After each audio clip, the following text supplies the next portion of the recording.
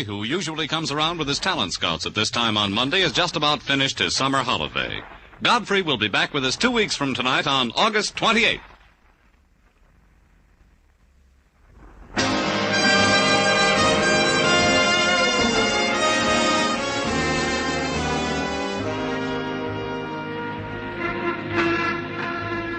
Broadway's my beat, from Times Square to Columbus Circle, the gaudiest, the most violent, the lonesomest mile in the world.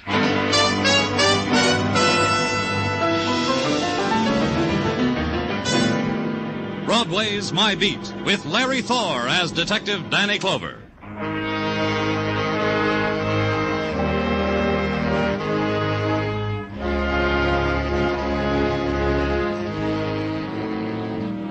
Broadway.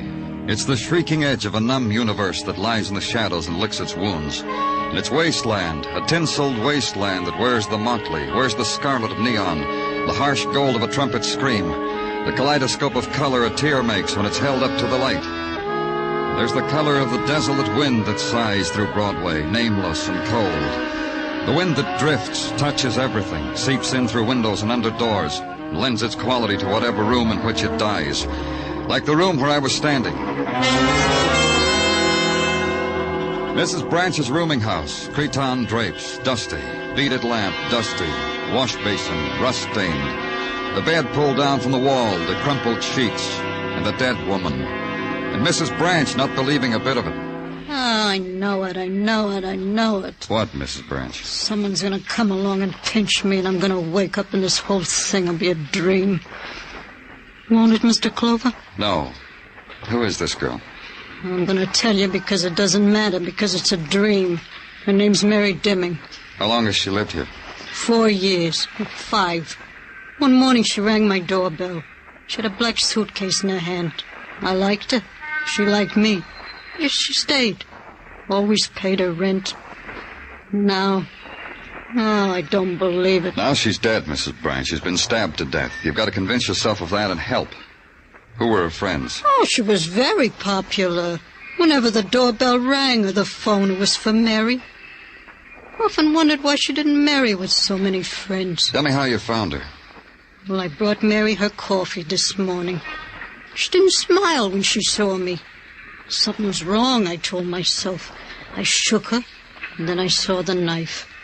And then I said to myself, someone's going to come along and pinch me in this whole thing. But you called the police, anyhow. I pride myself on presence of mind in any circumstances. Did she have any visitors last night? I wouldn't know. I wasn't home. Oh, that book. What about it? Mary loved it so. It was her dearest possession. Her yearbook from high school, you know. She loved to look at it before she went to sleep. I suppose that's why it's on the bed beside her. Here, let me show you. What? You see. Mary's picture in her yearbook. Uh-huh.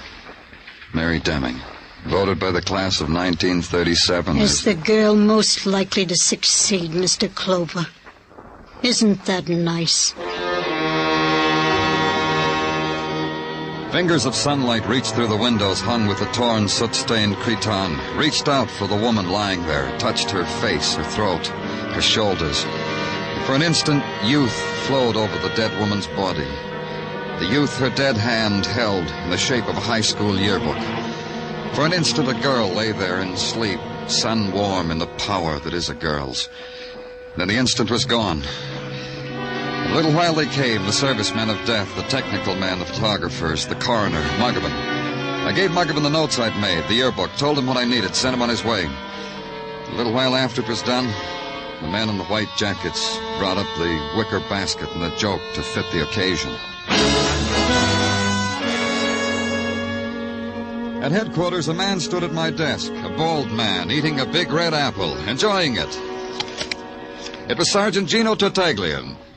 Danny, I was saving this for you for my lunch, but it took you such a long time I couldn't save it no longer. I know, Gino.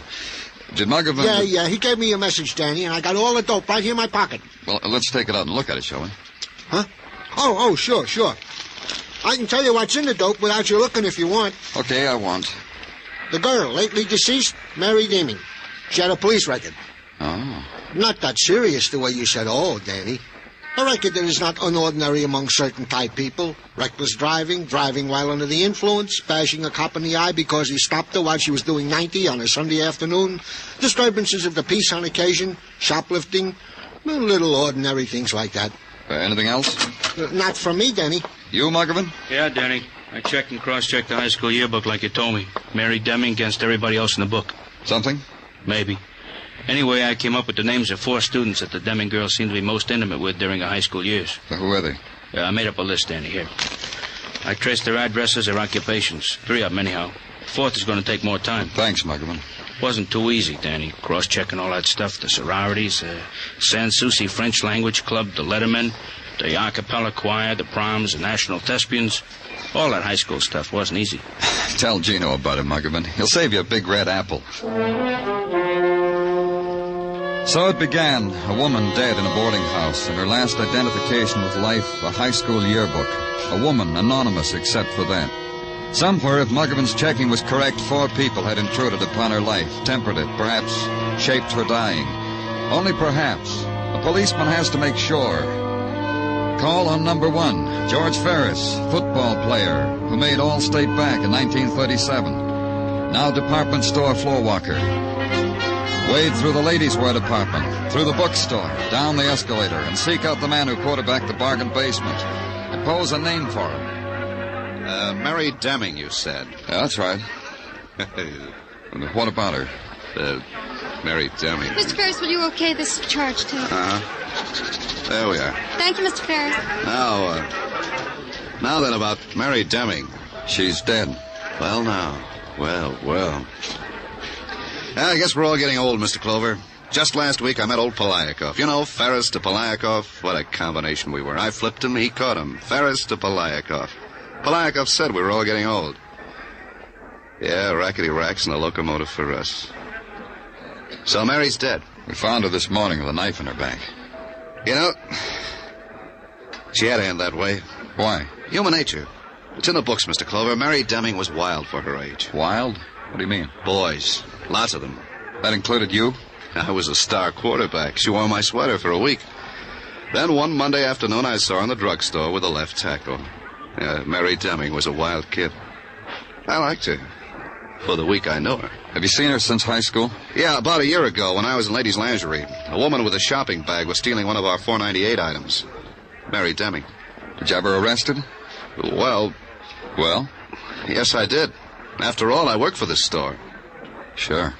That's the last time I saw her. Mary Deming. Well.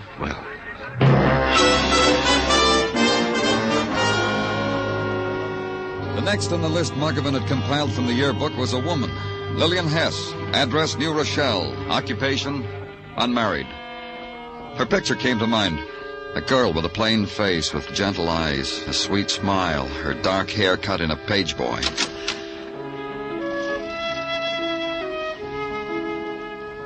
The woman who opened the door was the same girl, the same plain face, the same gentle eyes, the same sweet smile, same cut of hair.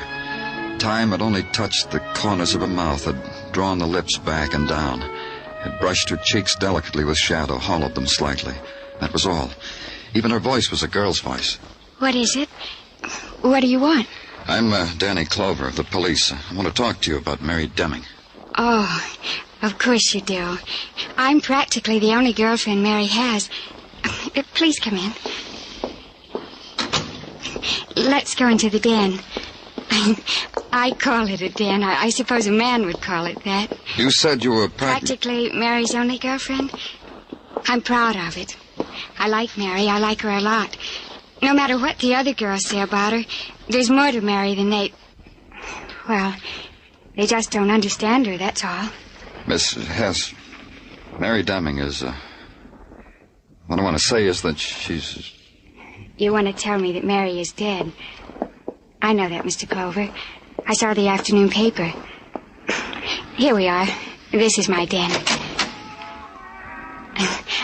I was just playing some music and reading. I love that song, don't you, Mr. Clover? I play it over and over. Please sit down next to me on the couch. Thank you. Mary Deming was murdered. They were jealous of her. That's why they killed her. Who? Oh, almost all the girls. Some of the boys, too. All jealous of Mary, for their own reasons. You know, Mr. Clover, Mary once came to my room and cried because she knew how they felt about her. She never showed it, but it hurt her. That's why she went on those reckless, dangerous drives at night. She told me so. Still, she was voted most likely to succeed. They voted her that out of meanness. They didn't mean it the way it sounds.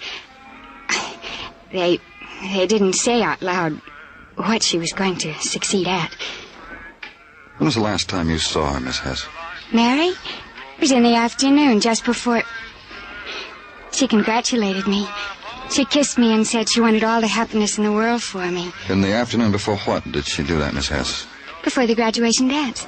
In June? It's always in June, Mr. Clover.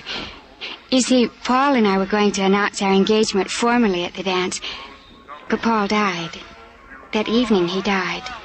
Oh? Yes. I went to his house just before dinner to ask him... Well, to ask him did he really love me.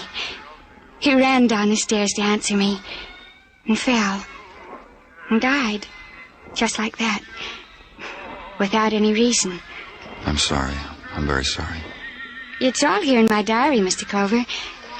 The last time I saw Paul, the last time I saw Mary.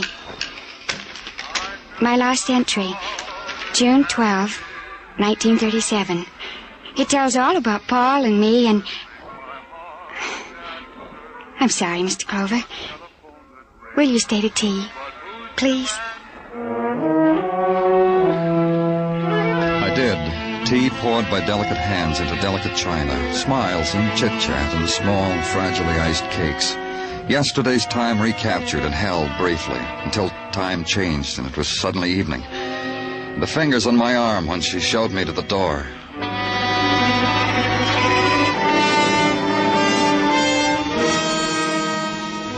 Number 3 on the list, Ona Webster, cheerleader, class of 37, the yearbook had said. Now, Ona March, married 5 years before to a Keith March. Address, 8020 Andrews Avenue in the Bronx. You got here. You finally got here. What? You are the police, aren't you? I called. I'm looking for Mrs. Ona March. She's in there, in the bedroom. I told you she would be. Come on. Look, I just came home, went out for a walk. There have been prowlers. Maybe I should... Wait a minute. I don't know what you're talking about. Who are you? Ona's husband. I told the policeman on the phone about my wife. What's the matter with her? She's in there, on the bed. She's been stabbed to death.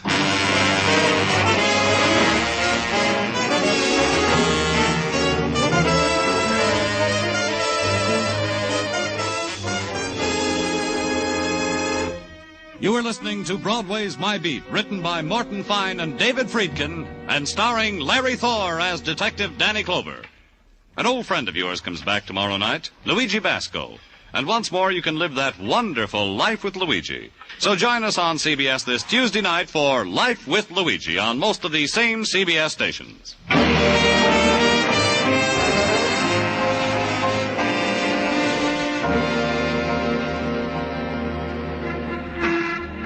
There's a special hour on Broadway, the hour between twilight and darkness, dinner time. It's the time of the swarming into the earth because home is at the end of a long tunnel and walk 3 blocks. Or it's the time of the fast look at the Translux, the run out into the streets and say, cooled off, huh? Coffee, hot dogs, cream soda, and a nickel tip. And Broadway tries to gulp its dinner the way it's seen ordinary people gulp their dinner. Wipes up the gravy with a second piece of bread and compares boyfriends, girlfriends, and recurring dreams.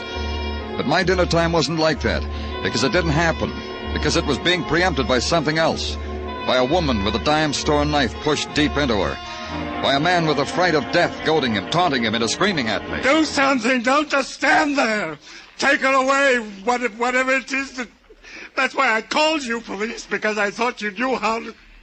Please do something, please. Take it easy, Mr. March, easy. We'll do what needs to be done. I'm sorry. It's just that that's my wife lying there. I understand, Mr. March. Here, sit down over here. Come on. Yeah, thank you. Would you like some water? Anything? No, thank you. Do they always look like that? Huh? When people die, do they always look like that? Who'd want your wife dead, Mr. March? What a strange way to say it. But then I suppose whoever killed her wanted her dead, or he wouldn't have done that to Ona. Who? I don't know. I told you I thought a prowler or a thief, maybe. But nothing's been disturbed, has it? I don't know. Maybe you, Mr. March? No. But you understand, Mr. March, that you'll be treated as a suspect until we... Yes. Of course. I understand. Good. Now, there's some questions I want to ask you. Did your wife know a woman named Mary Deming? Once she did. They were classmates in high school. And you? I knew Mary. She was one of my students. Oh? I'm a high school teacher, science. Ona and I recall that Mary Deming was in my class when we read about her murder. You think Ona and Mary Deming... You think the reason... You fell in love with your wife when she was in high school, Mr. March? I used to watch her at the football games. She was a cheerleader. She was young, exciting. You know how a girl can be. You fell in love with her then? I suppose so.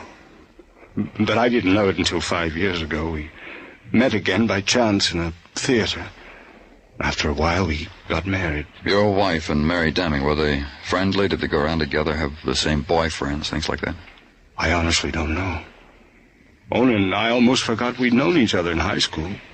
We hardly ever talked about it. Mr. March, how well did you know Mary Deming? What? How well did I know her? Huh? Only as a student. You never saw her or talked to her after she left high school? No. And Mrs. March, did she ever see or talk to Mary Deming? Well, if she did, she never told me. What's that? I'll see. It's the police you called for, Mr. March. I'll let them in.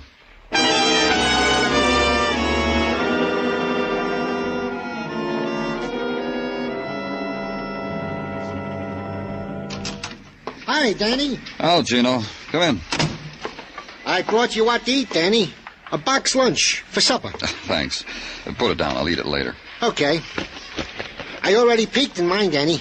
I got an apple. How about you? Probably an apple. Box lunches never change. Oh, I don't know. Once I found $1 bill in mine. Gino, Once I found an Easterling sterling silver spoon with which to eat my potato salad. Gino, I guess I'm born lucky. Gino, please, I'm tired. I've had a tough day. 2 people have been killed, and I'm no closer now to the answer than I was when I'm you... sorry.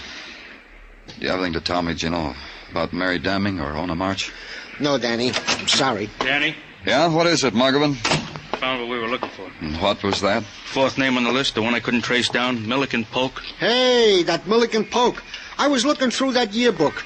That guy was the genius of the class. Got through high school in 2 years. The type I admire most highly. Where is he, Muggavan? In the penitentiary, Sing Sing, a 3-time loser, for selling oil wells to visiting movie stars and poor Texans. Don't stare at me, Danny. So his education turned him into a con man. So kill me. How come you had such a hard time finding him? Polk had 8 aliases. I tracked down one, he'd suddenly dissolve into another man. Thank you, gentlemen. Hey, Danny, it's too late to drive up to Sing Sing tonight. You haven't eaten your supper. Don't worry about it. Muggavan. Oh, yeah, Danny. Call Sing Sing. Tell him I'll be up in the morning, and tell him to throw a guard around the cell for Milliken Polk so he won't dissolve into another man.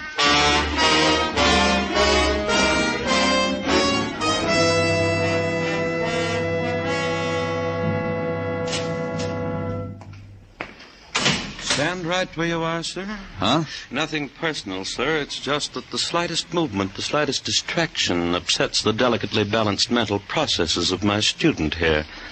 Doesn't it, Jerome? Yeah, it does do that, Professor. Just what you said it does. Shall we show the policeman what we've learned today, Jerome? You are a policeman, aren't you, sir? I am, Milliken. Oh, goody. Yeah, let's show the policeman what we learned today, huh, Professor? Go right ahead, Jerome. Today we have learned that energy is equal to mass times the speed of light squared. That's excellent, Jerome. Excellent. Isn't it, sir? Excellent. And now will you tell me about the Pythagorean theory? Please, Professor. Even the slough said I was excellent. Later, Jerome. First we must find out what the slough wants with us. What is it you want with us, sir? Only you, Milliken. Thank you, sir. You may take a recess, Jerome. But the Pythagorean... Take a recess, Jerome. And now, sir, we are in effect alone. What can I do for you? You went to high school with Mary Deming. My congratulations, sir. However did you track me down to this, my private lair? I thought I'd successfully wiped out that puerile phase of my life. Not quite, Professor. Now that you found me, I suppose you want all I can give you on Mary Deming and, let me see, Ona March, Ona Webster. Am I right, sir? How did you... I keep up with things, newspapers, magazines. I'm the institution's librarian. I assumed it was only a matter of time before one of you would appear asking me what you're asking me. You assumed right. So? I don't suppose you would arrange for this favor a little time off, say, a furlough, so to speak? I thought not, sir. About Mary. Most delicious girl, provocative, stimulating, quite an experience to a youth who had the intelligence to appreciate her qualities as I did. You knew her well? Let's put it this way, sir. When I was in high school, I'd put my brain against any football letter on the campus.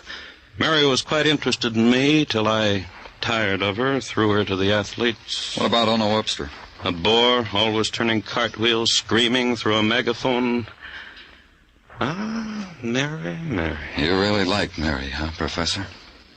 There were so many things about Mary, too, like the way she could wriggle out of trouble.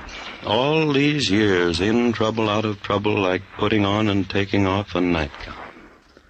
Always somebody to take care of Mary. You have any theories, Milliken, as to who might want the girls dead? I haven't wasted my brains on it, sir. For the past 5 years, I've been occupied with Jerome here. Now, Professor, now you're going to tell me about the Pythagorean theory? Now, Jerome. I'm sorry, sir. I'm calling my class to order. Goodbye, sir. And the things Milliken Polk had told me had their own place with the fragments I'd gathered up about two women. Ona March, cheerleader. Mary Deming, most likely to succeed. Classmates of the year 1937. Ona, the respectable wife of a respectable man who lived in a respectable house. Mary, a woman whose youth fled in a hurry, because Mary was in a hurry. Too much of one. Back at headquarters, I went over her police record again.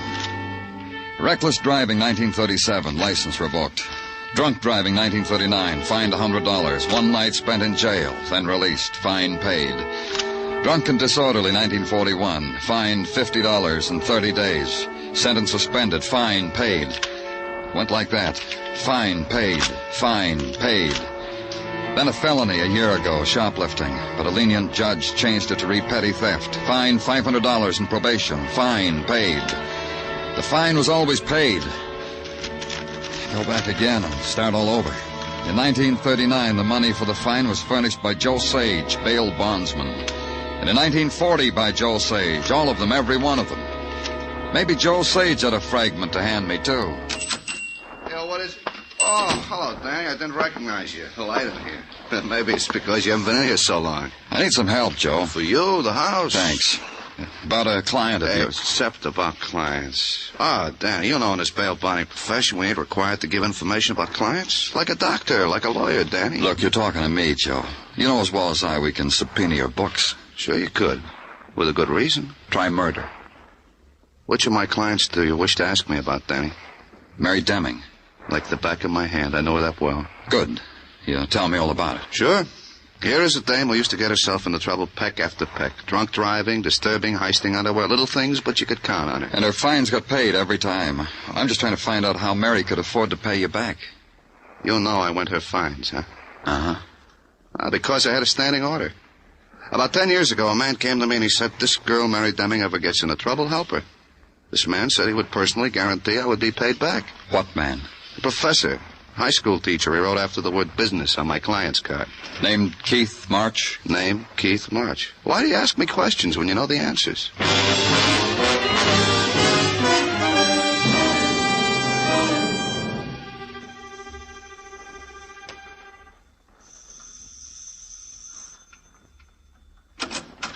Oh, Mr. Clover, please come in. Thanks. I will.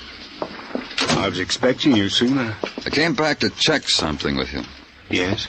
You said you hardly knew Mary Deming. You only knew her as a student.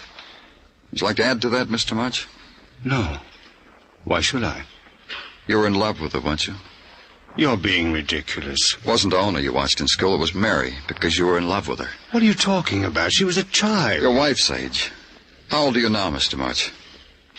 39. 13 years ago, you were 26, just starting out as a teacher. A man 26 can fall in love with a 17-year-old girl. There's nothing unusual in that. But I still don't Every see... time Mary got in trouble with the police, you got her off. Got her fines paid.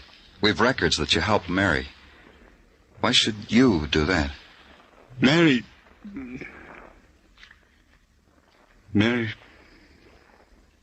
the kind of a girl who never looks twice at a man like me. You'll have to take my word for that.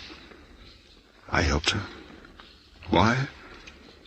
Because the times I helped, paid money to help her, she would thank me, let me do other things for her. There's this, Mr. Clover. What? I did love Mary. Then why do you accuse me of killing her? You didn't, did you? No. I told you I loved her. Sometimes I hated myself for it, but I loved her. But you know who killed her, don't you? So do you? Your wife? She hated Mary. Hated her for what she could do to me. I never kept it a secret from Ona. That's why Ona killed her. That's why you killed Ona. From my point of view, that was the only thing to do. Ona had killed the thing I loved. After Mary was dead, nothing had any value. Not even taking another life. You understand that, don't you? Let's go. It's not going to be that easy. Keep her in that desk. I'm going to kill you, Mr. Clover.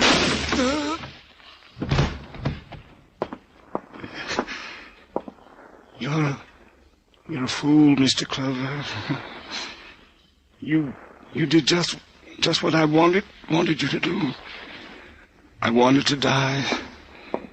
That's all I wanted. You fell into my trap. I didn't have the nerve to do away with myself. So I used you. Sergeant Tartaglia speaking. Danny, Gino, get an ambulance up to 8020 Andrews Street in the Bronx. Roger. Wilco. Anything serious? Just a shoulder wound. Nothing serious. Who, Danny? Not you? Not me, Gino. The man who lived to go on trial for murder.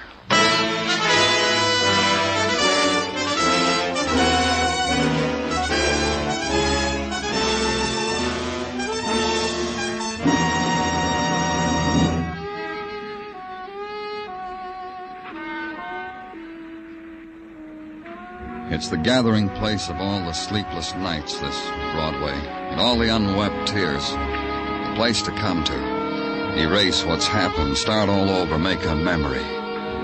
The street is littered with odds and ends. Fit them together in any design you want. Only nothing slips into place. It's Broadway, the gaudiest, the most violent, the lonesomest mile in the world. Broadway. My beat.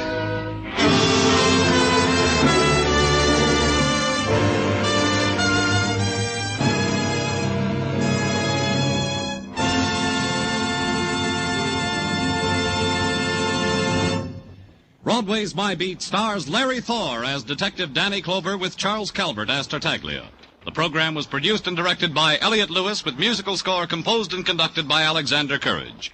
Included in tonight's cast were Jay Novello, Hy Averback, Peggy Weber, Sammy Hill, Lou Merrill, and Jack Crucian.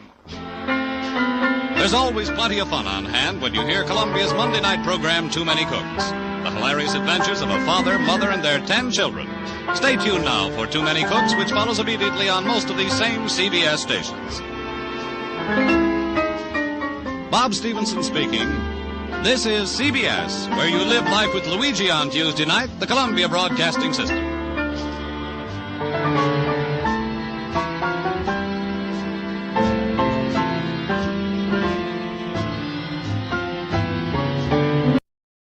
Arthur Godfrey, who usually comes around with his talent scouts at this time on Monday, has just about finished his summer holiday. Godfrey will be back with us 1 week from tonight on August 28th.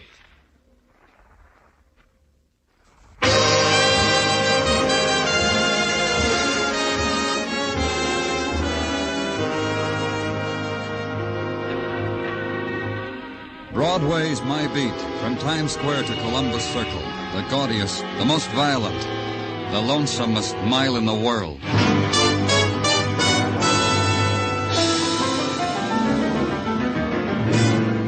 Broadway's My Beat, with Larry Thor as Detective Danny Clover.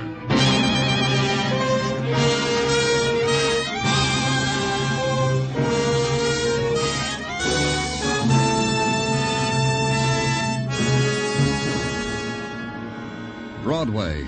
It's the place you drift to because the other promises you made to yourself never happened. You leave your life behind and stand on a street corner beating down the scream in your throat. It's the best of the 1,001 nights you dreamed of. The one place in the world where something happens to you outside of the movies. It always happens. Something starts it, the tap on the shoulder, the laughter that floats down to your end of the bar, the smile, the special delivery, the phone call. Your phone's ringing, Danny. Thanks, Gino. Danny Clover speaking. You gotta help. You gotta come here. You gotta come to my home. Who is this? Mrs. Corey. Please, my husband. What is it, Miss Corey? A suicide pact. He's trying to force me to kill myself. I don't want to die. He's gonna make me... Hello. Hello. Who is this? What happened? Mr. Corey, I've just killed my wife. Now it's the time for my dying. Listen, don't be a fool. Hello. Tartaglia. Wait a minute, Danny. What'd you say, operator? Oh? Uh-huh. Oh. Yeah. Party hung up too soon. Couldn't trace it, Danny. It began that way, with a desperate protest against private agonies. The protest that can't face the loneliness of death and must kill the loved ones so that the path into darkness will not be walked alone. The man Corey murdered his wife and then himself. And the glittering, blood-spangled shriek for attention, final identity set into motion only an old, a familiar routine. The official collecting of the dead. But first we had to find them. Detective Muggavan brought in the phone book. We sat over it, turned to the seas, found there were 25 Coreys. We divided them, went our way. The treasure hunt for the dead. The first Corey was very much alive. She told me so. Nobody dead here, mister. Everybody much, much alive. Come on in and I'll prove it to you. You live here alone? Uh-huh. I'll take a look. Love it. Come on in. See? Alone. Just you and me. Touch me. I ain't dead.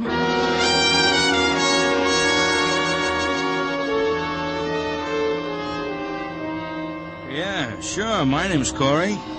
Why do you have to know? Man named Corey killed his wife. Said he was going to kill himself. Killed his wife, huh? Guts? That takes guts. Where's your wife, Mr. Corey? She's in the kitchen washing out my work pants so I can go out and look for work. Come on, I'll show it to you.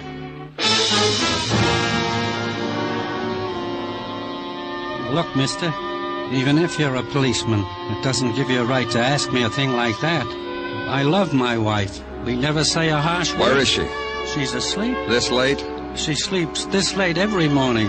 I was just preparing her breakfast. Call her. Look, mister, you don't know what you're asking. Call her. Fanny,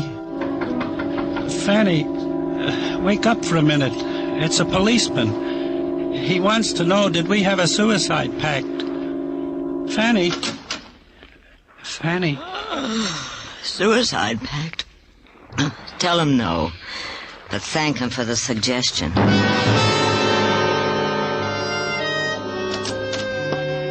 You finish your list, Danny? Yeah, Muggavan.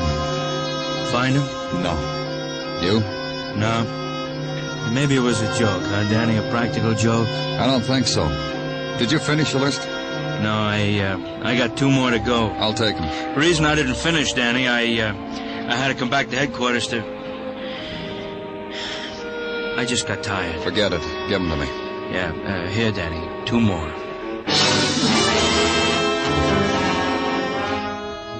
Maybe Muggavan was right.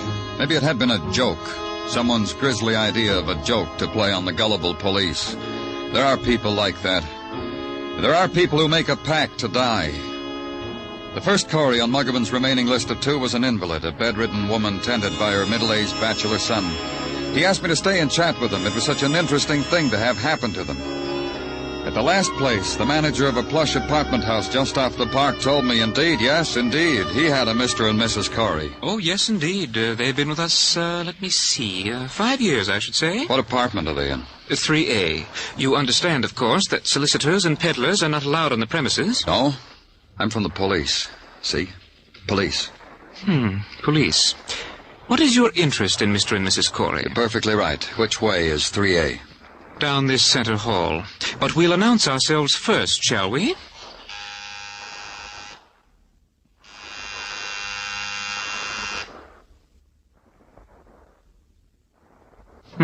No answer.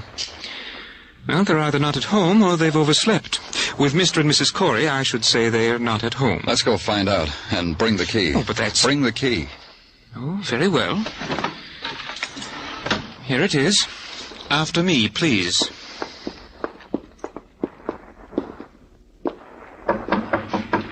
Mr. Corey.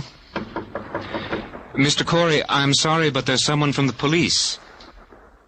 Mr. Corey? Mrs. Corey? Open it. But Open it.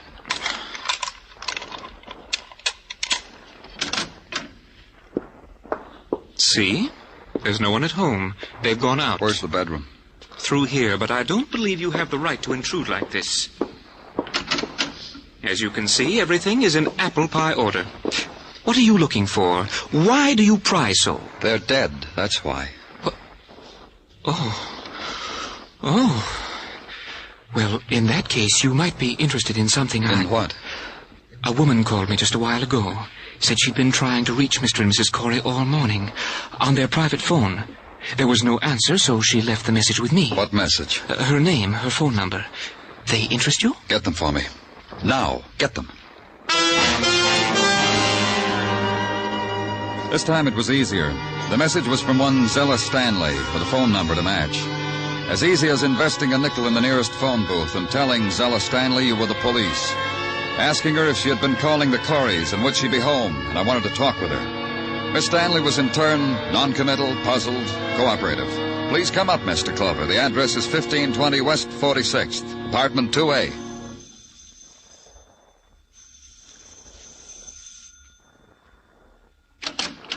Mr. Clover? Yes. Please come in. Will you sit down? Let me get these things out of here. I was so tired when I came home last night, I undressed walking into the bedroom. Now, won't you sit down? Thank you. About Mr. and Ms. Corey. Now, don't put me on the defensive, Mr. Clover. I want to help you with whatever it is, so just let me tell you. Good. Go ahead. I've been calling Alice all morning. That's Alice Corey. That's right. There's been no answer at her apartment. Is that something unusual? Not in itself. I've called people before, and I suppose you have. Called them, and no one answers. Was it important that you get in touch with Mrs. Corey? Not in itself. I just wanted to talk to her. I see. Just a kind of, good morning, Alice. How are you? Is that it? Something like that. Just let me tell you. Will that be all right, Mr. Clover? Yeah, it'll be just fine. Well, I was at the Coreys last night for bridge. There was something in that house that had never been there before. What? Please. Sorry. Something was wrong. No laughter between the two. Silence, mostly. And now and then a bitter word. I've known them for years. The Coreys have been the cliché of matrimonial bliss. It embarrassed me. I left early. May I? Of course. You said you were playing bridge. You, Mr. Corey, Mrs. Corey. Who else? And Tom's partner. Tom Corey's partner. His business partner, Henry. Henry who, Miss Stanley? Henry Fairchild. Fairchild of Corey and Fairchild, you know. No, I don't, Miss Stanley. A factory. They make small things, electrical parts or something. I don't know. Tell me a bit more about last night. Well, just that Tom was depressed. Alice looked, well, frightened. I never seen Alice look frightened, but I think that's what it was. Henry did everything he could to brighten things up. It didn't work. You go ask him. Ask Henry. Henry Fairchild of Corey and Fairchild. Ask him.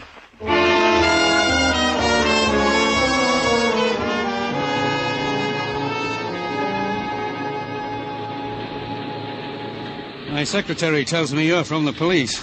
I can't tell you how delighted I am to see you. Delighted. Thank you, Mr. Fairchild. Come over here, Mr. Clover. Quick, come over. I want you to see something. I'll draw these drapes back so you can see something.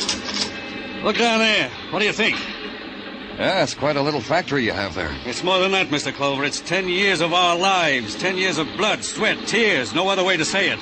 10 years of that. And he walks on it, squashes it like it was a cockroach we'd built. Oh? We're ruined, destroyed, milked dry. All that work sucked dry because he was greedy, hungry for more money. $50,000. Like that. Like he was taking it out of a piggy bank. Arrest him, Mr. Clover. Go arrest him. Who? My partner, Tom Corey. Arrest him for grand larceny. Arrest him for dipping his fingers into our till. Arrest him for being an ungrateful, greedy... Tom Corey did that? Yeah, here are the books. Look for yourself. But you wouldn't know about a thing like that. Your experts will, though. They'll see how month after month he stole 5,000 here, 3 here, 10 here, 2 here. Uh-huh. When did you see Corey last? Last night. We were playing bridge. He was moody. New to his wife, to Alice. I tried to cheer him up because I thought it was dyspepsia or something. This morning I find it was this. When you arrest him, Mr. Clover, tell him I'll make it a point to visit him in jail. It'll give me kicks to see him there every chance I get. Corey killed his wife this morning, then himself. What? He didn't have to do that. He could have come to me. I'd have helped him. Honest. We can't find them. They're not at the apartment. How about their place on Fire Island? Where? They have a house on Fire Island. You think we should try there, Mr. Clover?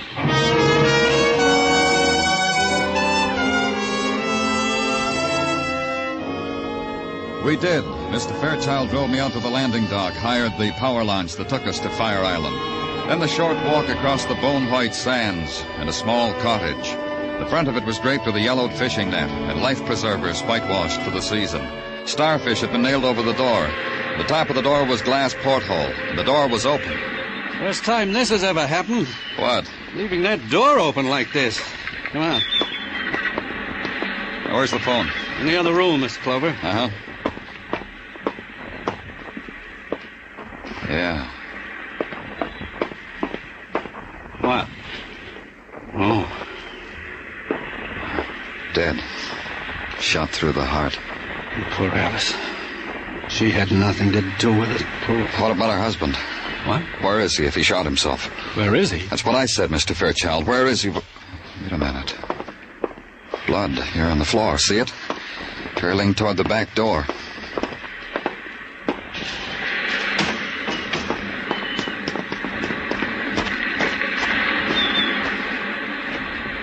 Here.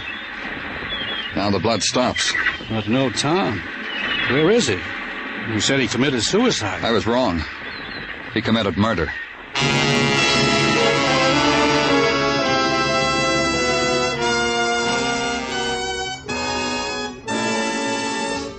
You were listening to Broadway's My Beat, written by Morton Fine and David Friedkin, and starring Larry Thor as Detective Danny Clover.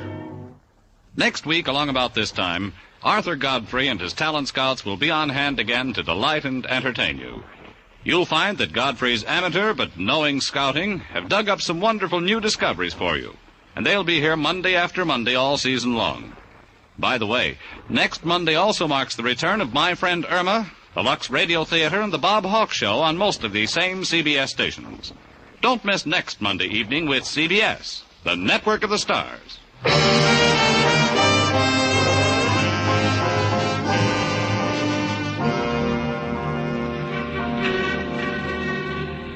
There's this about Broadway. It wants everything neat and in place. A word misspelled on a spectacular can stop traffic. A girl lamenting a run in her nylons, likewise, and for longer. The scream of the loudspeakers has to be adjusted just so. And the deep, anguished weeping in a darkened doorway, not too much. Even death and violence have to meet Broadway's standards. The death of Alice Corey by a bullet through the heart, that would measure up. This violence committed upon her by her husband, it would measure up too. Very poignant, very Class A. We've stood in line for worse, huh, kid? A man makes a pact with his wife to commit double suicide, kills his wife, only wounds himself. That's hard to do when you're hungry for dying. And harder still to be wounded and disappear from an island. If I'd wanted to kill myself, I'd have succeeded. How could Tom only have wounded himself, Mr. Clover? Well, that's all he intended to do.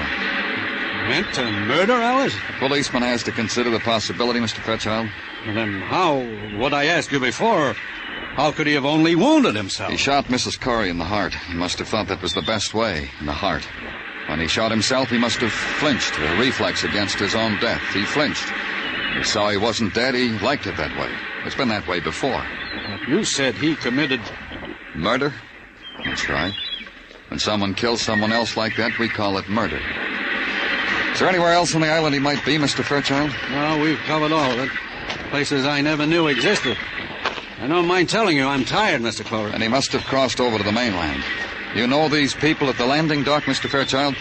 Well, most of them. Call out and ask if anyone took Tom Corey across. All right.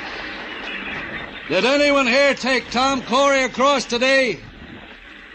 Did anyone take... Oh, Graham did, Mr. Fairchild. Where is he? Just the other side of the landing. See his boat?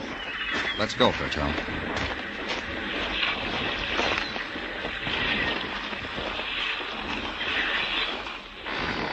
You, Joe Graham? Hi there, Mr. Fairchild. Oh, Joe. This is Mr. Clover, Joe. He's a detective. He wants to... I want to know if you took Tom Corey across today. You want to know, too, Mr. Fairchild? We do, Joe. Yeah, I took Tom across. When? You say something, Mr. Fairchild? When did you take him across, Joe? Early today, around noon, Mr. Fairchild. Did he say anything to you? Tell your friend I'm a very sociable man, Mr. Fairchild. People talk to me. I talk to people. People I care about. Mr. Clover asked that because Tom Corey is a murderer. He killed Mrs. Corey this morning. Guess that's why Tom wasn't very talkative. Had things on his mind, just kept biting his lip, just sat huddled there. Didn't think it proper to ask him why. Glad I didn't. Where'd you take him? Where I always took him, Mr. Fairchild. Like I've taken you and him and Alice many times. So you could go back to your factory over there. Ask him if he'll take us back. Will you take us back, Joe? You and the detective? Yes. It'll cost you more for him. Hop aboard. I'll take you.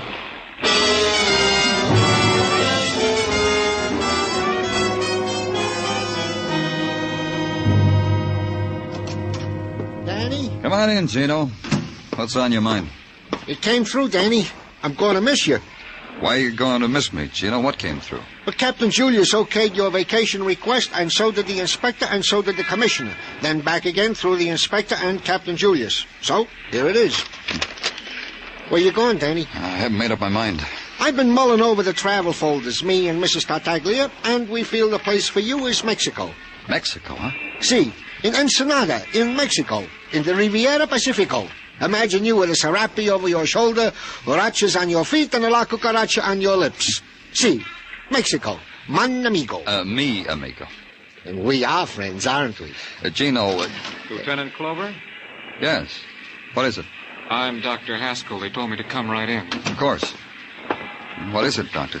They said you'd want to see me, that you were working on something that might have something to do with what I want to see you about. All right. What is it? About 20 minutes ago, a man forced his way into my office. I say forced himself because he had a gun. What did the man look like? Oh, about 40, strongly built. I wrote it all down here because I knew you'd want to know. Here. Oh. I knew you'd ask me.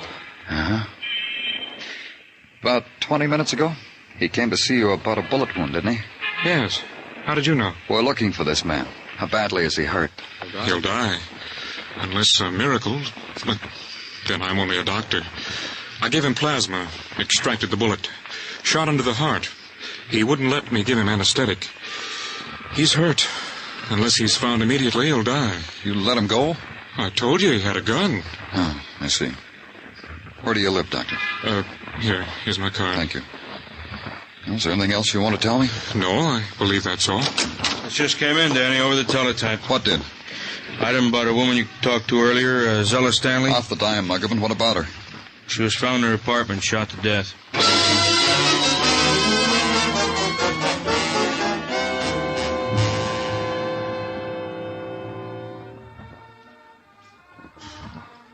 Pretty expensive dress she's wearing, Danny. Uh-huh. She must have been very pretty once. Zella. Knew a girl in high school, the name of Zella. Wait, she's lying. You must have shot her the minute she opened the door, huh? Yeah. Take the other room, Muggerman. I'll go through this one. Okay, Danny. Danny? Yeah? The radio? Radio phonograph combo. Also very expensive. The bed also, the furnishings. Wonder how she managed. Maybe she was rich, huh? Maybe.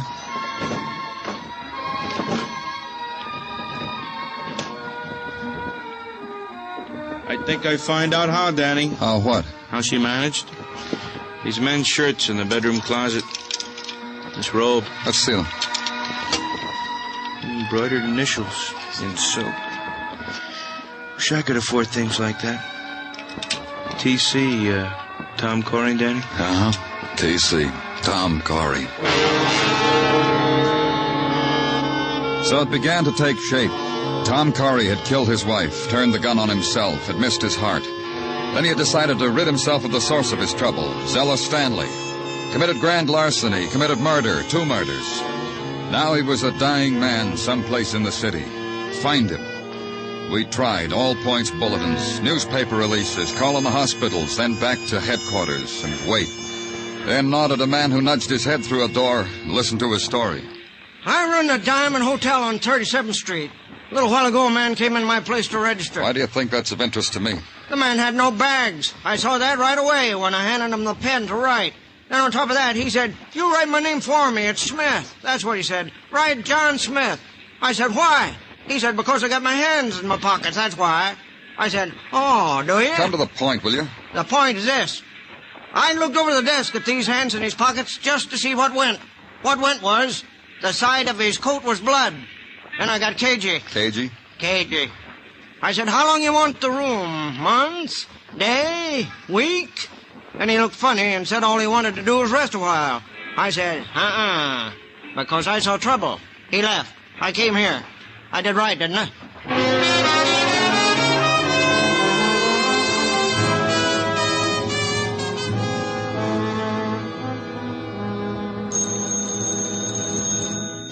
Danny Clover speaking. There's a man in my house. Who is this? Mrs. Barry. I live on West 57th Street, 1209. I'm frightened. There's a man... What man? He rang my bell and pointed a gun at me and walked into my house. Is he still there? Yes. He looked tired. He sat in the big chair in the parlor. He fell asleep.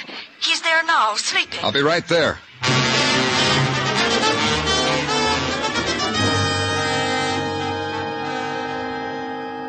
Can't you understand? He's gone. But just 10 minutes ago, you called. 10 minutes ago, he was sitting in that chair sleeping. He woke up and left. He had a gun. All right, all right. All right, he says. He had a gun pointed at my nose. What did you want me to do? Hit him over the head with a candlestick? Huh, not me. He left. Look, left blood, too. All over my rug.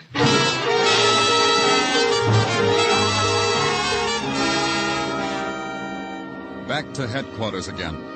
Then a phone call from a pedestrian who'd just seen a man who fitted Tom Corey's description on West 62nd. The man was staggering, Mr. Clover. So Mr. Clover dispatched a squad car to the area. The man was nowhere in sight. Then Mr. Clover sat down and thought about it. Tom Corey left Fire Island by boat, found a doctor on 12th Street in the village. Put a thumbtack on the map. Tom Corey has tried to get a room at the Diamond Hotel on West 37th. Thumbtack. Tom Corey had murdered Zella Stanley, West 46th. Thumbtack. Tom Corey had been asleep in a parlor on West 57th. Thumbtack. Then a phone. Man, probably Tom Corey, was seen staggering on West 62nd. Thumbtack. Tom Corey was headed uptown. Tom Corey was crazed with pain. Then a recheck of my notebook. Tom Corey had a partner named Henry Fairchild. Henry Fairchild lived uptown. He lived on West 70th. Maybe I could get there before Tom Corey.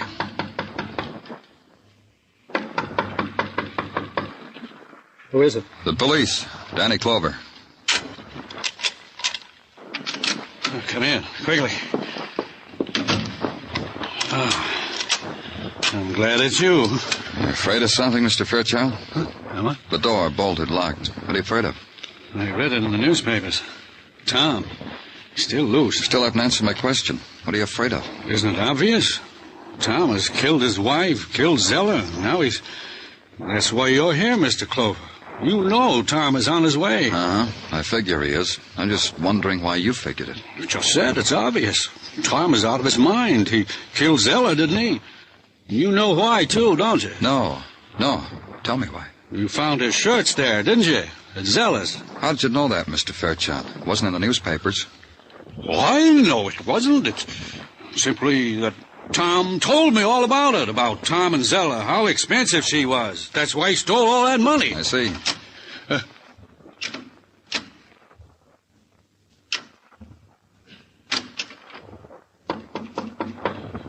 Mr. Clover. Put down that gun. But... Give it to me. I said give it to me. Now stand right where you are. I'll take care of it.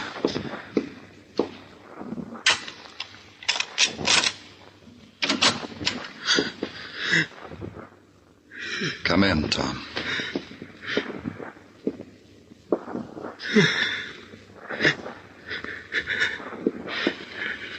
Shoot him. Shoot him. He'll kill me. I'll take that gun, Corey. Come on, Corey. I'll help you. Sit down over here. There. Don't believe him, Mr. Clover. Don't believe anything Corey says. Huh? He's going to tell you I killed his wife, that I shot him, that I stole the money. Ridiculous things, crazy things, because he's crazy now. Tom? Of course, Tom. He's crazy. He's going to say that Zella and I arranged the whole thing to make it look like a suicide pact, that I killed Zella. Tom. Tom. That's right. Tom's dead. He just confessed to a dead man.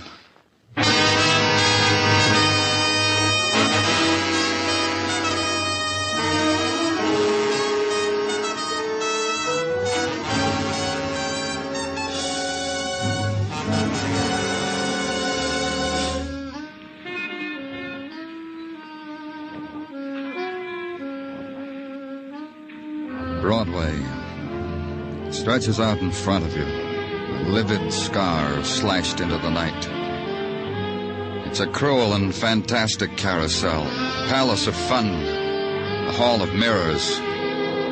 You pay your way and you take your choice. Me? I get in on a pass on Broadway. The gaudiest, the most violent, the lonesomest mile in the world. Broadway, my beat.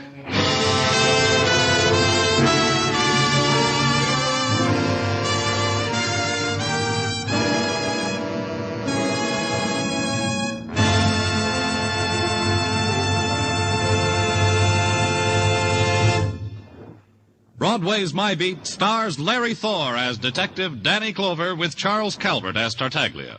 The program was produced and directed by Elliott Lewis, with musical score composed and conducted by Alexander Courage. Included in tonight's cast were Herb Butterfield, Janet Logan, Ann Stone, Junius Matthews, Byron Kane, and Jack Crucian.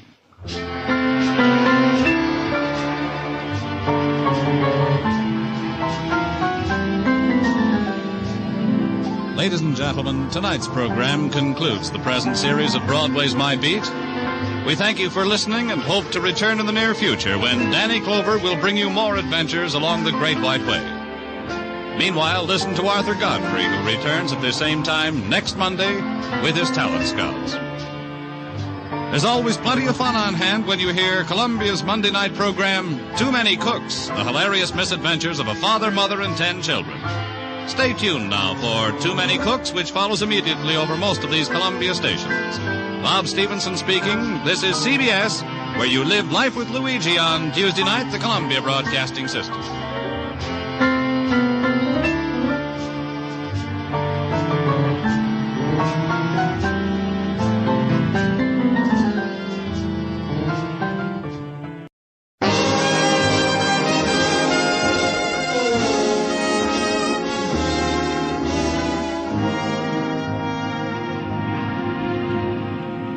Broadway's My Beat, from Times Square to Columbus Circle, the gaudiest, the most violent, the lonesomest mile in the world.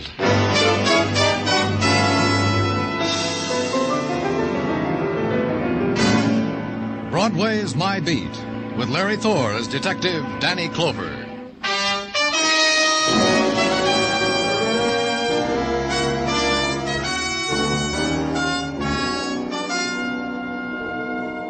Broadway, where you walk through the October evening and hold close the things you want to save for memories. Then Broadway's as innocent and nostalgic as music drifting from a carousel. And you move on. You get hit in the face by a guy fishing for nickels under a grating. Whatever you were pursuing is gone now, lost. And Broadway trails off into the side streets. Walk them like I did. And try to close your eyes against the pattern of scars in the street of the tenements. The kids with the torn deck of cards under the lamppost. The dogs at the trash cans. The wide-eyed girl who lurched against me. Pardon me. That's all right. Pardon me. Pardon me. That's all right. Is something wrong, miss? No, it's all right. I'll find it all right. Find what? Can I help you? You've seen it? You know where it is? You're not feeling well, miss. Let me take you home. Home? That's right. Where do you live? I don't know. Then tell me your name. We'll find out. I don't know my name. I don't know who I am. I don't know who... Tell me who I am. Now, just take it easy. That's better. What were you looking for? Pocketbook. I remember I had it. I think I had it when I was rocking right over there. I fell down. Well, let's go see. How long ago did you miss your pocketbook? A little while, I think. I don't know. An hour? I don't know, just a few minutes ago. I can't remember when. Here's where you fell? Yes. I remember because when it happened, I stretched out my arm so I wouldn't hit the trash can. Uh-huh. Is this it, miss? Yes. Yes, that's it. I can remember that. Let's open it. Yes. Here, the wallet. There's a driver's license made out to Linda Arnold, 1912 West 54th Street. 5'4", blonde hair, green eyes. That fits. And this, in case of accident, notify Helen Carroll. Address the same. Helen Carroll. Aunt Helen. Yes, that's right. My name's Linda Arnold, and Helen Carroll's my aunt. Uh-huh. Something else in this purse, Miss Arnold. Recognize it? What? Why, that's a letter opener. Aunt Helen's. And there's blood on it. That's right, Miss Arnold. It's sticky with blood.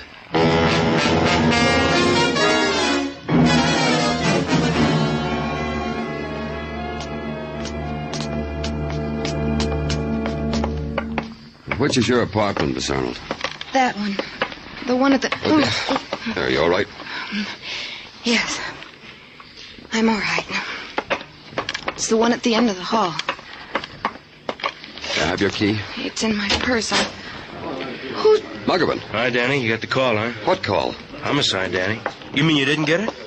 Then why are you here? Miss Arnold lives here. She's ill. I phoned her wandering in the streets, so I brought her home. You said someone was dead. Who is it? Who's dead? Who, Muggavan? A woman named Carroll, Mrs. Helen Carroll, in the kitchen. Here, take care of her, Muggavan. Make her lie down someplace. Okay, Danny. The bedroom over there. Here, Miss Arnold. Let me help you.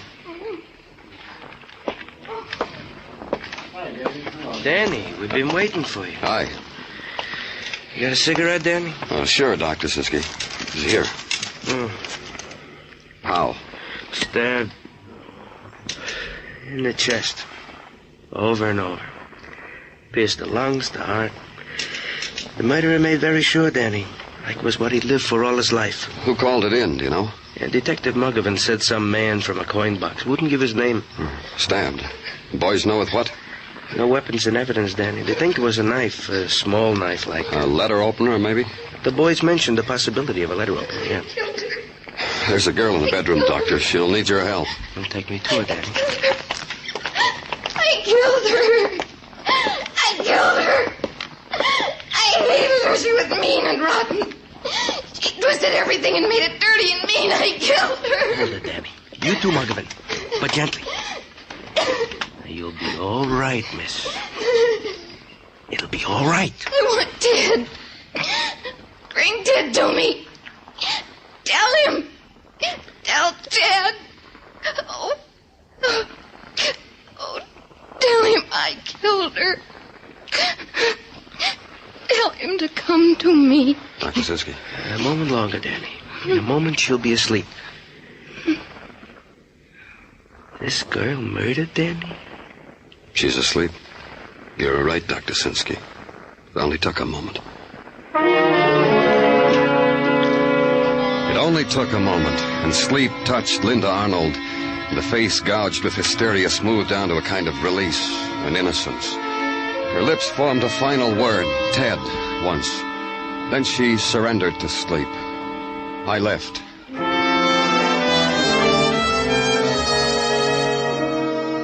Routine, then. Questions. Questions prefaced with the word Ted. And answers from people who lived in the apartment house. Ted? Guess that's her boyfriend that always comes calling, mister. The good-looking boy in the uniform. Then a woman who opened the door for me before I knocked told me, Ted, you mean Ted Raymond, mister. Linda's boyfriend. About his uniform, mister. Guess that's because he drives a bus. And more questions. And find out Ted Raymond drove a bus for cross-country tours. Go to the depot. Ted was off yesterday, but here's his address. But Ted wasn't home when I got there. Assign a man to call me when Ted got in. The next morning at 10, a phone call. Ted Raymond had been out all night. He just got in. I went there.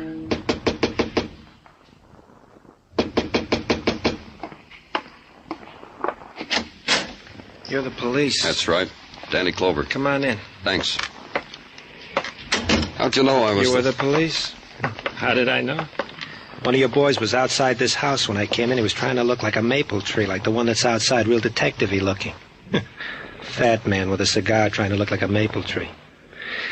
I came home, he went across the street and made a call, then you came. Have a chair. Thanks. You know why I'm here? Sure. Uh-huh. That's why you were packing that bag over in the bed. Maybe I was doing the wrong thing. I don't know the etiquette about getting arrested. Do they furnish prisoners with small and necessary items like razor and toothbrush and combs and brushes, huh? Go ahead. Look, that's what I'm packing. Look and then arrest me. Arrest you for what? Come on. I don't get cagey on me. Arrest me for murder. I killed Helen Carroll. Where were you all last night, Ted? Killing Helen Carroll and walking the streets atoning to myself for my crime. How'd you make out? Fine. She needed to be killed. All her money. Linda never got a cent of it. Kill her Aunt Helen, marry Linda, be rich. Logic. But now I'm caught. How'd you kill her? I stabbed her. With what? How do I know with what? I picked up something and stabbed her. Let's go, Mr. Clover. Take me down to headquarters, get me a secretary, and I'll dictate my confession. It could have ended there with the boy's confession and arrest. Could have been easy. Easy to erase the words of a girl, the cries of a girl uttered in anguish and hysteria, the sickness of the lost. Easy to put out of mind the blood on a letter opener found in her purse, found behind a trash can. A girl wandering aimlessly in the twilight. That never happened. But you know it did, all of it. So you make a call to Dr. Sinsky and he tells you the girl is in the police hospital. Yes, she can talk to you. She's been asking for you. And the girl sitting upright in the bed is a girl who was never lost, who never cried, except alone. I've waited for you to come back, Mr. Clover. You're better now. Feel all right? Look at me. What do you think? You look fine. I tried. I made them bring me lipstick and powder. And this negligee. It's one I've been saving. You like it? You consider this an occasion, Miss Arnold? Isn't it? Can you remember what you told me when I brought you home the other night, when we found your aunt? I remember it exactly, word for word. I said it killed her because I hated her. My aunt was mean, Mr. Clover, and rotten. That's why I killed her. This makes it an occasion, doesn't it? You lived with your aunt? Ever since I was in pigtails. Ever since I was 12. I think it began the first night I stayed in her house. Yeah. That's right. That's when it began. What began? The hate. The loathing. Why? Because she made me cry. Because she put me in a dark room and let me cry all night. You'd done something wrong? Mm-hmm. I did wrong. My mother and father were dead. That's what I did wrong. There was no one to take me except a school friend of my mother's. I call her Aunt Helen. That's what I did wrong. And after that? Have you ever had to live on the charity of a bitter old woman, Mr. Clover? It could have been so nice. She was that rich, $100,000, Alfred said. $100,000, and we ate out of paper bags we dressed in. Alfred? Who's he? Alfred Carroll, my uncle. My aunt's husband. Poor thing. We didn't even know about him. Where is he? I don't know. But find him, Mr. Clover. He'll be so relieved that I've killed her, so happy. I'd like to see his face. Find him for me, please. We will. We'll put out an all-points bulletin. Thank you. Now you'll put me in a cell, I suppose. I'm well enough for you to do that. Ted Raymond says he killed your aunt. You're not fooled, are you? He said that because he loves me. Turn your back, Mr. Clover. I'll get dressed so you can put me away.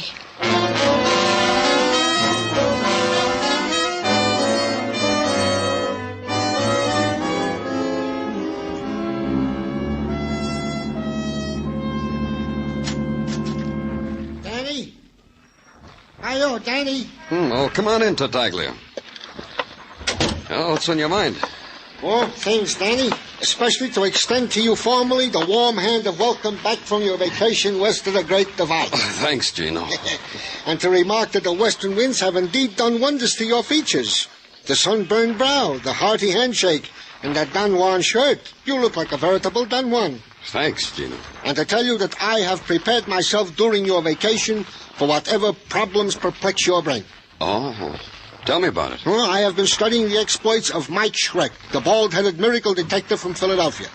Detective Schreck is a man who has coined two interesting theories. Gino. First theory, find the woman. Second theory, the criminal always returns to the scene of his crime. Put them together... In other words, when a man walks past the scene of the crime with a girl... He's the killer. Hey, how did you know? Lieutenant Clover? That's right. Come in. Thank you. I understand you're looking for me. I am? My name is Alfred Carroll. Yes. Yes, we were looking for you, Mr. Carroll. Do you know why we want you? Yes. Yes, of course I do. It's about my wife's murder. It's this way. Two people have confessed to your wife's murder. What? That's right. Linda Arnold and Ted Raymond. I'm not a young man anymore, Lieutenant. Would you mind if I sat down? Please do. That's strange. Why should two people confess to my wife's murder? What? Why should they do that? I killed my wife. I killed Helen.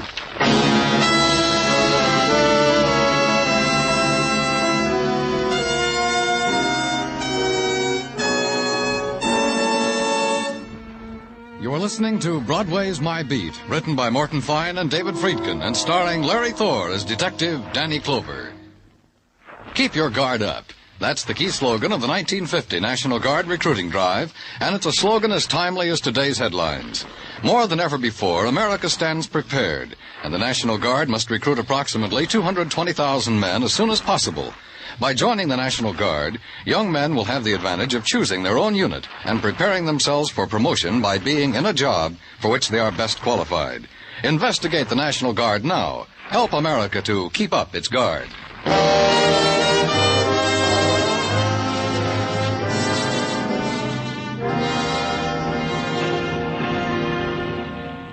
In the late October afternoon, Broadway stands on a corner, sips its coffee, snaps at a coney, and sums up the day.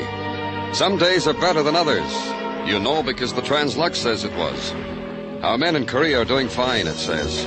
A horse out in far Hollywood paid 90 for two, it says. But you went on it, were you, kid? For the rich, they run, I get.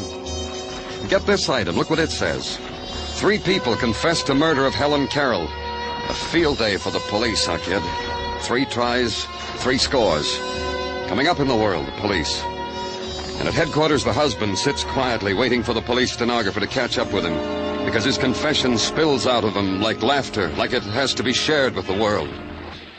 Have you got that now, young man? All of it? Every word? He's got it, Mr. Carroll. Go on. Yeah, there's not much more. I wish there were. There are so many things. Where did you go after you killed your wife, Mr. Carroll? I went to do things she'd never let me do. Like what? Enjoyable things. Pleasurable things. Like what? I went to a bar and had a drink. A lot of drinks. With her money. With Helen's money. What else?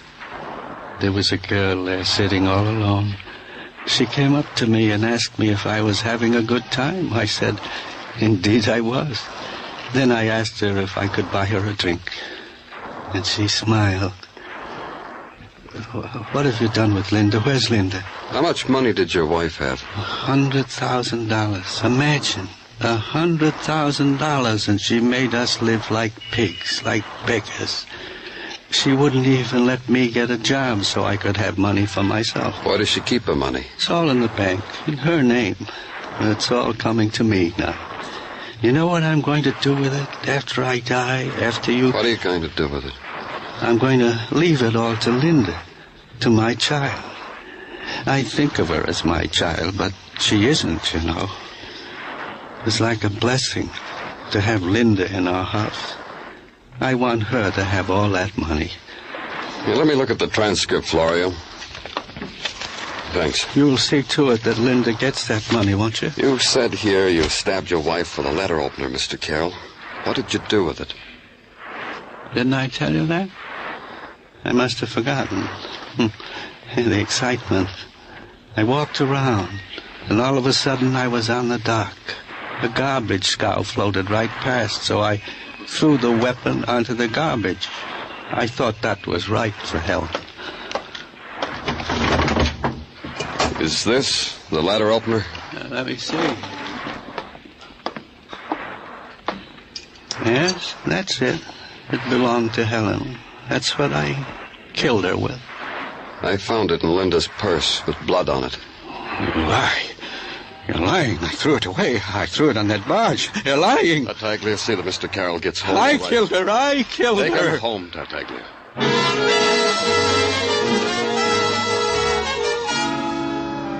There it was.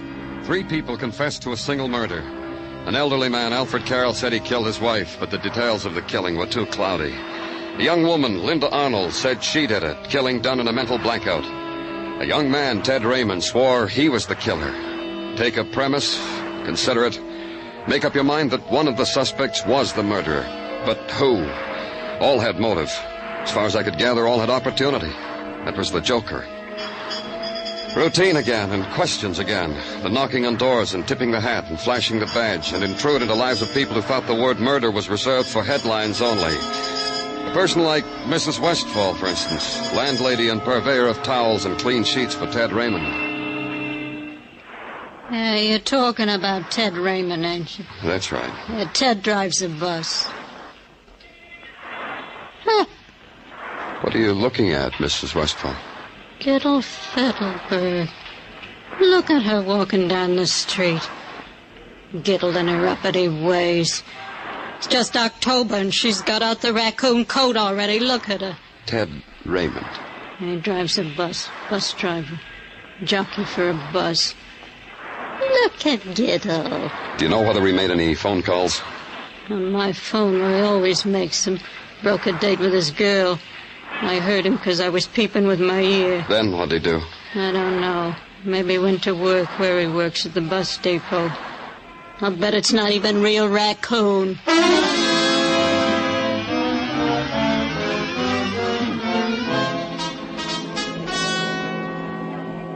Bus leaving. Are you Mr. McLean? That's right. What can I do for you, sir? I'm from the police. 5 minutes. Oh, fine. I drive that bus for cross-country tours. I'm supposed to take it out to Washington in 5 minutes. Think I'll make it? Sure. This'll only take a minute. The man at the ticket window said you were a friend of Ted Raymond's. Oh, is Ted in trouble? Oh, I'm just supposed to answer the questions. So you'll make the bus. I know Ted. Did you see him last night? All night. Sat up with Pinochle all night from 5 p.m. to 4 a.m. That's funny, you know. What's funny? He called me very early this morning. Told me if anyone asked to say I never saw him at all last night. Bus but leaving you're a policeman. Yeah, better catch your bus, Mr. McLean. Baltimore and Washington, leaving in 4.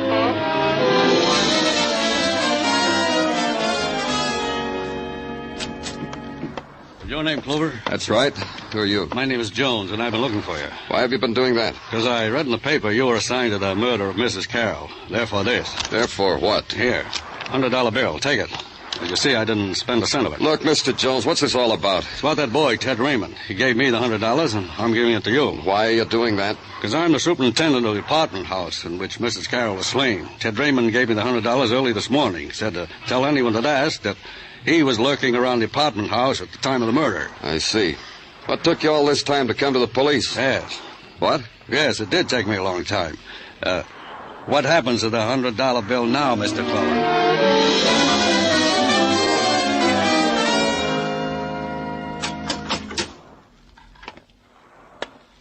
Hello, Ted. Your marbles must have come loose, Mr. Clover. You leave that door open, I make a dash for it, escape, become a fugitive from justice, make a name for myself in the papers. But you won't do that, will you, Ted? A dreamer. You won't do it because you like it here. Yeah, that's right. I like it here. The walls are worn thin where guys have cried on them, where guys have beaten their heads against them. Oh, yeah, I like it here, Mr. Clover. But you'll be careful, huh? Careful I don't hurt you when I try. It's open, Ted. All you have to do is walk out. So what is this? This I never even read about. You told me you killed Helen Carroll. Yeah. Who else should I tell? Bring him to me. I'll whisper it in their ears. She was killed in the evening at 7 o'clock. The medical examiner says so. Bless him, I killed her in the evening at 7 o'clock. You're lying, Ted. We know everything you did from 5 until 4 in the morning. You weren't even near Helen Carroll. How much did you lose at Pinochle, Ted? You're crazy. The man you played cards with, McLean, is he crazy too, Ted? All of us and Jones? The man you paid $100 to establish at the scene of the crime? At the current price for a confession of murder? Answer me, Ted. So I didn't kill anybody, so you don't have to put your hands on me. Who did you do it for? It's this way, Mr. Clover. Somebody gets killed, I feel guilty. So I confess and I don't feel guilty anymore. It was for Linda, wasn't it? I do it for her, too. For Linda, huh, Ted? Leave her out of this. I want you to leave her out. Look, Mr. Clover, you're wrong. Linda couldn't kill. She's a sick... But she wouldn't kill. Not Linda. She's just sick, that's all. All she needs is... How sick? Ask her doctor, he'll tell you. Dr. Malcolm. Dr. Malcolm? Yes, Dr. Robert Malcolm in the Equitable Building. Go ask him how sick a girl like Linda can be. We won't need you anymore, Ted. The guard at the end of the tier will show you where to go. Goodbye, Ted.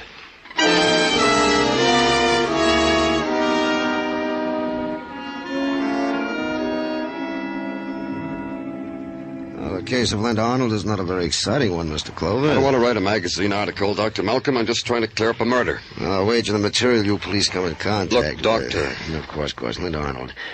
She came to me some years ago. How many years ago? Oh, about 10, I'd say. Charity patient. Later I found out her aunt was quite wealthy, so I had it done up for my fee. Her aunt was the one who was murdered. Really? Now, that's interesting. Oh? Why? Well, let me ask you a question, Mr. Clover. Did Linda kill her aunt? We're not sure. Maybe she did. Why do you ask? Well, there might be a pattern for murder there. Linda was an emotional girl, and when an emotional crisis presented itself, she would, black out. In other words, at times, rather than face reality, Linda would... I said it. Black out. Would you say you cured her, Doctor? I can only say she hasn't had need to see me for the last 3 years. Yes, I'd say she was a perfectly healthy, normal girl. Anything else? No? Good day, Mr. Clover. It was 5 p.m. when I walked out of Dr. Malcolm's office. It was 10 minutes after 5 when I called the police headquarters and had them release Linda Arnold. Then back on Broadway for a hot pastrami sandwich. I almost had some cream soda, too, but Morris, the waiter, said, Danny, you look dyspeptic. I prescribed celery tonic. Then the theater crowds began to gather and Broadway became crowded, so I left it. Linda Arnold should be home by now. I went there, to her apartment. But it wasn't Linda Arnold who opened the door for me.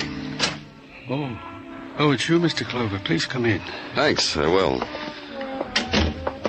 Where's Linda? She was just admiring the clothes I bought for her. I opened a charge account for her because I'm going to get all that money, and I bought all those beautiful clothes for her. Silks. Linda looks so wonderful in silks. See? These, and these, and these. Where's Linda, Mr. Carroll? And this. You should have seen Linda in this. We played that record you're listening to so Linda could walk around to it. Let's get rid of it, huh? Where's Linda, Mr. Carroll? Oh, she's in her room changing into something else. Call her. Because you want to take her back for murder? It won't work, you know. Linda has no mental responsibility for what she did. And besides that, if she were brought to trial, I'd say I did it. Linda, doesn't she look beautiful, Mr. Clover? How do you feel, Linda? I'm happy. What happened to the music? I turned it off. But I'm happy. I need music to go with it. Look at these things. Look at them. Uncle Alfred bought them for me. Yes, I did. Didn't I, Linda? Ted signed his confession, Linda. What? Yes, the district attorney's going to arraign him tomorrow morning. That's wonderful. Ted did that? Isn't that wonderful, Linda? I asked you, isn't that wonderful? Ted's in jail? Now we have nothing to worry about, don't you see, Linda? Yes. Yes, Uncle Alfred. Linda, don't call me uncle. I'm not your uncle, Linda. Linda, you're so lovely, lovely. Oh, Linda. You. Take your hands off me. You old man. You. Take your hands off me. How dare you talk to me like that? Get out of here. Get out of my sight. How dare you? I killed for you. Planned this whole thing for you. The years I waited for you. You. Old man. Old man. Leave her alone. I'll show you. Take her, Mr. Clover. Take her. Me too. Alfred, you're crazy. Listen to me, Mr. Clover. I planned it all. It was I who told her to walk around, to be found in a daze with a knife in her purse. No jury would convict her. I killed my wife, and Linda helped me to do it. Linda? All those beautiful things. They'll take them all away. All these things. All these beautiful things.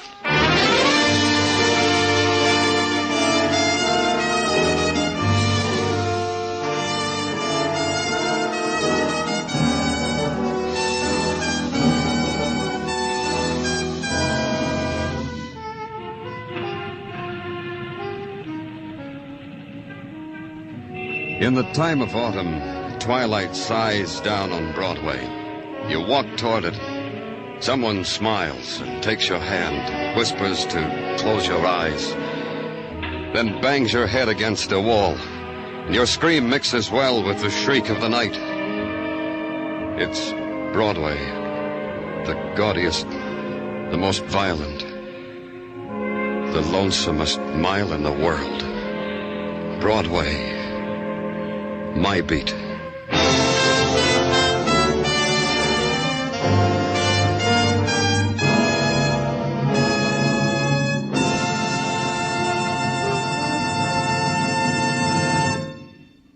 Broadway's My Beat stars Larry Thor as Detective Danny Clover, with Charles Calvert as Tartaglia.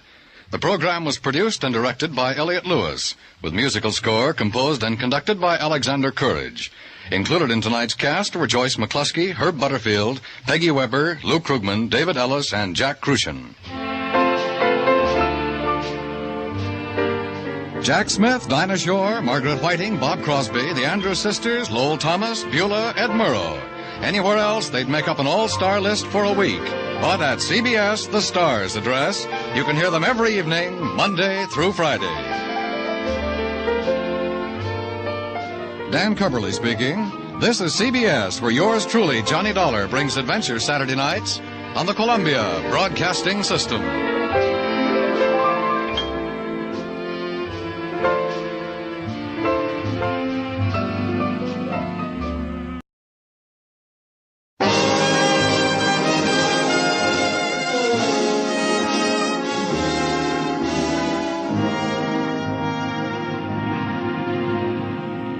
Broadway's My Beat, from Times Square to Columbus Circle, the gaudiest, the most violent, the lonesomest mile in the world.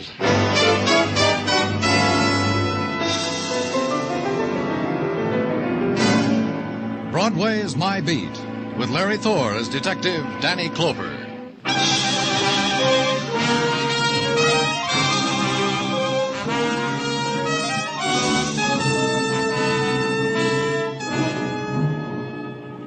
It's the journey to the end of all the other streets in the world, this Broadway. You turn a corner and you're there.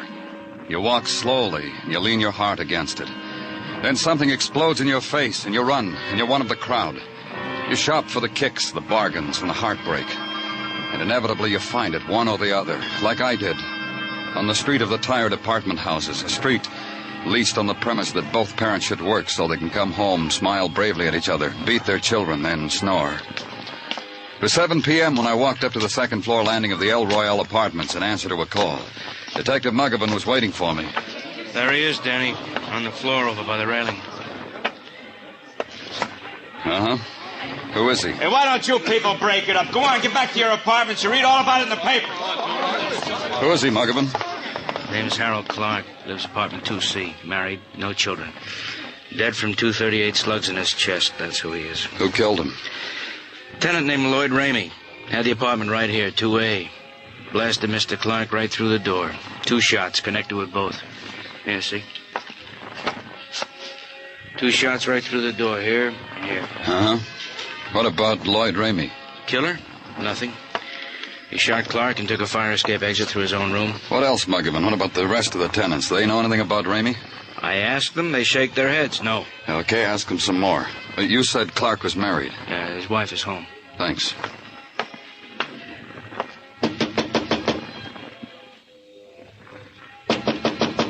Mrs. Clark. It's the police, Miss Clark. I've got... Please come in. Excuse the way I look. Of course. Mrs. Clark... What do you want me to say to you? Excuse the way I look? Excuse the way the apartment looks? The way my husband looks lying out there in the hall in his undershirt? What else can I say to you? I'm sorry about it. I've got to ask you some questions. I know all about that. Here, see? Right here. Detective. Did you ever own a gun? Suspect. No, sir, I did not. Detective. Did you shoot this man? Suspect. No, sir, I did not. Just like in these true-type detective story magazines. I read them all the time. I know all about what you've got to do. All right, then it'll make it a lot easier. If you're going to ask me, did I shoot my husband, I'm going to say, no, sir, I did not. We know you didn't. Don't be too sure. I was in Lloyd Ramey's apartment when it happened. Oh? Tell me about it. I went across the hall to borrow some tea bags from Mr. Ramey because my husband likes tea. I must have stayed more than 10 seconds because my husband got panicky and came after me. He knocked on the door. Mr. Ramey didn't even answer. He pulled out a gun and shot. How well did you know Ramey? For tea bags. With my husband, tea bags means I'm not being true blue. Your husband was wrong, wasn't he? My husband is dead. I guess that's pretty wrong. He knocked on the door and yelled to open it or he'd break it down, and now he's dead. Because he liked tea. Dr. Sinsky, the technical boys are here, Danny. Oh, good. I'm through here. Tell them to go to work. Okay. Now, look, you people, why don't you break it up? Why don't you go home to your own apartment?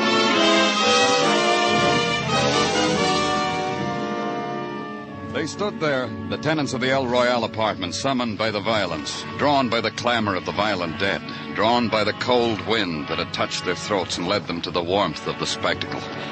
A child's harsh voice ordered his father to hoist him to his shoulder so he could see better. The father slapped him hard across the mouth. The child wailed and scurried down the corridor, and the father looked after him, his eyes filled with pain and confusion. And then emptying of these things, forgetting the child, remembering death.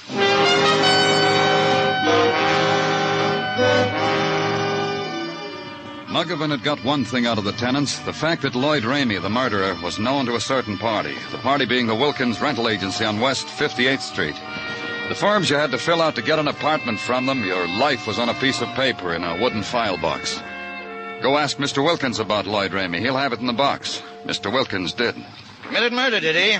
It just goes to show you, Mr. Clover, you never know, you never know. You found it? I found it. It's right here to hand. Man tries his best, Mr. Clover. Tries to find a select clientele for his clients. Tries to judge a man by his clothes, his shifting eyes, the woman hanging on his arm. Good wrist, bad wrist. Man asks himself... Mr. Wilkins. Please, you're eating into my time. Permit me to eat into yours. Things they put on the questionnaire on the form so often lie, sheer lie. All I want is... I know. Information on one of my tenants, a murderer. Whenever you feel up to it, Mr. Wilkins. Thank you. According to my files, Lloyd Ramey is a man I never set eyes upon. But you just told me... I know. But sometimes in my profession, as it must be in yours, there are extenuating circumstances. Like what, Mr. Wilkins? Like this letter from Lloyd Ramey. Let me see it. Patience, Mr. Clover. This letter is an extenuating circumstance because with it came the money for a year's lease on apartment 2A, El Royale Apartments. We find questionnaires, personal interviews unnecessary when a gentleman has the foresight to... What else does it have? A few well-wrought phrases stating that he, Mr. Lloyd Ramey, had seen our ad in the news, had gone to the apartment, found it suitable to his needs, and enclosed fined 8 years' rent. Dated September 3rd, 1950. From that day forward, we rejected all other applicants. Give it to me. I must, I suppose, hate to part with it. This letterhead. It brought joy into our lives here at the agency.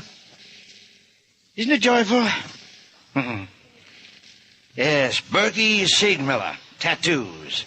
And the slogan, what you want, where you want it. Joyful, huh?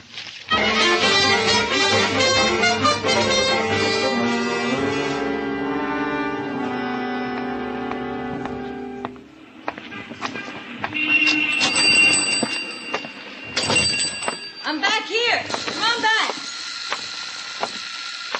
Hi. Take a chair. I'll be right with you as soon as I finish with this sailor. Now, hold still, sailor boy. My name's Danny Clover. Hiya, Danny. You can look at the patterns on the wall. We're having a special this week on Mother. You know, M is for the, O is for I'm from the police. I'd give you a special on that, too. P is for the, O is for the... What's the matter with you, sailor boy? Be brave. Is your name Berkey Siegmiller? Yeah. Hey, you ain't got that tattoo look in your eye. You don't want to get tattooed, do you? I want some information. Look, sailor boy, if you don't hold still, you're going to have the strangest-looking mermaid on your chest in the Navy. Kind of information you want, Danny? A man came in here about 4 weeks ago and used your stationery here. Stationery from your place. Oh, yeah, I recall the request. Man dropped in for a touch-up job of a coiled rattlesnake. And he asked me for a sheet of paper. When I was done, I gave it to him. You got the one I gave him in your hand. Did you ever see the man before? No. What's he done? Murder? That's a new one. Did an admiral once, but never a murderer. Okay, button up your shirt, sailor boy. Have you any idea where I can find this man? There's no use you asking me any more questions, Danny, because I couldn't give you any more answers. Just tattoos. That's all I give.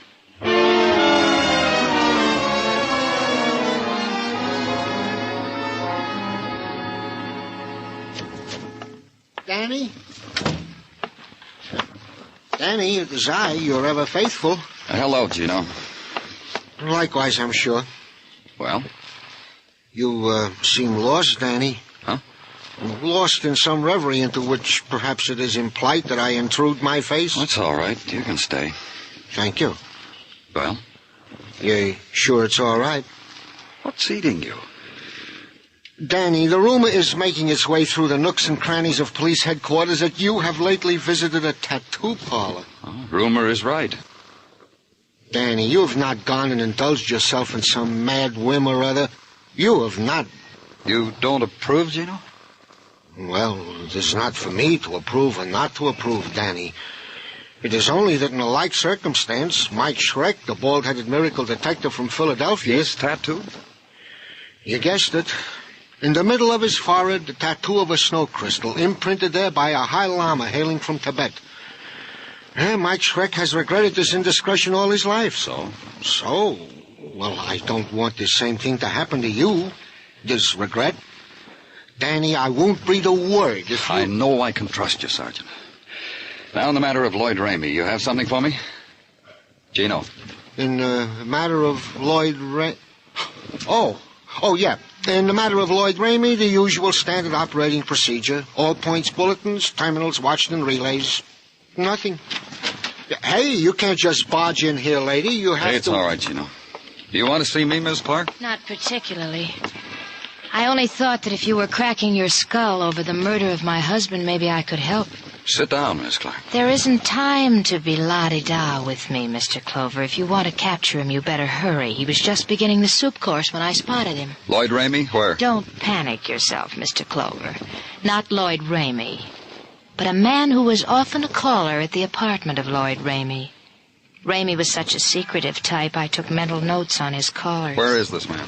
Beginning a meal at the Hotel Adams. I dropped in there myself for a bite. While waiting for a table, I spotted him. Who could eat? I ran quick to you with a hot clue clutched tight in my little hand. You want it? You'll point him out to me, won't you, Mrs. Clark? Why else do you think I missed my dinner?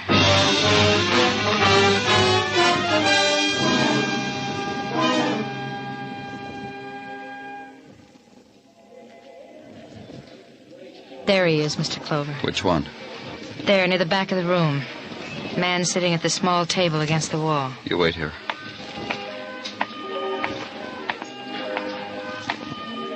Mind if I sit down, mister? Mm-hmm. Oh, sit down. Have a drink, quiet. Sit down, sir. Thanks. I'm from the police. Why'd you bring the lady, too? I see you come with the lady. Go back and get the lady. I'm not feeling so good, but who needs it to talk with a lady? Lady. You're sick. Sick. Drunk. Sick. Drunk. Go get the lady. Hey. We'd better get you to... I lifted his head up from the table and his eyes were open and staring, and not reacting to anything in the world, and his part of it. The maitre d' hurrying over the polite music, the finger bowls and the demi-tasse and the fillets.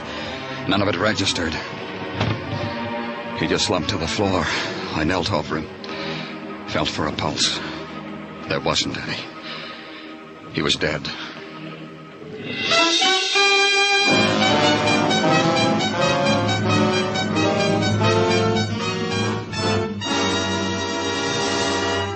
You are listening to Broadway's My Beat, written by Morton Fine and David Friedkin and starring Larry Thor as Detective Danny Clover.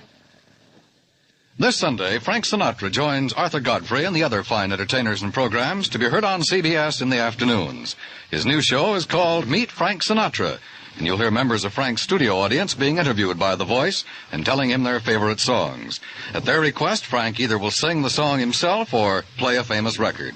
Meet Frank Sinatra will bring you a surefire entertainment for a whole hour, starting this Sunday afternoon on most of these same CBS stations.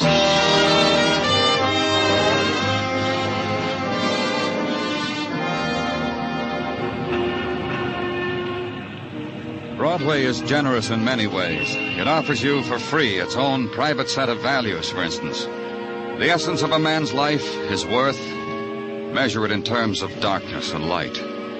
Big man, big Mazda bulb shining bright. So many yards of neon hissing his name into the screaming night. Little man, his proper share of darkness. A spectacular with burned-out bulbs sighing into nothing. Harold Clark, the man shot down because he had pounded on a door. That was a little man. The man at a dinner table who hadn't recognized the feel of death, who thought he was only drunk. Also a little man. As witness how discreetly the management tried to hide his dying from the diners. Hardly worth Broadway's notice. Hardly worth interrupting the choice of a pastry. But at police headquarters he found his importance. Under a microscope, in a test tube, a hooded light bulb shining down on his death, giving it shape, shining down on the white-coated figure who ran it through his fingers, analyzed it. This is it, Danny. This is what did it to him. The cliché of poison. It bores you, huh, Gordon? Well, if you ask me, Danny, I'll tell you. Such an unoriginal poison, cheap, common. It can be boring. How was it administered? I've been waiting for you to ask me. Get off it, Gordon. Well, you surprised me, Danny. I should have thought it was normal routine that you ask questions at the hotel bar. It was slipped into his drink. I have proof positive. You didn't ask questions? To make you any happier, yeah, I did. The bartender couldn't remember him. Couldn't remember anybody. That's why he's worked this so long, he said, because he couldn't remember faces. Tough. That makes it tough on you, doesn't it, Danny? You think Lloyd Ramey did our fellow in? What else have you got, Gordon? It's all over there in that pile. Help yourself. You do it, Gordon. Because you're a lieutenant? Still? All right. I'll do it for you, Lieutenant. His clothes, tailored, his wallet, alligator, his driving license, wrapped in cellophane. It says he had brown eyes, was 5'11", age 36. It says he lived at 2354 East 47th, that his name was Henry Gaynor. You can stop me any time, Lieutenant. Nothing else? Nothing. Except this package of orange lifesavers. Have one, Danny. Come on, have one. I'll analyze them. They're harmless. Orangey. Goodbye, Gordon. Not at all. Lloyd Ramey, Lieutenant. How are you doing on that one? Oh, you're very welcome, Lieutenant.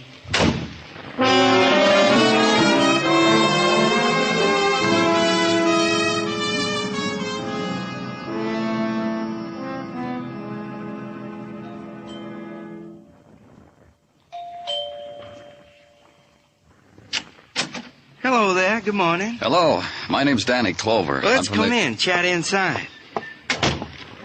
There now, isn't this better? Sit down. Try that chair over there, the flowered cretonne. Thanks. I started to say I was from the police. What? I don't understand. Well, there's nothing to understand. Police, that's who I work for.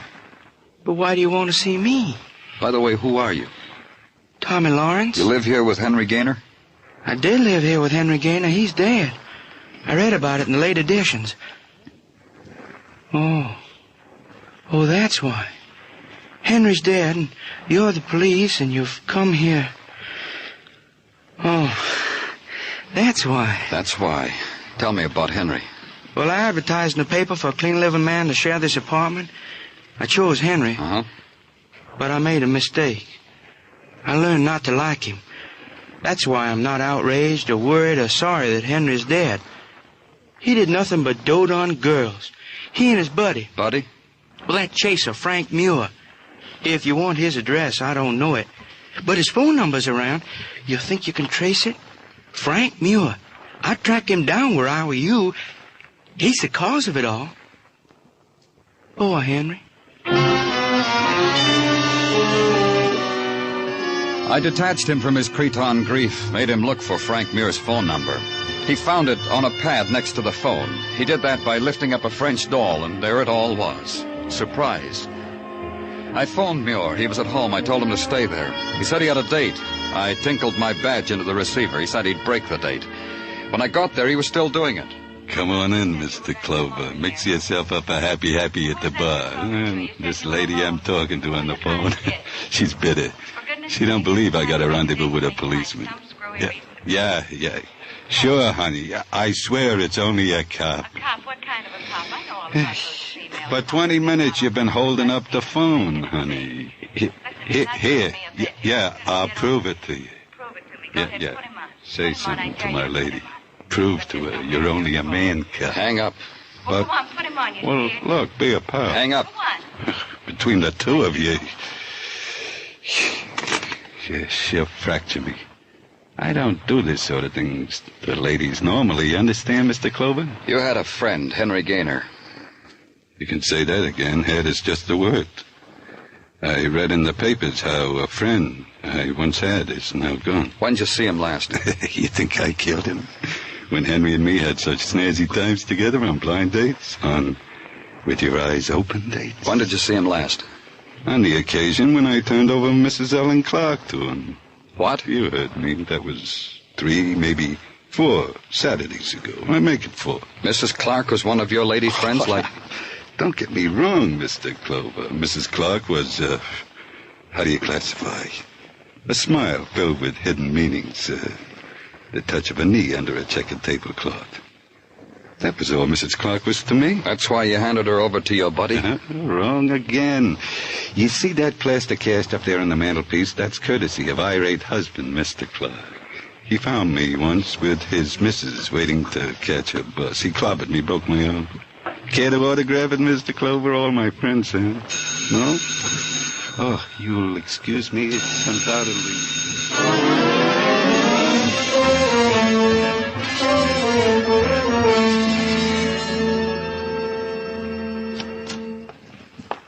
All right, Danny.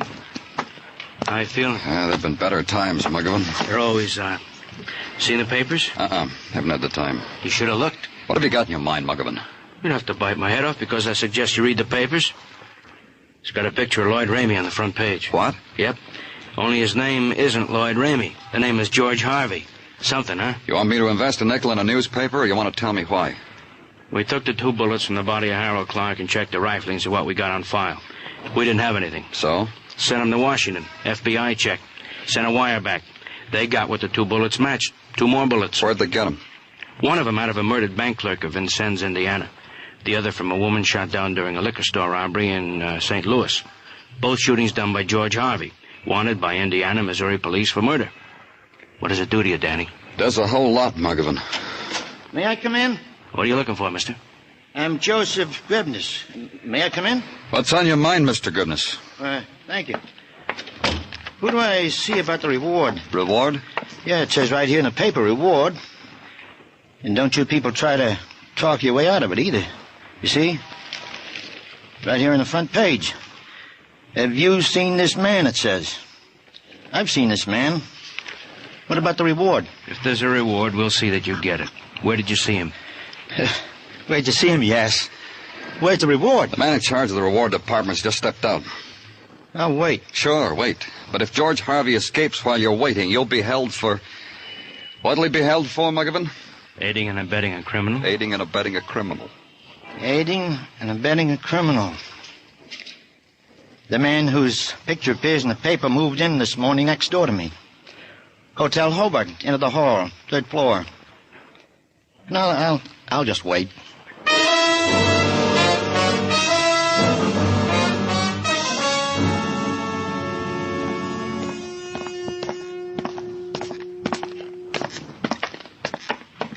Down the end of the hall, the man said. That's what Mr. Driven has said, Danny. Here.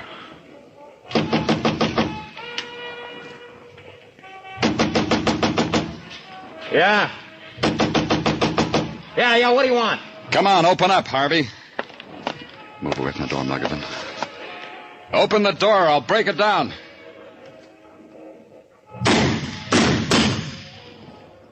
You cops still there? Or are you dead? Shoot the lock off the door, McGovern. I'll kick it open. Let's go. Harvey. No one's home. Come back later. Danny, in that hallway. Yeah.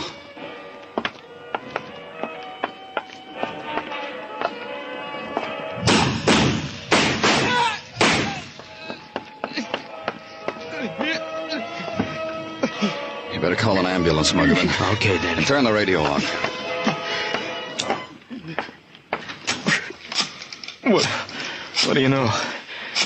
There was somebody home. Can you talk, Harvey? I just talked, didn't I? Your cuss been chasing me all over the country just to chat with me. Advertised me in post offices, detective magazines, and the radio. Why did you kill Harold Clark? He pounded on my door. You saw what happened. I thought he was a cop. He'll open the door, I'll break it down. Cops talk like that. Did you poison a man named Henry Gaynor? I'm losing blood, cop. Pity me. Did you poison a man named Henry Gaynor? Poison? Never in my life. Henry Gaynor? Never in my life. One more question, Harvey. Was Mrs. Clark in your apartment when you killed her husband? You kidding? That's one of the tough things about running all the time. You never have time for a dame. She wasn't in my apartment. You're sure? I'm confessing a murder, mister. But don't try to book me for a dame in my apartment. It was Mrs. Clark wasn't there.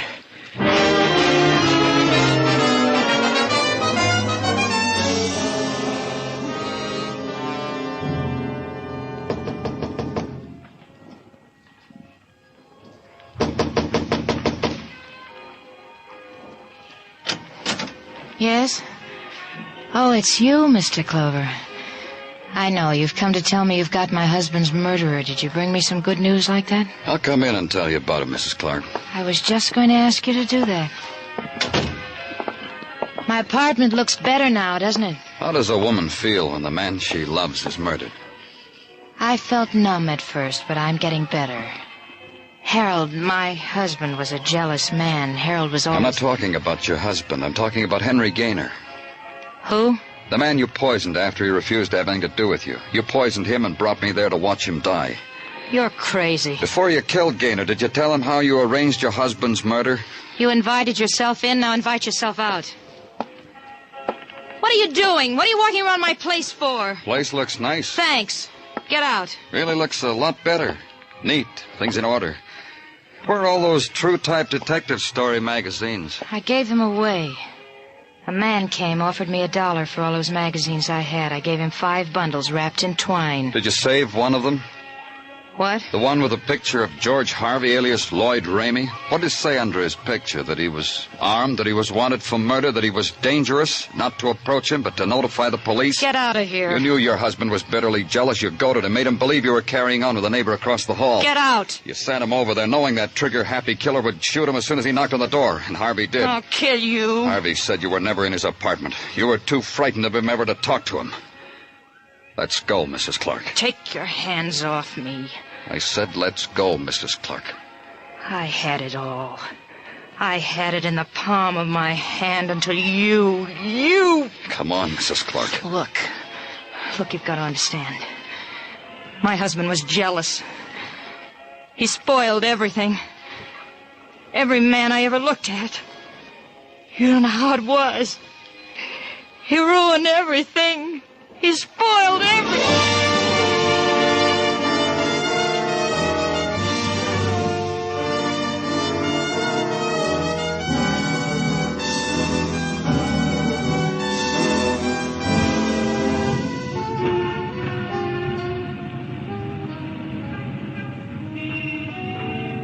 It's the street of the hunter, Broadway, and the smile that's dropped at the tip of a hat.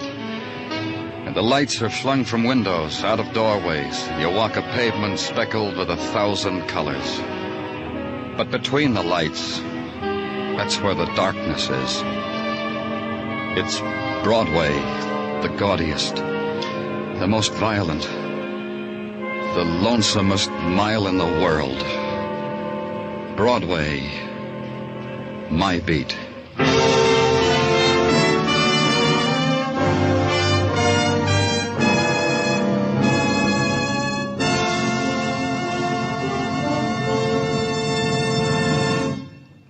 Broadway's My Beat stars Larry Thor as Detective Danny Clover with Charles Calvert as Tartaglia. The program was produced and directed by Elliott Lewis, with musical score composed and conducted by Alexander Courage. Included in tonight's cast were Kathy Lewis, Vivi Janis, Anthony Barrett, Leo Cleary, Jack Crucian, and Ed Max.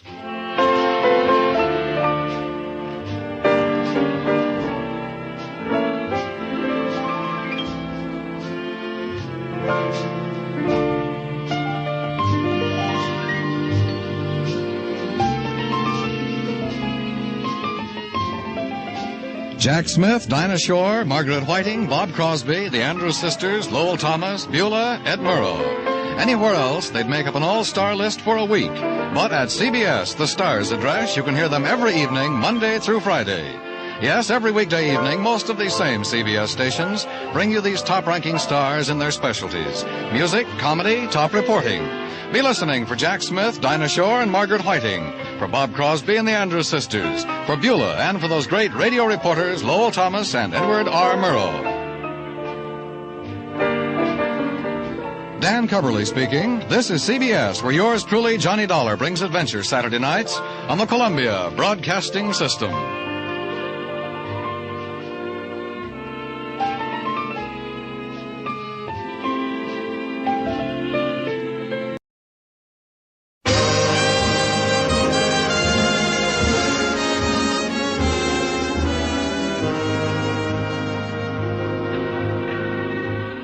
Broadway's My Beat, from Times Square to Columbus Circle, the gaudiest, the most violent, the lonesomest mile in the world.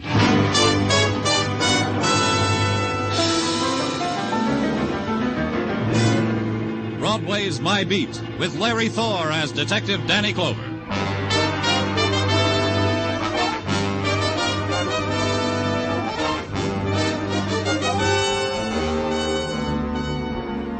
Broadway, it's the neon avenue of beggars, the gleaming alley where you dart and search and revel in the blaze of fury.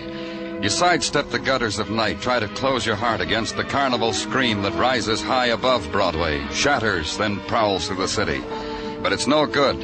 It holds you close.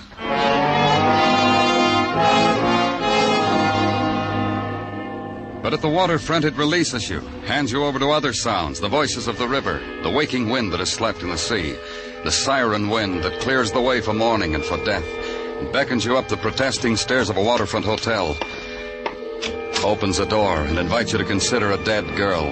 She sits sprawled on the floor, her head resting on the edge of a bed, her eyes gray, like mirrors reflecting the gray of the sea through the open window. Detective Muggavan lets you absorb it, get your fill of it, then hands you a cigarette. Light, Danny? Thanks. If you want coffee, the manager's perking some down the hall. He's very friendly. He said while I waited, I could... Strangled. Yeah. With a cord off a robe. Man's bathrobe, I'd say. Where's the rest of it? Couldn't find it, Danny. I've been all over. The killer cut it in half. Thrifty type killer, half a bathrobe cord. Very thrifty. Who found her? The manager. The friendly one? Yeah. A husband and wife registered here. Early this morning, husband woke manager out of a sweet dream, told him to bring breakfast to his wife in a half an hour. The manager did, but she wasn't hungry. She was that way. So the manager ate the breakfast himself. You said her husband? Yeah, Robert Burton, husband. Registered here last night with his wife, Laura Burton. No baggage, paid in advance. You're not reacting, Danny. You said something? Yeah, I did. I said Laura Burton. You didn't react. She dies different from other people? Easy, Danny. I only meant it's funny you haven't heard about Laura Burton. You know, the heiress. Daddy made millions in baby food. Educated in watering places. Educated by counts and dukes and ski instructors. Married a few of them. Funny I haven't heard. Where's her husband? I told you. He ordered a breakfast, took a walk, fed a seagull. That's the last anyone saw him. He was talking to a seagull. Oh, well. What's the matter with you? With all that money. A Park Avenue mansion. She dies like this. In a place like this. Muggavan said it and I shrugged. And over Muggavan's shoulder and through the window I could see the early morning mist rise frostily from the river. And a tugboat and a man leaning over its side. And suddenly the sun was out, striking glints on the water. Daytime had just entered the port of New York.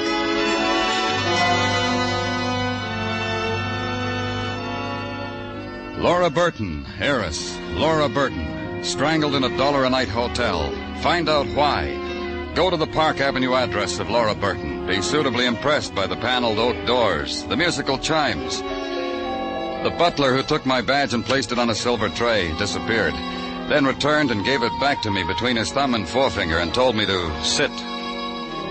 Then 15 minutes of considering the 17th century tapestries and wondering how George killed such a big dragon with such a small sword. Then just as I was about to figure it, someone tapped me on the shoulder, and I had to leave George to his own devices. You like tapestries? Not especially. I was just... Oh, because if you did, I've got some in the study that would make your back teeth rattle. Oh, some other time, maybe. Right now... You're a policeman, aren't you? What policeman? Clover. Danny Clover, homicide. I'm Muriel Carlson. What can I do for you? I asked to see Robert Burton, Laura Burton's husband. And you're from homicide? That's right. Wonderful. Who did Robert murder? We just want to talk to him. We're not sure he committed murder, Miss Carlson. But it's possible that he did. Did he kill Laura? Laura is dead. Shot? Strangled? Beaten? Poisoned? Strangled. Well, I only ask because, well, I'm Laura's sister, and if any of my friends ask me how Laura died, I can tell them. That's all your sister's dying does to you, huh? Oh, it's much more than that, Mr. Clover. It's a release. For years I've been wondering how Laura would die. It's been bothering me. Now I can think of something else. Where'd she die? In a waterfront hotel. Then Robert killed her, of course. I say of course because there's no doubt about it. Laura was always running off to places like waterfront hotels with him, so she could get to know him better. Or maybe her own canopied furniture boarder. You know, I thought Laura's second husband would kill her. Now it turns out her fourth husband. Well, what do you know? Where will I find him? Robert? Robert, the man with the muscles, the man with the flat stomach and the fat mouth. Robert, fourth husband, Robert the stevedore. Where will I find him? I wouldn't know. But Robert could never get waterfront out of his hair. Literally. You could smell it. Am I being helpful, Mr. Clover? Then the glee at what I'd brought her couldn't be held back. It bubbled up, spilled out of her mouth, shaped itself into a girlish giggle. She tried to smooth it off her lips with the back of her hand. Couldn't. Instead, stroked her throat, arranged her back hair, watched herself, admired her image in an antique mirror. With her eyes, invited me to the same. And I got out.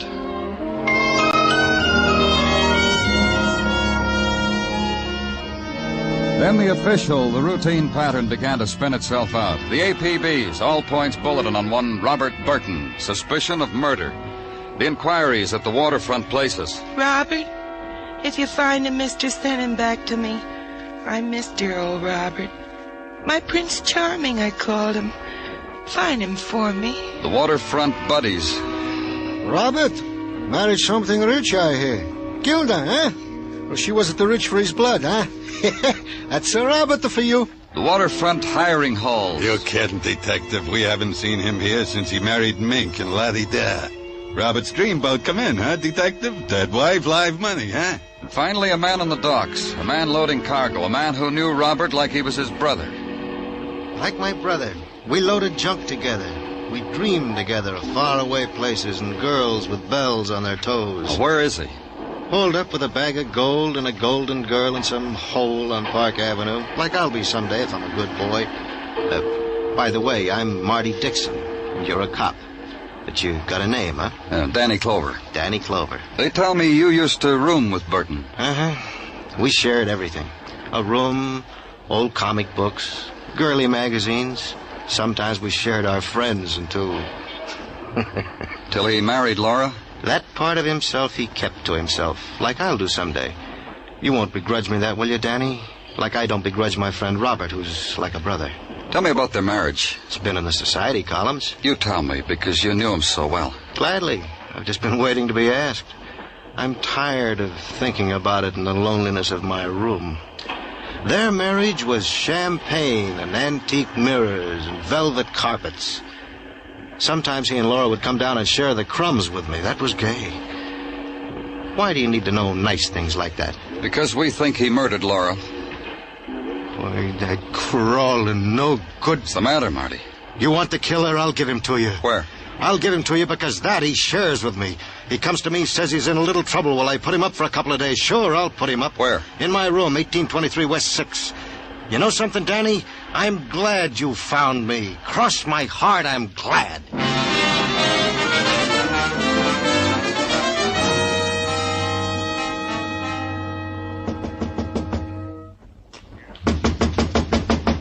Come on, open up, Burton. Open. Who is it? Police. You got the wrong room. Open the door. No? Okay, Burton.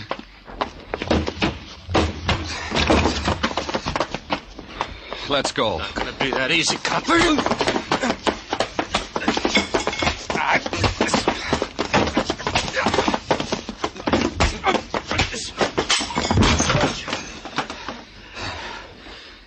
Like I said, Burton. Let's go.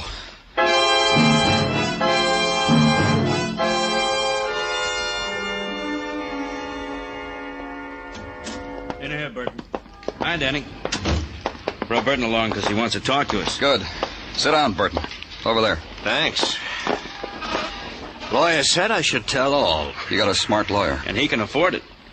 How many millions does your wife leave, Burton? 7 or 10? I never can remember. I get all flustered when I mention that much money. Why'd you strangle your wife, Burton? Oh, such a leading question, fellas. Next thing you'll want to know, did I enjoy it? Did you enjoy it, Burton? Thinking about it, I enjoy it because now there's all that money. That's the part that's enjoyable. But I didn't kill her. Is that what your lawyer told you to say? Say it, he said. If you didn't do it, my boy, he said, say it. How about that bathrobe cord? Whose bathrobe? Mine, fellas. Who registered at the hotel with your wife? I did, fellas. I've been telling the police that for 6 hours. You got a pretty nice place on Park Avenue, Burton. Why pick a flea bag? Salt air, fellas. The commonplace things. Laura and I enjoyed it. I'm a different man near the waterfront. Laura enjoyed it. Okay, Burton, what happened? Woke up this morning, felt like a walk, stopped at the manager's room, told him to send breakfast up to Laura. What about the manager, Muggavan? He's an old man. Dr. Sinsky said he wouldn't have the strength to strangle. So you killed your wife and went for a walk. Is that what happened, Burton? My lawyer said you might say that. Even said the DA will probably arraign me because it looks like open and shot I killed my wife. Why'd you run? Why'd you hide? Because he killed her. Because I came back to the hotel and saw the crowd and heard that Laura Burton had been murdered, so I ran. What'd you do with the other half of the bathrobe cord? The one she was strangled with? The one you used to strangle her. All right, it was my robe, but I didn't Why'd you only use half the cord? Because... Look. Why? You trying to confuse me? I didn't kill her. But you're glad she's dead. Now take me back to my cell. Sergeant Muggavan asked you a question. Take me back to my cell. Your lawyer said talk, Burton, talk. Take me back. Sure. Take you back and get your confession. Danny? Oh, what is it, Fidelia? Homicide call just came in. Waterfront. Call said tell Clover to get down here. I'm busy, Gino. Call came through the DA's office, Danny. Said you. I got a squad car waiting. You gonna take it? Sure, Gino. That's all I've got to do.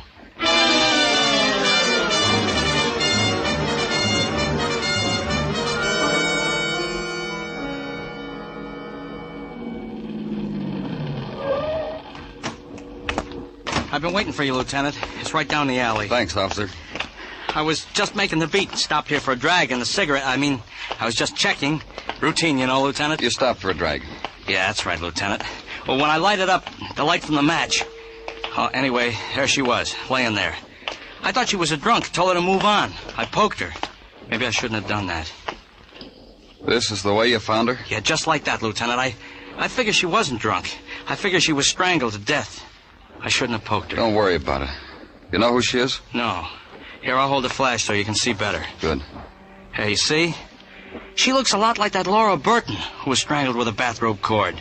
Same features. Almost identical. Is that why they made such a big to-do about when I phoned in, Lieutenant? And I thought I had a killer. You were wrong, huh? Hold that flash still. Over and over, they asked me, are you sure she was strangled with half a bathrobe cord? Sure, I'm sure, I said. You were wrong about having a killer, huh, Lieutenant? Yeah. I was wrong.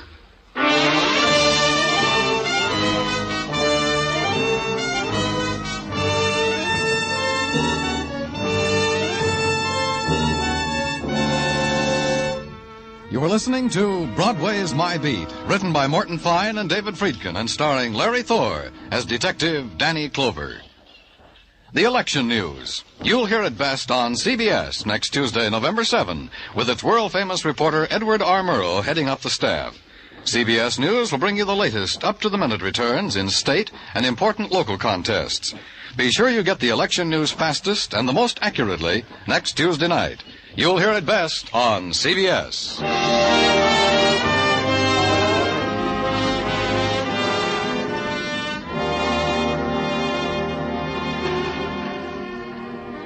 Broadway all depends on the mood you're in. You can be part of the mob and perform for the sightseers, or you can create a stir by strangling women with a cord of a flannel bathrobe. In the latter case, you have an advantage. Broadway performs for you. It hangs on the ropes and talks in whispers and clucks its tongue about the police department. The ray of sunshine the next morning, the pure gold in an otherwise drab November day, was Sergeant Tartaglia, who did remarkable things with file cards, with inkwells, with pencil sharpeners.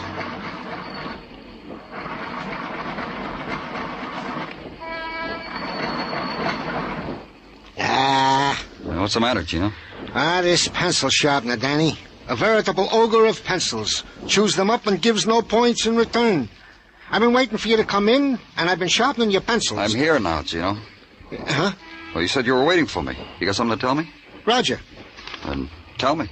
Wilco, of the matter of the girl who was strangled in an alley. Her name was Annalise Sisler, a name known most especially to Precinct 45 for various and sundry misdemeanors. Go on. Technical ask that it be pointed out to you that Miss Sisler had physical attributes which were also observed on Laura Burton, also deceased. Uh-huh. Such as, to wit, maybe the killer strangled the wrong woman the first time because both were blonde, both had blue eyes, both approximately the same age, same height, same weight, both strangled, and both by opposite ends of the identical bathrobe cord. You know, Danny, this brings to mind a famous case which involved Mike Schreck, the bald-headed... Tartaglia. Well, it was almost the miracle detective from Philadelphia's undoing, Danny. If he hadn't disguised himself in the nick of time as a midget... Get on with it, Gino.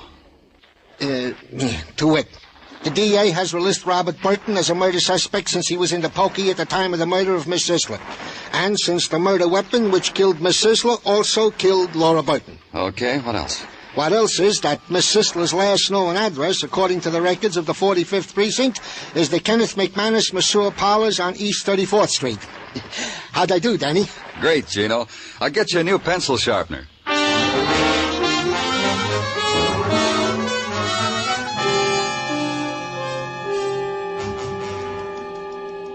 Sure you wouldn't care to grab yourself a steam, Mr. Clover?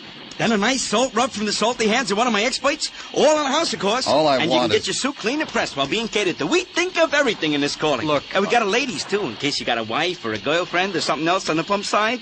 But for them, we got home permanents while being cooked and mulled and freshened up. That's all of it? You through? Yeah. Yeah. Can't tell you, huh? All you want is, what do I know about Annalise Sisler? That's all. Lighted, huh? In an alley, huh? Well, such a good worker. One of my best. Little Annalie in such demand. By whom? Ladies. Fat ladies, skinny ladies, happy ladies, sad ladies. Little Annalie had a way with a steam cabinet. They always asked for her. She finished her work last night, punched her time card, waved goodbye to you from the door. That's right. She did all that, just like you said. Oh, but you got one detail wrong, Mr. Clover. She didn't wave goodbye. Wrong again. She waved, but not last night. 5 months ago. She heard a call from somewhere deep inside her. She left my employee to answer it. You'll explain to me about the call. Happens to girls like little Annalie. She heard a call to be a photographer's model. Nice, clean work. You wouldn't know where. Wrong again. With Leroy, the photographer, on West 10th. Can't inveigle you into a steam, huh, Mr. Clover?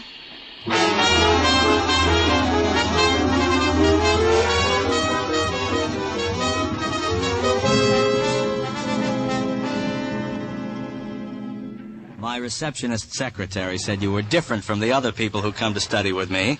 How much are you different? This much, Leroy. I've photographed those, too. Police badges, yes, in my formative stage, when I was desperate, naive about subject matter. But now you're doing better, huh, Leroy? Oh, much, much. As witness this mass class. The 3 models, assembly line methods, pardon me. Try one from the floor, Mr. Holmes. And this time we'll shoot it with film, shall we, Mr. Holmes? That's right. Yes, it's better with film. Now, Mr. Clover, where were we? You had a model.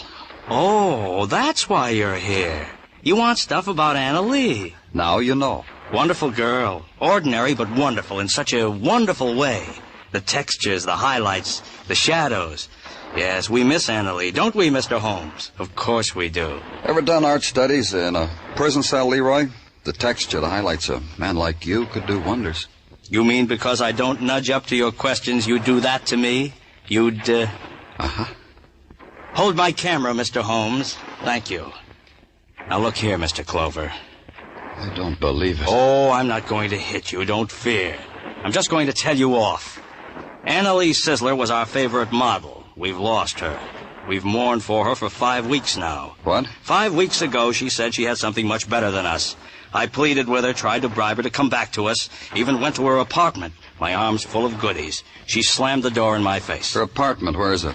1923's 32nd top floor in the rear. Wonderful subject matter, but you don't care. All you care about is murder, spoiling things like that. That's right. Yes. You can give him back his camera, Mr. Holmes. Leroy just told me off.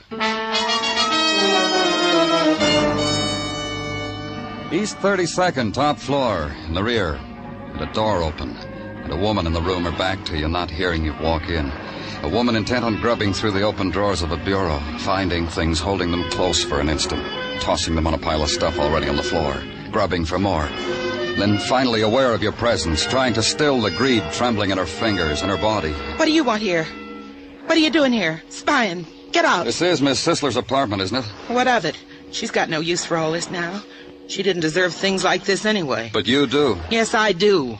All my life I deserved them. Now they're mine, and you can't take them away. Let's have a look. I'll call the police. I'm the police. And you? I own this place. I run it. Rent rooms to girls like her. Clean up after. That gives you the right to steal from a dead girl like her? Not stealing. Only taking what she would have given me anyway if she'd known she's going to die. Anna was a girl like that. Generous. Didn't care about her things. And they're expensive. Silk. Imported. Never had anything like that. Not next to my body, I haven't. Just watched her put 'em on sometimes. All right. Don't take 'em away, mister. She'd have given 'em to me, I swear it. I swear it.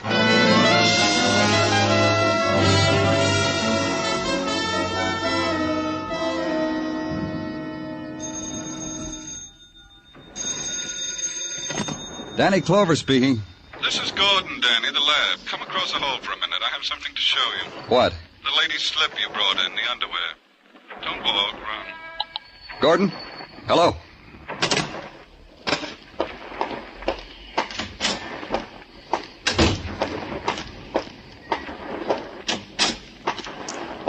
Did you walk or run, Danny? Don't you ever smile? What's on your mind, Gordon? On my mind? Well, all right, I'll tell you. Why is it when the department is up to its neck in unsolved murders, they make kissing sounds at John Gordon? You got something to tell me, or you just want me to admire you?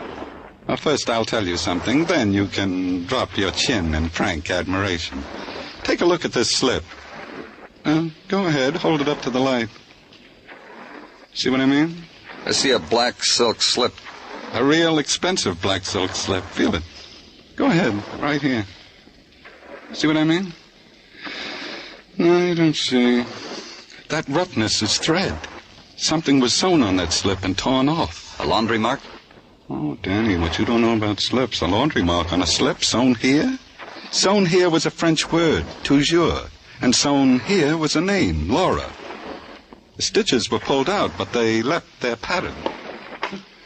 Now you want to admire me, Danny? Tartaglia. Hey, Gino, where are you? What do you want, Danny? Call the Seaboard Shipping Line, Gino. Get the dock foreman and ask for Marty Dixon. Well, suppose they won't call Marty to the phone, Danny. Dixon's just a stevedore. That's what I'm counting on. Leave word. Tell him it's urgent. Say Robert Burton wants to see Dixon as soon as Dixon gets off from work. Roger, Danny. And also, Wilco. It was 4 o'clock when Muggavan called in. He'd just seen the dock foreman at the Seaboard Shipping Line hand Marty Dixon a note. It was a few minutes past 5:30 when Muggavan called back again. The quitting whistle had just blown down to the waterfront, and Marty Dixon had just punched his time clock. It'd take him 25 minutes to get to Burton's mansion on Park Avenue. It took me 10 minutes. Robert Burton said he was glad to see me. We could talk in privacy. Laura's sister was judging a dog show on Long Island, and he'd given the servants the day off to grieve his wife's death. So we can talk in privacy, Danny, but you know what? What? You didn't have to come back and apologize for the rough way you fellas treated me. I understand these things. I didn't come back for that. Oh. Got something in your mind, Danny? Tell me, I can fix it. I got nothing but money. $8 million and change. $8 million. And that's what the taxes skimmed off. Tell me, Danny. I know who murdered your wife. And you want a reward. How much you want, Danny? That's besides the gold watch you already got in mind. How do you want it engraved, Danny? And a matching gold cigarette case, too, anything. Because I'm indebted to you, fella. Don't you want to know who murdered your wife? I figure you'll tell me when the time is right, fella. Tell me and let's forget all about it, huh? I'll tell you, fella. You did. You murdered your wife. Oh, Danny. You know better. How could I have killed Laura? Same guy who killed her strangled that girl in the alley. Even the DA knows that. What's the matter? Is he on your back for a killer? No. Matter of fact, he gave me permission to pick you up for murder. All this magnificence around here make your head spin, huh, fella? You tried to give me trouble before, Burton. Remember what it got you? Well, this time I get something better. I heard you've been admiring that tapestry, Danny. It's worth maybe 60 G's. How would you like to use something like that for a bath towel and not worry about it, huh? Like it, wouldn't you, Danny? You would, wouldn't you? Tell me, how do you figure I killed my wife? Like we told you before. Strangled her in that flea bag. Your pal, Marty Dixon, wants to come in, Burton. How come you're so good, Danny? You stand here, talk to me, hear some chimes, and know it's Marty. How do you do things like that, fella? Open the door for him, Burton. Yeah, I will. What do you know? Hi, Marty, come on in. You're real good, Danny. Hello, Marty. What goes on here? It's this way, Marty. The DA's on my back. I need a killer. Isn't that right, fella? Yeah. Yeah, that's the way it is, Marty. What does he know, Burton? Let me. I know Burton strangled his wife with half that cord. Gave you the other half so you could strangle that Sisler girl. Had it all arranged. How could the DA indict Burton when it was obvious the killer was still on the loose? You know a lot. How is it that you know a lot? That Sisler girl had an expensive slip that once belonged to Laura Burton. How long did it take you boys to find a girl who had the same features as Laura, to make it look like a killer had strangled the wrong girl when he killed Laura Burton? Oh, it didn't take you very long to find it, did it, Marty? A couple of weeks. And then you wined her and dined her. Oh, I helped, didn't I, Marty? Gave you my wife's cast-off clothes so you could give the girl presents, make her love you. You making a deal with the cop, Burton? He likes nice things. I'm in a position to give him anything he wants. Me too. Because everything you got, I got half. That was the arrangement he made when we started this thing, Clover. When did all this happen, Marty? It happened, and that's the way it is. I didn't sign anything. I don't remember doing that. Anyway, you're a murderer. A man in my position can't have any truck with murderers, and that's why I'm giving you to the cop. You know, when I got a message this afternoon, I figured something had gone sour. So I brought a friend. Marty, don't be crazy. Clover, don't go for your gun. I kill cops, too. Look, Marty, we were having a joke, weren't we, Danny? Listen to me.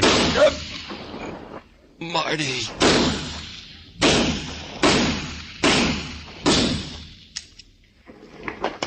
You don't have to rough me, Clover. The gun's empty. Let's go, Marty. Sure. You want to know something? What? I feel real good. I'm going to the electric chair, and I feel real good. How many men get the opportunity to die for half of $8 million?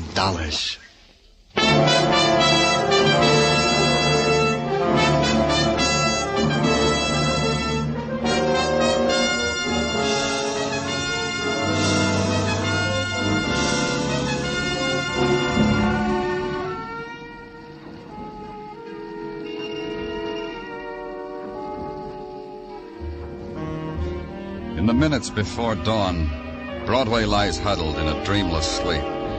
It's the time of the long black night, and no stars, and the muted wind. And on the wind, the sly whispers. Start running, kid. You'll never get home again. It's Broadway, the gaudiest, the most violent, the lonesomest mile in the world. Broadway. My beat.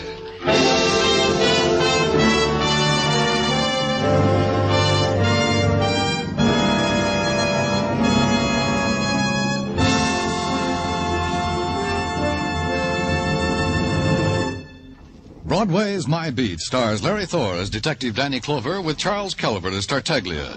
The program is produced and directed by Elliott Lewis, with musical score composed and conducted by Alexander Courage. Included in tonight's cast were Clayton Post, Larry Dobkin, Betty Lou Gerson, Jody Gilbert, Ed Max, Jack Crucian, and Jerry Hausner. Every Saturday night, Americans from coast to coast play Sing It Again. Do you? Well, if you don't know the fun and excitement you're missing. Not to mention radio's largest cash award if you can name the Phantom Voice. There's music on Sing It Again. Music with Alan Dale, Bob Howard, Judy Lynn, the Riddlers, Ray Block and his orchestra. There's contestants from all over America, phoned by Dan Seymour. And there's prizes galore, plus that special jackpot prize we mentioned earlier. So stay at home. Play at home on Saturday nights when over many of these same CBS stations, Dan Seymour says it's Sing It Again. Dan Coverly speaking. This is CBS, where yours truly, Johnny Dollar, brings adventure Saturday nights on the Columbia Broadcasting System.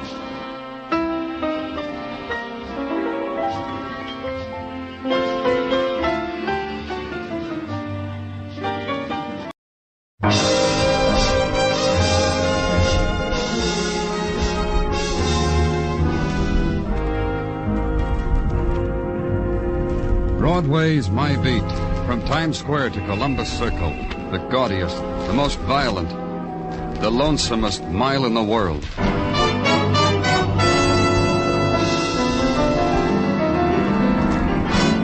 Broadway's My Beat, with Larry Thor as Detective Danny Clover.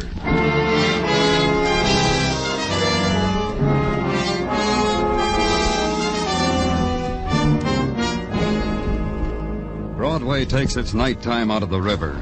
The autumn mists rise from the water, skirl down the furious avenues of the city, and moisten the shadows. And for an instant, Broadway is stunned. Night has come too swiftly. It's suddenly November, and the people of the time clock go home to dinner in darkness. And I watched it from my window at headquarters, the crowd, fragments breaking off here and there to try its luck in this doorway and that. Wiped my hand across the frosting glass and considered it. That's why I didn't hear the man when he came in. Huh? The man's lying dead. Who are you? What are you talking about? I'm Finch. Room service. Hotel Haddon. Finch. What are you trying to tell me about a man lying dead? In the penthouse. Hotel Haddon. I walked in to deliver the drinks. Noted that the drapes were drawn. Noted that the spread had not been drawn back. Noted that he hadn't taken off his shoes. I noted that he was dead. How could you tell? He didn't move when I tapped him on the shoulder. He didn't breathe. Either inhale or exhale. That's being dead. And you notified the manager? Did you hear me say I did that? No, but... No, of course you didn't. I'm reporting it directly to the police. So it'll be on the records that I found the man. Finch found him. Finch. F-I-N-C-H. Alan Finch. You'll tell the papers that. Danny Clover speaking. Homicide, Danny. Call just came in. Where? Penthouse, Hotel Haddon. You gonna take it? Right away, Tartaglia. Finch. F-I-N-C-H. Alan Finch. Don't forget it.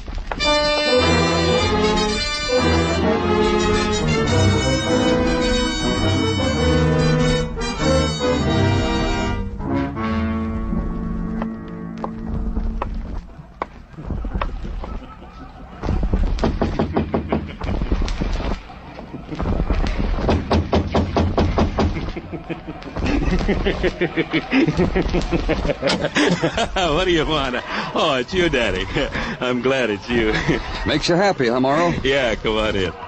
That comic on television, he kills me. You ever watch him, Danny? Uh-uh. You should. Look at him.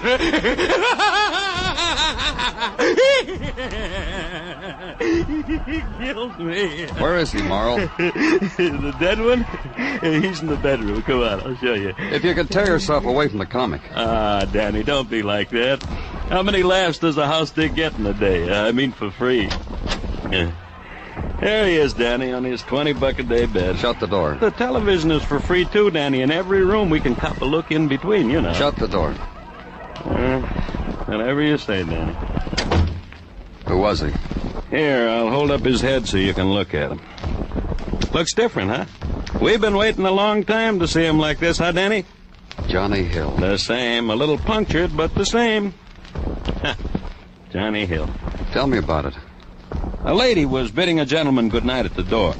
While lost in a kiss, she heard shots. She told me so on the phone. Did she see anyone leave this apartment? It was all too frustrating. She didn't see a thing because her eyes were filled with tears, she told me. Boyfriend scurried away, didn't want to get caught in a mess. The lady wept. Any ideas, Morrow? On who put so many holes in him? Except everybody who ever wanted Johnny Hill dead. Johnny Hill. King of the Chicago hooligans. Wanted for all the small print in the book. Who's to put the finger on who wanted him dead? Look, Morrow. I wanted it, you wanted it. Who didn't want it, Danny? Tell me so I can get him a free room in this classy flea bag. After that, there wasn't anything much. Morrow said he was going back and look at the comic, except now the comic was through and there was a cowboy instead, which was even better, Morrow assured me. And when the boys from Technical came, they were on Morrow's side. When I asked everybody why the cowboy carried 3 guns, they sneered at me. So I left. Then it was legwork. Find out why a hoodlum from Chicago had come to New York to die. Ring doorbells. And ask a man in a midnight blue dinner jacket what he knew about the death of Johnny Hill. And have him beckon to 5 more midnight blue dinner jackets. Alibis. Then the nightclub circuit. Start where the cover charge is $10 and the upholstery genuine, and ask questions, and get no answers. Then to the joints of plastic leather and no dance floor and no minimum, and get no answers. Then to the dives of the open collar and the biggest beer in town for a dime. And in one of them there's a man. His name is Benny Fane. He's not happy. Go away, Danny. What's the matter with you, Benny? Nothing. You used to help us out. What happened? I'm not stooling no more, that's all. Go away, Danny. Because you don't want to tell me about Johnny Hill? Just go away. Suppose the boys around got to know you used to work for me, Benny. What about Johnny Hill? Yesterday. That's when he hit town. Where'd he go? There's people watching us, Danny. There's nobody watching us. Where'd he go? He checked in at the Haddon. They went to where they all go, Danny, the Griffin Club. Please go away, Danny. That's all you know? I swear on the missus. The missus is doing time at the state reformatory. Yeah, but she'll be out in 10 years. The Griffin Club, Danny.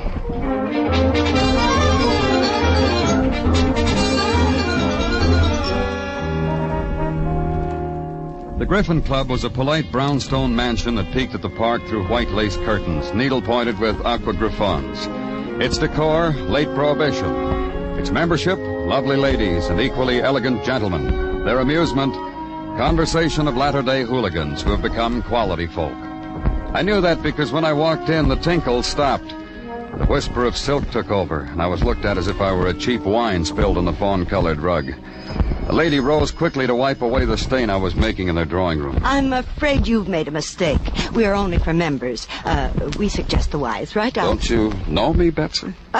You're full of them, aren't you? Mistakes. I'm Mrs. Crane, vice president in charge of accepting and rejecting. Oh, sure you are, Betsy.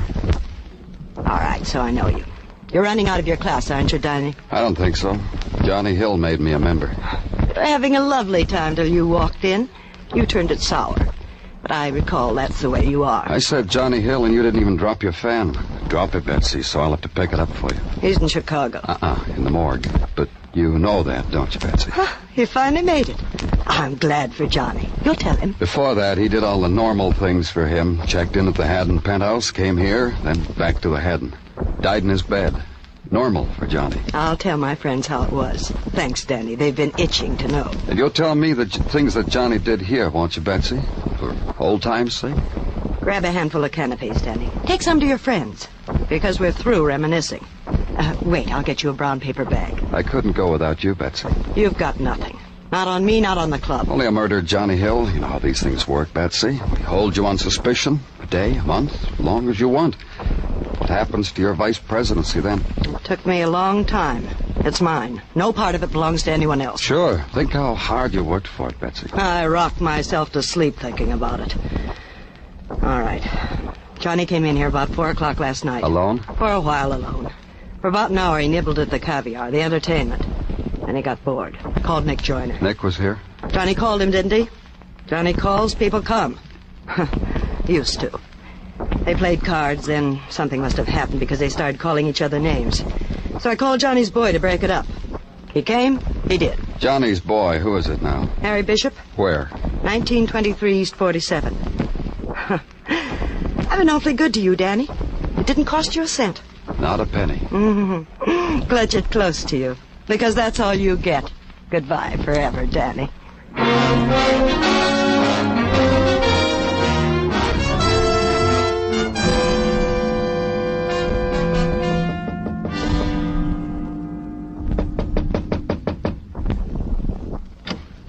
Yeah? You, Harry Bishop? Let's go inside. Let's go, Harry. You sound like Law. Law. Later, Law. The mood will come to me and I'll call you. I said inside. Inside. Hey. Better. You got a permit for this gun? Gun, Harry, on the bed. Holy smokes, a gun. You shoot Johnny Hill with it? Yeah, have yourself a sniff. See? Hasn't been used since they mowed down ducks in Lake Michigan. I duck hunt with a 38. The ducks appreciate it. I wonder how that gun got here. I thought it was in Chicago. I'll ask you again, Harry. Did you shoot Johnny with it? You lost your mibs. Johnny was done with a 45. How'd you know that? It wasn't in the papers.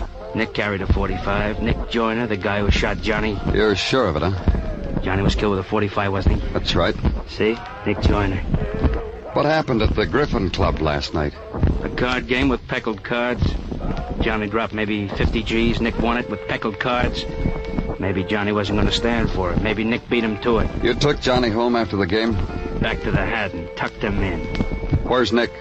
I'll find him. That's why the gun, Harry? You're going to take care of Nick? Where's Nick?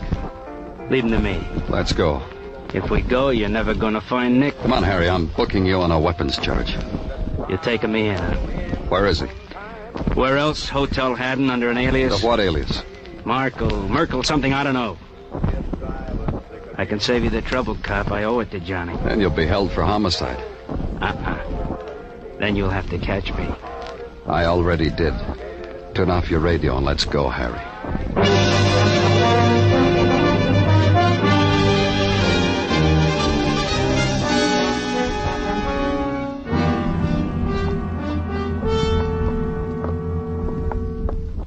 Imagine Nick Joyner living under an alias. Merkel. Merkel. The things a guy will go through to get a room. You didn't know about it, huh, Morrill? So help me, Danny, not till you told me. This is a big hole. I can't keep my eye on everything that crawls into it. So help me, Danny. All right, you didn't know. You think Nick's the one who got to Johnny? I ask you a civil question. The least you can do is... It? Huh? Yeah, 1218. A room reserved for shoe salesmen, usually. Must be slow in shoes.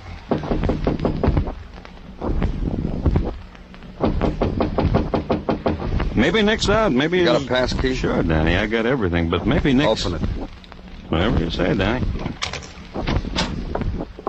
See, Danny, he's out. Is there another room? This one with bath. All rooms with bath.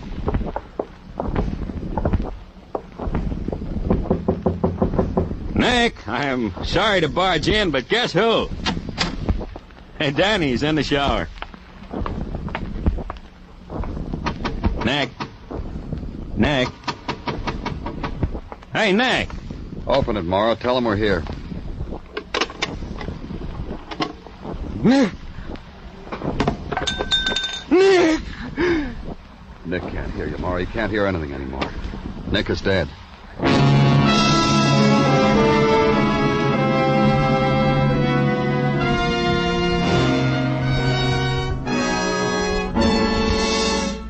You are listening to Broadway's My Beat, written by Morton Fine and David Friedkin and starring Larry Thor as Detective Danny Clover.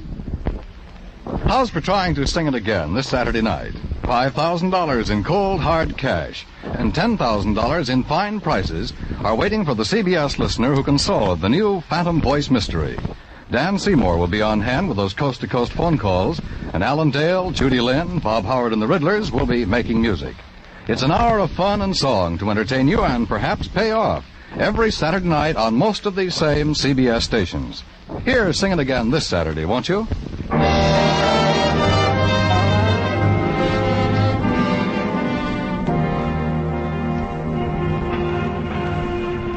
Broadway stands on a street corner and raises its collective coat collar against the coming of winter's night. Tries to find warmth in the blaze of neon or in the ashes of a summer night's dream. And for a time, Broadway warms its hands at memory, tasting its glow, watching it flicker, watching it die. Then it goes looking somewhere else. And the Translux screams in its ear. Murder, it screams. Gangster dead in Swank Hotel. Nick Joyner found dead. Broadway is happy. Broadway is daring. It goes right ahead and accepts the substitute. Grins. It found what it was looking for.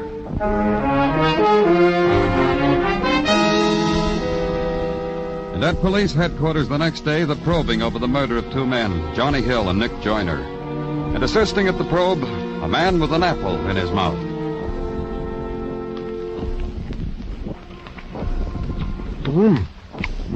Good. What, Detective? I was merely remarking that this apple is, good. Try on a bite, Danny. Some other time. Roger. I will save you a piece in wax paper. Look for it around the water cooler, Danny. That way it'll keep cool. Anything else you're saving for me, Gino? No, nothing. Oh, you mean... Uh-huh. Oh, you didn't have to mention it, Danny. I was coming out with it anyway. Oh, I'm sorry. You're forgiven. If I don't forgive you, who should I? All right, Danny, all right. In the matter of the killing of Johnny Hill, hailing from Chicago... You'll tell me, huh? Well, it goes without saying. Established by technicals, said Johnny Hill was undone by a revolver caliber .45. I know that. They've checked on the bullets. Found them to stem from a gun owned by Nick Joyner, hailing lately from this city. That means that... Permit me to finish your thought, Danny? That means that without a shadow of a doubt, or as Mike Schreck, the bald-headed miracle detective from Philadelphia would have it, it means that Johnny of Chicago was undone by Nick of this city because of an argument over a friendly game of cards. You know, Danny, Mike Schreck coined a phrase for such cases. Open and shut. That's Schreck. Now you'll tell me about Nick Joyner. Oh, need you ask? Nick Joyner was undone by a poison, the title of which can be found in any child's chemistry magazine. What else? Danny, we found someone who might be sorry Nick is dead. That's what else. Who? His missus. Mrs. Claire Joyner of 902 Benton Road, Forest Hills. You know, I think I'll pen a note to Schreck about this. Why? Well, it's a riddle to his liking, Danny. Look, if Nick killed Johnny, who killed Nick? All Johnny's friends are in the cooler or in Chicago. That leaves a large question mark. You know, you don't mind if I write to Schreck about it, huh, Danny? Bye, Danny.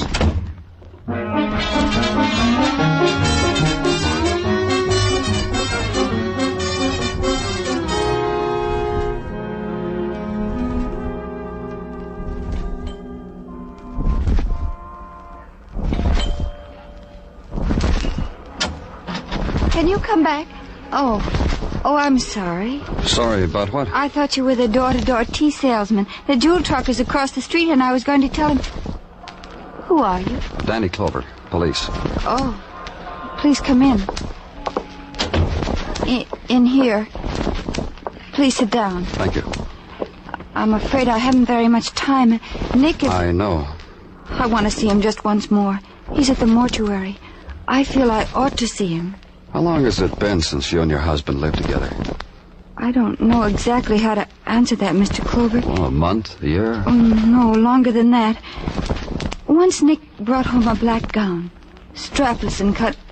Well, you know. I put it on. I looked like a housewife looking ridiculous in a strapless gown. Nick left then. He moved out? No, he moved out just a month ago.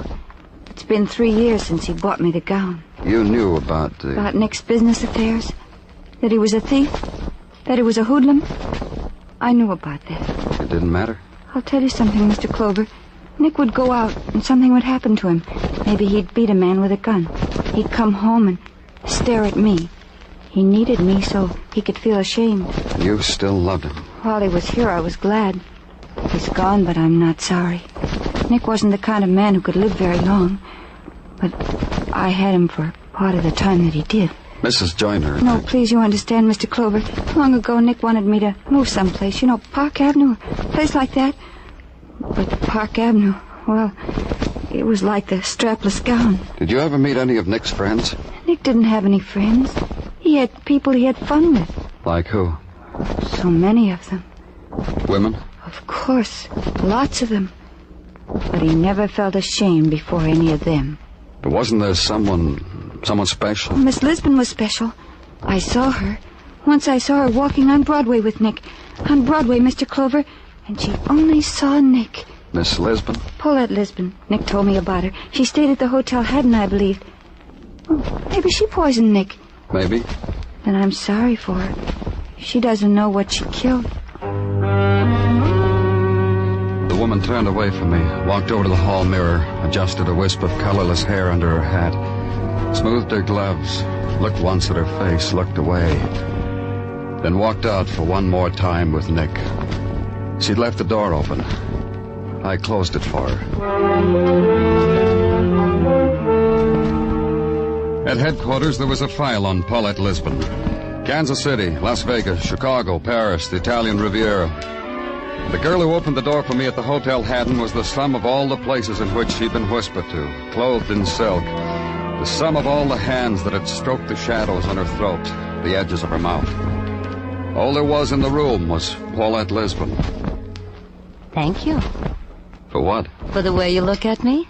I thank you. Miss Lisbon, Nick looked at me like that sometimes. Other men makes a girl feel good. I mean good. You liked Nick? Nick brought me pretty flowers. These on my neck, on my arm, those boxes on the dressing table. Sure, I like Nick. Then maybe you'll help us find his killer. You really want him? The killer, I mean? So many people are celebrating Nick's dying all over town. I know because I've been invited. You're not going? No. No, I think Nick would like me to grieve a little. After that, I'm on my own. He told me so lots of times. He was poisoned. Maybe you can tell me why. I can give you a lot of whys, but don't ask me who. You'd tell me if you knew. Cross my heart and hope to die. Who needed him dead? You, the citizens, the people of the country. My Nicky was a stain. That brings us to you. I needed him alive. Girl like me doesn't know where her next Nick is coming from. Would you open it for me, Danny, please? This rope, the guest might whisper. Miss Lisbon, Oh, it's you.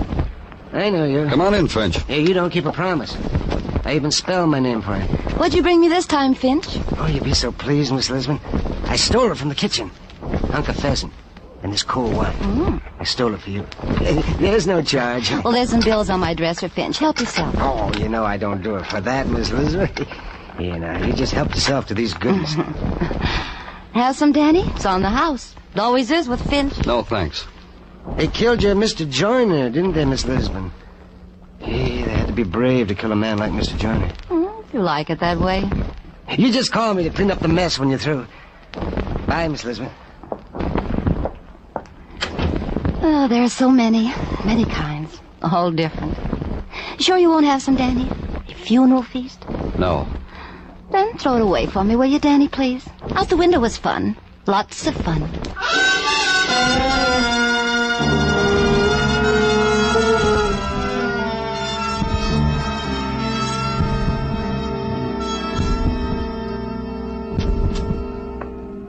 Danny? Oh, hello, Dr. Sinsky. Come on in. What's on your mind? Got a cigarette, Danny? Here you are. Thanks. Light? No, I wouldn't think of it. I carry my own matches. A very strange thing just happened, Danny. Oh, like what? I just finished an autopsy on Johnny Hill. An autopsy? What for? He was shot to death. What do you need an autopsy for? Because he wasn't shot to death. What are you talking about? Of course he was shot. Of course he was, with 3 .45 caliber bullets. But that's not what killed him. Oh, look. Please, Danny, let me have my minute of glory, huh? Thank you. I happened to see the photographs taken of Johnny by our boys. Why, I asked myself, is there so little blood from a man who's been shot by a large caliber bullet?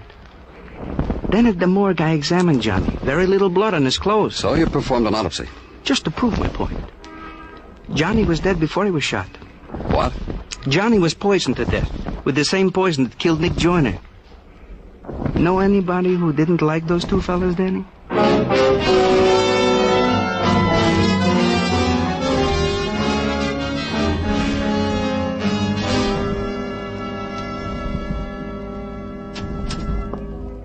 Here he is, Danny. Oh, sit down. Me? Him. You leave, Maury. Oh, Danny, I lend you my office. Be polite. Out. Okay. I said you can sit down. I'm not in the habit of sitting down. Room service, remember? Finch, room service. Tell me about yourself, Finch. I told you. Room service. I mean, how you live, your friends, what you do outside of the hotel. You're interested? Yeah, I am. Well, thanks. Yeah, I'll tell you. How do I live? Oh, I work 8 hours, read a lot, go to the movies a lot. Write letters to the newspapers. They printed some of them. Spell your name right? Always. I have such a simple name to remember. Maybe that's why everybody forgets it. What about your friends? No, I've tried that. People don't measure up. Does Miss Lisbon measure up? She's beautiful. I'd like her to admire me, but really doesn't matter. Don't you care what people think about you, Finch? Used to bother me. I used to try. When I was younger, I took physical culture exercises and correspondence courses and personality, but I never finished. I don't know, somehow. Well, I don't know. Now you don't care. Oh, people are stupid. They don't know what goes on inside of other people. Me. Why are you asking me these things, Mr. Clover? Because I admire you. Oh, thank you. Here. Oh, say, let me show you something. I have it right here in my coat pocket. It's a letter I'm writing to the Times. Read it. Tell me about it. It's about those 2 men who were murdered in this hotel. Society ought to thank whoever did it. Give them a medal. Don't you think so, Mr. Clark? Think what? Give them a medal. Whoever poisoned those 2 men. Yeah, that's one way of looking at it, Finch. See, you know, Mr. Clover, you and I think alike. You can understand a man. I think we can be great friends. Uh-huh. I think I would have hated Nick Joyner myself. Yeah, that's right.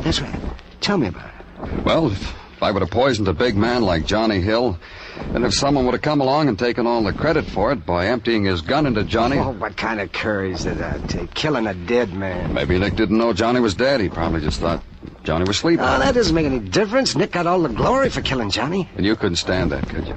You wanted that glory. What's that? You killed them both, didn't you? Johnny and Nick. What's that? Poisoned Johnny because of how important it would make you feel inside yourself.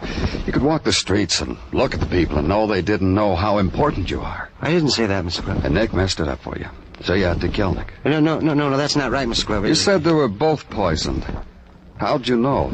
I just found out. Now, listen to me, You reported the first murder to me yesterday. You took great pains to give me details. But you didn't say he was shot because you didn't know he was. You've got to listen. No. You listen to me. Think about it, Finch. Alan Finch kills 2 big, notorious gangsters. But look, Mr. Clover. Think about it, Finch. Your picture and all the papers, your name and all the headlines. Alan Finch. Not just letters to the editor. Pictures. Headlines. Personal interviews? About how I did it? Sure. Of course. Maybe a picture of Miss Lisbon and me. And she'll be crying. Let's go tell the papers about it, Finch. Finch. Alan Finch. F-I-N-C-H. Finch.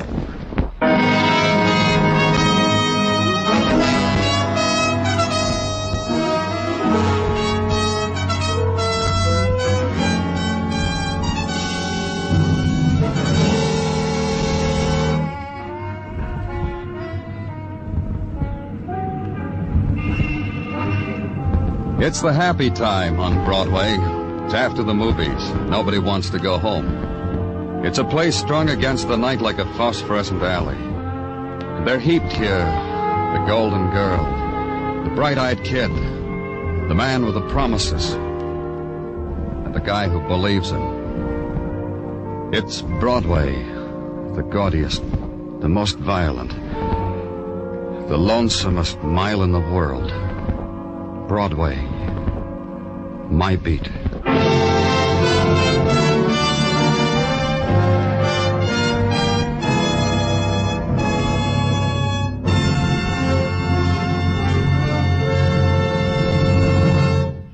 Broadway's My Beat stars Larry Thor as Detective Danny Clover with Charles Calvert as Tartaglia. The program is produced and directed by Elliott Lewis with musical score composed and conducted by Alexander Courage. Included in tonight's cast were Howard McNear, Marlo Dwyer, Gigi Pearson, Adrian Marden, Lou Merrill, and Jack Crucian. We Americans have a valuable heritage, a heritage of individual freedom that includes the freedom to worship as we wish at the church or synagogue of our own choice. By attending church regularly, we can gain the moral and spiritual strength to meet the many problems which confront us today. Help support your church and attend regularly with your family.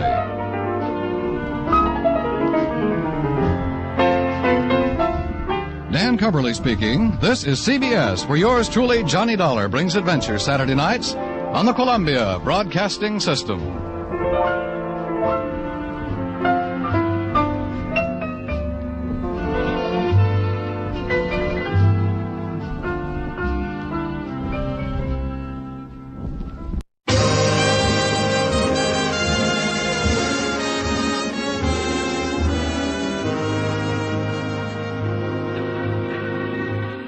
Broadway's My Beat, from Times Square to Columbus Circle, the gaudiest, the most violent, the lonesomest mile in the world.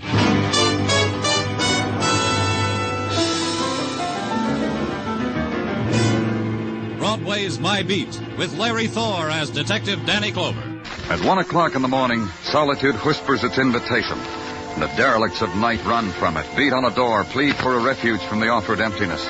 But no door opens to them.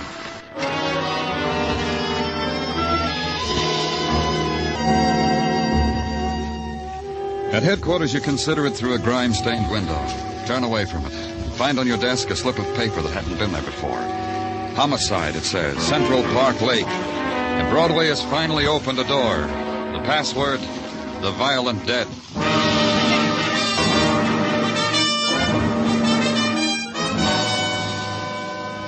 There's the lake and the facade of the city embracing it. There's a shadow covering a dead girl with its coat, the puny effort to thaw the veil of frost on the girl's forehead. Then the shadow rises, shakes its head, and it's Muggavan. I don't know, Danny. Sometimes it's, You know, Danny, I got a nephew, 3 years old. He comes here during the daytime to play, to feed the ducks. Yeah. Who is she? We don't know. They're dragging the lake now for any identification she might have had on her. So far, nothing. Drowned? Here, come here, I'll show you.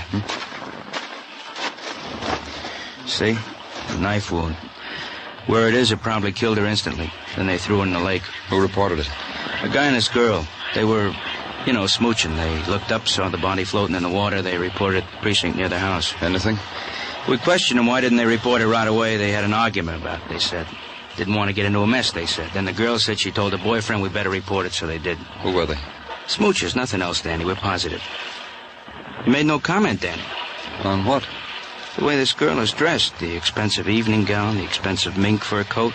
I know it's real mink because my wife talks in her sleep about mink like that. So? So a lot, Danny. A girl as expensive, as beautiful as this one. Somebody will come asking for her. It's the least they could do, huh, Danny? There wasn't anything to say after that. And from far away, across the stillness, the brief, wild sob of a boat whistle, and the sudden flurry of wind through naked branches, the quick, small sounds in places where there's no sun. This was the autumn's night pastoral, with death in it. I turned up my collar and walked away from it.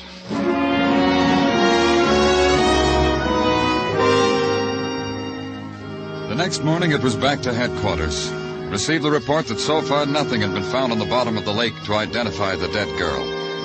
Go downstairs to the place where it's never daytime, the morgue, the 3 people waiting there. The quiet audience sensing the etiquette of stillness in the presence of the dead. All right, you, the lady over there. Muggerman? Uh-huh. We want you to be sure, ma'am. I'm sure. Well? No, it's not my sister. That way out, ma'am? Now, the gentleman. My wife was blonde. Is this your wife? Take it easy. I haven't seen Aggie in 3 years. This girl is 5'6", weight 124, approximately 22 years of age. Aggie's gonna turn up here one of these days. I'll make book on it. But you ain't done it yet. This ain't Aggie. Through that door over there, please. You're next, lady.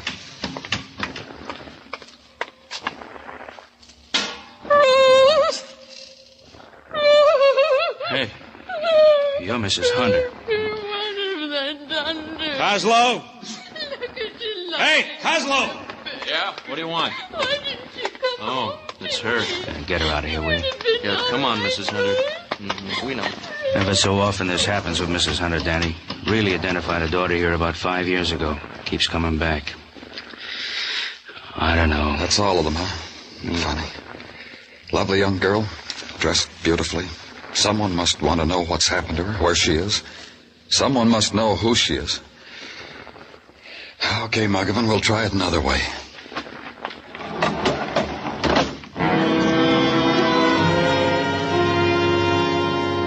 Another way was to check with the men in technical. Maybe they had something. They had.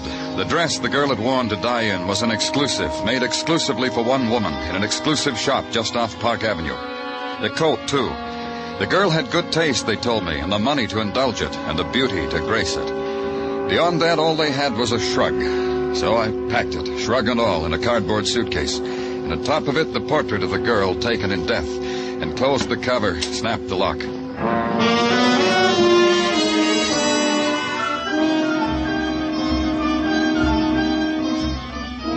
At Roderick's Incorporated just off Park Avenue, a man tried to stop me from opening the suitcase.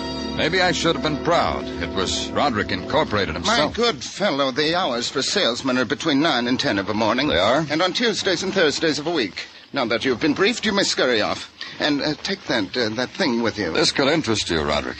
Why? Because I'm a policeman. Don't turn pale, Roderick. You don't match the color scheme that way. Whatever would a policeman want with Roderick? This picture, Roderick. Look at it. Oh, stunning girl. But so dead. You know her? No.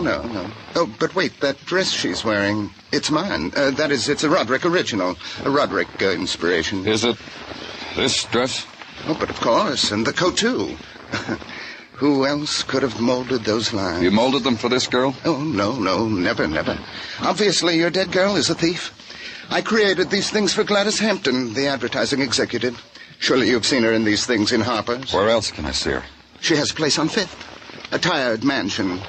Kiss her for me when you see her, will you? Tell her you do it for Roderick, eh?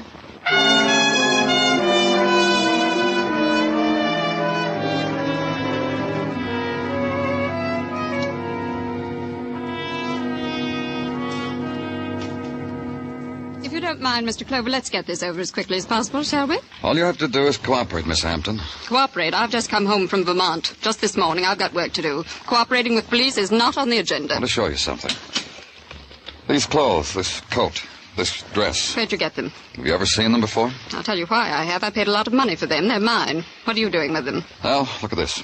Go ahead. Take a look at this picture. That's Joan. What's this all about? Who's Joan? Joan is Joan. Joan Fuller, my maid. What's happened? Didn't you miss her when you came home today? No, she didn't know when I was coming back. What's happened to her? We found her in Central Park Lake, murdered. I'm not going to like the publicity about this. That's how sorry you are, huh? I don't allow myself those kind of luxuries. I'm too busy. Tell me about Joan. Well, she's worked for me for 2 years. She came from Muncie, Indiana. She was efficient. She lived here. I paid her well. I couldn't tell you more than that. How is it she was wearing your clothes? Well, before I left for the weekend, she said a young man she knew from Muncie was in town. She wanted to dress well for him. Would I lend her some clothes? I would and did. What young man from Muncie? How do I know what young man from Muncie? I suppose Muncie has its share of young men, else eventually there'd be no Muncie. Did you get a look at him? Well, he was coming in while I was going out. He was nice looking. I'd probably remember him if I saw him again, but I couldn't describe him. You see, I'm being of no help to you. Besides, I'm busy. Please close both doors to the vestibule as you go out, Mr. Clover. I did, and walked out into the street holding the crumbs she'd given me. The identity of the dead girl. A girl who had borrowed her employer's clothes to impress a young man from Muncie. A girl whose final embrace was holding close the bitter waters of a lake.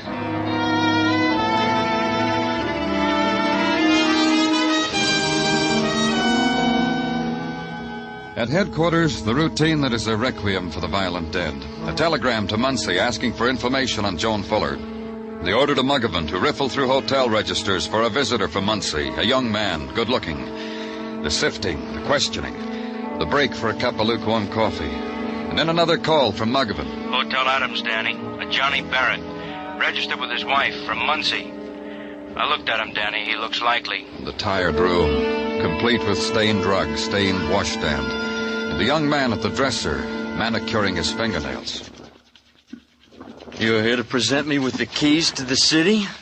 I'd like that, because I'm fond of your city. To ask you questions, Mr. Barrett. Now, what would a boy from the country know that would interest a big city man like you? He might have known a girl named Joan Fuller. He might have known a lot of girls. Not one named Joan, though. That's one he's missed. How big is Muncie, Mr. Barrett? Big enough that I could walk its streets, put nickels in slot machines, order a beer, go alone to movies, and never meet a girl named Joan. It teases me, though. I'd like to meet her. She's dead. She was murdered. That makes me sad. I cry when girls die. It's a thing with me. Let's go, Mr. Barrett. I haven't finished my pinky. You want to show me the sights? I want to show you to a woman who says a young man came calling on Joan Fuller. A young man from Muncie. That could be a sight. Get your coat, Mr. Barrett. Let's go. Can't wait. Oh, honey. Honey, doll, come on in.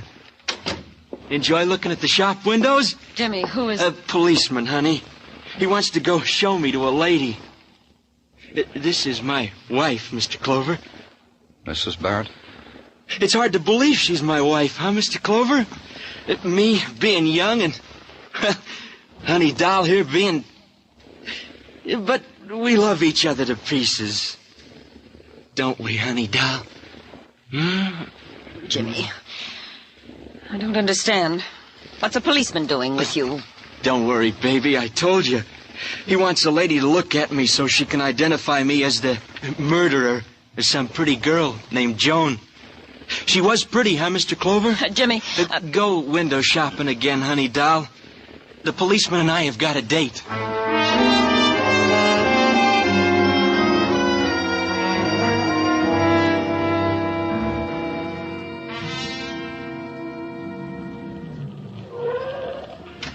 Let's go, Jimmy. Sure, let's go. This house. Nice house. Ever been here before? No. Bet you wish I had, though. Nice chimes. Pretty. Nice. Funny. Vestibule door's open a bit. Miss Hampton liked her doors closed. Oh, you wouldn't peek, would you? Yeah, I would. Stuck. It'll only open half. Hey, look. What there was to look at was a vestibule floor, a tile mosaic in a simple block pattern. Clean, gleaming. Even the blood that spread across it had a new quality to it. Miss Hampton's blood. Miss Hampton lying there. I knelt beside her. Miss Hampton with a knife in her heart. Miss Hampton, dead.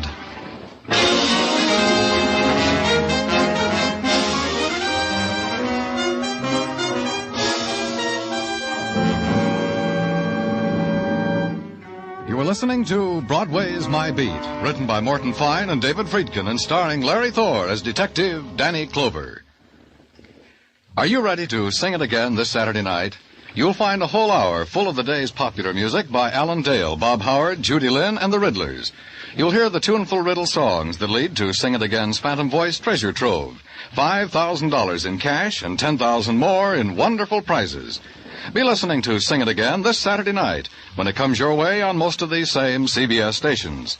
The Phantom's a puzzler, but some CBS listener will win that $5,000 in cash.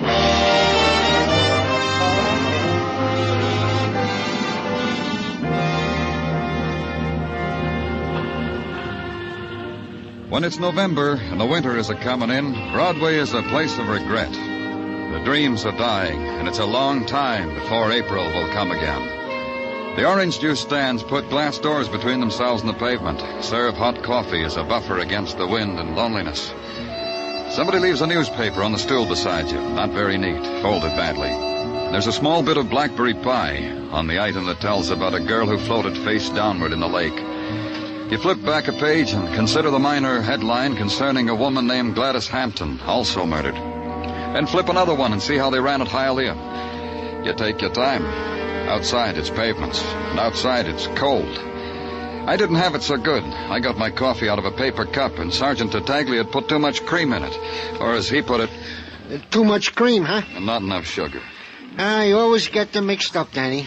Why is this? We all have our bad days, Gino. Only I seem to have them more frequent than most. Have you noticed? Let's get on with it. You got anything for me? Yeah, Danny, yeah.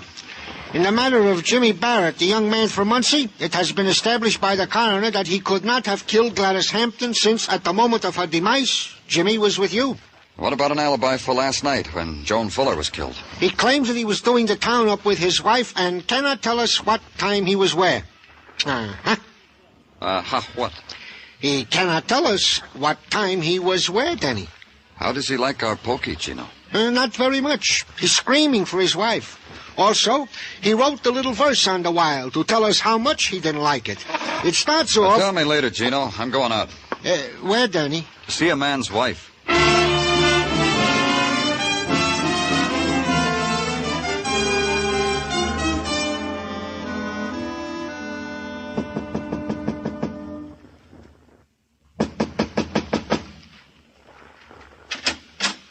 Oh, it's you. Where's my husband? What have you done with him? He's downtown, Miss Barrett. We're holding him on suspicion of murder. Well, don't stand there in the hall making a show of me before the world. Come in here. Come in. Sure, Miss Barrett.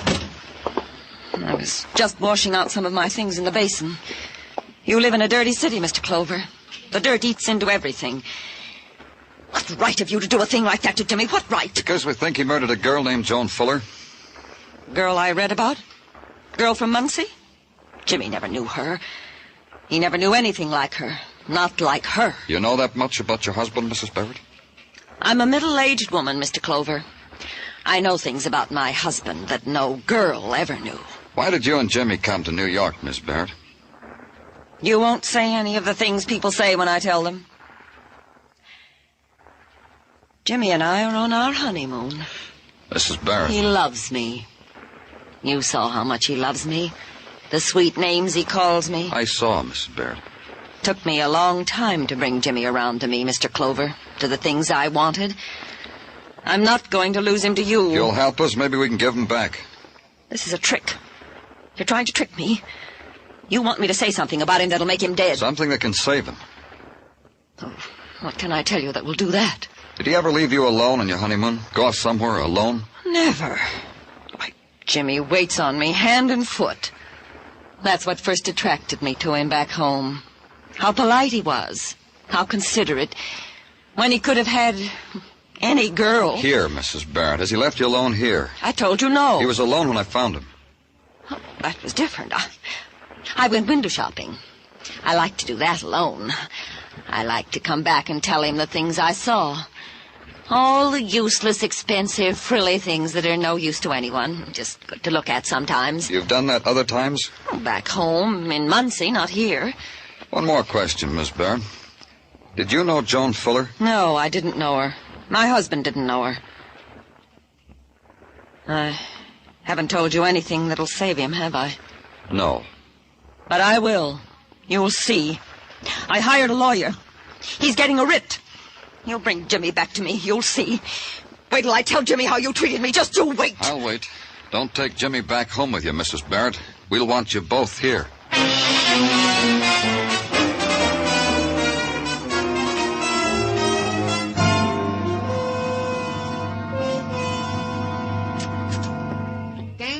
Come on in, Gino. Okay. Just a word to let you know that people questioning around the home of Gladys Hampton had never seen Jimmy Barrett. Also, that Jimmy is released on a writ. Yeah, I was threatened with it. And to tell you that outside is a gentleman from Muncie, Indiana. Another one? Yeah, Danny. You know, this is the first week in my life I have met two people from Muncie, Indiana, one on top of the other. Show him in, Gino. This way in to see Danny Clover, Mr. Fuller. Sit down, Mr. Fuller. Thank you. I'm Joan's father, Mr. Clover. I see. I'm very sorry about what... Thank you, but of course you're not sorry. If we mean the same thing by that word. You're a policeman on homicide, and your job's got to do with dead people. People get used to death almost as easy as they do to cigarettes. The sorrow of Joan's death belongs to me, not to you. Forgive me, I made a speech. How did you know your daughter was dead? You notified the Muncie police, they notified me. I've come to take her home with me. If I can help... Find the person who killed her. We're trying, Mr. Fuller. I've never been vengeful. I've always felt sorry for people eaten by hate. Now it's happened to me. I can understand. Tell me, Mr. Fuller, do you know a man named Jimmy Barrett from Muncie? Of course. Joan knew him, too. Pardon me a second. Battaglia. Roger, Danny. There's a man tailing Jimmy Barrett, isn't there? Yeah, Danny. Get in touch with him. Find out where Jimmy is. Roger. Over. We were talking about Jimmy Barrett, Mr. Fuller. Tell me about him. Well, Jimmy married a woman somewhat older than he. A rather wealthy woman. Why do you ask? He's honeymooning in New York. How well did your daughter know him? Valentines, letters on flowered stationery, holding hands and dances, that much, no more than that. I see. What did Joan tell you she was doing in New York? Working in advertising, she said. Everyone back in Muncie thought that. I didn't know she was a maid. I know how you feel. Forgive me again, you can't possibly know. Did you have a daughter? Did you tell her stories? Did she cry against your cheek? Did you watch her grow up? Was she found in a lake? Was she murdered? Mr. Fuller, We don't know each other, Mr. Clover. We're not friends. Your sympathy doesn't mean anything to me. Just find my daughter's killer. Danny? What is it, Tattaglia? The man we had tailing Jimmy Barrett just phoned in. Jimmy just bought himself a new car 5 minutes ago. Brand new Hudson. Where? Tobin's on 105th Street. Thanks, Gino.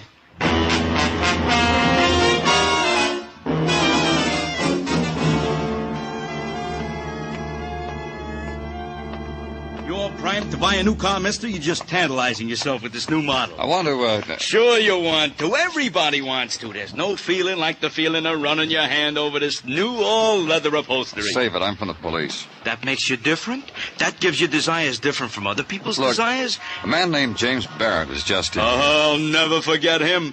He bought a new car off of me not a half hour ago, paid me cash, drove away on a dream. Cash? $2,500. He just took $2,500 out of his pocket and gave it to you? Well, not exactly. Let me give you a vivid description of it. I found it very thrilling. It thrilled me, too. He looked at the car, asked me how much it was as I stood there, and I told him. Then he runs across the street to the bank, runs back with $2,500 clutched in his wet fist. So you see why it wasn't exactly he pulled it out of his pocket. He was clutching it in his wet fist. Bank across the street, huh? Yeah. Hey, what's the matter? He got it from the bank. It can't be counterfeit, can it? Don't give me heart failure like that. Hit me in the face with it. It's not counterfeit, is it?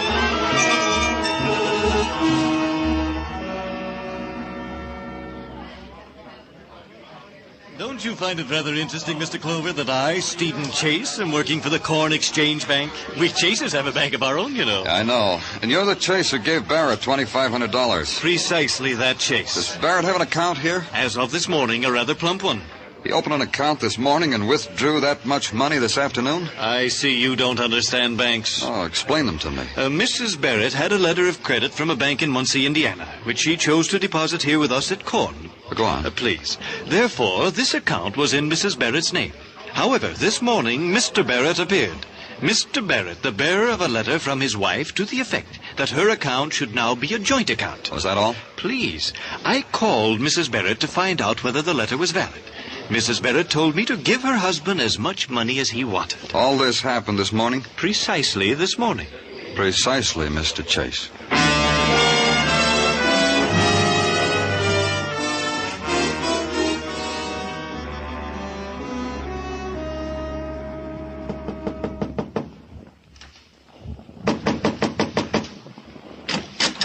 Oh, hiya, Danny. Just going out. Want to go out with us? No, I'm coming in. Oh, Miss Barrett. See you got all your things packed. Going back to Muncie? Oh, no. You said we couldn't go back to Muncie until this thing was all cleared up. We're going to find a nicer place to live. Yeah, me and the Honey Doll are going to branch out. Nothing but a ball from now on. We're really going to live. Aren't we, Honey Doll? Yeah, whatever you want, Jimmy. Tell me what you want, Jimmy. What I want? Get out of this crummy hole. New clothes for Honey Doll. And for me, drapes. Double-breasted. I understand you got a new car. It's got New York talking, huh? We're talking about it down at headquarters. Jimmy, the man said he'd show us the penthouse at 9 o'clock. It's almost that now. You heard what Honey Doll said, Danny. I guess I'm henpecked, that's all. Tell me when all this happened, Jimmy. The last time I saw you, you were happy, right here. How much are you allowed to meddle in our lives? What concern is it of yours where we live? Oh, Honey Doll, don't talk like that to Danny. He wants to come up for a drink sometime. He wants to know our address. Get him out of here. You didn't answer my question, Jimmy. When did you make up your mind about all this? New car, penthouse. I'll tell you. Honey Doll and me had a small talk. We decided we were tired of living like folks, like other people. Honey Doll wants to support me in the manner I'm itching for. And she can afford it. Come here, Honey Doll. Jimmy, get him out of here. Baby, this is Jimmy. Jimmy with his arms around you. Stop it. Okay. But you're supposed to give me anything I want, remember? You're a little blackmail, Jimmy. Huh? I had a talk with Joan's father. He said you used to hold hands with his daughter. If you did that, you lied to me. You did now, John. You did lie to me. Danny, so I lied to you. I was nervous. It's getting late, Jimmy. Did you lie too, Miss Barrett? Did you know Joan back in Muncie? No. But you knew Jimmy knew her. You knew Jimmy was seeing her while you were here, while you were on your honeymoon, Miss Barrett. Oh, why not, Danny? Guy likes to look up old friends, especially an old friend who's made good in the big city. I got news for you. Joan was a housemaid. Those clothes she was wearing belonged to her employer. I knew that, and I understand why she did it. To impress me. To make me hate myself because I married another woman. Jimmy, you realize what your lying can cost you. Sure, Danny. Now I'm your number one murder suspect. That's right. Danny. Uh-huh. What's the penalty for murder in this state? Premeditated? Premeditated? Life, the chair. Depends on the jury. And how about for obstructing justice? It depends. 1 to 10, maybe. But for murder, it can be the chair, huh? That's right. Did you hear that, Honey Doll? You're going to get the chair. Jimmy. You killed so you could keep your husband, didn't you, Mrs. Barrett? Jimmy. I'm begging you. Get him out of here. You were afraid Jimmy would get blamed for it because Miss Hampton, her employer, could recognize him. You had to kill Miss Hampton, too, didn't you? Jimmy. That's what you held over your wife, Jimmy. You knew all this. She had to give you everything you wanted. Thought you'd get as soon as you were married, but didn't. 1 to 10, huh? That's the way it was, Danny. You! You fool! I killed my you! Killed my you! And you fell! Hard, Honey Doll. You've lived almost most of your life. They had a week of it with me. Let's go. Both of you. Honey Doll, I promise you this. When I get out, I'll spend your money. I'll be happy. Just the way you wanted me to.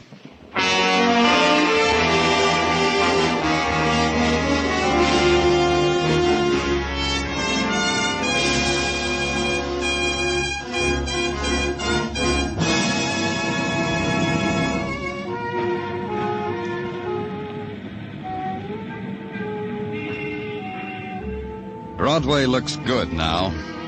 It's wearing the funny mask with the funny nose, and the big smile painted in scarlet. The scarlet you've known in other places and other times. Don't rip off the mask, kid, because you couldn't stand what you'd see. It's Broadway, the gaudiest, the most violent. The lonesomest mile in the world. Broadway, my beat.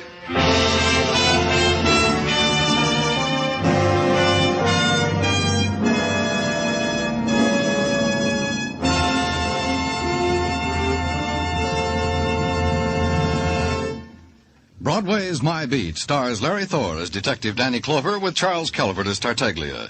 The program was produced and directed by Elliott Lewis with musical score composed and conducted by Alexander Courage. Included in tonight's cast were Irene Tedrow, Dick Crenna, Bob Bruce, Peggy Weber, Stan Waxman, and Jack Crucian. This Saturday evening on CBS, Hopalong Cassidy comes riding to the rescue of an old friend who's suspected of a serious crime. It's a long, tough job Hoppy takes on, literally risking his own neck. With one of the greatest surprise endings you've ever heard, Hoppy comes through. Be listening this Saturday and every Saturday evening when the one and only Hopalong Cassidy, starring William Boyd, is heard on most of these same CBS stations. Dan Cumberly speaking. This is CBS, where yours truly, Johnny Dollar, brings adventure Saturday nights on the Columbia Broadcasting System.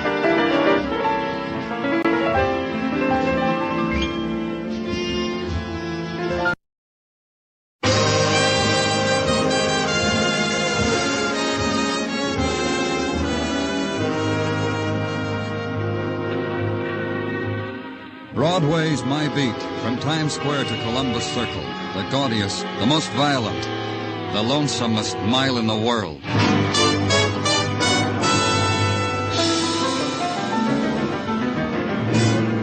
Broadway's My Beat, with Larry Thor as Detective Danny Clover.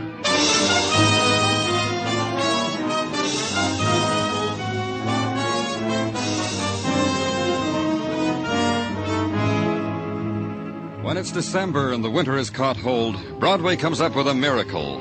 Silver trees grow out of the sidewalks. Men with beards and red velvet suits suddenly appear from out of the Bowery and dedicate themselves to being jolly. And reindeer roam the tundra of the spectaculars. It's a time of Crosby records, noses against department store windows, and wishing you'd kept up the Christmas Club payments. Everybody's happy. Even the finance company sends you season's greetings.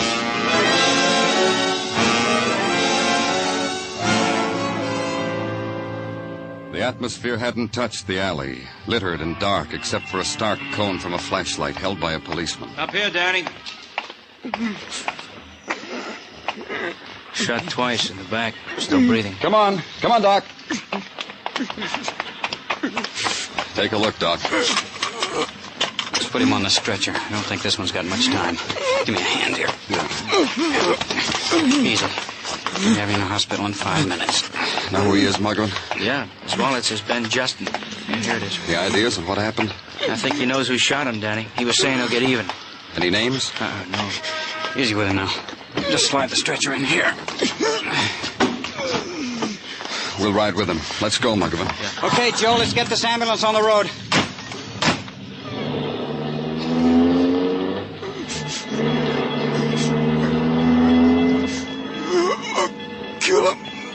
Kill him with my bare hands. Who are you going to kill, Ben?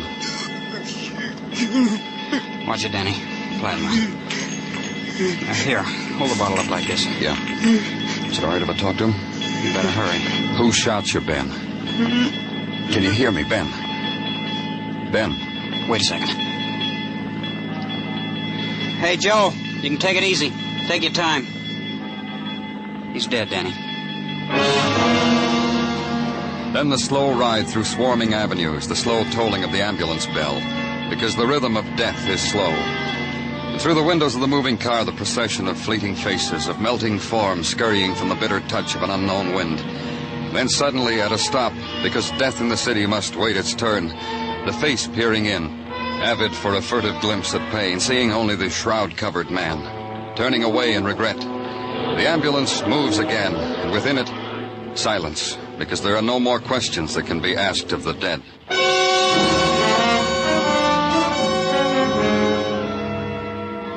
At headquarters, the setting up of a file on Ben Justin. The word murdered, neatly typed in triplicate, then the fragments of his life drifting in to be pieced together, to be entered under the correct heading, on the correct line. Ben Justin lived in an apartment on West 86th. He was married to a woman named Evelyn. Go there, ask her the question the dying man wouldn't answer. Ben didn't tell you? He was bleeding to death and he wouldn't tell you who killed him? No, Miss Justin. I like him for that. There are a lot of other reasons, but this one's the best. Then you will want to help us find his murderer. No, that's your job. That's what you get paid for. They shot him down in an alley. Sorry, but that's how I feel about things. You get what you work for in this world. No one can do it for you. You want Ben's killer? Find him. That way he'll belong to you, just you. If you know something, Mrs. Justin, we can hold you. Now, wherever did you get an idea like that? How would I know who killed Ben? It's his secret. He's taking it to his grave with him. Maybe I didn't tell you. Ben's last words were that he would kill him with his bare hands. Ben can't do that now, can he? But you can do something, Mrs. Justin. You can tell me about Ben. You can tell me who wanted him dead. Tell you about Ben? That could take my lifetime. But I'll brief it down for you. Ben did good by me. Dressed me in fancy clothes, showy. Showed me off to his friends. Didn't mind if one made a play for me. Grinned it off. Grinned about it when we got home. Cuffed me a little, and we go to sleep laughing. That's about Ben. Doesn't help us much. Then try this. Ben used to work for the Imperial Insurance Company, an investigator. Go ask them about Ben. I bet those insurance people knew more about him than even his wife knew. It's their business. Imperial Insurance? On Lower Broadway. You can excuse yourself now, Mr. Clover. I want to go over my wardrobe, pick out a black dress for Ben's funeral. Silk. Yeah, silk. He liked me in it.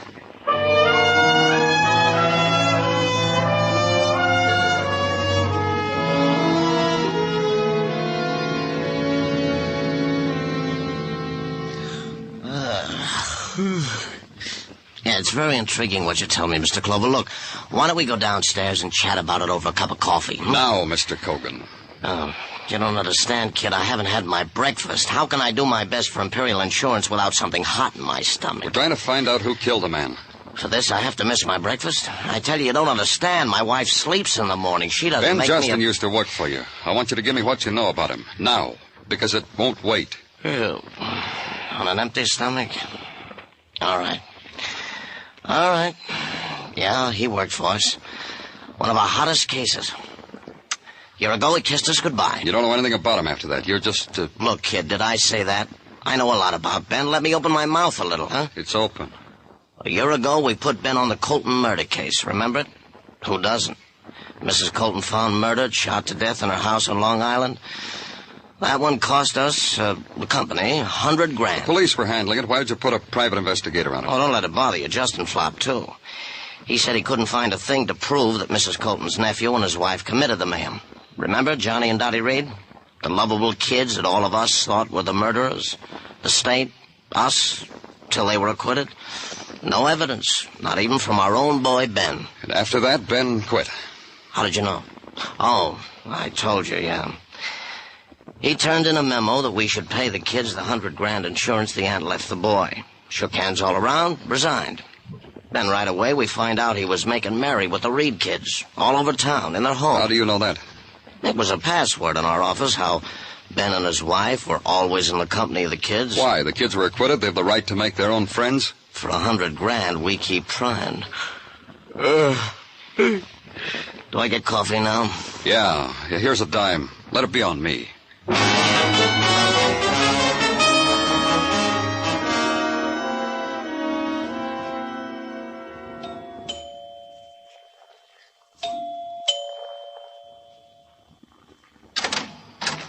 Hello.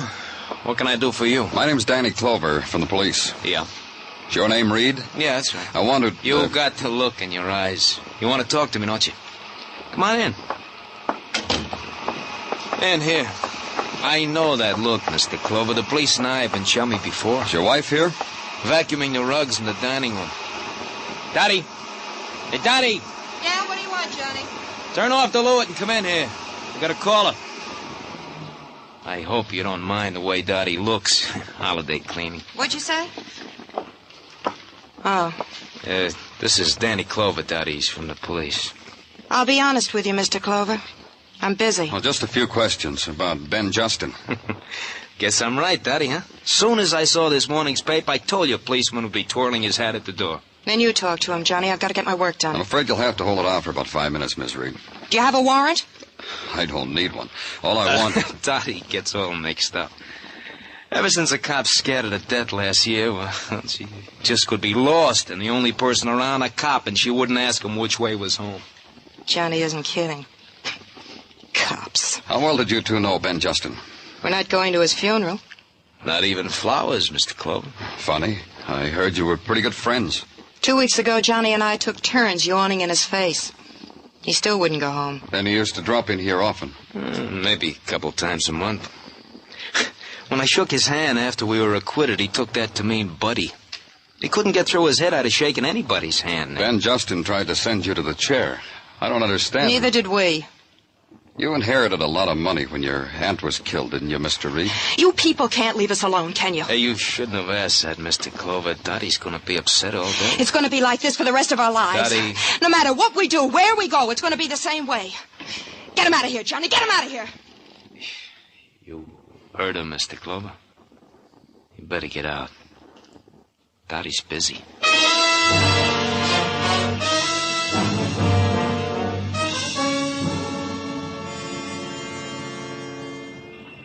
Mind if I turn on the radiator, Danny? It's cold in here.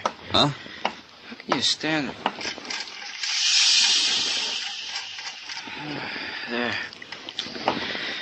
Danny, you've been over and over the transcript of a year-old trial maybe 100 times. You want something juicy to read? Here, try this pulp. It's good, huh? Tells me the thrilling things detectives have happened to them. For 2 bits, it thrills even me.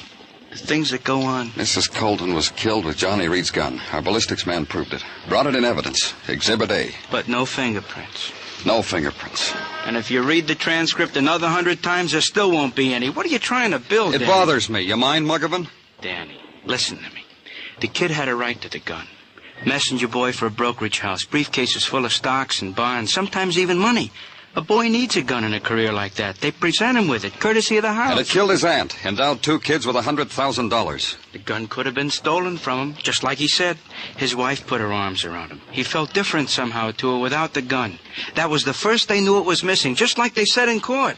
Yeah. I don't understand what you're after, Danny. The kids were acquitted. I know. They said they spent the day picnicking on the Jersey Palisades. Nobody could prove different. Nobody could prove they were at the murder house that day. They were acquitted. I told you I know Muggavan. Then what's with you? You think you found a free and easy way to solve Ben Justin's murder? I take it back, Danny. I didn't mean to say that. Why so chummy with the Reed kids? You mean Justin and his wife? You care about anyone else? Justin was a top insurance investigator. He couldn't find a thing to prove that the kids were anywhere else but eating ham and cheese sandwiches on the Palisades. That cinched it. When an insurance company...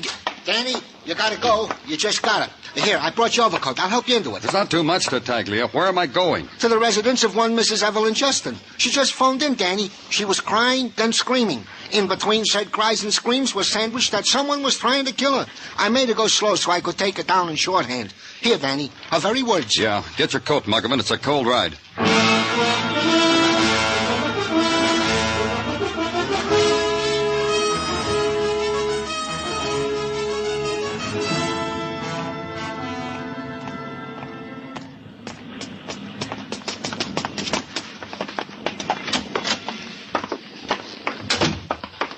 Down this hall, Muggavan. Come on. Right behind you. Wish I'd taken that call. Sounds real quiet in there. Locked, Danny. Lean on the bell, Muggavan. Yeah. Danny, something happened. Kick it in. Mrs. Justin! Watch it, Danny. The place is a furnace. Mrs. Justin! Danny, you can't go in there. Don't be crazy. Yeah. I don't understand. What happened? We ring the bell, we blow the place up.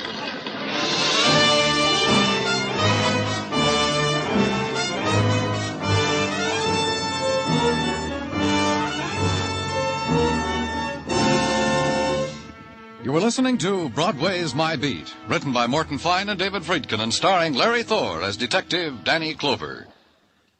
There should be plenty of action on CBS Hopalong Cassidy show tomorrow night. Hoppy will be invading the land of the Gunhawks, and though this may not sound full of action at first, he'll finally play dead to capture a band of vicious marauders. Hopalong Cassidy, starring Bill Boyd, comes your way every Saturday evening on most of these same CBS stations. Join him in the land of Gunhawks tomorrow night.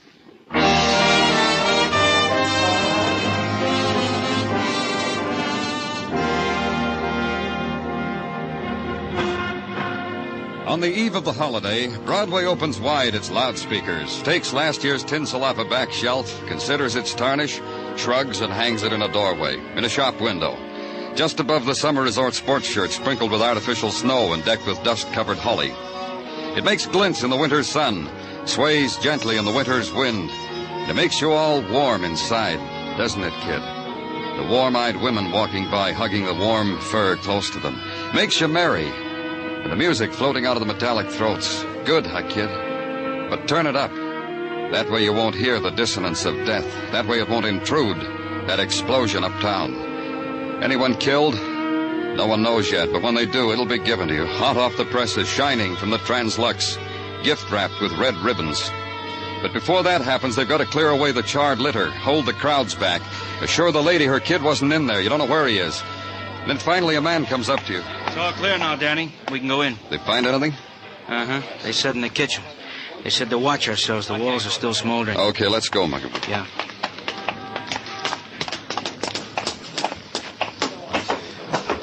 He said in the kitchen. Uh-huh. Watch it, Danny. Doorway don't look any... Come on. Not much left, is there, Danny? You were here before. Not much left, huh? Broken, up in smoke. Hey. Yeah. Mrs. Justin? Yep. Explosion must have done it, huh, Danny? The way she... She was beaten up first. Slugged. See? Here. Here. Yeah. They made sure, huh, Danny? If we hadn't rung the doorbell, maybe the... Call it in, Muggavan. To homicide.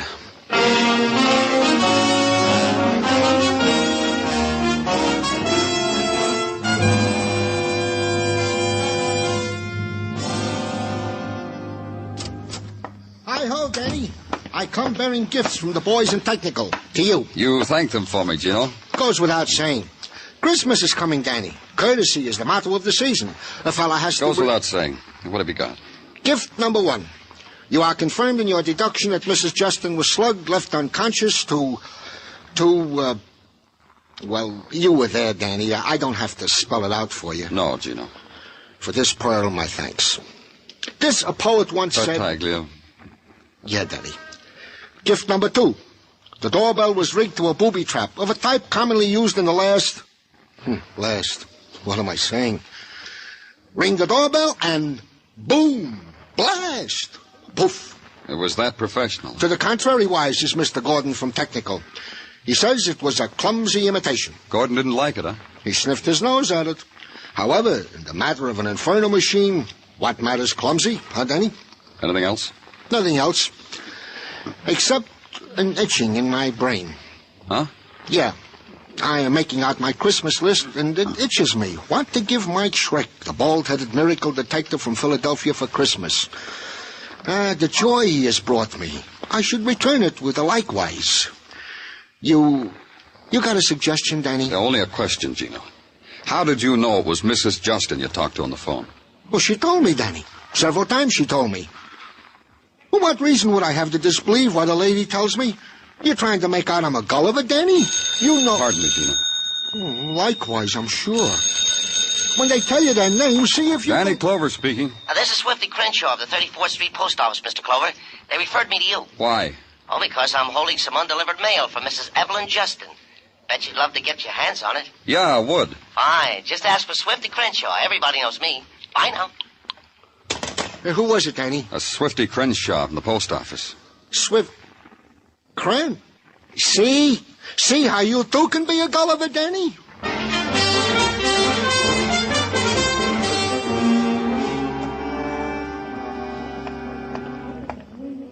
You Mr. Crenshaw? You bet. My name's Clover. I spoke to you on the phone a little while ago. You bet. Just wait here.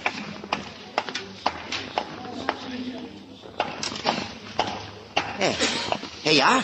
The mail addressed to Mrs. Ben Justin. Uh-huh. There's not much there. Circulars, a few Christmas cards from people who heed our message to mail early. One there that's sealed, and the sender tried to mail it third class. Postage due on that one, but I guess we can forget it, huh? I can save you trouble turning over that postcard. It's for a free grease job with 15 gallons of gas. That other is for a book overdue at the library. You've been having yourself a time, haven't you, Mr. Crenshaw? You bet. What's in this envelope? How do I know? It's no use holding an envelope like that up to the light. It's manila. It's postmarked yesterday. Addressed to Mrs. Ben Justin. The.O. Box 626, 34th Street Station, New York, New York. Return address, the same. She addressed it to herself? What's in it? You bet, Mr. Crenshaw.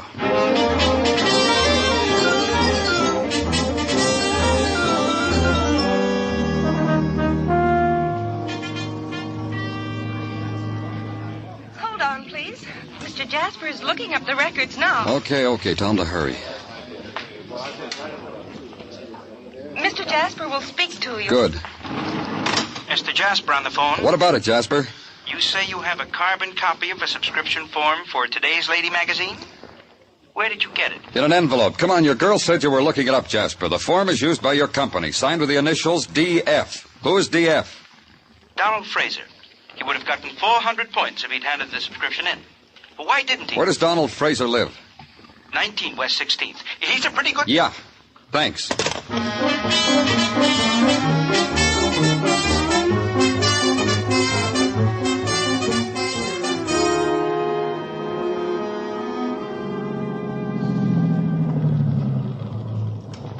You better come along, Muggavan. Right. You ring the bell this time, Danny. No, I'll ring it. I read someplace if you crash in an airplane, the first thing to do is to go up in another one. Nah, you ring the bell, Danny. Thanks.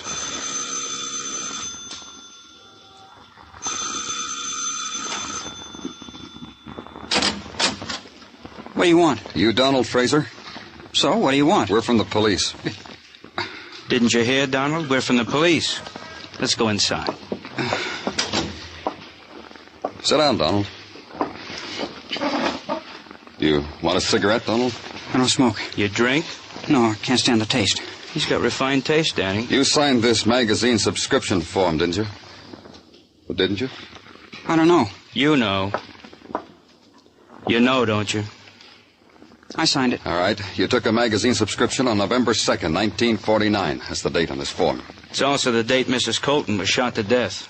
So, what's that got to do with anything? It's got this to do with it. It's a magazine subscription for Mrs. Colton. You took the subscription. Who signed it? I'll tell you. You're not kidding. Let him alone, Michael. I came by Mrs. Colton's that morning selling subscriptions. Mrs. Colton said to come back later. She wanted time to make up her mind. When you came back, Johnny Reed was there with his wife. I said leave him alone. Yeah, that's right. They were there that day. The girl yelled up to her aunt that I'd come back. Mrs. Colton said to take the subscription. The girl signed for her. That does it, Danny. Not quite. Donald, then Ben Justin got to you, didn't he? He was investigating the murder and tracked down a lead that a magazine salesman was on the Colton block that day. That right? Yeah, the very next day. Before I had a chance to turn the form in to Mr. Jasper. I shouldn't have done it. I know I shouldn't have done it. For $1,000, the trouble I'm in. I didn't mean to do anything. He talked me into it.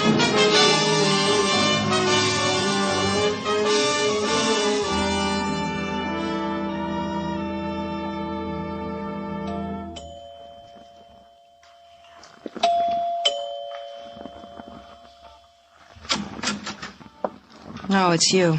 What do you want? Let's go inside, Mrs. Reed. Remember how busy I was yesterday? I'm busier today. That's too bad. I want to talk to you, and I want to talk to your husband. All right, come in. I've got an idea Johnny's going to throw you right out, and I want to watch. Johnny! Johnny! Yeah? Look who's here, Johnny. Huh? Oh. Hiya, Mr. Clover. Can I get you something? I just broke out a quart of beer. No, thanks. I want to talk to you alone. Sure. My pleasure. Go make us some coffee, Daddy. I told him you were going to throw him out, Johnny. You're making a liar out of me. Just get the coffee, Daddy. Then you'll throw him out? If he annoys me. All right, Johnny.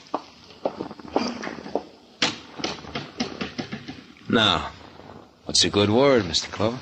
What have you been doing with yourself lately, Johnny? Oh, this and that. I got enough money. I'm lucky with the horses. The money gets used up and replenished. I envy you. Yeah, got a system. That's fine. I'm glad to hear of it. Is this what you come all the way out here to talk to me about? You impressed me the last time I talked to you. You kidding? No, I'm not. Say, you think Dottie needs any help with the coffee? Probably. She's all thumbs. But she doesn't like you, Mr. Clover. Maybe if I help her with the coffee. Yeah. Why don't you do that? Help her with the coffee. Mine's with cream, Mr. Clover. 2 sugars. What do you want? I just came in to tell you to get your hat and coat. That sounds familiar. That's right. You're under arrest. You're doing all right, Mr. Clover. You're under arrest for murder. Let me tell you why it sounds familiar, Mr. Clover. Because it's happened before. What happened before? A year ago, when Johnny and I were arrested for the murder of his aunt, the police separated Johnny and me. Then one cop came to me and said Johnny'd confessed. That way I was supposed to break down. They did the same thing to Johnny. Oh, as a policeman, you're a real nothing, Mr. Clover. A real nothing. Hey, let me laugh with you, huh? Say, you remember what they tried on us before, Johnny, trying to make us confess? Well, your friend Clover just tried it again. Oh, Clover. All right, you had your fun. Don't you think you ought to go home now? I haven't had my coffee yet. Daddy makes such lousy coffee. It really isn't worth it. You know, I don't understand you. Throw him out, Johnny. That's what I mean. I came here to give you something for Christmas. Maybe I'm a little early. Maybe I should come back. If you're giving, we're receiving. What do you got? This. The magazine subscription form that your wife signed last year in your aunt's house. Where'd you get it? From Mrs. Justin's post office box at 34th Street Station. You got it figured, huh, Mr. Clover? Sure. It's proof that the two of you were at Ms. Colton's the day she was murdered. The piece of evidence the DA didn't have at your trial. Johnny, they can't try us again, can they? You, planning to reopen the trial with new evidence, Danny? It won't be necessary. Justin bought this subscription form from the salesman. He was blackmailing you with it. Then a little while ago, he got afraid of you two, passed it on to his wife. That's where she had it, huh? That's where she mailed it for safekeeping after you killed her husband. You thought you destroyed it when your wife called headquarters and had me set off that booby trap. And now you got it.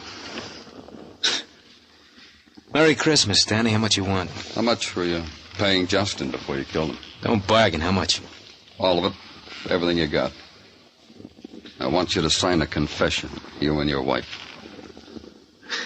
Let me sit down and think about it. Serve the coffee, Daddy. You gonna stir it with that gun? No. I'm gonna kill you with the gun. You want one slug or two? Johnny! This will put you out of your misery, Johnny.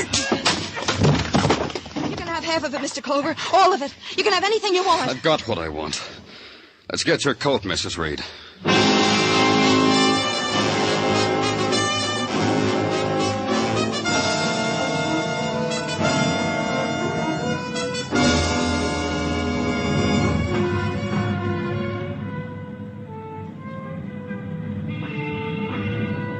In the midnight cold, Broadway echoes with sounds you hear only in darkness. The fleeting whispers that speckle places where there's no sun. People pass and touch you. You look down, there are fingers of dust on your shoulder. It's Broadway, the gaudiest, the most violent, the lonesomest mile in the world. Broadway, my beat.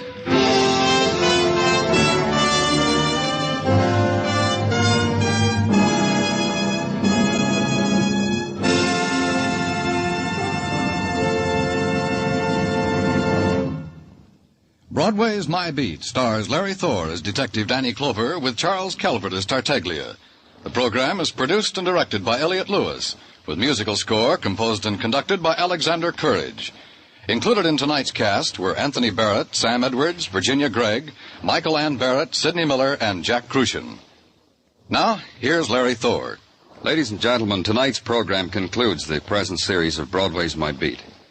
We thank you for listening and hope to return to the air in the near future when Danny Clover will bring you more adventures along the Great White Way.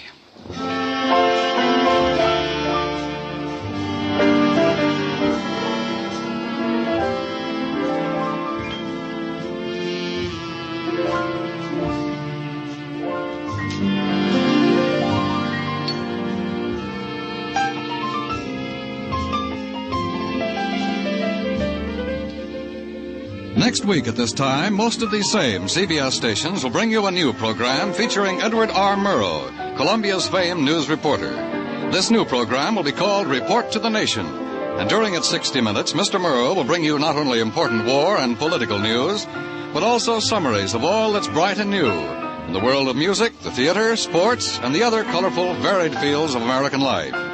You'll hear recordings of great speeches and great events in the week preceding each Friday night broadcast. Report to the Nation will report the news for CBS listeners in this unprecedented series of broadcasts. Be listening for Report to the Nation next Friday evening on CBS. Dan Coverly speaking. This is CBS, the Star's Address, the Columbia Broadcasting System.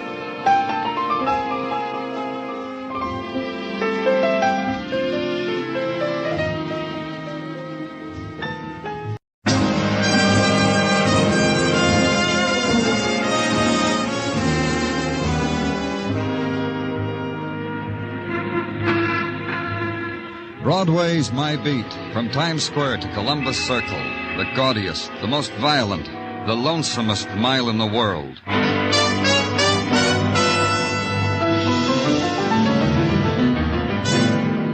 Broadway's My Beat, with Larry Thor as Detective Danny Clover.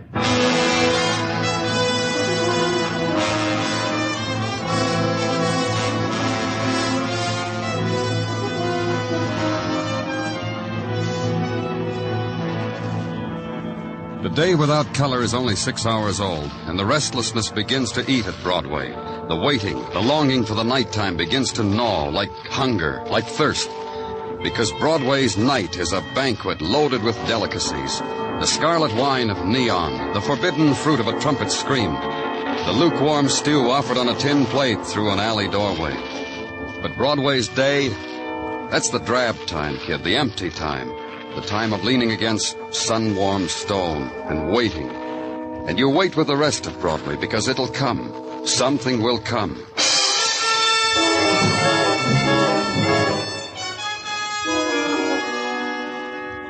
And it does. You know that because Broadway nudges you with an elbow, winks, says, "Follow me, kid. The day has turned bright." And it's not far away where the day is bright. On 39th Street, just off 7th Avenue, in the Garment Center. The crowd is already there ahead of you, toothpicking its last bite of lunch, digesting the spectacle of a man sprawled on the pavement. The dress rack he'd been pushing lay beneath him. There was a scissors in his back. His blood sketched a new pattern on the bright, flowered silk prints. And the man, heavy in the shoulders, pushing a space into the crowd so you can be close to it, so he can fill you in on it. You got here fast, Danny. I was shown the way. Who is he, Muggavan? His wallet says he's Thomas Hart. His Social Security card, YMCA membership, it all says he was Thomas Hart. These people know him. I've been calling him by name. He don't answer for 20 minutes now, I'd say. Any of them see it happen? No, I asked around. They were all busy with shop talk, with wife and kid talk, with union talk. First thing they noticed was Sinclair Stylecraft's new sample spring line was spilled in the gutter. They kept the cabs and trucks from running over the dresses. Sinclair what? Sinclair Stylecraft. See? On their dress labels. Huh? A dress manufacturing place up the street. He worked there. They all told me that, and I didn't even ask. Keep them back, Muggavan. They're waiting for us to act something out. Just keep them back. After a while, one of the onlookers glanced at his watch and hurried away. Lunch hour was over, and he'd be the big man around the water cooler this afternoon. Something big just happened to him. He'd seen a man with a scissors in his back. And a girl looked up from the pavement, smiled across the crowd to a boy in a sports shirt, and walked away slowly. And a woman in a youthful hat took her place. In a few minutes, it was all over. Two men threw a blanket over the face of Thomas Hart and carried him away.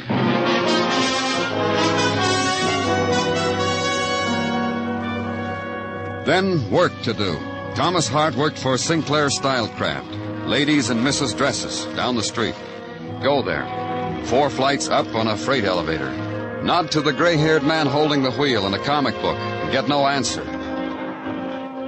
And through the rows of sewing machines where 100 women spend 8 hours a day with a dress pattern and a bobbin. Then finally ushered into the office of the man of destiny for the 4th floor, Mr. Justin Sinclair. Sit down, Mr. Clover, Danny Clover, police. About what happened downstairs? That's right. You want a cigar? Tell me about Thomas Hart. Sure, I'll tell you. You don't mind that I'm smoking, do you? Oh, Tommy. What's that supposed to tell me? Look, I've been in business for a long time. A man gets hard driving for $1. Takes a time like this to make me know what kind of a man I've gotten to be. I'm not asking you to weep for the boy, Mr. Sinclair. I wish I could weep. That's just what I mean. I've forgotten how. Tommy was a bright youngster. So what if he was pushing dress racks around? I did it once. Tommy was interested. Tommy asked questions about the business. I'm sad, Mr. Clover. Don't laugh at me. I'm more than sad. I'm horrified. Mr. Sinclair? Well, come in, Stella. Miss Croft, Mr. Clover. Mr. Clover is from the police. Yes, they told me in the shop a policeman was here. That's why I'm glad you did. He wants to know all about Tommy. What do you want to know, Mr. Clover? Well, as much as you can tell me. Mostly why somebody murdered him. Tommy was an errand boy and pushed dress racks. I'm sorry he's dead, but frankly, he annoyed me. How? Oh, Mr. Clover, come now. Look at Miss Croft, will you? Just look at her now. I'm looking. Does it annoy you, Miss Croft? Not yet. If you came into my office and stared at me sitting at my drawing board, then if you grinned, then if you winked... You really couldn't blame Tommy, Miss Croft. Natural, normal. Don't you do it, Mr. Sinclair. Quite a girl, huh? Quite a young lady. What else about Tommy? Not a thing. Me either. All right. Where does he live? I can tell you that. Follow me out. I'll get the address for you from our personnel man. Yes, you'll find Sinclair Stylecraft Cooperative, Mr. Clover. Anything at all.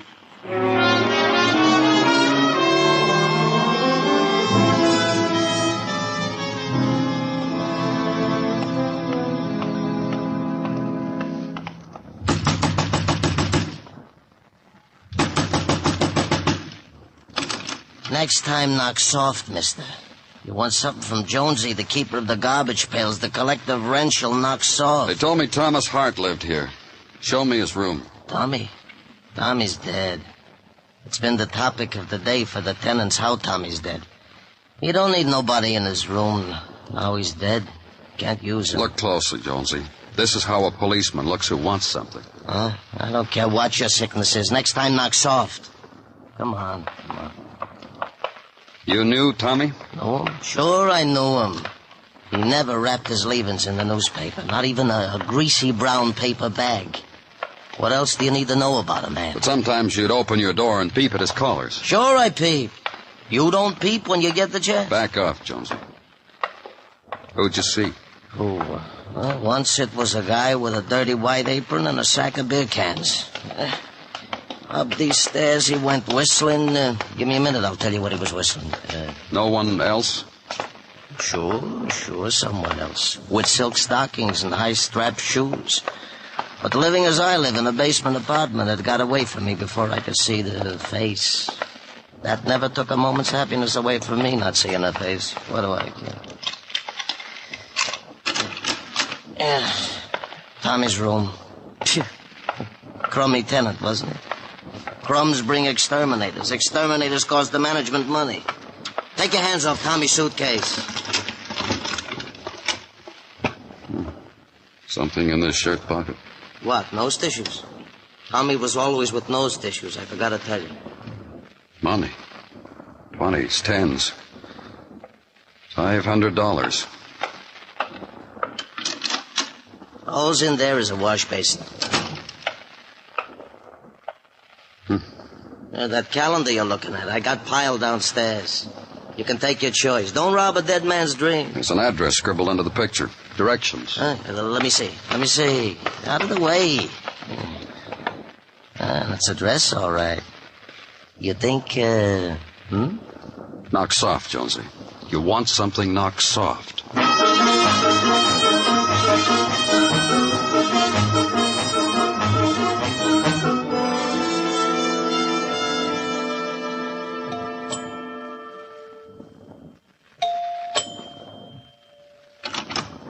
Yes? The nameplate on the door says this is the residence of Justin and Elizabeth Sinclair. Is that right? No, I'm Mrs. Sinclair. What is it you want? Well, my name's Danny Clover. I'm from the police. You're from the police. Well, come in, please. My husband phoned and said a policeman might be around. Oh, my. Girls, we're raided. Oh, I was just fooling. No, Mr. Clover didn't come here to break up our canasta game, did you, Mr. Clover?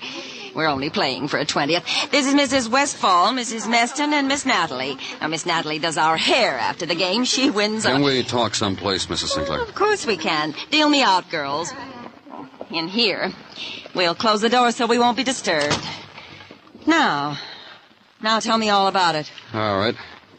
I came from Tommy Hart's room a little while ago. He had some directions penciled on a calendar. The directions brought me here. Well, but I don't understand.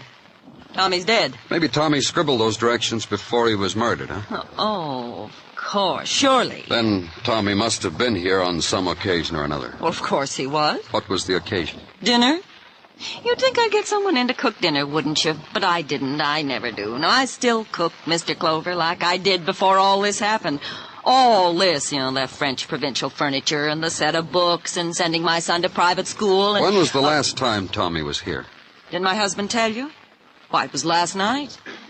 Just last night, Tommy was sitting in that chair you're sitting in now, with that girl draped over him, lighting his cigars and waiting on him hand and foot. What girl did that? Well, the girl Tommy brought with him to dinner. That bleach blonde from the shipping department. In my house, imagine. Why my husband tolerates it. What was the girl's name? Jenny. Jenny Morrow, I think. And she works for your husband? I told you she did. In the shipping department. Checker or something, I don't know. He invited Tommy over because Tommy's bright, and maybe someday he could learn the business. But why the girl, I don't know. What else can you tell me about Tommy? He ate everything that was put on the plate in front of him. What else? What else? Mr. Clover, I'm a married woman. I've got a son taller than me and... She took me by the hand to prove it. Back to the canasta table. The son was doing fine, wasn't he, girls? Wasn't he? And her life with Mr. Sinclair was all a girl could ask for, wasn't it, girls? And what right had a policeman to come nosing around spoiling everything? The card game, the hairdos, making the canapes grow cold, letting the ginger ale turn flat just because someone stuck a pair of scissors in her husband's errand boy. So I explained the rights of the dead, and the girls cried. Scooped up the cards, shuffled, redealt, and I got up.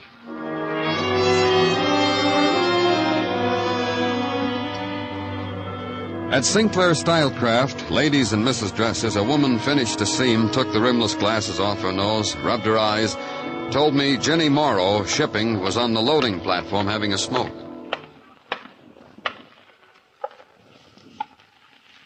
You can keep looking at me, mister. The view is for free. Teeth, courtesy Dr. West Miracle Tough Toothbrush. Hair, courtesy Peroxide 10%.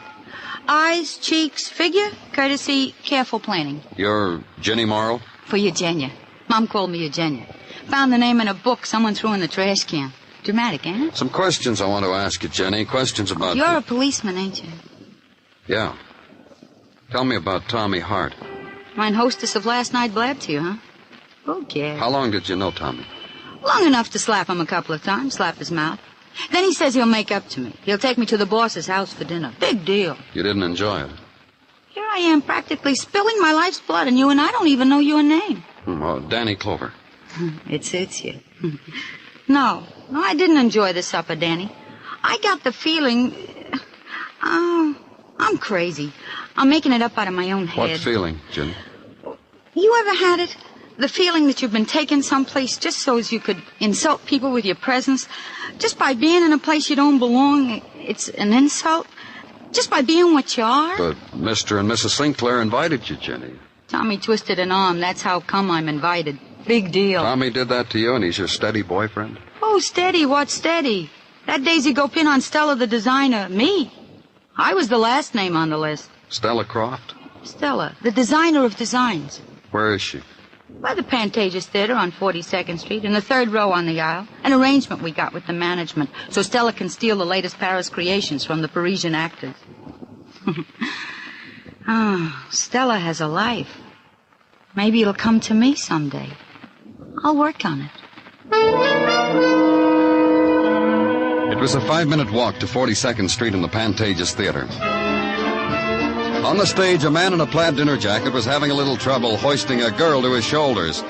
But when he did, they were fine together, circling faultlessly to the music. By the time I got down front, the man was holding his partner over his head, spinning, smiling, and turning red. Stella Croft was there, all right, pad and pencil poised, staring at the act. The dancers bowed. Everybody applauded. Everybody was happy. Not Stella. Stella with a scissor stuck in her side. Lifeless Stella. Dead Stella.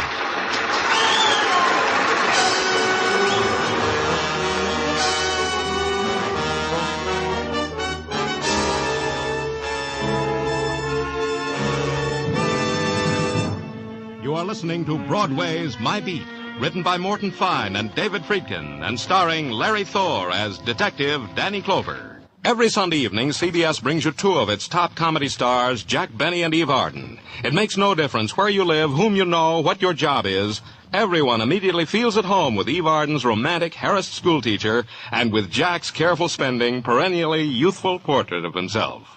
CBS cordially invites you to join them this Sunday again when Eve Arden plays Our Miss Brooks on most of these same stations, and Jack Benny and his gang are heard on them all. Now the second act of Elliott Lewis's production of Broadway's My Beat.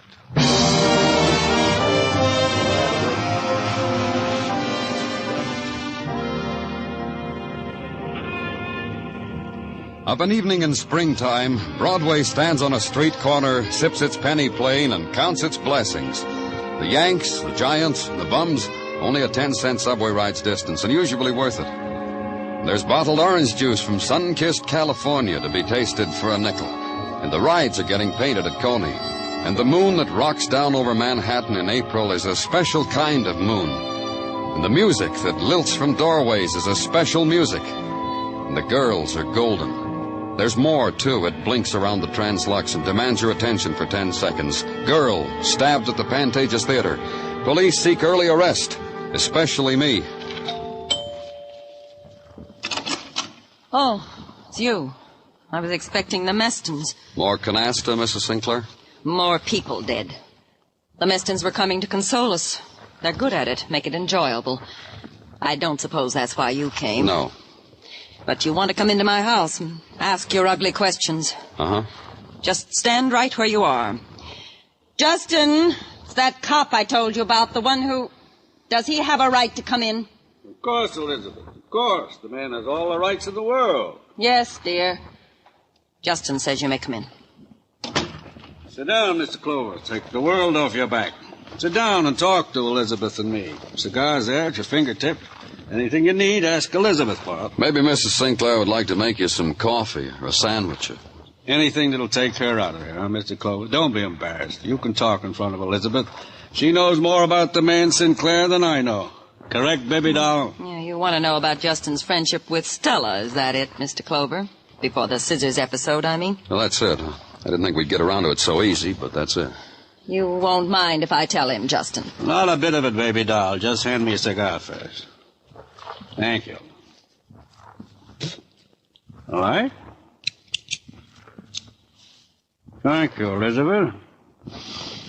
Anytime, Mrs. Sinclair. This friendship, as you called it? It was you, Mrs. Sinclair. I remember because it surprised me, the name you gave it. You thought it.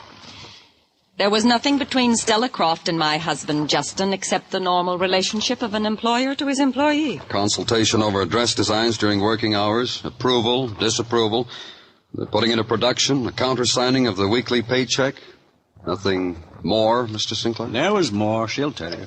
There were the times my husband Justin took her to fashion shows, to dinners for the buyers at expensive places. There was the time of a manufacturers' convention in Atlantic City. Justin called me every morning, every night. Stella was pretty. Some people thought lovely. She brought us customers, made us richer. That was what was between Stella and my husband. Nothing more.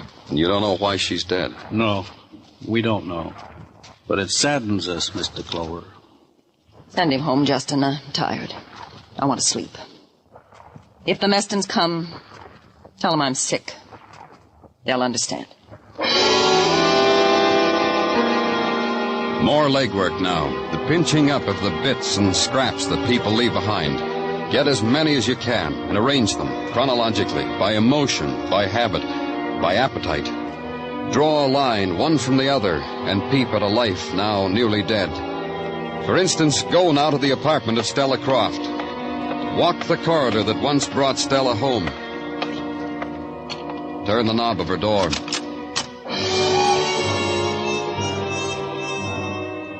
The girl in the room was wearing slacks. She watched me close the door and blew a smoke ring from her cigarette. Watched it die. Then she smiled at me. Hi, Danny. What are you doing here, Jenny? Oh, taking the tour. Seeing how a girl lives when she works in the front office of Sinclair Stylecraft. Gosh, Quilted blue satin. How did you get in here? Did you see the superintendent downstairs? Yeah. Did his eyes light up when he saw you? Huh? Jenny, how well did you know Stella Croft? Who gets to know a dame like that if you're another dame? Look, Danny, I'm not the type to be a Pollyanna. My mother told me, Jenny, never be a Pollyanna. Stand on your own 2 feet. You don't like somebody, don't like them. And that's how I felt about Stella, to a T. Because she had all this, because she was going out with Mr. Sinclair? So I was jealous. But this apartment is something to get jealous about. You're going to try your luck with Sinclair? He's already noticed, Danny. The day that I wore that black velveteen with the peasant blouse, he spent practically the whole morning in the shipping department giving me a personal supervise. You want me for anything more, Danny? No. Just be around where I can find you, Jenny. Oh, sure, Danny. I really would, Danny. I'd drop all my appointments.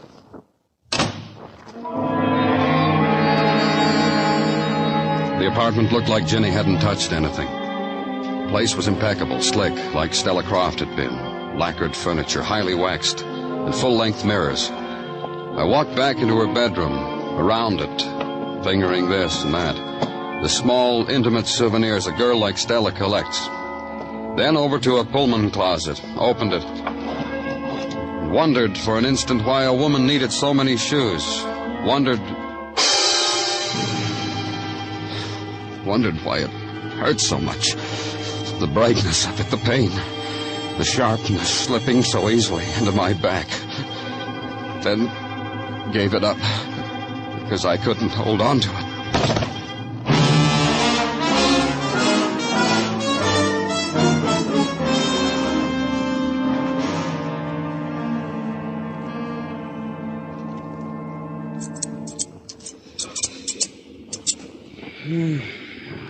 Now the finishing touch, Danny. The claim to fame of Dr. Sinsky. In medical school, it was always commented upon how Dr. Sinsky finished off his handiwork. It's the bedside manner. I don't need it. Yeah, that's right. You don't need it, Danny. Now hold on to something, Danny. It'll hurt. Yeah, hold on to something, Danny. To me, it's gonna hurt. He held on to something. To me, and it still hurt him. What is it with you, Dr. Sinsky? Maybe you need a refresher course in adult medical education. Unruffle your feathers, Mother, Detective. I'm all right. Yeah. Listen to him, Doctor. Last night he got a hole in his back from unsharpened scissors, and this morning he tells me he's all right. Okay, if I go back to my office, Dr. Sinsky? You'll need rest, Danny. I'll bear it in mind. Okay, check me in the morning. You hear, Danny? You hear? Yeah. The debt piles up, doesn't it, Doctor? What debt? What are you talking about? I'll count out the times you've eased the pain. I'll let you know. Get him out of here, Gino. Yeah, come on, let's go, Danny.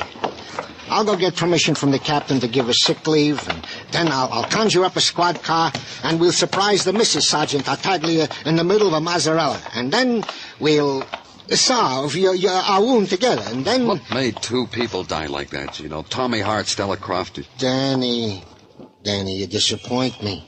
You are thinking on your sick leave time. What ties it together, Gino? Danny, if I tell you, you promise to let me manage your sickness? Huh? What ties it is Tommy Hart and Stella Croft were once married in that place in Maryland, on that quick marriage plan? I ain't making it up, Danny. Muggavan dug it out of the records. It was a secret between you 2? Oh, Danny, it don't mean nothing. They got it annulled the next day. That unties it. Danny, you're jeopardizing your good health. Danny!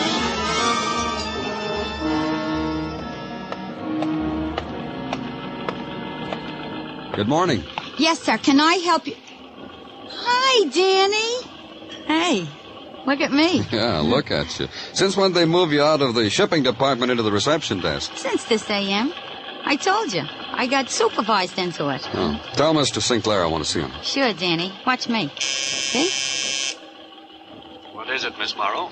There is out here at this moment the gentleman of the police department, a Mr. Danny Clover. Show him in, show him in. Very good. Through that door, Danny. Thanks. Hello, Mr. Sinclair. I'm a busy man, Mr. Clover, but I always have time to talk to you. Mr. Sinclair, how much of your affairs can you get in order in the next 15 minutes?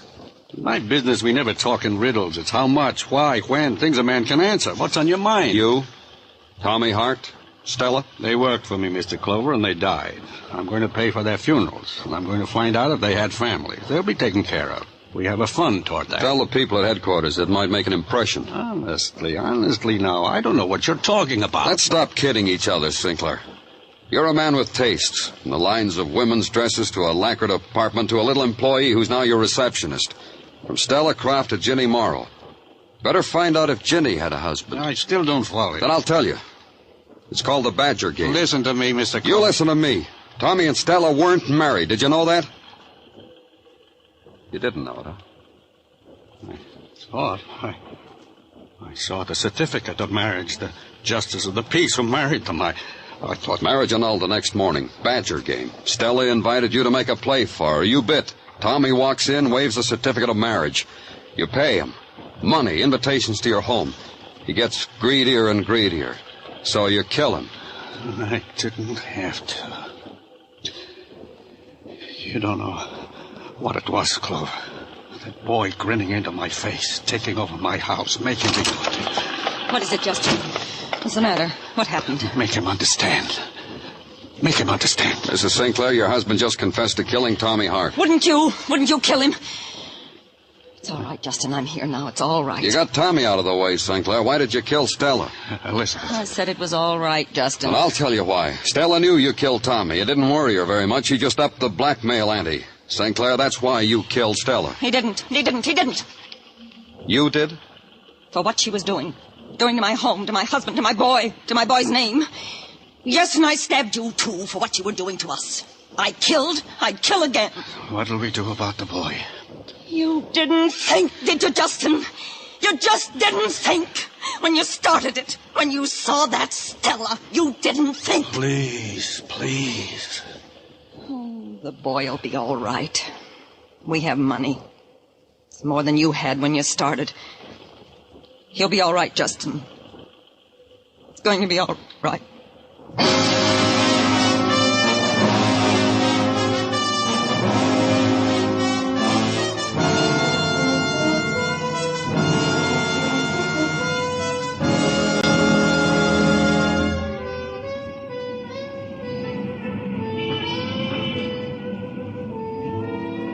In the April night, Broadway echoes with sounds heard only in darkness. The whispers that speckle places where there's no sun. There's a touch on your coat, you turn. There's no one. Nothing. Only the trail of dust on your shoulder. It's Broadway, the gaudiest, the most violent, the lonesomest mile in the world. Broadway, my beat.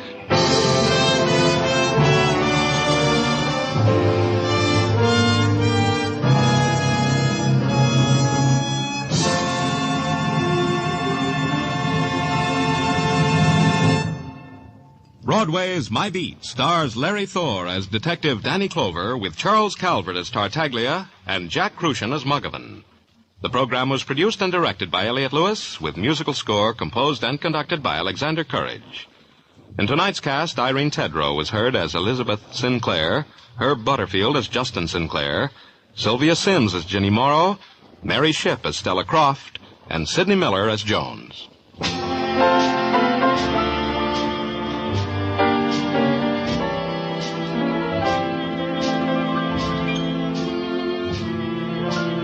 If you're in the mood for mysteries, you can try CBS almost any old evening. And there's a top-notch thriller on hand for you. Tomorrow and every Sunday, it's Charlie Wilde. Monday nights, the top Hollywood stars appear in original thrillers on the Hollywood Star Playhouse. Thursdays, there's a swell night for mystery and thrills on CBS. Suspense, Mr. Keen, and the FBI and Peace and War are heard on most of these same stations. Stay tuned now for Sing It Again, which follows immediately on most of these same CBS stations.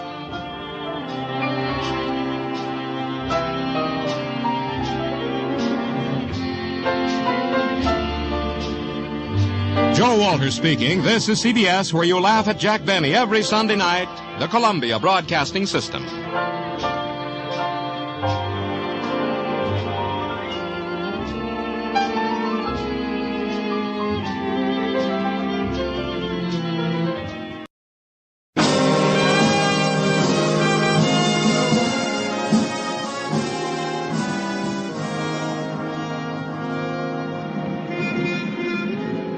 Broadway's My Beat, from Times Square to Columbus Circle, the gaudiest, the most violent, the lonesomest mile in the world.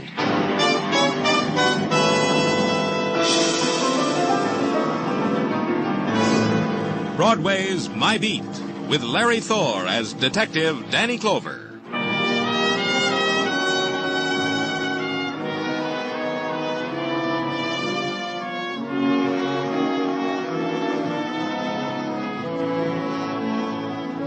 In springtime's early morning, Broadway depends upon the mood you're in. Now the seesaw of color is gone, the riot of night sounds is stilled, and the revelers have found their sleep. There's nothing here but litter and mist, and the beginning sunlight. But it's the start of an April day. That's something. You walk into it. And there's something else. The man standing against the lamppost, staring, hands locked in back of him, and last night's newspaper trapped against his leg. Walk past him quickly, kid. It's better to start the day with a cup of coffee.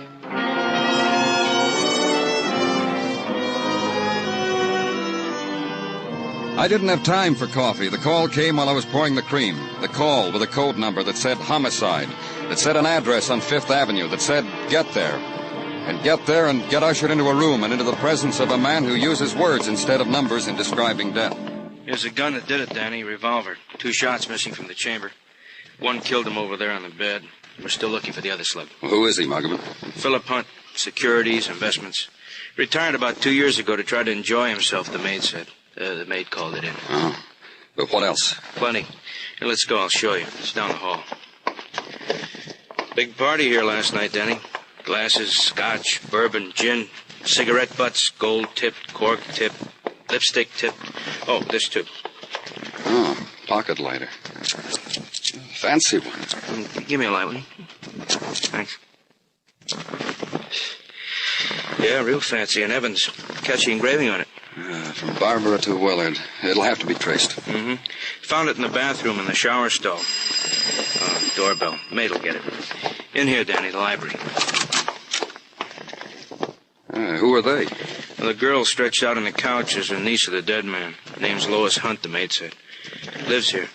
Him, the soldier over there on the chair. The maid didn't know him. Never saw him before. Well, how about the rest of the people at the party? Nothing there yet. Maybe the girl and the corporal will know when they come to. Dr. Sinsky gave him a needle. A needle to a couple of drunks? What are you talking about? They're not drunk. Their drinks were doped. Yeah, the girl's glass smelled. The corporal's the same. Dr. Sinsky said it's fortunate he got here in time. Then the gathering together of the police reporters and the press photographers. The statement for the noon editions, the jolly farewells over the dead, and the promise of the mention of your name. The bribe for more detail, more, you know what, Danny, gotta compete with the comics, kid. And the walking away from it.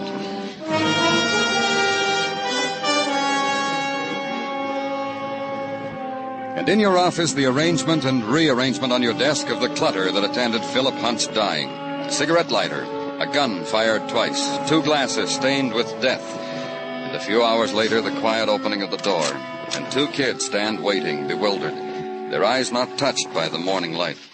Dr. Sinsky said it was all right for you to interrogate us now. He said... Oh, come in, Miss Hunt. Corporal. Here, sit down. Thanks. You sure you feel all right, Miss Hunt? No, I'm fine. Just a little dazed. I've had other mornings like this. Maybe not quite so sad. Uncle Phil dead. You, Corporal? I'm fine, sir. Just fine. Oh, he'll be all right. Dr. Sinsky's a good man. You two known each other long? Been going together a long time? Yes, sir, a long time. Maybe 5 or 6 months. I saw Lois at a USO dance. You're lying, Tommy. Don't tell a man a lie. I know what I'm doing, kid. Just let me... Maybe you don't, Corporal. You tell me, Lois. I only met Tommy last night.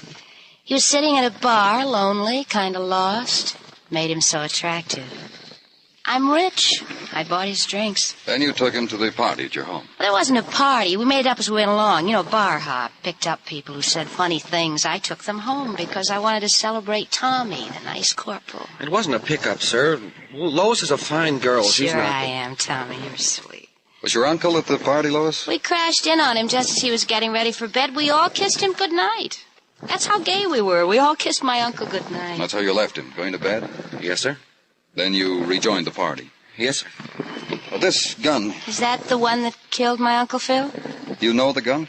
It's given to my Uncle Phil by his employees. They know how he loved guns. You know the gun, Corporal? Yes, sir. Lois took it out of the case so I could show the party how a soldier uses a gun. Who'd you show your tricks to, Tommy? Who else was at the party? I don't know, sir. Honest, I How don't know. could he know them if I didn't? They were strangers, funny party strangers. We had fun. Yes, sir, just fun. Then I passed out. And Lois was sitting there already passed out, with a book in her lap. She'd been reading poetry to me, and she passed out. And I laughed, I remember, and... Danny, Pardon me. Danny, they have traced the cigarette lighter from descriptions distributed hither and yon by calm, efficient men on the beat. Oh, you'll tell me, huh, Sergeant Tartaglia? Sold by Tiffany's to one Willard Jordan, 2346 East 80. Steady customer by Tiffany's. Me, I only gaze in their windows on Sundays. All right, I'll check it. Do that, Danny. And also bid adieu to Miss Hunt. Her wealthy lawyer has put up bail for her. And the corporal? No, arrangements have been made with the military. Him we can keep. Bail is only for the likes of Miss Hunt. Yeah. Take care of things. Be calm and efficient while I'm out, Tartaglia.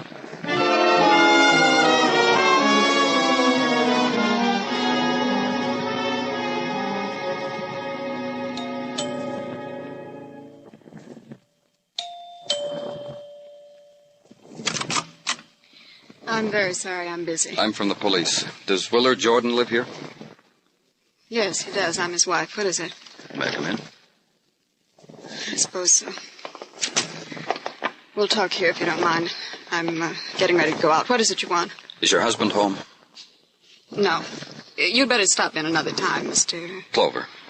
Where is your husband? I don't know. I didn't invite you to go in there. Where do you think you're going? Is he your husband? Pepe, I told you if you stared in that mirror once more, I'll scream. Sit down. Sit down and drink your drink.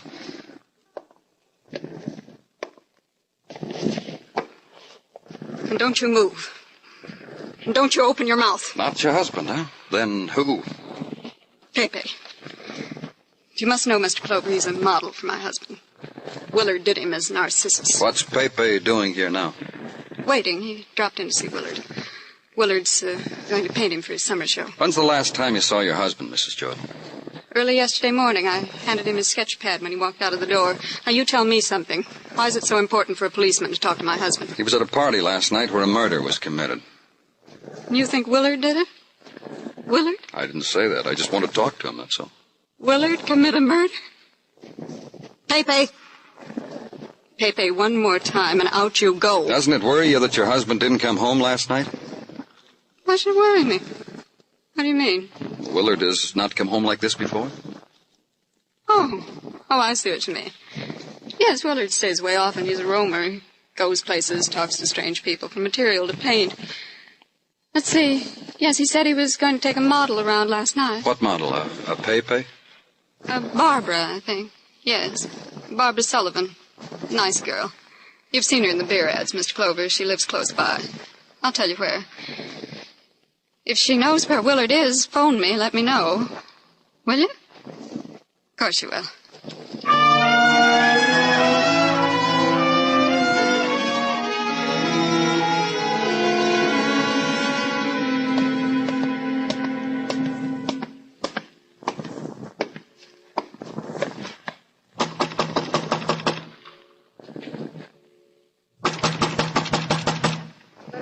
Slip it under the door. I'm trying to get some sleep. Open up, Miss Sullivan. It's the police. Must be kidding. Open up. The door's unlocked. Walk in.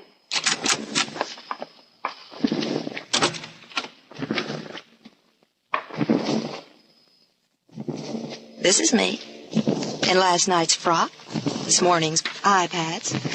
Trying to sleep away the bags under my eyes so you won't lose a kick when you draw mustaches on me on the billboards. Mrs. Jordan told me you might know where her husband is. Melissa told you that? Good old Melissa. We want Willard for suspicion of murder. What? You were with him last night, with Willard. Where is Willard now?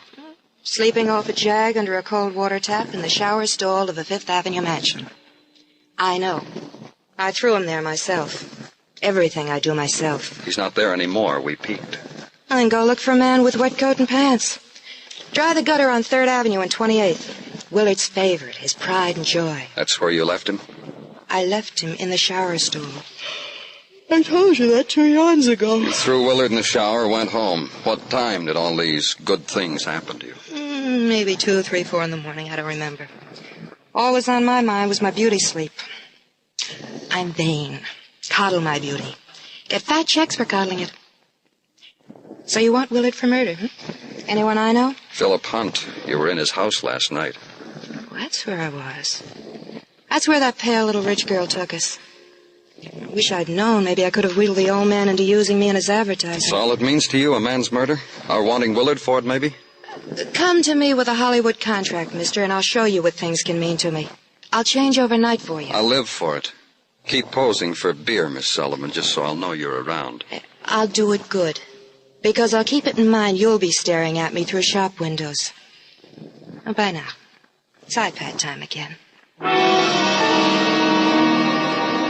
So a half day had gone by and I had nothing.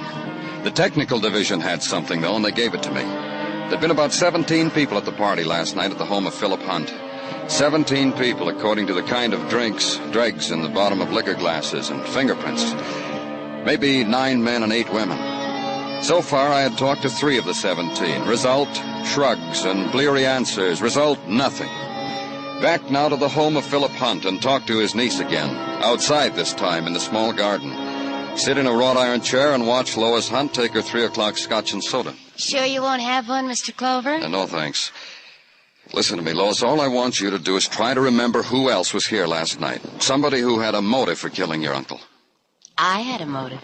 Money. I inherit most of the estate. How's Soldier Boy Tommy? Nice kid. I'm going to visit him tomorrow. You mean you just picked these people up and brought them home? Oh, sure. Grab bag. You never know. Miss Lars!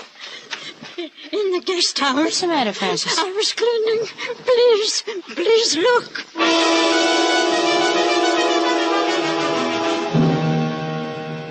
The guest house was just across the garden and up a few steps. The place was neat as a pin. Starched linen curtains, maple chairs, and 3 shag throw rugs placed at interesting angles. On the one that stretched diagonally across the floor was a man. I knelt beside him, away from the blood stain that had spilled from the bullet wound in his chest. His coat was still moist, and it was spread open, and there was a label on the inside pocket. Tailored, it said, by Jensen's Mills, expressly for Mr. Willard Jordan. And Mr. Willard Jordan was dead.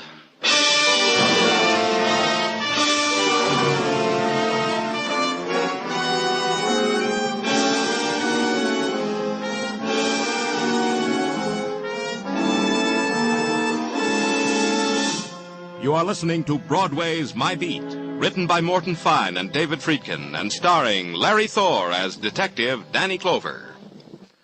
With the kids of the Beverly Hills Beavers to the right of him and those 2 curious revenue agents to the left of him, Jack Benny meets plenty of trouble this Sunday night on CBS. Be listening, be laughing with the Jack Benny Show tomorrow night. And be with us, too, for the fun with Eve Arden as our Miss Brooks on most of these same CBS stations.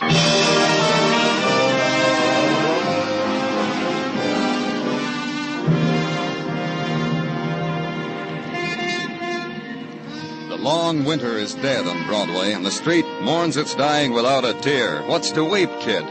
The dawn banging on the radiators, tearing sleep into pieces on a cold morning? The standing on the street corner in the night wind, trying to thumb through the racing foam with 100% wool mittens? And the girls so bundled up you can see their face? That's to weep? Give me the springtime, kid. In the springtime, things bud and blossom. The girls, the neon flowers, the field of golden daisies on the Trans-Lux. Look at it now, kid. Artist dead in 5th Avenue guest house.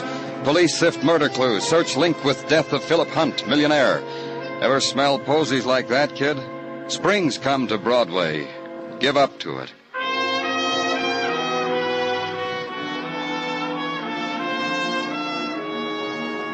And at police headquarters, that's just what Sergeant Tartaglia did. He gave up to it.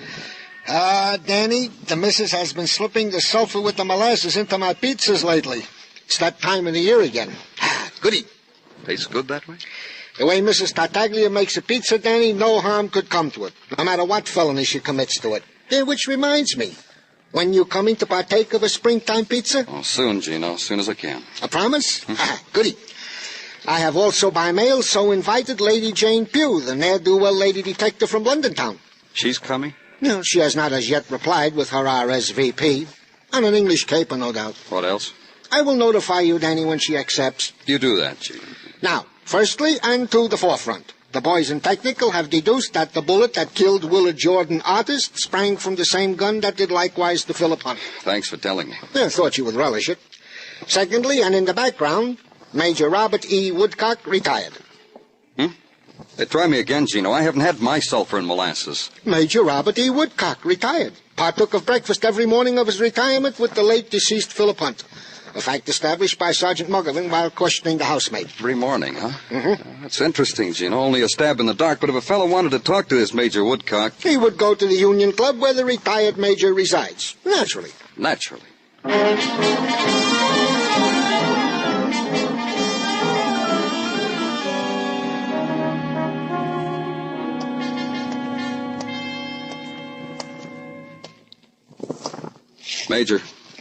Major Woodcock. Wake up, Major. Wake up. It never ends. It never ends. Major? I'm awake, young man. Awake. A recurrent dream, you know. Never ends. Always cut off when it gets interesting. Always cheated of the ending. I'm from the police, Major. And don't pussyfoot, boy. You're from the police. Be proud of it. Nothing to be ashamed of. Walk on tiger's feet. About Philip Hunt. My friend. My old friend. Chaperoned a mademoiselle around Paris in the old army days. Together, Phil and I. Many sunny days to remember. You want to know if I was with Phil the night he died? Were you? Dropped in for a brandy, game of chess. A lot of young people took me in tow. Made me act the major with a boy. A young corporal who was there. I'm afraid it was a rather pathetic entertainment. Then you got away from them. They were happy to dismiss me. Shunted me upstairs to old Phil.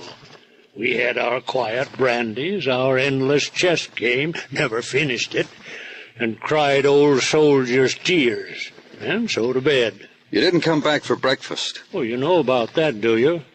Had breakfast with Phil every morning since our discharge. In the library, 7 a.m. Pleasant. Then we'd putter around in the garden. Pleasant. A ritual. But you didn't come back that morning. Why? Too tired. Overslept. Overbrandied. I wish I had come back. Why? Bid Phil a good journey. Dead men can hear things like that, you know. Pleases them. There was another reason I wish I'd have come back. What, to console Lois? Hadn't thought of that. No. To thank Phil for including me in his will. Left me quite a sum. Enormous sum. Quite an overpayment for my work in his garden. But you knew about that. No, I didn't. Makes me a suspect, though. It does. It should be interesting. When do you ask me about Willard Jordan, the artist? Right now. Painted my portrait, Willard did. There it is, hanging in back of me. Major Robert E. Woodcock, retired, leaning against a field piece. Classic claptrap. But I've grown rather fond of it. That's all there is of me now, me and it. I can always reach you here, Major. Phil's gone. Where else would I go?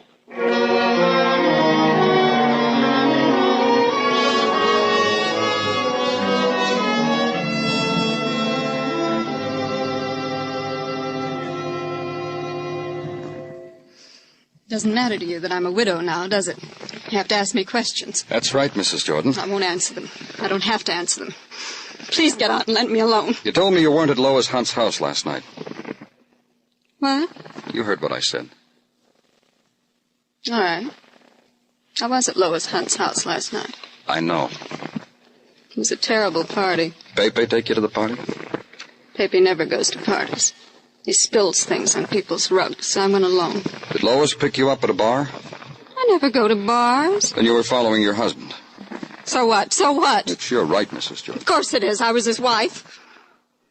Just tagged along. Just in case Willard got into trouble with that brewery poster, that's all. Saw Willard go into the house.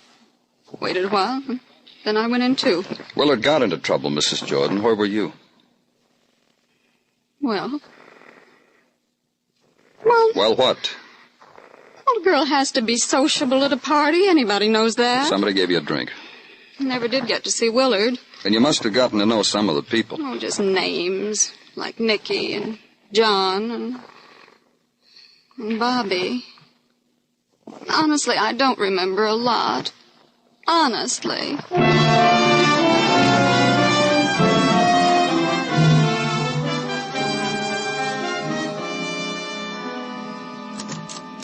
Can I see you, Danny? Oh, sure, Muggavan. Come on in. What have you got? Got a report here from the fingerprint department.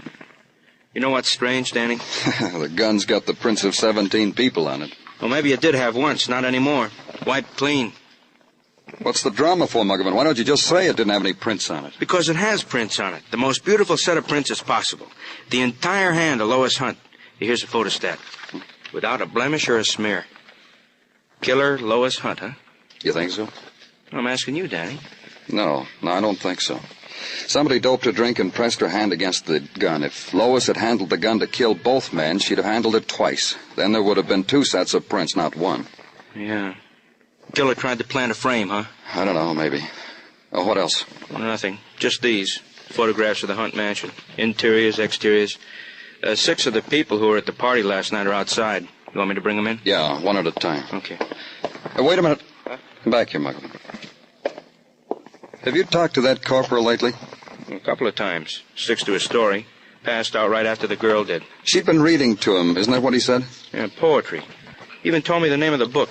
Sonnets from... Look at this picture, Muggavan. Huh? Library where the kids were found dope. Boy sitting here, girl there. Yeah. See any book near them? Now, look at this one. Picture of Hunt, dead in his bedroom. Squint, Muggavan. What's the name of the book? Yeah. Sonnets from the Portuguese. You don't have to talk to those people now, do you, Danny?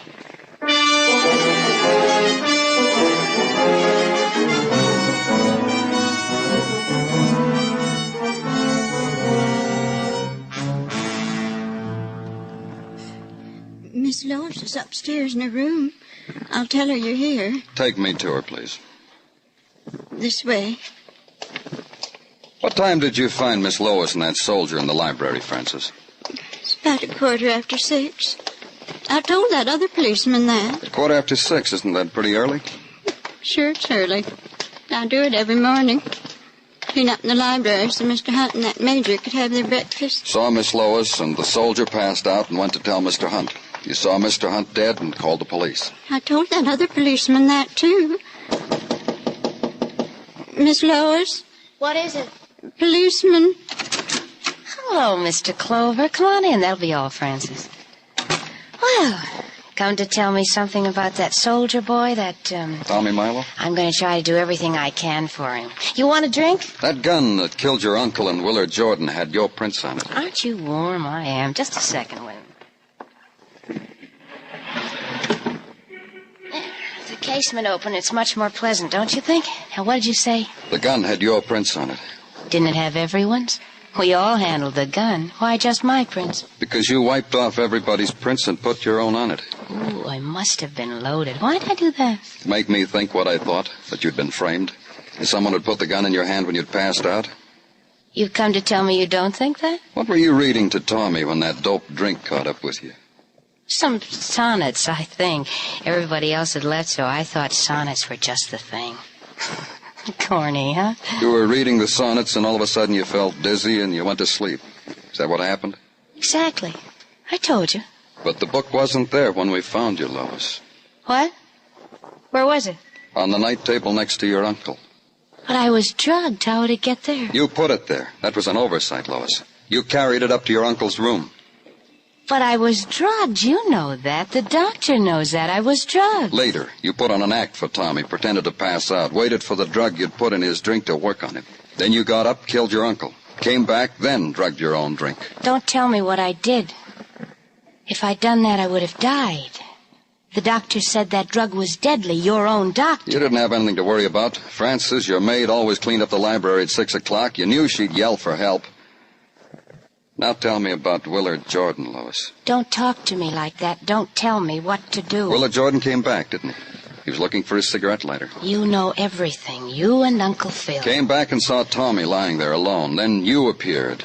You had a gun in your hand. You're so smart. You walked Willard to the guest house, killed him because you had to. Smart. Uncle was smart. Told me what to do, why I had to do it. It wasn't just the money. You had that. Your uncle gave you everything you wanted. Like I was a little girl, like I didn't know my own mind, just the way you're talking to me. Let's go, Lois. No. Come on. No, I won't go.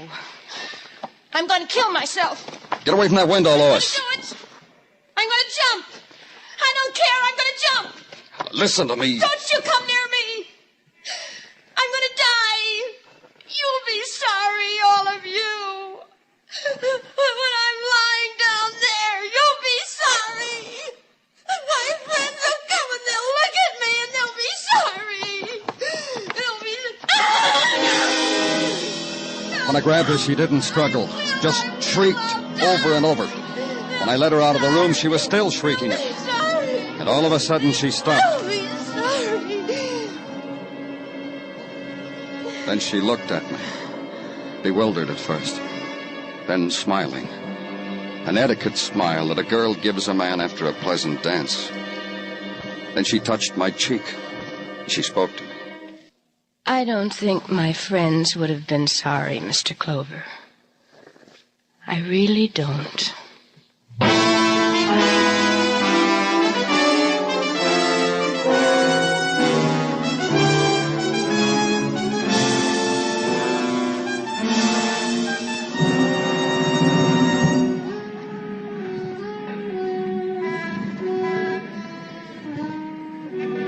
On Broadway, the fury of the night races against the time of dawn. It needs those hours to prove itself. The mob, the grinning faces, the voice that whispers. But hurry, time's at your heels, and the night lasts only so long. It's Broadway, the gaudiest, the most violent, the lonesomest mile in the world. Broadway, my beat.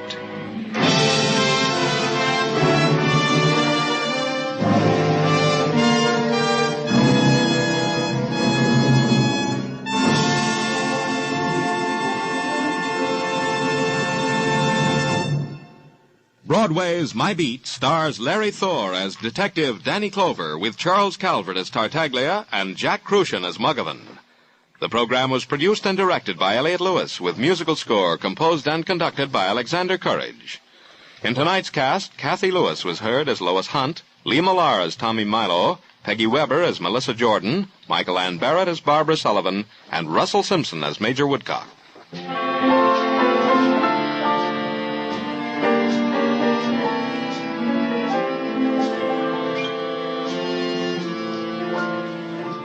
Our defense program today calls for sacrifices, but the better we produce, the fewer those sacrifices will be. To do this most effectively, we must all work together toward top productivity.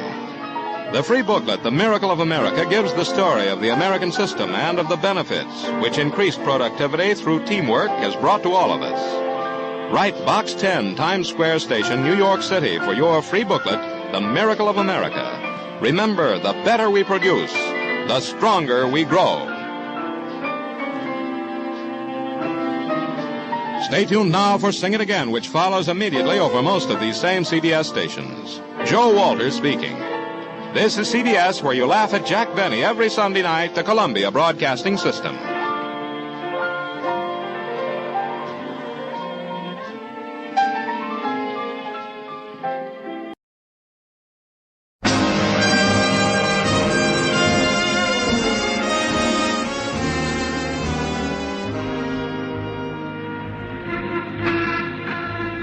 Broadway's My Beat, from Times Square to Columbus Circle, the gaudiest, the most violent, the lonesomest mile in the world.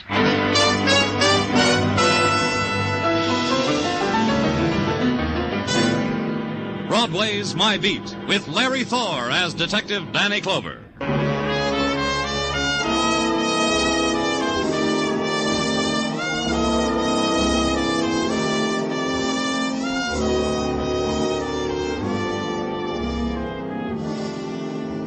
carnival scream rises high on Broadway, carried high on plumes of neon light, and its shape is of many things. The metallic anguish of a trumpet shriek, the futile beating against closed doors, the laughter, bargained for, bought, paid for under the winking girl in the spectacular. Broadway's scream rises, shatters into fragments of glitter, prowls through the city, and finally touches you. Wherever you are, it touches you.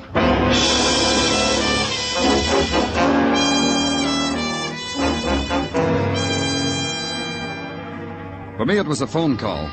A girl dying, it said, from a jackknife in a dime dance palace on Broadway. Come to it, Danny. Maybe you can grab yourself a free dance. The welcome committee is out, the pale girls with the scarlet streaked across their mouths, and the restless scarlet-tipped hands playing in the spinning lights, reaching out for you. Someone called, said a girl was hurt. Where is she? Me, I called. Sure you don't want to dance with one of those girls first? Where is she? Miss Square. You're a square policeman. Come on, I'll take you to her. Georgia's the neat type, don't like to spoil the fun. That's why she picked the lonesome lounge to die in. You got it picked out where you're gonna die. You should. You really should. The lounge with beaded curtains. With Georgia. Get out, go dance. It's all right, Danny. You? You, Georgia? Me, Danny. Fran can stay. She's my good friend. Okay if she watches me die, isn't it? Who did it, Georgia? A dancer. Keen dancer. You should have been here for his mambo dancing. It was a show. Who? He stabbed you, Georgia. That makes it all right to tell me. Who was it? He bought $5 worth of tickets. A man like that, you feel you know. Don't ask his name. It spoils it. With this knife? Yeah. While dancing. I'm keeping it for a souvenir. Make sure it's with me in the coffin, huh, Danny? Promise. You're a long way from home, Georgia. What brought you here? I like it here. Come here a lot. It's peaceful. The man blows the bugle so peaceful. The crowd, Georgia? Will the boys in the crowd stab you because you're not liked anymore? How can you talk when he's... Listen to it, Danny. Listen. A girl feels young again with music like that. A girl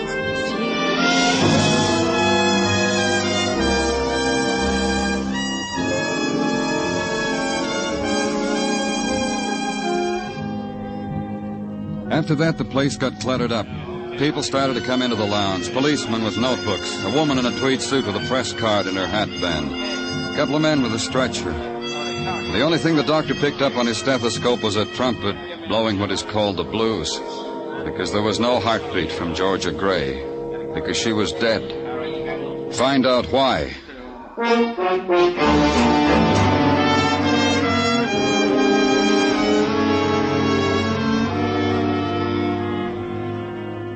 Go now to Mott Street, where it intersects an alley whose name no one remembers. Climb 4 flights of stairs and wonder briefly why the quality of sound and light in a tenement is like nothing else in the world. And walk a corridor where mice and men live together in perfect tolerance. And stop at a door.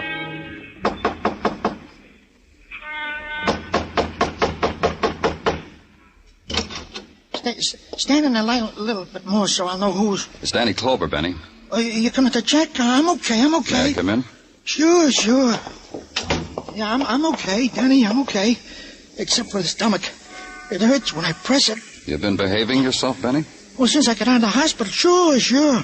I'm beading now. He taught me to make things out of beads when I was resting in a ward. Belt buckles and ladies' accessories. You know why I came here, don't you? I ain't a stool pigeon no more, Danny. I got cured of that, too. I'm a beater now. Who killed Georgia Gray? I'm a beater. How long since you checked in with your parole officer, Benny? Oh, Danny. What about Georgia? You know as much as me. Georgia was close to Nicky Gowan. You know that. Bought his shirts from him. Ran down the drugstore for him. What's the word on Nicky? The crowd ain't happy with him, Danny. Oh, Danny, leave me alone. I got an order from a lady down the hall for a love bracelet. I got to deliver today or I'll be breaking my contract. Nothing else, huh? So help me, Danny. Nothing. Where's Nicky Gannon? I'm a beater now.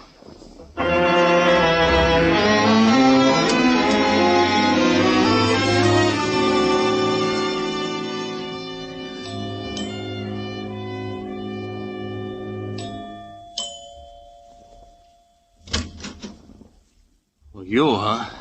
Off your beaten path, aren't you, Danny? Inside, Nicky. Don't strong-arm, Danny. I was going to invite you in anyway.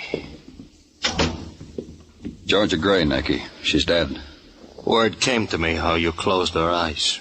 I wish it had been me. Maybe you got there ahead of me, Nicky. Maybe you went dancing, saw Georgia in a place you never thought she'd be. Killed her because she was getting away from you. Oh, you're tired, Danny. Awful tired. No one gets away from me, not even the dead. Come on into the den. I want you to meet my mother. She'll be hurt I don't show her my friends. All right, Nicky. I wouldn't want her to be hurt. You'll wish yours had been like her. Just wait. Mother, look what I brought you, Danny Clover. Sit down, Danny. Have a mint. Nicky has 'em made up special for me. Thanks. Well, special, huh? Nothing too good for my mother. It's always been like that with my son. Up to now. Nicky hasn't been good? He let his girl die in a cheap place. Dancing with another man for pay, for dimes. That cheapens his name. You could have stopped it, Nicky? How could I have known, Mother? I told you. Don't snap at me, Nicky boy. I'll slap your mouth, wash it out with dirt. Georgia liked that hole, Danny. I never understood why. She tried to explain it to me about the music, about dancing. Crazy for dancing. Who understands these things in a girl? When she had everything a girl... Everything you gave her. Everything you worked hard for. You're getting your share, huh, Mother? The funeral, too, Nicky? Will you buy me one like the one you're buying for Georgia? Let me show you the invoices, Danny. I never knew dying came so high. Inflation, huh? Maybe it'll wipe out the taste of what happened to her. Where it happened to her. It's just a maybe, son. Don't build a monument on it. Want to know why they killed her, Danny? You know, Mrs. Gannon? They think my son is finished. Done. Used up. They killed a girl to frighten my Nicky boy. And you know what? My boy's frightened. Who does that to you, Nicky? Your friends? Your boys? You'll know when you see their bodies on a slab. It'll be in all the papers. You'll save the clippings for me, huh, Nicky? Oh, is it your dream, Danny? I told you. Wonderful girl, my mother. When I got back to headquarters, there was a file on my desk. The neatly centered sticker on its front cover was typed Georgia Gray. Open it, read it, digest it. Georgia Gray, age between 25 and 29, computed from data gathered from arrests. Hometown, Salina, Kansas. Followed a soldier to New York port of embarkation in 1943, but never caught up with him. So she stayed. Counter girl in a 5 and 10. Then model for ladies' garments. Then nightclub hostess. And 2 years ago in night court, after losing a race with a squad car, she said she'd retired. Because I don't have to work anymore, she said. Know a better reason, she asked? Name linked with Nicky Gannon from here on in. Address Park Avenue. Expenses shared by Fran Holland, who said now she'll have to look around. First thing I'm going to do is get another roommate. Did you get along well with Georgia? She had her ideas, I had mine. You know what I mean? Tell me. No, this and that. Georgia was what, a pretty girl? I'd say she was beautiful. Yeah, I guess she was very beautiful. Very. Ah, but she was ruining it. Ran around, danced, but she didn't enjoy herself. I know she didn't. She only enjoyed herself relaxing here with me. Something I haven't made up my mind about. Well, you better make up your mind about it, Danny. Sure. She had all that dough and she lived with a dance hall hostess with me. You know why? Because she needed someone like me. To run home to, huh? Right. So she could have soft hands rubbing the back of her neck. To bring her cold tomatoes when she needed it. She run often, friend? Look, Danny, she was dance happy. That's why she hung around the place I worked. A little bit of music and a guy in a high waistband with 2 strong feet could make her smile like she was happy. Did Nicky Gannon mind that she stepped out on him? Why did Nicky care? He used her for a front for his business. He didn't care about her dancing. Who killed her, friend? A man. What else but a man? What man? Who? You know what you ought to do, Danny? You know Tommy Chandler? Nicky's hood? The padded shoulder that stands near Nicky with his hand in his pocket. Ask Tommy. See how he reacts when you ask him. You know where Tommy is? I know where he'll be in the morning. You know where the ducks are in that pond in Central Park? 8 o'clock, he throws them bread. Stale bread. But what do ducks know?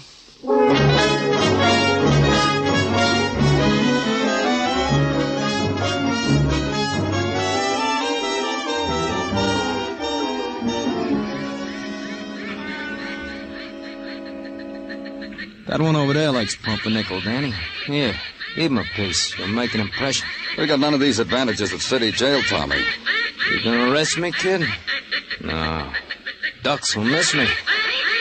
You want a piece of pumpernickel too, Herm? Sure you do. You see how Herm looked at me, Danny? Sad. Like he already knows about the arrest. What are you taking me down for? We'll think of something. Feeding the pintails in Central Park? I won't be able to hold up the head for the shame. Let's go, kid. That's your squad car over there? You gonna blush when I say suspicion of murder? That's been done to me, too. You didn't come out for a long time. Georgia. You got me case for that. Georgia was murdered. Maybe Nicky Gannon goes, too. The whole crowd will miss him. I'll tell you something else. Whoever stabbed George ain't gonna be around long, ain't he? The crowd will see to that, huh? I didn't say that. I just said a prediction, that's all. Who takes over if Nicky is robbed, Tommy? You? Take over what? A backroom poker game for matchsticks? What are you talking about? Look, baby, arrest me if you want, but don't ask me stupid questions. It makes Herm nervous. Here, Herm. Here you are, boy.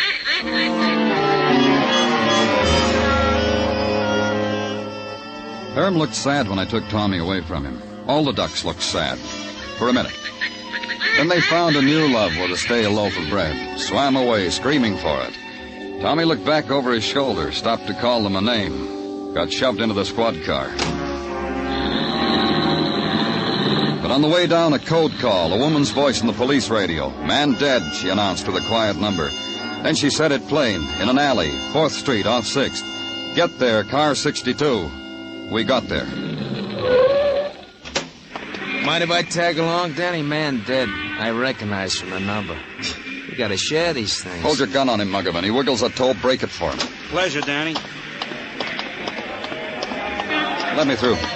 Let me through.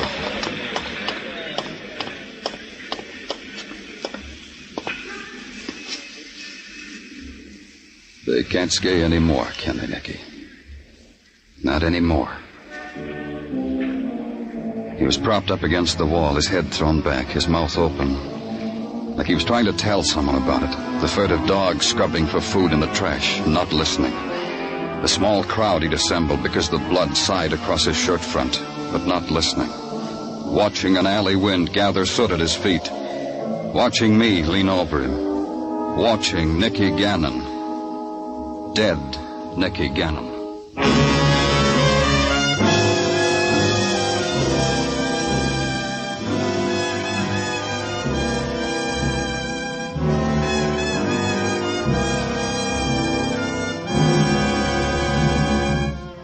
You are listening to Broadway's My Beat, written by Morton Fine and David Friedkin, and starring Larry Thor as Detective Danny Clover. You'll find Jack Benny in the desert this Sunday night on CBS. Jack and his gang are making a safari to entertain the boys at an airbase in Nevada. And for more laughs, there'll be another session with Eve Arden as the gay, romantic, fun-loving schoolteacher, our Miss Brooks, on most of these same CBS stations.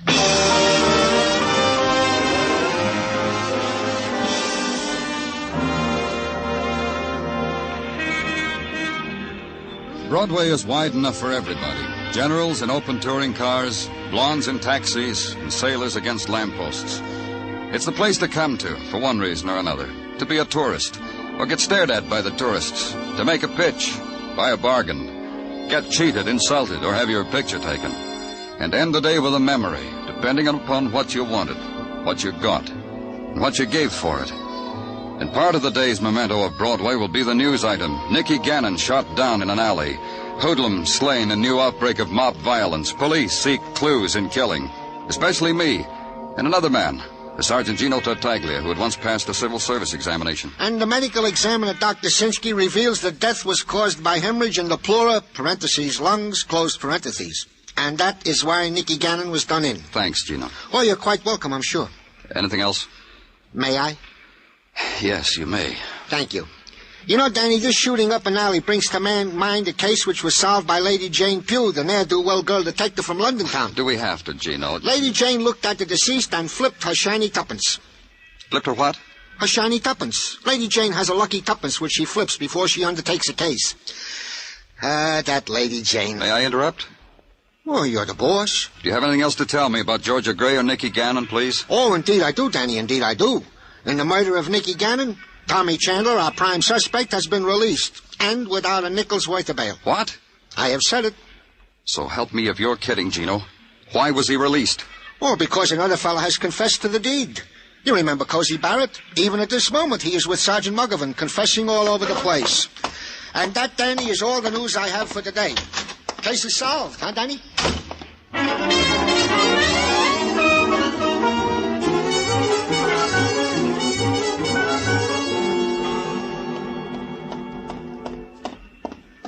Yes, and that ain't all of it, Sergeant. George ain't all of it. Lots of people met with me, then ended up under a sheet in the ice house. You killed before, Cozy?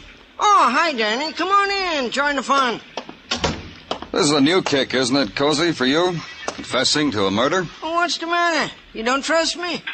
Read me to him, Sergeant. I'll brief it for you, Danny.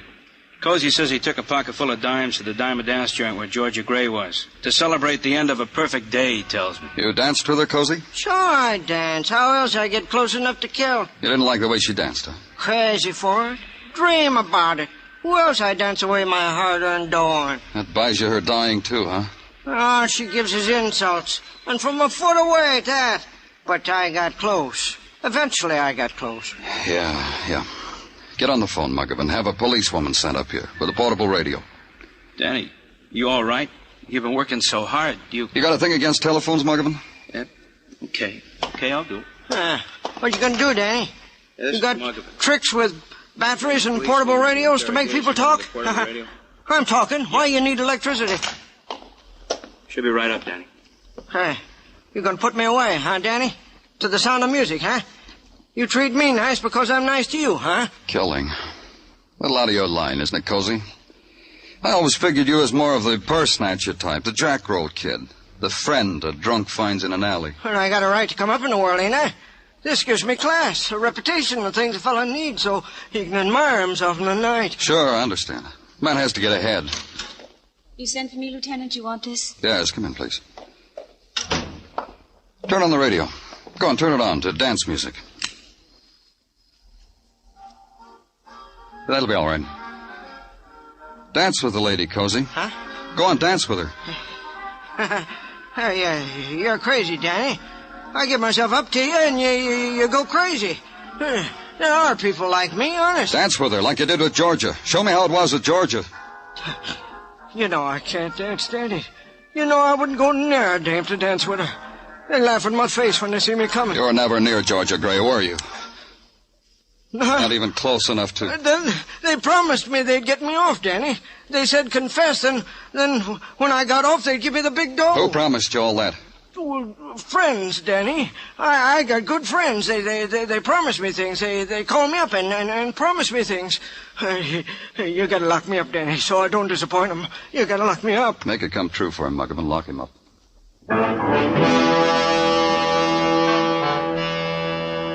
Now the afternoon was 2 hours old, and the gray had turned into a wetness, a drizzle that hung skirling in the air before it touched the pavement. But the citizens didn't mind getting wet. It was a sight to see. The funeral procession wasn't very long, not like the good old days when a gangster's death took up a mile of Broadway. Not like the good old days at all. None of the mourners walked, they all rode. And the wreaths were wrapped in cellophane, which not only protected the snapdragons from the rain, but it was more sanitary. I went along because I'd known Nicky Gannon for a long time. The rain let up a little when they lowered him into his grave. And none of the mourners stayed, not even his mother. And I wanted to talk to his mother. Mrs. Gannon? Hello, Danny. You want to ride back to town? I wanted to tell you how sorry I... You talk like that, you don't ride with me. Come on. My son was a hoodlum. Why should you be sorry for him? We've talked together. We've had a beer together. That's the reason. You cry, not me.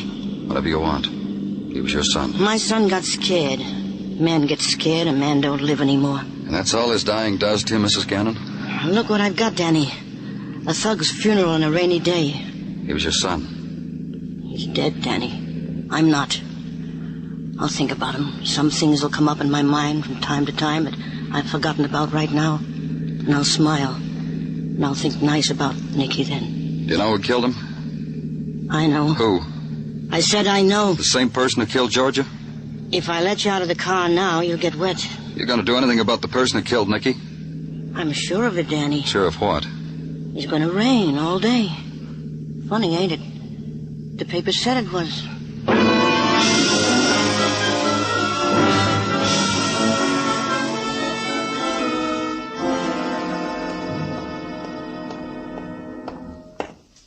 In a hurry, Danny Clover? Yeah, I am. Bother you, mister? Mm-hmm. But it bothers me more, your unhappiness. Let's have a good cry over it in my office, huh? Here in the hallway suits me. Used to drafty hallways, spend my life in them, waiting to do things for unhappy people. Spreader of good cheer. That's your business at police headquarters, Mr. What name do you spread it under? Forbes, counselor at law. My card. Forbes, counselor at law. Someone came to you, said I was unhappy. You took the case. Almost precisely how it happened. They told you what makes me sad. Kindly people, they grieve when a policeman throws away a confessed killer. Cozy Barrett?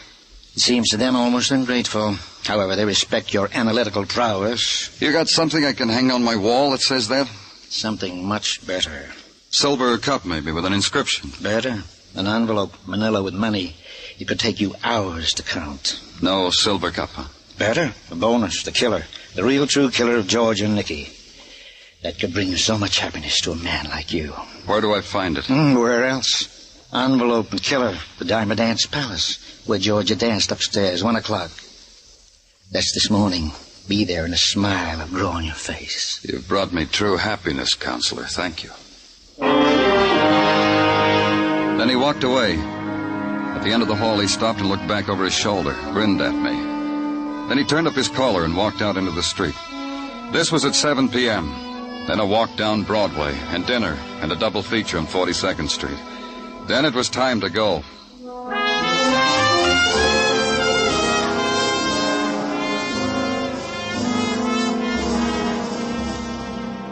The Diamond Dance Hall was blaring against its time of closing. I walked through it, pushed my way across the floor into a doorway. No one stopped me. Then up a flight of stairs and into a loft littered with old telephone books, cigarette butts, and a neatly stacked bundle of year-old newspapers. The only light, the light from the spectaculars down the street, spelling out the evening's pleasure. 40 girls, 40, no cover charge. Up front with Willie and Joe, continuous performance. Chinese food, fried rice, and dancing. And I waited.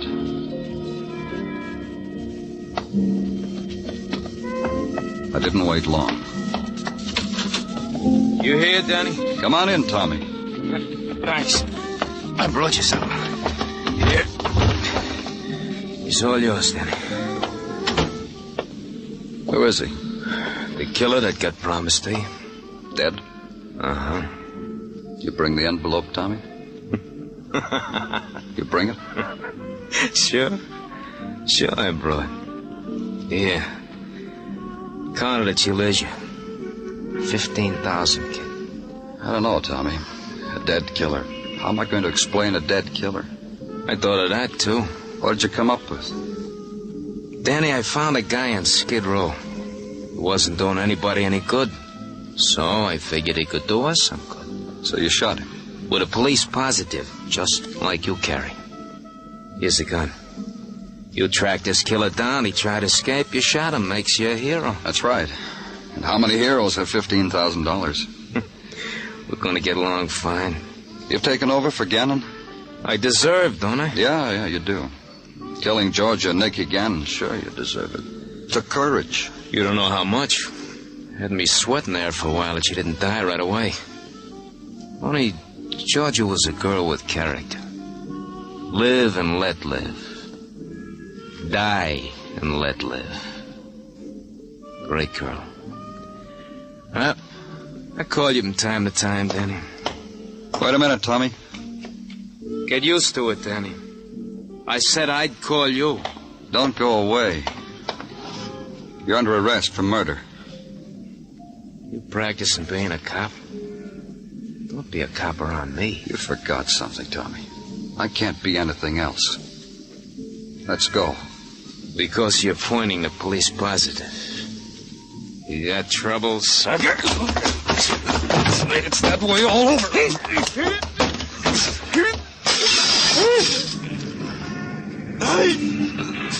Don't let me fall! I got your coat! Don't let me fall! I don't want to die that way! Hold me! Yeah. Daddy! Daddy, hold me! His fingers clawed against the sheer stone. Daddy! Body twisting. Face tortured. Daddy! Pleading for a return to life. Daddy! His body hung there, below me, out of reach. Daddy! Then the fabric that held his life together gave way. And the noise of the street came up to meet him. Killed his scream.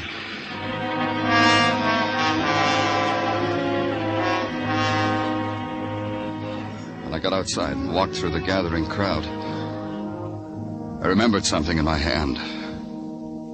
Tommy Chandler's torn coat.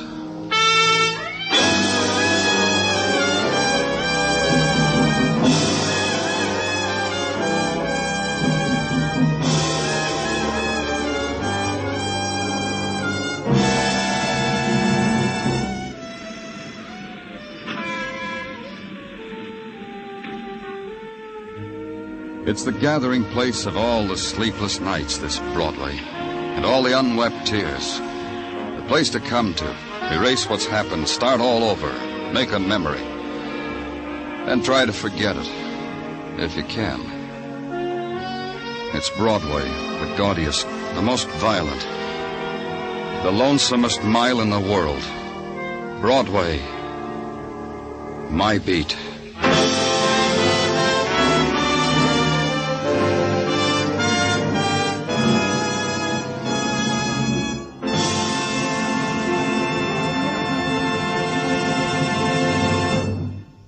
Broadway's My Beat stars Larry Thor as Detective Danny Clover with Charles Calvert as Tartaglia and Jack Crucian as Muggavan. The program was produced and directed by Elliott Lewis with musical score composed and conducted by Alexander Courage. In tonight's cast, Anthony Barrett was heard as Tommy Chandler, Francis Cheney as Fran Holland, Martha Wentworth as Mrs. Gannon, Larry Dodkin as Nicky Gannon, Joy Terry as Georgia Gray, Leo Cleary as Benny Fain, and Junius Matthews as Cozy. Every Saturday night on CBS, Jan Murray gets on that coast-to-coast phone and gives away $1,000 at a crack if you can identify the Phantom Voice. Be listening for Sing It Again, which follows immediately on most of these same CBS stations. Joe Walters speaking. This is CBS, where you laugh at Jack Benny every Sunday night, the Columbia Broadcasting System.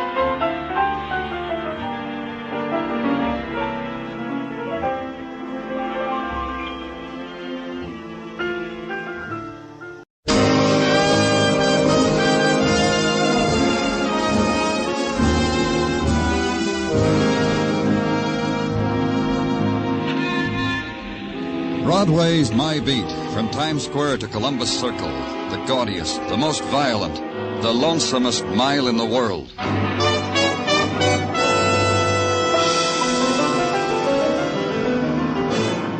Broadway's My Beat, with Larry Thor as Detective Danny Clover.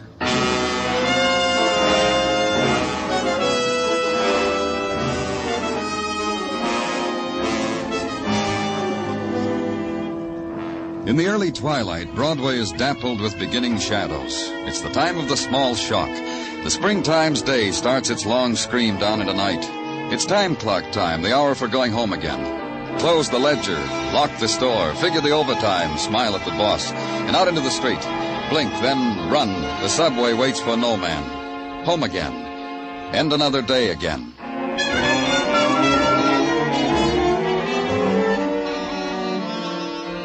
My day was just beginning, north on Broadway and to the east.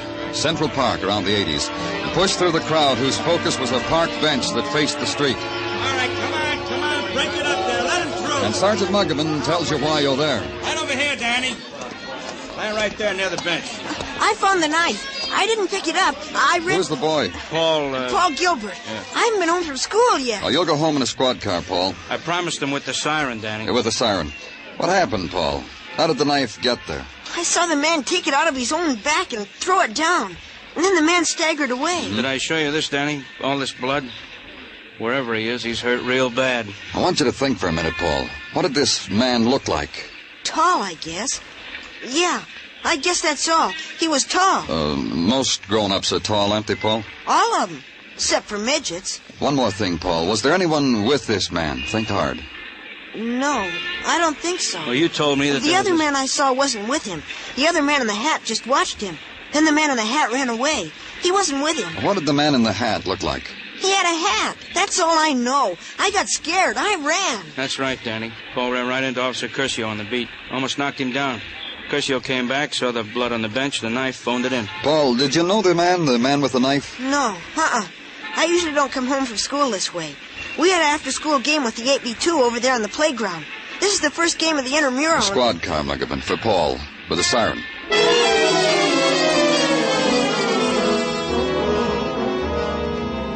Then the careful tracing, the sifting through the shadows of a city, the dust of a city, the hiding places of a city into which a wounded man must crawl and lie for a time, and then wander in search of a kindlier place, a darker place, and leave behind him the trail of the wounded, the blood of his life.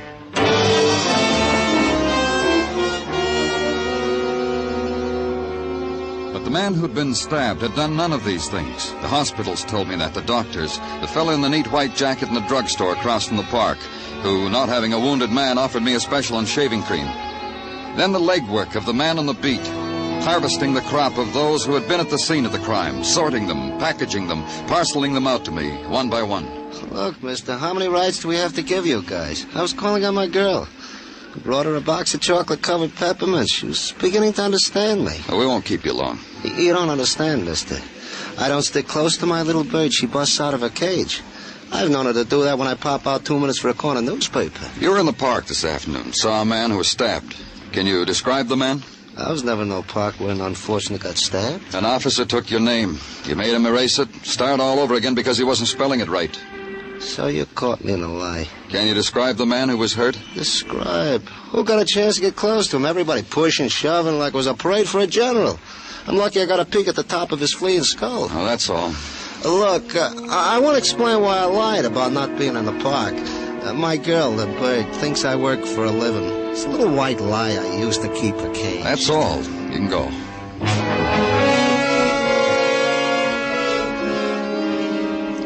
Then the man who is eager, whose eyes dart and pierce, who follows you as you move away from him, stays close to you, needs the lapel of your coat. I was real close to him. He had a knife in his back. He breathed in my face. I could tell you the color of his eyes, how close I was. Tell me. Blue eyes, washed out blue, and no tears in them, no tears at all. No remorse for the evil doing that had brought wrath upon him. Blue eyes. What color hair? Dirty. A dirty color. All matted. No, it was blonde and shining. And there was a kind of light that shone about it. That's because he was dying. Dying in protest against all the wickedness that'll drown us all. A big man or short man? What does it matter how he looked? I was close to him, I tell you. He reached out his hand to me, touched my hand, tears on my face. Help him out of your office. Motion a policeman over. Watch him be gentle with the man. Take him away. And then motion for the next one to come in. I realize, of course, that you're imposing on my time. Not that I mind. You could be a welcome relief from those spoiled monsters I simper and smile at in diaper. You're a nursemaid, Miss Cram, is that right? Call me governess, and call me Virginia. Miss Cram doesn't sound like me at all, don't you think? You take the children to the park every day? From 4 to 5:30, except on rainy days. On rainy days, the children and I stay at home, and I'm permitted callers from 4 to 5:30. That's on rainy days. You told an officer you saw the man who was hurt. I was making conversation. I needed that to get those brats out of my hair. You didn't see him? I wouldn't have gone near him. But I can tell you who did see him, the looker. Who? The looker. All of us in the park know her. She sits in a window across the street on the 5th floor, watches every move we make every day. Sits there and watches. It makes you feel as if you're being spied on, know what I mean? 5th floor, in an apartment on 80th and 5th. Oh, you can't miss her. Just stand out in the street for a while. Her eyes will bore right through you. But on a rainy day... I know, you're permitted callers. That's all, Miss Graham.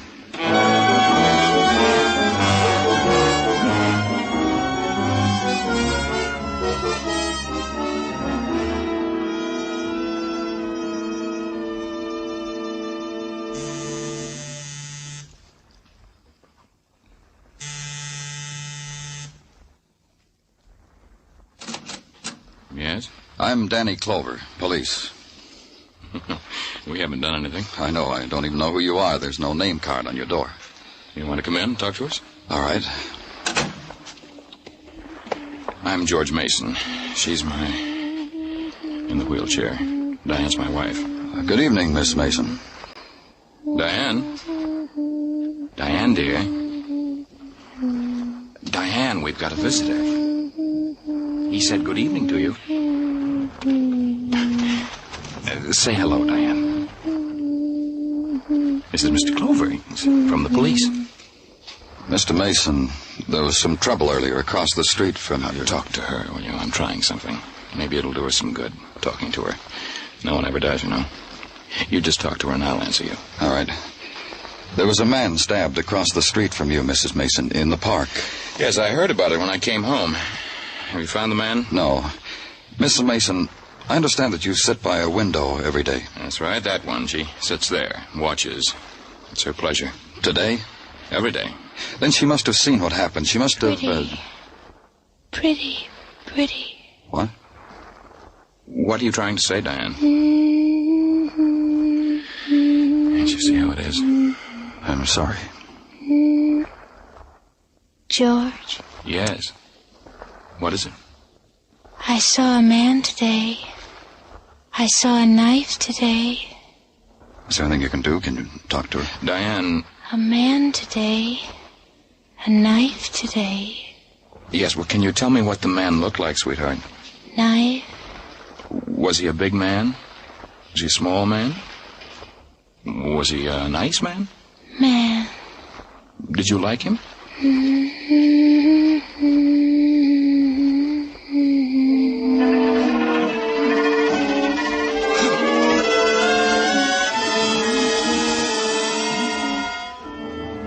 Try to erase from memory the eyes of the woman filled with the named terrors, the known terrors that dart and scurry, gnaw and nibble at the fleeting instants of serenity within her. And try to wash away in the city's night screaming the crooning of a tuneless song. And suddenly the known words, a man, a knife. And know that the eyes that absorb all movement, all shadow, all light on faces, and things that pass before them, have seen nothing. Not the man who was stabbed, not the one who did the stabbing. And then the long walk to the darkened room, turn on the shaded light bulb and search the cupboards for sleep. And finally, it comes.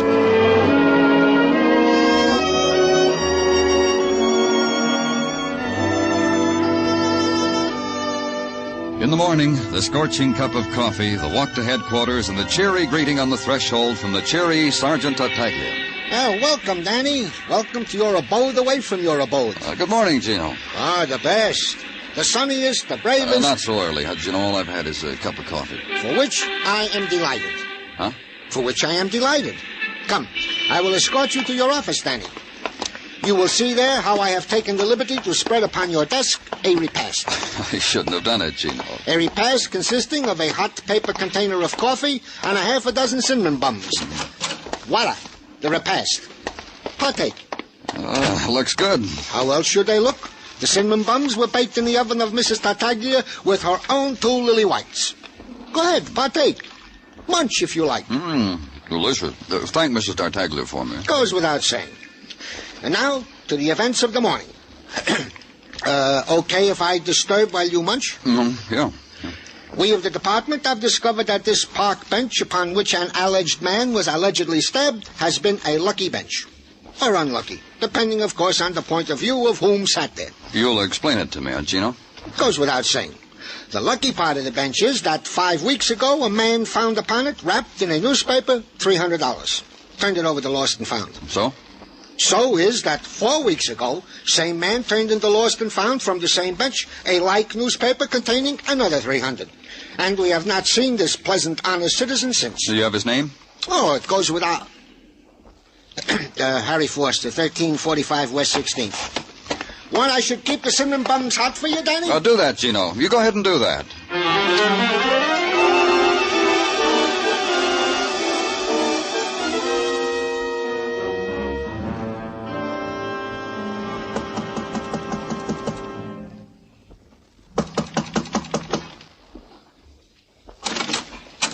Please help me. Please come in and help me. What's the matter? My husband. No one will help me. I asked the neighbors. They said, call the police, call an ambulance. Please help. Where is he? You'll help. He's in our bedroom. I think he's dying, and no one. You're Mrs. Foster? Yes, Harry's wife. He came home last night, and there was blood. He just looked at me like an animal, and there he is, mister. Help him. Please help him. Dead. No, you're wrong. He's been dead for a long time. He was asleep. Only asleep.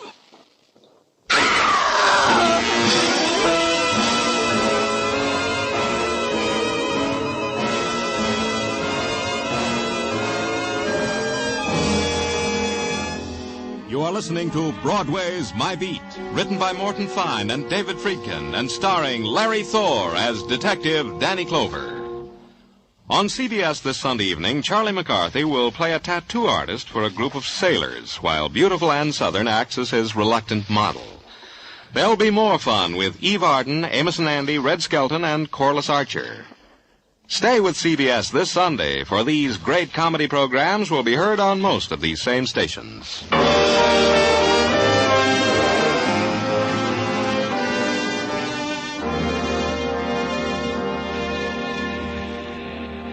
In the Maytime, the sun grins down and pats Broadway's cheek. Broadway loves it. The sunlit minutes are added to the 10-minute break for a cigarette. The walk is slower, the sway gentler. The windows are opened wide, and the doors, too. And glints of sunlight are carried through long hallways on the sigh of a summer's wind, touching the lips of the girl at the typewriter, touching the hand of the man at the water cooler watching her, touching the steel of the file cabinets, warming them. And having made the tour, back onto Broadway and start all over again. But where I was, there was no warmth. Only a woman drawing a shawl tight around her shoulders and talking quietly to her dead. Harry, listen to me. You were right. We should have told them. We should have told them all about it. Then you wouldn't be like this, and I would. Mrs. Foster, what should you have told us? What? What did you say? What should you and your husband have told us? About the money, nothing else. The money found on the park bench? Yes. You see, we should have told them, Harry. But he did, Mrs. Foster. He reported it, turned it in. You don't understand. I knew no one would understand. Then maybe you can help me. Friday was always Harry's day off. From the factory out there. You can see it from here, see? On his day off, I'd pack him a little lunch, and he'd kiss me goodbye. Walk uptown to Central Park. Go on. He always went alone. He always sat on the same bench. Harry used to describe it to me. What he saw, people he talked to. Felt as if I'd been there with him. And one day he found money in a newspaper. And turned it in like you said. The next week turned it in. But after that, I told him he didn't have to do that anymore. You mean he found more money? Is that what you're trying to tell me? What? You mean he found more money? For 5 weeks in a row. I told Harry he didn't have to turn it in anymore. I told him to go back. To be sure and keep going back. Every week. Yesterday, too. And we'd be rich. No more of this. No more factory. Why didn't you call us when he came home hurt? Call a doctor. It would have spoiled it, ended it. The money, don't you see? I thought he'd live, and with that money... No. You couldn't. You couldn't see.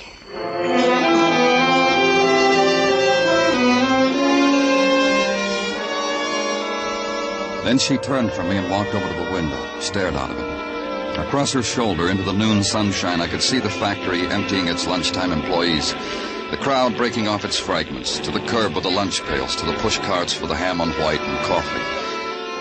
Then the other sound, the feet in the doorway, the entrance of the professionals, coroner, photographer, reporter.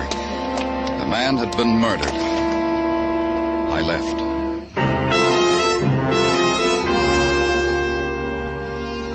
Then back again to Central Park and the park bench of the stabbing. Sit on it. A man named Harry Foster used to find money here, and he was killed. And a woman who had seen it happen, a woman who sat at a window every day. I looked up to the window. She wasn't there. I wondered why.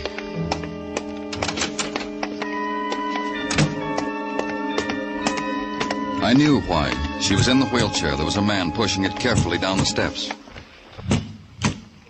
Can you scooch a little to the side, friend? Oh, need a hand? Yeah, if you want.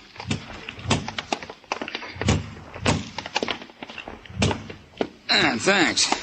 How are you feeling, Mrs. Mason? She ain't gonna answer you. I didn't know she left the house. Why should you even bother? Oh, I'm Danny Clover, police. Oh, hi, I'm Ben Taylor. Got a U-drive down the street. Only Mrs. Mason here, different. Kind of a take drive. Oh, I see. Just today? Oh, no, all the time. From 1 to 3, the element's willing. I take her for a ride. Sometimes here, sometimes there. Ride? Oh, sure. Right away, Miss Mason. See you, Danny. Oh, wait a minute.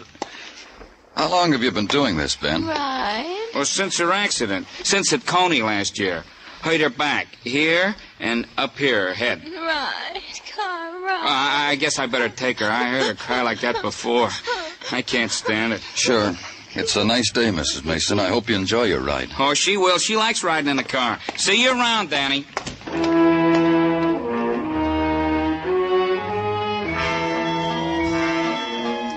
I watched Ben lift her gently out of the wheelchair, lift her into the back of the car, close the door, fold the chair, place it in the car trunk. Then back and saying something to her. She looked up for an instant. Her eyes found me.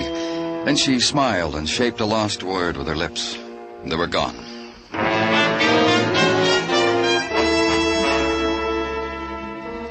And back at headquarters, the wall clock ticking off the hours of Harry Foster's death. Ticking off the hours that his murderer came to a park bench, looked at it, smiled, walked away in the warm sun. Ticked off the question of why money had been left there for Harry Foster to find week after week on Friday's twilight. And at 4 o'clock, the door opening slightly, and all you saw of the man was his cocked head.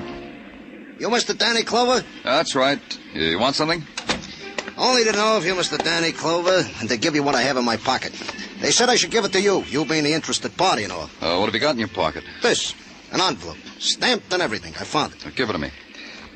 It's addressed to George Mason. Anybody can see that. That's the husband of that woman, the cripple, the one they call a looker in the papers. The one they think they saw that stabbing. I did right bringing it to you, huh? It's been opened. You opened it? Don't lie to me. You opened it and then resealed it. All right, I opened it. I'm a normal kind of fella with all the normal curiosities. First, I was going to mail it when I found it. But then I saw who it was addressed to. I couldn't restrain myself. I'm like the proverbial cat, Mr. Clover. It could make trouble for you being like that. Not when you see what's in it. Not when you see what it says. It says, you've made a terrible mistake. That's all. Not another word. See? You can't do anything to me for just reading that. You just read it yourself. That's why I brought it to you. Because I'm a cooperative citizen. Where'd you find it? At Grant's tomb. You know, I've been curious about that tomb for years now. Finally, I took time off to go to study it. Then I found a letter on the steps. And I never did get to really study Grant's tomb. Tough. You'll stick around, huh? Some of our boys want to have a long chat with you. They enjoy curious fellas. Sure, anything you say. I'm nothing if I'm not cooperative. Just nothing. I wouldn't say that, but you stick around, huh?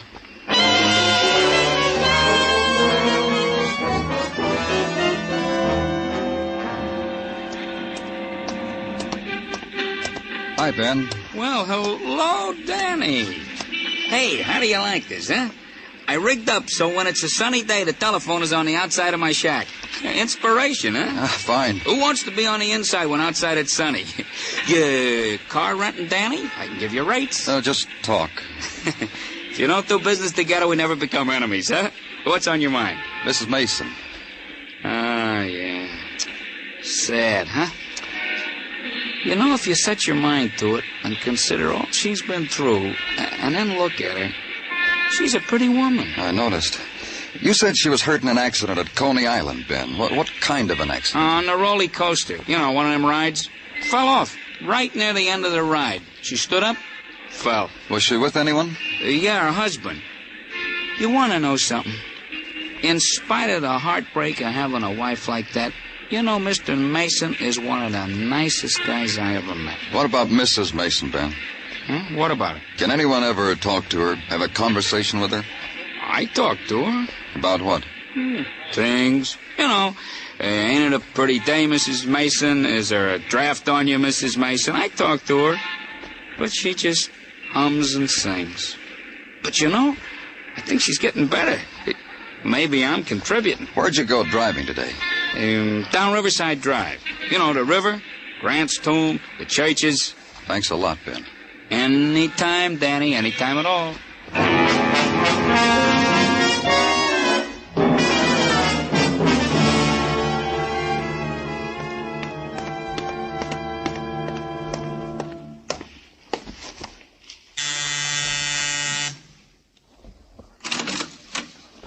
Oh, hello, Mr. Clover. Good evening, Mr. Mason. We're delighted to see you. Please come in.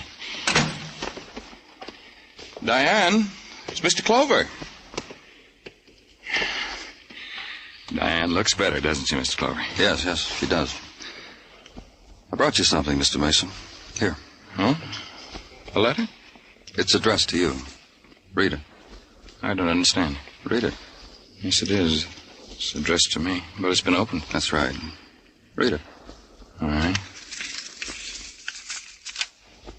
The note says you made a mistake, Mr. Mason. Mrs. Mason, your husband might be electrocuted for a murder he committed. Leave her alone. I wasn't going to touch her. Cut it out, Mrs. Mason. What's the matter with you? Have you gone out of your mind, Clover? I said cut it out, Mrs. Mason. I told you leave her alone. All right, you've come here to accuse me of murder, but leave her alone. George. Don't worry about anything, dear. Get me a drink of water. What? What did you say? A drink of water, George. Cold water from the refrigerator. Diane. Darling, a drink of water. Do it. You won't be able to wait on me anymore. Mr. Clover's going to take you away from me. You're talking like you know what you're saying. You do know what you're saying. What's happening? What's happening to us? It's already happened. It's all over.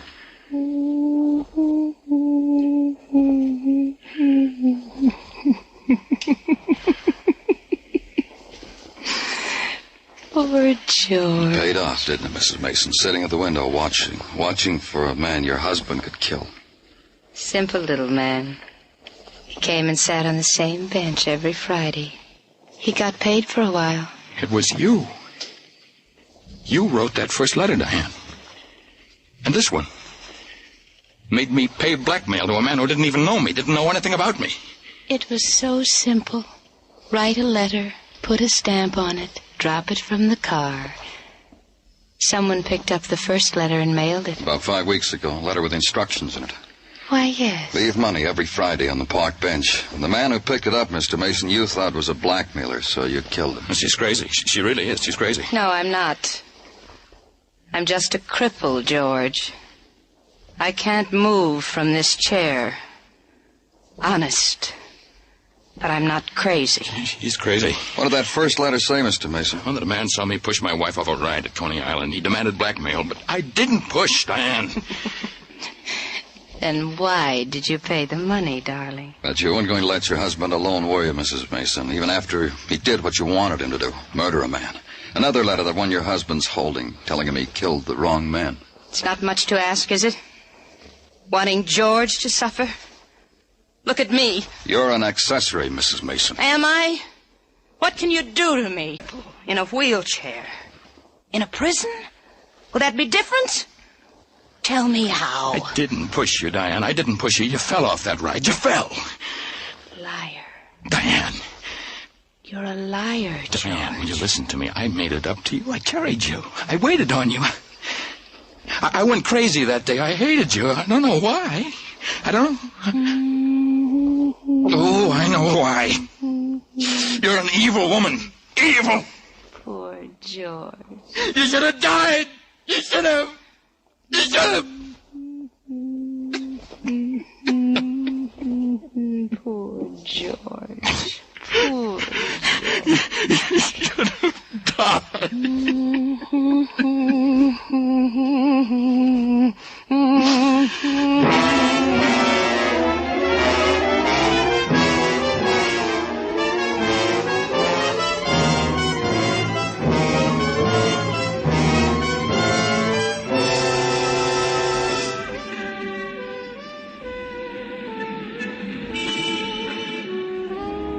It's night on Broadway now. There's easy laughter, and a trumpet skirls its music into the grinning mob. It's top of the evening. Have another drink on me, kid, and let's sit this dance out. It's a street gouged out of a scarlet dream. It's Broadway, the gaudiest, the most violent, the lonesomest mile in the world. Broadway, my beat.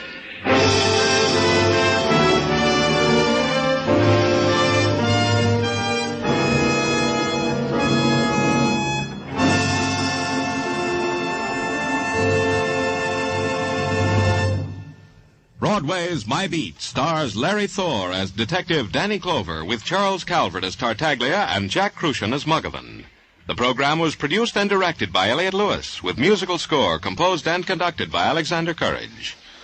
In tonight's story, Lamont Johnson was heard as George Mason, Kathy Lewis as Diane Mason, and Virginia Gregg as Mrs. Foster. Others in the cast were Herb Vigran, Lou Krugman, and Johnny McGovern.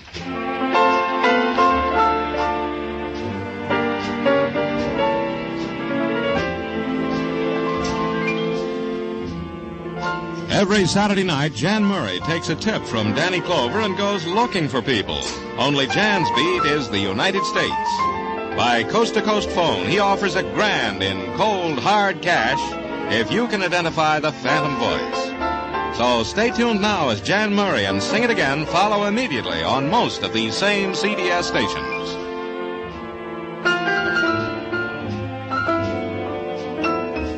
Joe Walter speaking. This is CBS, where you laugh at Jack Benny every Sunday night, the Columbia Broadcasting System.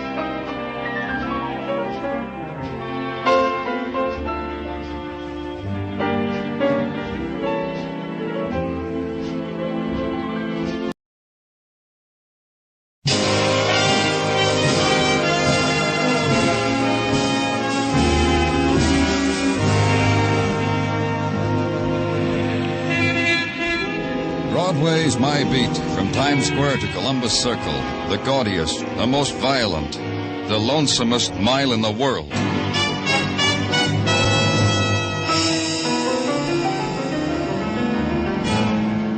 Broadway's My Beat, with Larry Thor as Detective Danny Clover.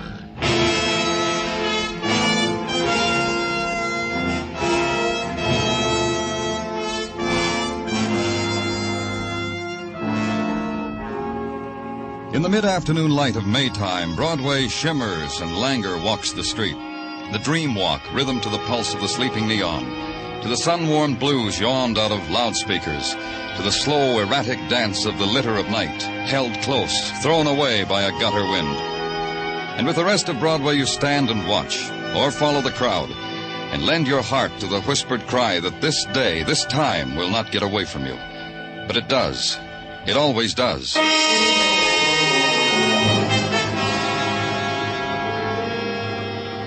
The web of blood in the alley was already dust-heavy, its threads leading you to the man huddled in a forgotten anguish against the flaking brick of an alley wall, his hand still clutched to the bullet wound as if he tried to claw out the pain and never made it. And the other man leaning over him, being gentle and polite, as he searched the dead man's pockets, then finding something and looking at it, then making the only observation left to him. It's a nice day, wasn't it, Danny? What did you find, Muggavan?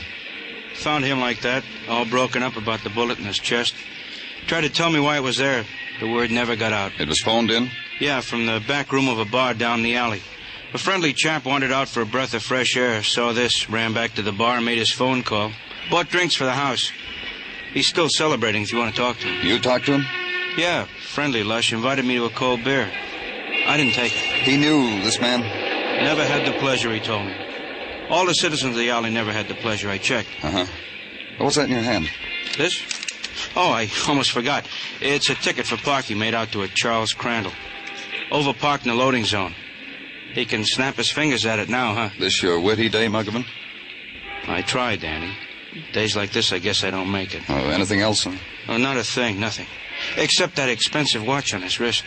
You have to listen awful close to even hear it ticking. Very expensive.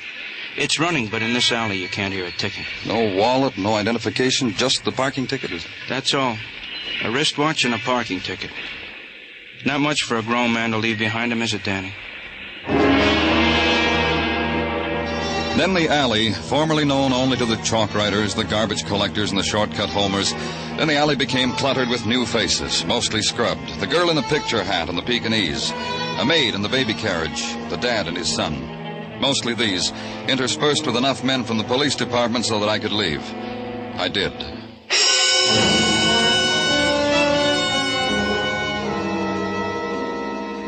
Back to headquarters briefly with the traffic ticket, and to the traffic department, long enough to check an automobile license number against a name and be given an address.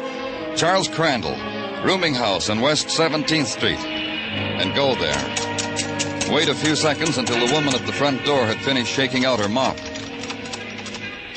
Good morning. Guess I should say good afternoon. House cleaning, you sure lose track of the time. I'm looking for Charles Crandall. I'm from the police. Oh, my. Charlie hasn't done anything, has he? Is he home? I wish you'd answer me. I'm his landlady, and I never had a better roomer than Charlie.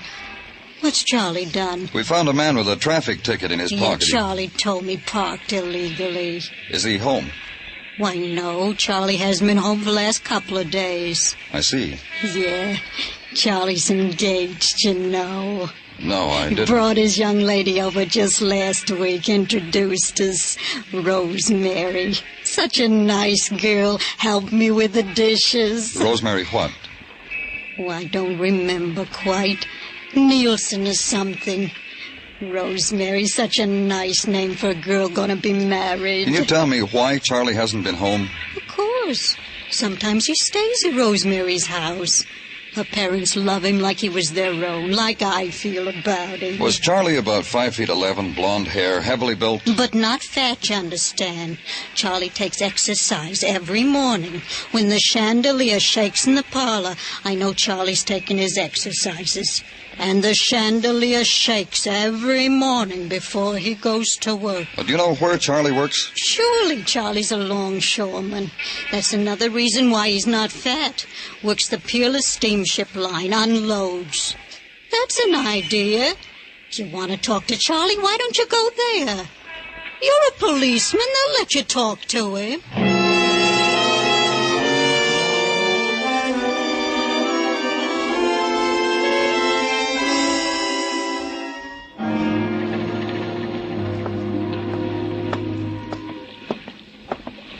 The foreman said your name was Charlie Crandall. Yeah, that's right. I'm from the police. Oh, the parking ticket, huh? I'm not surprised. I am. I didn't think you were alive, Charlie. Come on.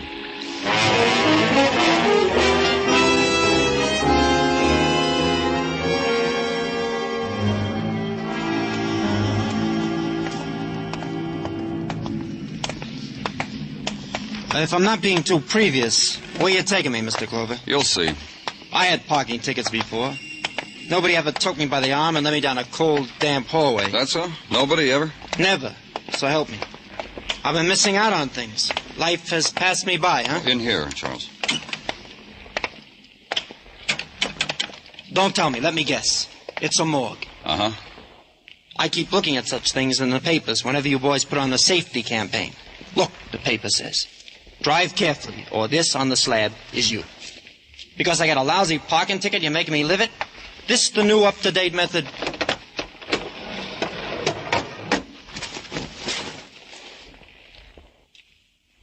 There's a chill in the air here. How come I'm sweating? Take a good look, Charles. I'm looking. I make you a promise. I will drive carefully, observing all the traffic signals, and I will never overpark in a loading zone again. Promise. Cross my heart. Gypsy blood oath if you want. You know him? Cover him up. Put him back. I've had him. I said something, Charles. You know him? Who knows people who ask for this kind of thing? A shelf for a grave. I'm grateful to you, though, Mr. Clover. You've introduced me to a new experience. You've given me a memory I never had before. We found this parking ticket on him, Charles. Yours. Huh? Look at it, yours. Why do things like this happen to a man like you? It's very complicated. I'll listen. You sure you got the time? You got nothing better to do? Down here, there's all the time you'll ever need. Fortunate me. That's right, Charles. Count your blessings. What I'm building up to if you give me the chance. Last night was a blessing. Maybe this, what you're showing me, was a part of it. I wouldn't know. When the mood hits you, the part you know. I'll wait. Well, last night was my night in Solly's bar on 3rd Avenue. Oh? This man was found in an alley near Solly's bar. I wouldn't know about that. All I know is Solly's a man with an open ear. I cried into it. Yeah, you'd had a tough day. That, too. I'm a longshoreman, remember? That, too. So you cried a glass full of tears into Solly's ear. Yeah, about the engagement ring I needed for my girl. Or my betrothed, I call her. About the engagement ring I couldn't afford to buy for her. Because a man like me don't lay away for things like that. Must have been very dramatic. Yeah, I put it on. Maybe more than it needed. Because a girl walks over to me, runs her fingers across the beard on my cheek, tells me she has heard the whole thing. Well, the big trouble I'm in with my betrothed. And she stopped your weeping. You could say that. She told me there was a jewelry store, Scully's jewelry store, down the street. To come with her. To pick out any ring in the window I wanted. Like a fairy tale. Yeah, you could say that. So I went with her. Pointed to the fattest ring in the window with the fattest numbers. A star sapphire. She says, meet me again tomorrow. I'll get it for you half price. Good girl to meet in a bar. You'll never dream how good. After that, she takes me back to Solly's. Lets me exchange my other sorrows with her. You had more? Only one more I could call to mind. At the time. The parking ticket. Well, she says, give it to me. I know where to fix it. You believed her? I hear it's been done. And that's the last you saw of the ticket? The gypsy blood oath, if you still want it. Who was the girl? Helen, address Solly's bar on 3rd. Go to her, Mr. Clover. A girl like that can ease many sorrows. Just ask for Helen. They'll know. Don't thumb through any travel folders, huh, Charles? Why should I? I found a home here. Cover him up, huh, Mr. Clover? It's chilly in here. Solly's Bar on 3rd Avenue, the boy had said. Go there and ask about a girl named Helen, because Charlie had given her a traffic ticket, and the ticket had turned up on one John Doe, dead on arrival. 3rd Avenue is a tenement 5 stories high and miles long.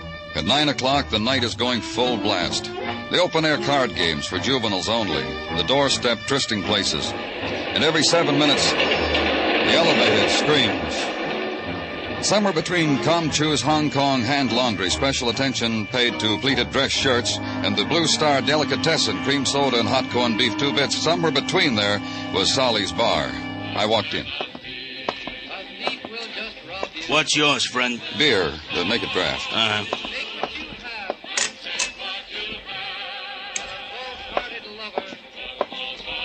$1 dime.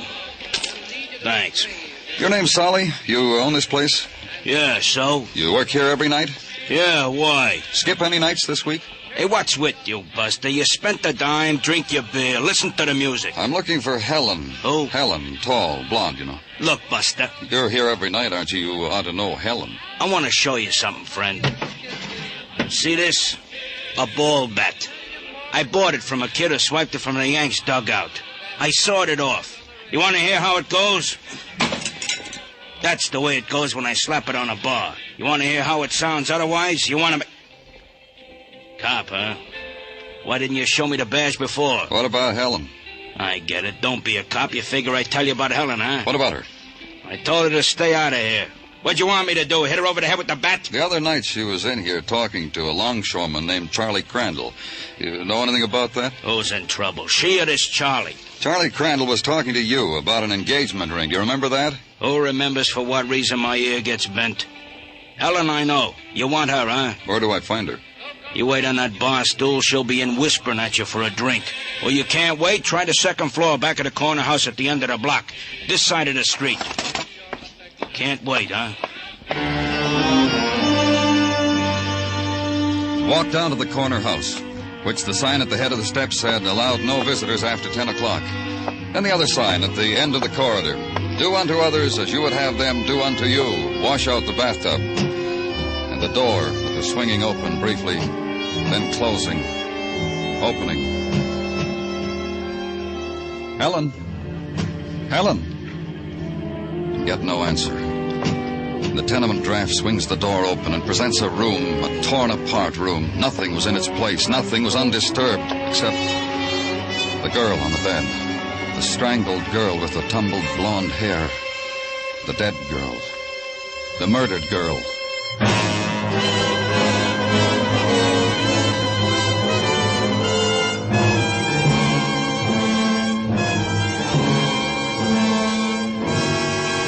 You are listening to Broadway's My Beat, written by Morton Fine and David Friedkin, and starring Larry Thor as Detective Danny Clover. Anyone interested in an auto ride from Hollywood all the way to New York? A fella in Hollywood named Jack Benny has to make the trip. He's got a fine Maxwell automobile, and he's looking for someone who loves sharing the scenery and the expenses. For full details and fascinating highlights, be listening to CBS's Jack Benny Show this Sunday evening. And remember, Eve Arden as our Miss Brooks will be on hand, too.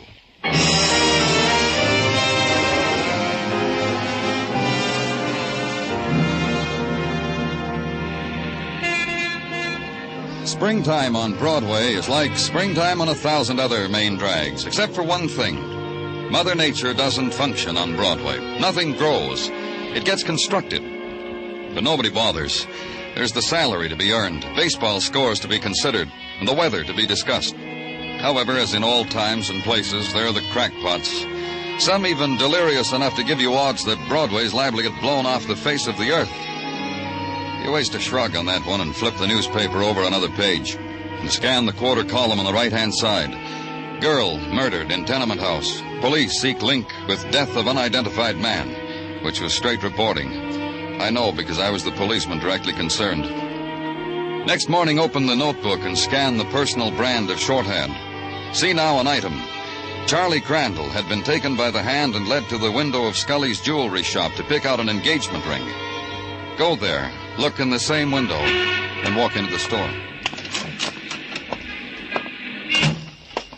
Good morning. Oh, good morning. I'm Danny Clover from the police. Yes? I'd like to see the manager. Well, I guess I am, until Mr. Scully comes in. What did you want to see him about? I'm his wife, and... Take a look at this picture, Mrs. Scully. Have you ever seen this man before? I might have, but I don't know him. Personally, if that's what you mean. Maybe I've seen him someplace. Who is he? The man we've got in the morgue. Now, take a look at this picture. Young girl, also in the morgue. How terrible. Do you know her? She could be anybody. Somebody's sister or sweetheart. In the morgue. In a police morgue. Oh, what happens to people, Mr. Clover? What? My, look at him. Hello, honey. Like it? Blue coat and brown pants. Well, it's different, George. I took my brown coat to the cleaners on the way to work. It got soiled. Oh, sorry, dear. This gentleman... Oh, this is Mr. Clover, George, from the police. And this is my husband, Mr. Scully. Oh, Mr. Oh, something I can do for you, Mr. Clover? Yeah, just take a look at a couple of pictures. Here, this one. Never saw him. Take a look at this. No, her either. Dangerous characters, huh? George, they're dead. They're in a police morgue. No, I don't know either of them, Mr. Clover. George. I'm talking to the gentleman, Louise. But I'll forget if I don't tell you now. My wife is forgetful, Mr. Clover. That's a good kind of wife to have. What is it, dear? Mrs. Reed was in here for her diamond brooch. I couldn't find it. Why not? Why couldn't you find it? Mrs. Reed was furious. You promised her you'd have the catch repaired by this morning. Well, it's ready. Why couldn't you find it, Louise? I looked. It's not there on the repair rack. I looked all right, but I couldn't find it. Call up Mrs. Reed and tell her your husband's here, Louise. Tell her to stop in for a brooch. Well, do it, Louise. You're not missing anything from this shop, are you, Mr. Scully? Missing what? I don't know. I don't understand what you're talking about. A robbery, anything like that? You're joking. If I had a robbery, I'd know I'd been robbed, wouldn't I? You want anything else, Mr. Clover? No? Then you'll pardon me, won't you? Sure you will.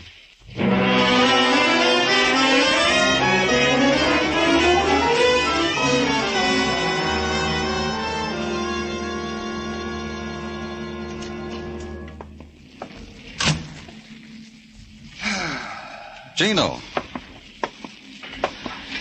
Oh, what's the matter, Tartaglia? You got a big sadness? From your office window, Danny, you can see the harbor in the yawn. It makes you unhappy, huh?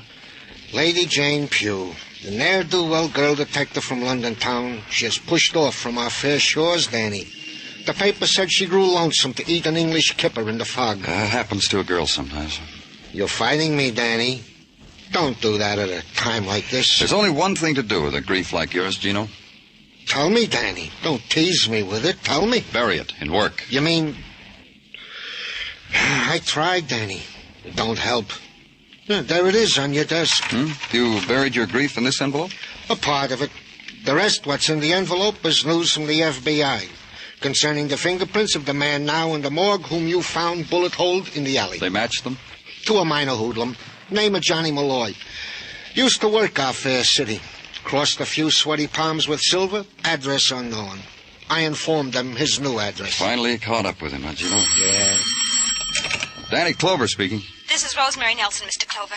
Can you come to our house right away, please? Who did you say? Rosemary Nelson. I'm Charles Crandall's fiancée. He told you about me, he says. It's about the ring he gave me. The engagement ring. I don't want it. Nor him anymore. Please come. What's your address, Rosemary? The brownstone with the marble stoop. 1827 West 58th. You'll be here? Right away. You going out, Danny? You mind? If you want to leave me alone with a memory, it's all right. Go ahead, Danny. I'll be all right. I've been alone before. Bye, Danny.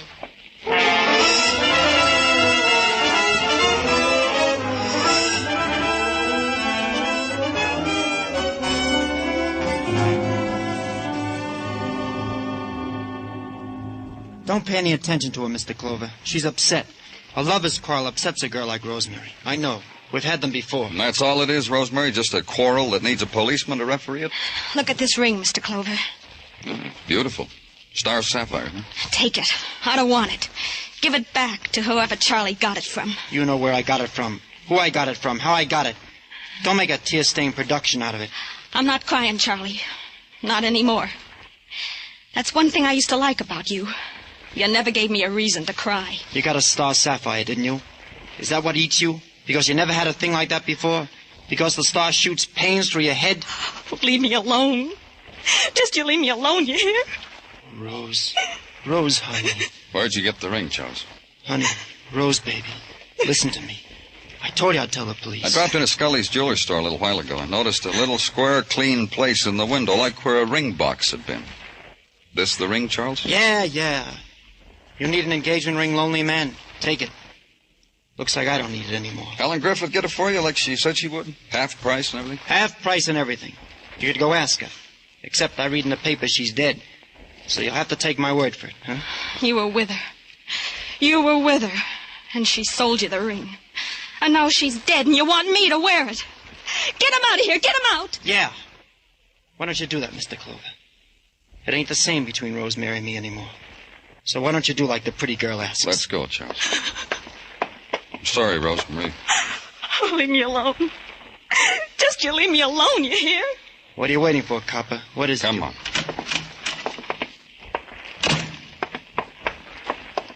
What are you going to hold me on? Suspicion of murder? Until they come up with a new one. Danny? Danny! Over here in the squad car. Woman down at headquarters, Danny, turning the air blue with complaints about Scully the jeweler. Says he... Tell us about it on the way down, huh, Muggavan? It'll pass the time for all of us. You, me, and our boy, Charlie.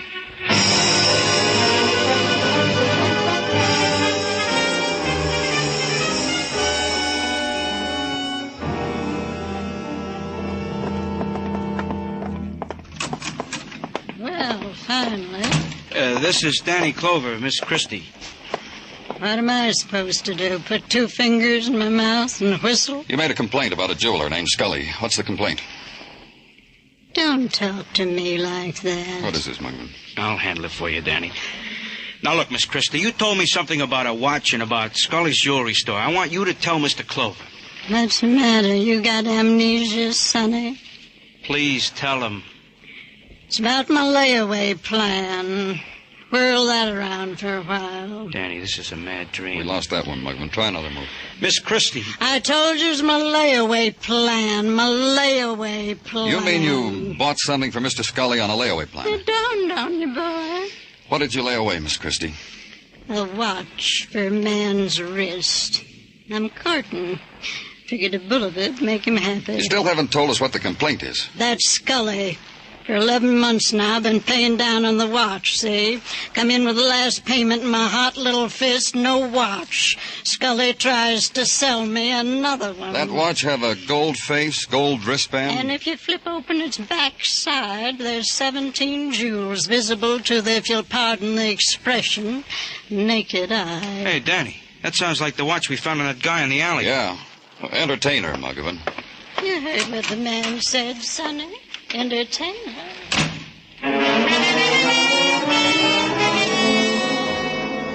Then a squad car, and on the way to Scully's jewelry shop, the gathering together of the after images of 2 people's dying.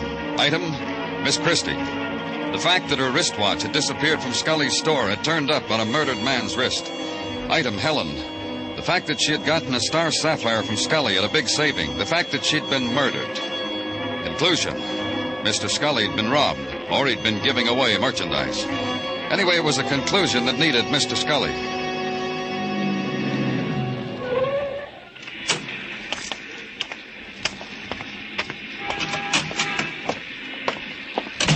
What can I...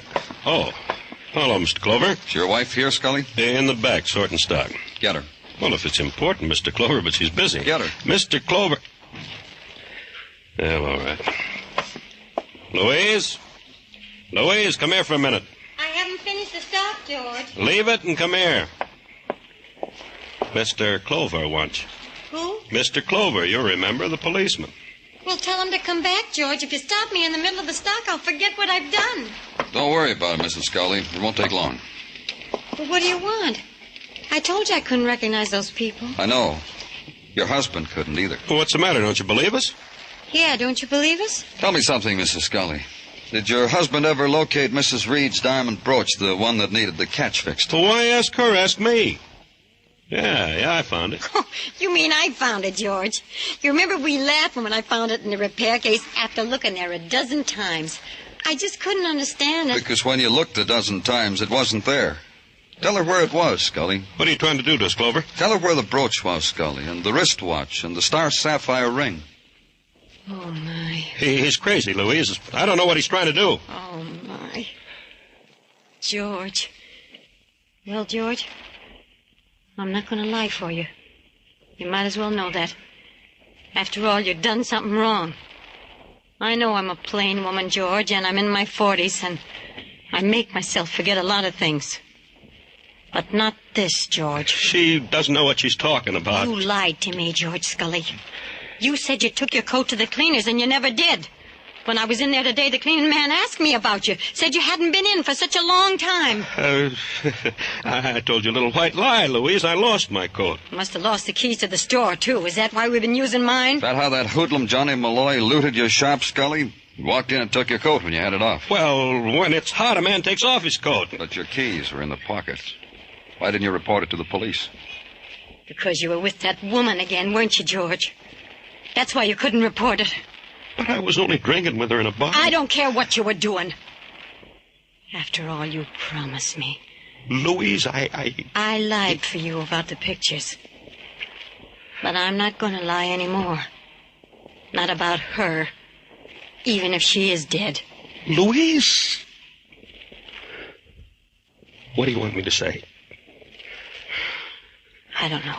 Tell her you killed Johnny Malloy, only he didn't have the loot. He'd already given it to Helen, so you had to strangle her to get it. And you got it. Hey, I don't know what got into me, Louise. I didn't want you to know. It was such a beautiful night. I was walking along. I stopped to light my pipe. It was in front of the bar, and I heard a tap on the window. It was Helen. She waved me in, and I just didn't want you to know. But you promised you wouldn't. And now look at you. George Scully. You're a murderer. I think we better go, Scully. Louise, you gotta help me. We'll get a lawyer. He'll tell you what to say. I won't lie, George. I just am not going to lie anymore.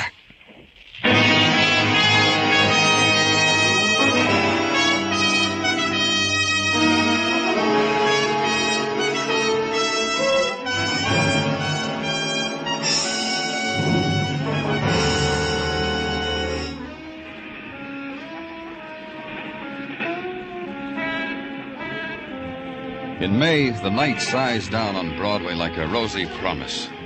Someone smiles and takes your hand, whispers. And for an instant, the lights are brighter, the noise louder, and your scream mixes well with the scream of the night.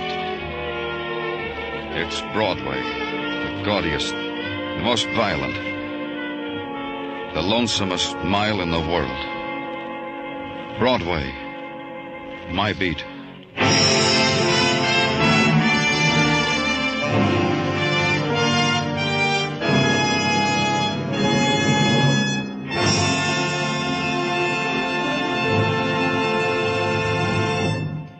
Broadway's My Beat stars Larry Thor as Detective Danny Clover with Charles Calvert as Tartaglia and Jack Crucian as Muggavan. The program was produced and directed by Elliott Lewis, with musical score composed and conducted by Alexander Courage. In tonight's story, Lou Merrill was heard as George Scully, Jeanette Nolan as Louise Scully, and Adam Williams as Charles Crandall. Others in the cast were Peggy Weber and Joy Terry. Say there, Sing It Again's current phantom voice is really a phantom. For the past 2 Saturdays, she's mystified everyone Jan Murray's called in his coast-to-coast Sing It Again phone. Tonight, Jan may call you. If you can name the phantom, she's worth $3,000 in cold, hard cash. So stay tuned now for Sing It Again, which follows immediately on most of these same CBS stations. Joe Walters speaking. This is CBS, where you laugh at Jack Benny every Sunday night, the Columbia Broadcasting System.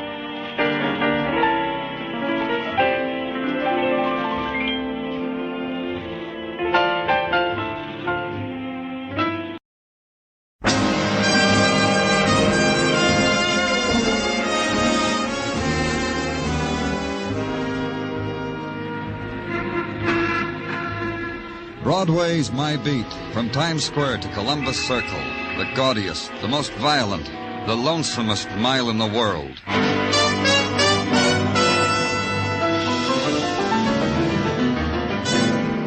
Broadway's My Beat, with Larry Thor as Detective Danny Clover.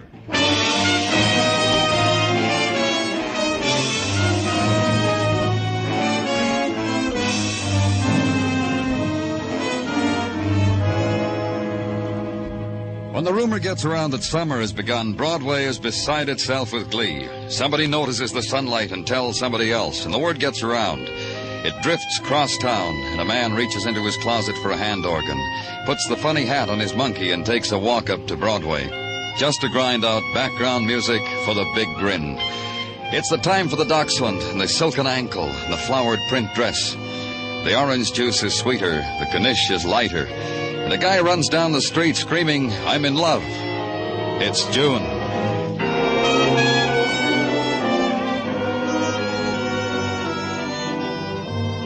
And it was June under the Translux, too, a rare day.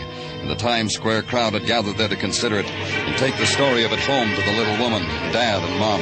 There was a man lying in the circle of their feet. He was expensively dressed. He's dead, Danny. What happened, Muggavan? Come on, you people, break it up. Come on, get going. What is it with them, Danny? What happened? How can you tell what happened? People milling around, crossing streets, going to lunch, looking at the want ads over there in the Times building.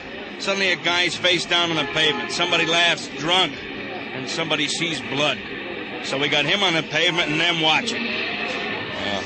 Stabbed. Yeah.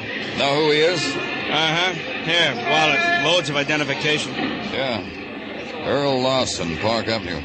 Earl Lawson. Earl Lawson, stocks and bonds. He's got a name. Wizard or something. Makes money by the buckets. Anybody see it happen? 1 million people on Times Square, high noon. Nobody saw anything. Nobody. Now look, you people, why don't you move along? Go home. Get out of here. Safest place in the world to kill somebody, Muggavan, in a crowd. Walk up to him, stab him in the back, keep walking. Well, it started off to be a pretty day. Yeah, real sunny. And just across the street, the file of crowd waiting for the movie that was better than life held on close to its place in line. Held on close against the insinuating whisper of the violent dead. It was a trick, kid. A trick to make you lose your place, to cheat you out of a front row seat where love and beauty and other high-class things are handed you on an air-conditioned platter. But a few were sold by the whisper and were drawn by it, and joined the cluster attending the dead man. The woman pushed her way close and turned away. She opened her purse, smeared a lipstick nervously across her lips, studied their reflection in a window, and then carefully retraced them with the perfumed scarlet. And death had raised its banner on Broadway.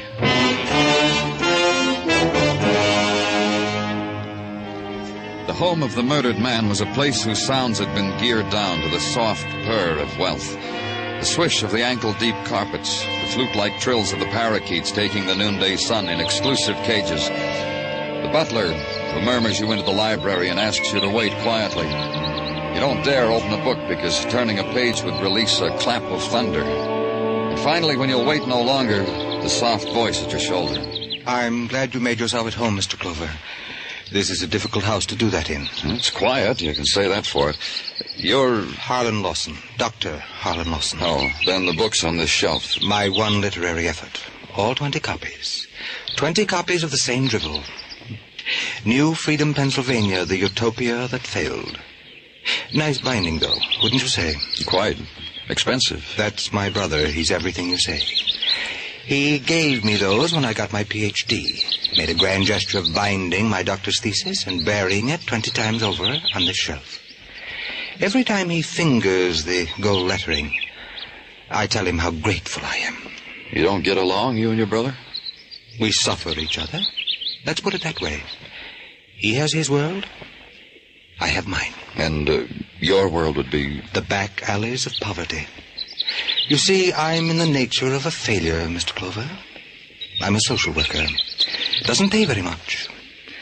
But I take in tears and give in exchange baskets of fruit, my brother's castaway clothing, and the gestures of sympathy they taught me in post-grad humanities. But you keep on living here with your brother, with Earl Lawson. I exist here. Is this why you came, Mr. Clover? To run your hands over my brother's library? To probe into me? Or is it... No. Don't say to me Earl has somehow run afoul of the law. Don't say it, because I wouldn't believe it of Earl. He's dead. He was murdered. Your manner of saying it. You leave me nothing but to believe you. He was stabbed, left lying on the street in Times Square. He must have shuddered that it found him in a place like that. I'd swear he shuddered. Your brother dies, and that's how it hits you? To each his own way, Mr. Clover. You're implying that it was I who killed him? Let's play it that way for a while. I've dreamed the wish sometimes, but I couldn't have killed her. I slept the morning through. Earl's butler will testify to that. He was serving me brunch when you came in. Expensive brunch with wine. Who else would want your brother dead? Besides me? That would be your thesis, wouldn't it, Mr. Clover? I suggest the scholar's approach... Yeah, thanks. I'll try.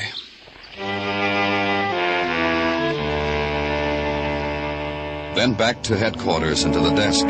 Get on the phone, make inquiries, send out to the newspapers for files, read them, digest them, extract them. Start a file of your own. Label it Earl Lawson Homicide. Fill out the form. date of birth, hour of death. Murder by sharp instrument to be filled out in detail by the coroner. And on the lines on the bottom of the page, the incidental information.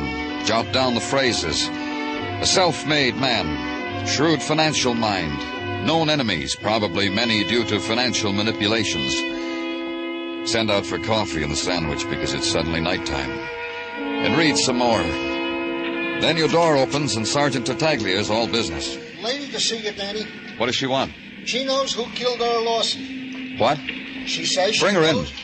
This way to see Danny Clover, ma'am. Thank you. My name is Peggy Drake, Lieutenant. Please sit down. Close the door, Tartaglia. All right, you can stay. Miss Drake, the sergeant said you know... Not exactly. Danny, she told me she knew all about it. She said... What's on your mind, Miss Drake? I have the murderer's picture. Here it is. Yeah. How'd you happen to take this picture? Well, I'm here on vacation.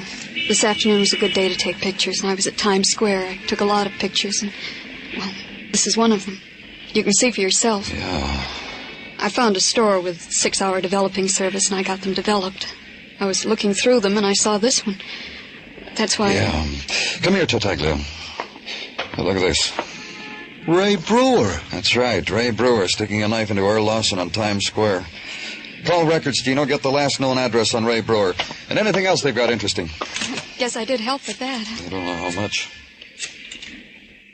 Records? This man here with a knife. His name is Ray Brewer. A known hoodlum. A record of every misdemeanor on the books. Yeah, I cancel. Wait till my society back home hears about this.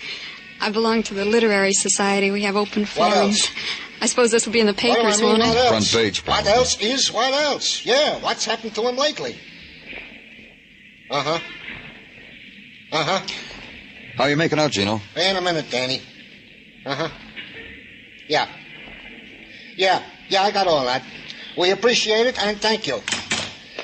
Very interesting, if I may comment on the material gathered from records. What's interesting?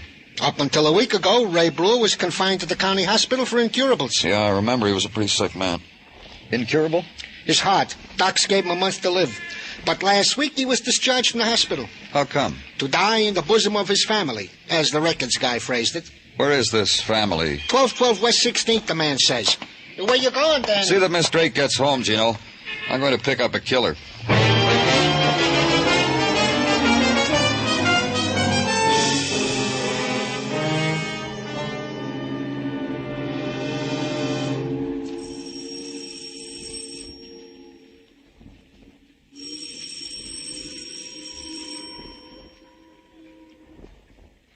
Open up, Brewer, or I come in anyway.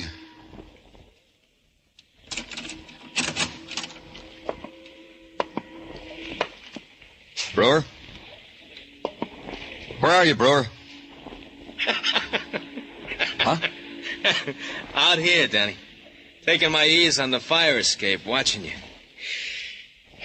Watching you spill out your strength. Throw away the gun, Ray. They tell me you've got a month. If you throw the gun away, maybe you can live a part of it out. All of it. It's arranged. I live all of it. 30 days, Hathaway Brewer. If I come out after you, Ray, it'll cut your time down to a half minute. You make me shake with fright. Stay where you are, Danny. I'll bring it to you.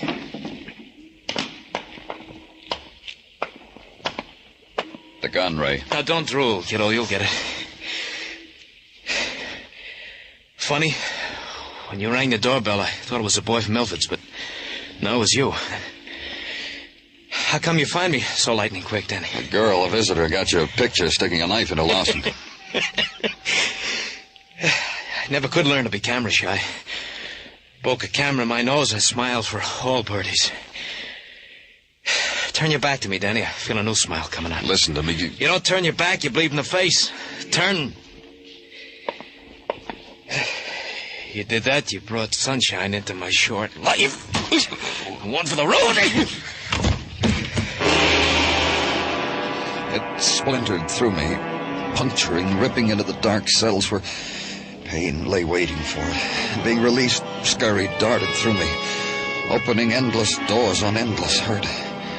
These new ones took over, finally. Gave up, because they'd overdone it. I couldn't feel it anymore.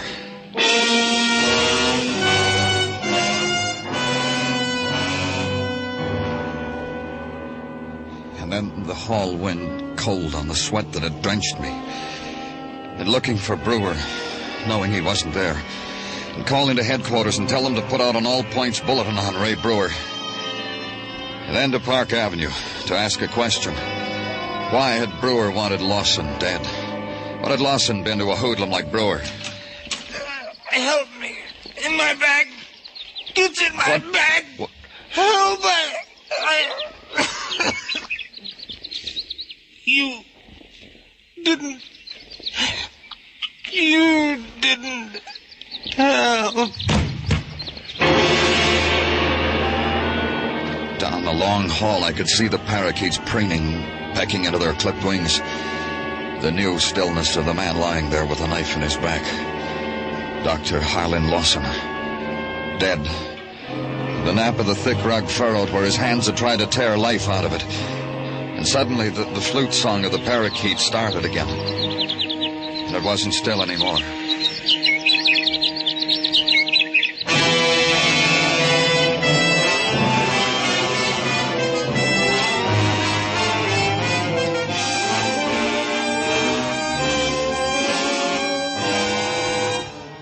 Listening to Broadway's My Beat, written by Morton Fine and David Friedkin, with Larry Thor as Detective Danny Clover.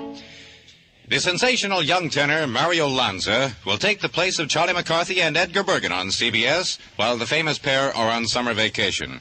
Mario Lanza starts his new series tomorrow, and you'll be heard each Sunday this summer on most of these same stations.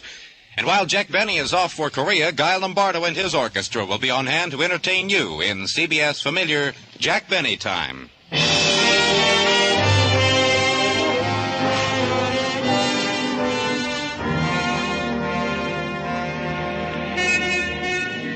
Last year's bride mannequins are dusted off, brought out of Broadway's basements, propped up on a rod, and arranged tenderly at the side of last year's groom mannequins.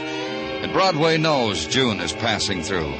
It presses its nose against the shop window, sighs at the cascade of white satin flowing slowly over the wax figure, sheds a tear at the coronet of cloth lilies of the valley, and blows its nose for the sweetness of it all. It's the time of youth, the 2-week romp in the Catskills, the burial in the sand at Far Rockaway, the breathless ecstasy on the heights of the roller coaster at Coney. For the stay-at-homes, other sweets, other delights, the subway ball games, the band concerts in the mall, the moon-burned girls in the dark grass, and the my hand in your hand talk about two brothers dead of knife wounds. Summertime talk.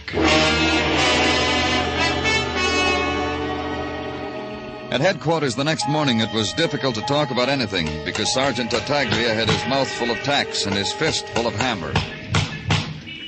Building something, Gino? Oh, it's you, Danny. Yeah, you might say I'm building a site for sore eyes. Oh? You mind if I look? Well, my pleasure. Pardon me for obstructing your view. Nice. I think so also. A pin-up picture of Mrs. T hammered to the door of my closet. This I consider a worthy hobby. Mrs. T? I call Mrs. Tartaglia that whenever I'm in a hurry.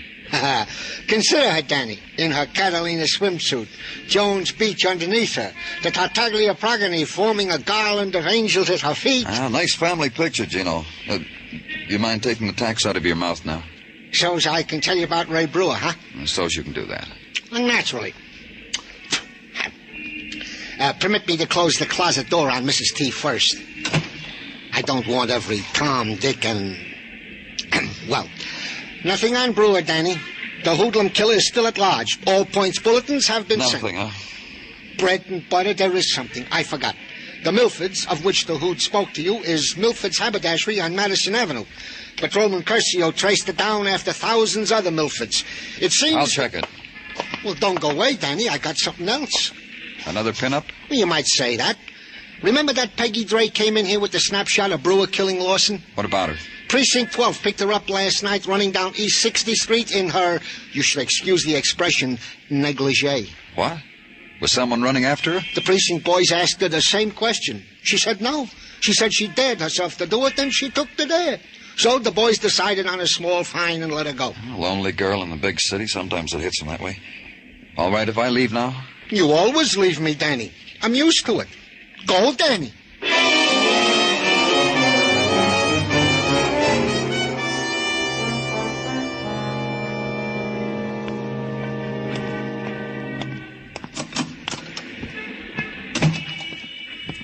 Good morning, sir. Is someone helping you? I'm looking for Mr. Milford. Mr. Milford is dead. What? 12 years ago. Like that. Zut. He was discussing plans with a buyer and... I know. Zut. Who are you? Mr. Milford, Jr. May I be of some service? I'm from the police. I want some information. Oh, what is it you want? The police department called you a while ago. You said you had some dealing with a man named Ray Brewer. Oh, yes, I did. I did indeed. You want to tell me about it? I don't see why not. Then tell me. Surely. Last week, Mr. Brewer entered Milford's and was fitted for a complete outfit, from linens to huaraches. Huaraches? Bootery a la Mexico. Mr. Brewer was going to Mexico. Note that I said was. Note that. Mr. Brewer changed his mind, huh? Well, that's a man's right. Mr. Brewer decided to stay around the city. Thus, he canceled the Mexican clothes and ordered town wear. Gabardines. And he paid you? I only ask because it's been bandied about that Mr. Brewer is not a wealthy man. His friend paid me. The friend who was with him when first he ordered. This friend? Here, this man's picture in the newspaper? The very one.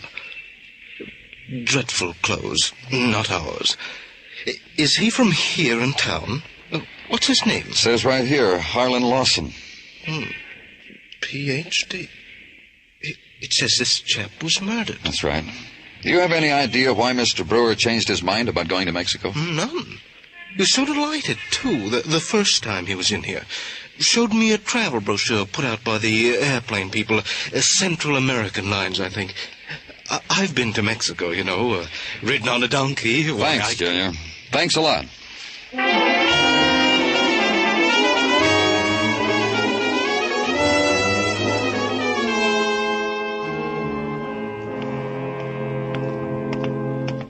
May I be of service to you, senor? I think so. I'm from the police, Danny Clover. Oh, my privilege. You wish to tour Central America to observe our police methods? It can be easily arranged. I will speak to the Latin consul. I just want to know about Ray Brewer. Brewer? The name has a familiarity. See, Senor Brewer. The man who wished to live out his days in Mexico, the land of tradition and romance. He's a murderer. Do you think he'll make it? What a dying man sets his heart to do is difficult to restrain him from, senor. This from my father, I learned. But Senor Brewer will not make Mexico by way of Central American lines, senor. Of this I am certain. Tell me why. Because only yesterday he canceled the ticket. It took me so long to prepare. He canceled the tour I had mapped for him. Acapulco, Zapateca, the floating gardens. When Brewer came in here to arrange his trip, was he alone? With another gentleman who subsidized the excursion. This one? In the newspaper picture? See, this one. Dr. Lawson, a gentleman of refinement. Now dead, I perceive. Yeah. Brewer didn't give you an address by any chance? Oh, no. He simply took the cancellation money, told me he preferred your city. As who would not? You peddle tickets to romantic places and you like it better here, huh? Who would not? Why pay extra fare, senor? Romance is where you find it.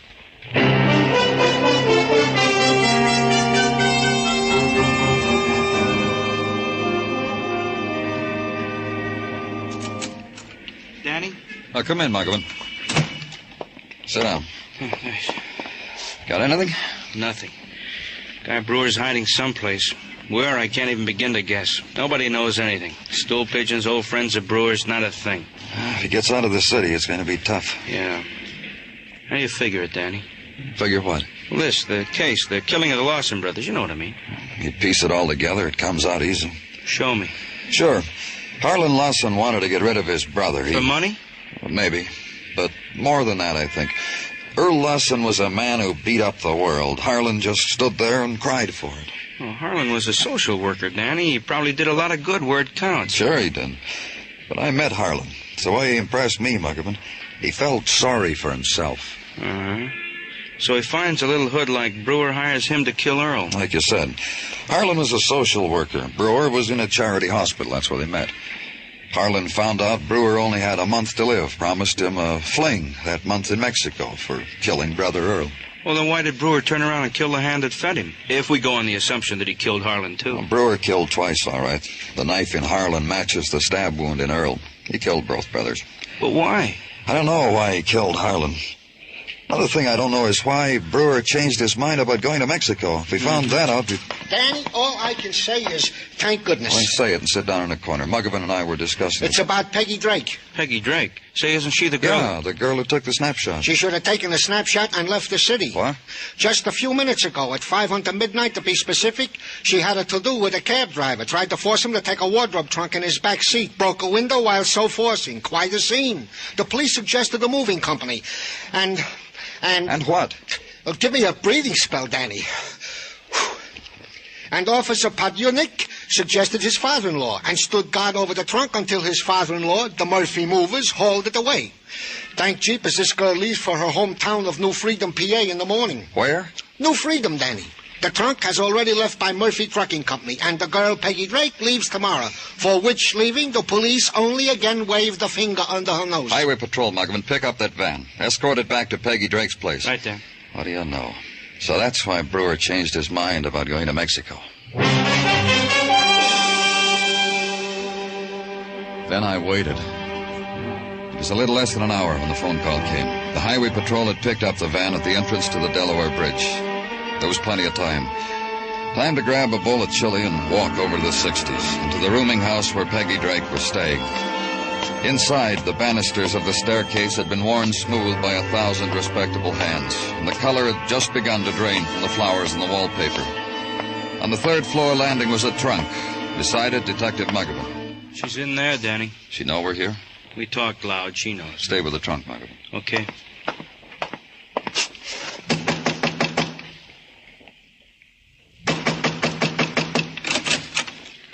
Oh, it's you, Mr. Clover. Glad you're here. Come in. Please, come in. What goes on in your town? I don't understand you people. Something wrong, Peggy? There was all that noise a little while ago. I opened my door a bit. I saw my trunk. Explain it to me, Mr. Clover. You were sending it back to New Freedom, huh? Of course, where I live, where I came from. That's where you met Harlan, wasn't it? What's he got to do with it? I need some sleep, Mr. Clover. My bus leaves early tomorrow. You're not leaving. You want to bring your trunk back in here and unpack? I'm not leaving. Wait a minute. Muggavan, bring that trunk in here. What are you doing? I don't have to unpack. The trunk's pretty heavy, Danny. I'll need some help. Okay. I'll give you a hand. Yeah. Better grab the handle on the other side.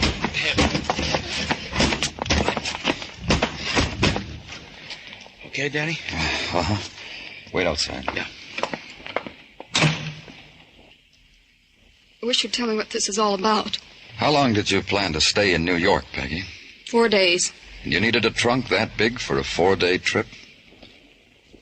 It's a brand new trunk, Peggy. Yes, I just bought it. It's for things I want to take home. Books, lamps. Books, huh? I like books. Let's see what you bought. Don't open that! Don't! Why not, Peggy? Leave me alone. What's the girl have to do? I come here for a good time. I'd say you had quite a busy trip. Running down the street at night in a negligee. I had something to drink. I didn't know what I was doing. Then creating a stir with this trunk with a cab driver. It wasn't my fault. People here aren't helpful. Peggy, we're looking for a man, Ray Brewer. We want him for 2 murders. Brewer? You know him, Peggy. You took his picture. Brought it to me. Oh, that's right. I remember his name. I'm sure you do. Let's open the trunk, Peggy. No. Don't. Get it out of here. Take it away. Later. You took the picture, Peggy, because you knew the murder was going to be committed. The murder you planned so well with Harlan. Get it out of here. Just get it out. Gave us a picture of the murderer. You figured by the time we found who he was, traced him, he'd be roaming around Mexico. And by the time we got to him, he'd be dead. Because Ray Brewer only had a month to live. I didn't do anything. I didn't kill anybody. It was harmless. One thing is bothering me, Peggy. Why Brewer changed his mind about going to Mexico. He saw me taking his picture. We didn't tell him we were going to do that. You double-crossed him, huh? That's why he killed Harlan. That's why he was going to kill you. I ran from him. It's like a nightmare. Somebody grabbed me by the shoulders and choked me. And I was in the middle of the street. Dressed. When your finally got back here, Ray Brewer was dead. He didn't live his month. His heart gave out. Let's open the trunk, baby.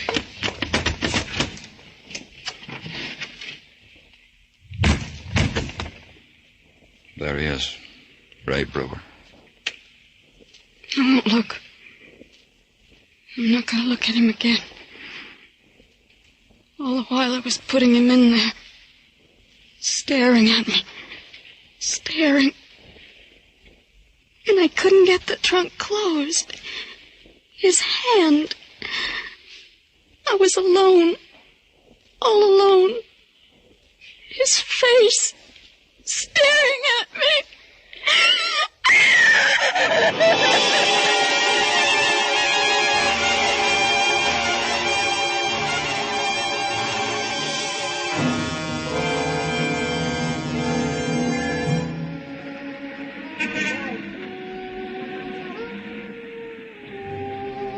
Dawn touches Broadway now. The remnants of the night are driven back into the earth. You walk the streets, and from behind the doorway you hear the old sound, the sound of weeping. You know the nighttime will never leave. It's found its refuge. It's Broadway, the gaudiest, the most violent, the lonesomest mile in the world. Broadway, my beat.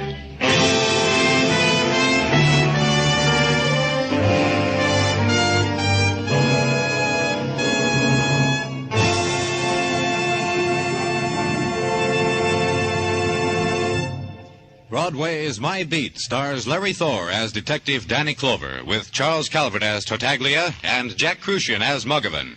The program was produced and directed by Elliott Lewis, with musical score composed and conducted by Alexander Courage. In tonight's story, Peggy Weber was heard as Peggy Drake, Ted Osborne as Harlan Lawson, Anthony Barrett as Ray Brewer, and Don Diamond as Milford. For a full hour of outstanding musical entertainment, plus one of radio's biggest cash awards, play Sing It Again every week over most of these same CBS stations. Laugh along, win along with Jan Murray as he picks up his coast-to-coast telephone and invites you to sing it again and land a big batch of loot. It's exciting, it's outstanding radio entertainment. Stay tuned now for Sing It Again, which follows immediately over most of these same CBS stations.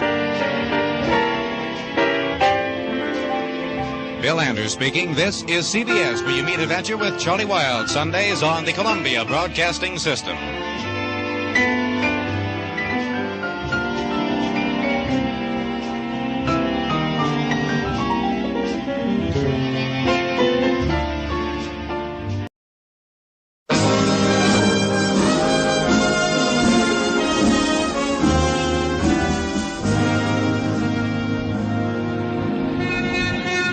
Broadway's My Beat, from Times Square to Columbus Circle, the gaudiest, the most violent, the lonesomest mile in the world.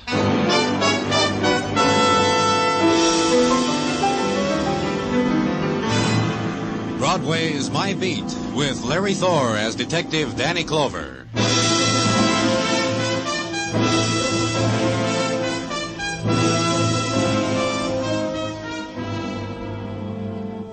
The summer evening flows gently over Broadway, and the carousel sounds of the street's carnival begin. The brazen trumpet screams, calling the believers to the basement sanctuaries at a dime a prayer. The barkers of the night shout their spiels into passing ears, and the rustle of perfumed silk rides the June wind. You're shoved and pushed and mauled, and there's no bitterness because the taste of night melts in your mouth.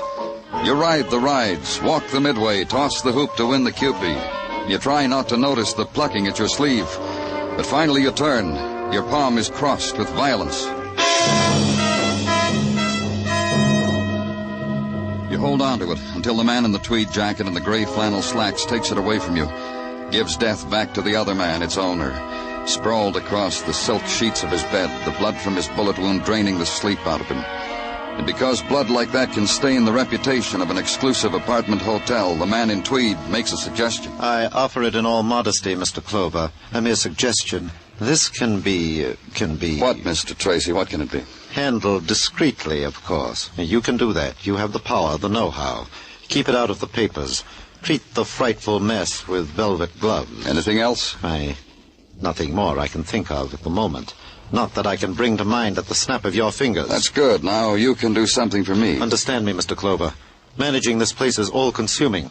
I spent years at school, here and abroad, learning the quirks, the ins and outs of the profession, All that education, maybe you can spell out for me the murdered man's name. Did I forget to introduce you? Pity. The fellow over there on our bed was once Frank Dunn, a bartender, of all things.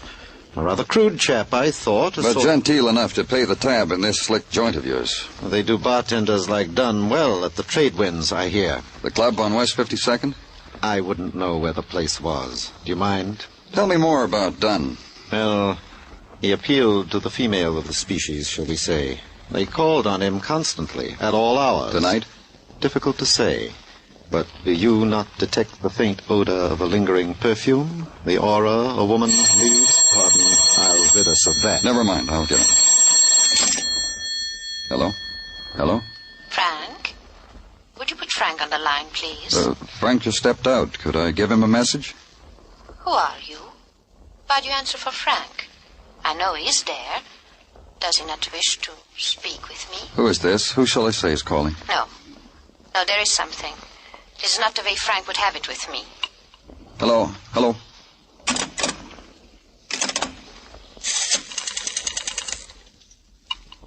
Yes, please? This is the police, operator. Trace that call. And the call was traced. Drugstore on 43rd and Broadway. A phone booth there. The third one from the left as you pass the Chiron reducing display. Only who knows who's been using the phone, the clerk in the white coat asked me. You don't have to have friends in Washington to use the phone, mister. You need a dime, that's all. Anyway, what was she, a spy or something? So if that's all, he had work to do. He left. So did I.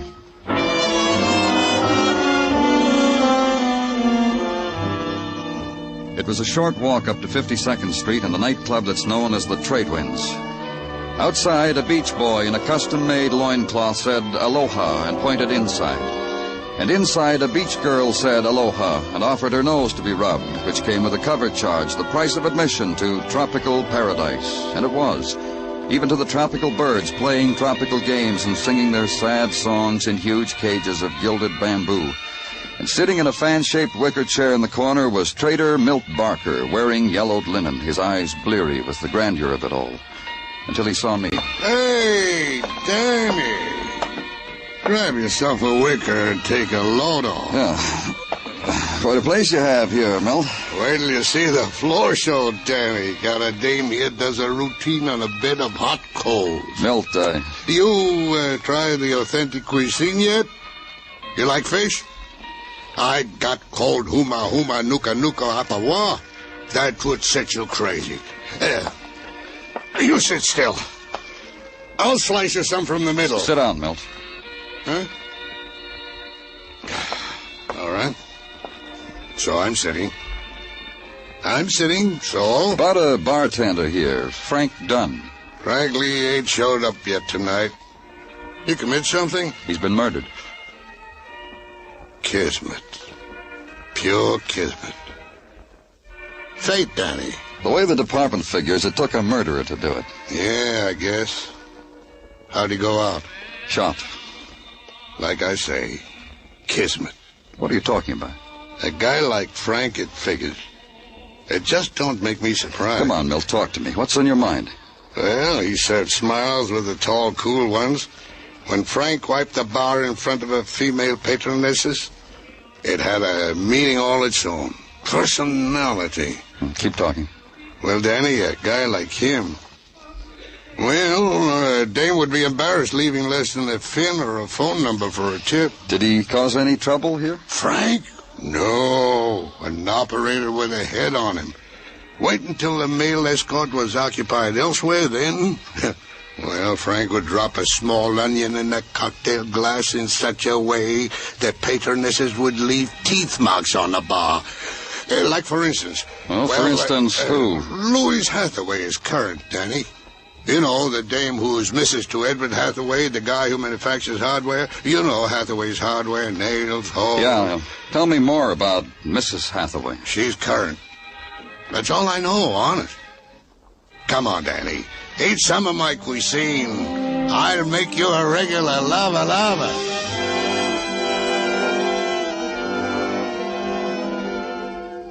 And so, as the surprise pink spotlight dimmed slowly over Trader Milt's paradise, I heaved a sigh for the regular lava that would never touch my lips, and bid a fond farewell to the land of the Huma Huma Kukanuka Apawa.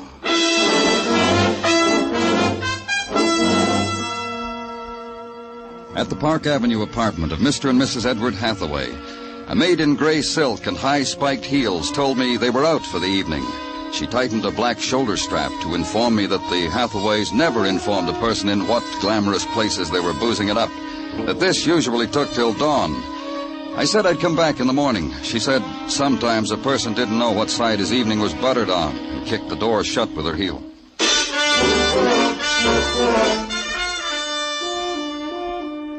I guess I didn't wait the polite and proper interval after dawn, because the girl who opened the door to me this time was still yawning. Another thing, the long night had left no scar on her kind of beauty. Well, can't it wait? Whatever you want, can't it wait? You're Louise Hathaway? Uh-huh. Sleepy Louise. Tired Louise. If you weren't a stranger, you could rock me back to sleep. I need it so. I'm from the police, Danny Clover. Oh, you're the one Celeste told me about. Celeste the maid. What do you think of her? She thought much of you. Come on in. Tell me about it. Celeste's in bed. I let her stay because we dragged her out of it when we came in. Couldn't find the keys. You know how it is. But I'll drag her out again to whip up some eggs for us, if you like. No, thanks. Big night last night, huh? Ah, the biggest. You build a lovely city here, officer. Lovely and fair. And at night it glistens. Frank Dunn, was he a part of the night? You just played the only sad note there is, officer. Frank wasn't in it. Not anywhere. Why do you play a sad note like that to me? Because he's dead. Murdered. I don't think I'd ever let you rock me to sleep. You're cruel. And Frank, what about him? I wouldn't know about him, wise man. Once it got bad and I tried to... Frank winked, grinned, splashed whiskey on my dress. That's all, huh? Just a clumsy bartender. So much more you'll never know. Once I was at the Trade Winds having dinner with hubby mine, and there was a phone call for me, and I took it, and it was Frank calling me from the bar. And hubby mine didn't know why I suddenly turned happy. He had sense enough not to ask. Your husband knows how you felt about Frank? I don't know. I don't care. I always made him tip Frank a lot of money, take him with us after he was through work. Well, it's going to be cheaper for hubby mine with Frank gone. And for me, such a high price, I don't mind telling you. Will you wake your husband, Mrs. Hathaway? I want to talk to him. He's awake. You can talk to him. At his factory. Hathaway's Hardware Incorporated. Always the first man there. Sleeps an hour after I've kept him up the night. And off to the factory. Off to make a bed of nails for me. Just stay here in case we want you, Mrs. Hathaway. So you can talk more to me about Frank? It'll be a pleasure. Deep and fair. A pleasure. Any time.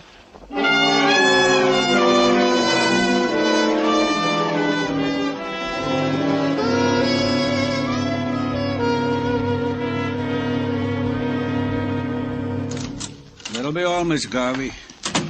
All right, sir. Who are you? I gave my name at the gate, Danny Clover. From the police, aren't you? That's right. What's on your mind? I just came from your house, Mr. Hathaway. My house? What's the big idea? What did you want there? I had a chat with your wife. My wife? You don't go to my house, policeman. No more. You understand that? You don't bother Louise. You want something? You got a ticket to sell? You got something that gives you worry? You come to me. Louise don't get bothered by police. She gets bothered, Hathaway, any time the department feels the need. Yeah, you think so, huh? You get bothered too, mister. Go ahead, call your lawyer. Say murder to him, because that's what you and your wife are involved in. Murder? Call your lawyer, Hathaway. Look, now... The death of Frank Dunn, bartender, at the hands of person or persons unknown. Your hands, your wife's hands, both... I thought you were kidding. I'm not kidding. Louise is a kid. I got a young wife, Clover. Wild sometimes. Country kid come to the city wild. And not excusing her, understand? I like to watch it. She knew Frank Dunn. So she knew Frank Dunn. So I know Frank Dunn. 1,000 people know Frank Dunn. She didn't kill him. Why should she kill him? What could he do for her? Give her a double martini? A couple of those go a long way. Look, Frank Dunn was a joke passed over the bar to Louise. Louise is married, so that settles that. All right. Who killed Frank Dunn? I'll tell you this. If he would have put a finger on Louise, I'd have killed him. One finger on Louise. I've told her that time and time again. And she and Lily think it's... Lily. They think it's smart. They got to have cocktails at 5. They go in by themselves. Who's Lily? Lily. Lily Prokosh, a dopey dame who writes poetry, wears glasses that goes like this. Lily Prokosh. Prokosh? Foreign? Yeah, talks accent talk. Where do I find her? Lily. Sometimes I pick up Louise at Lily's place in the village hotel. Yeah, I know where it is. Good. Maybe you're onto something, Clover, huh?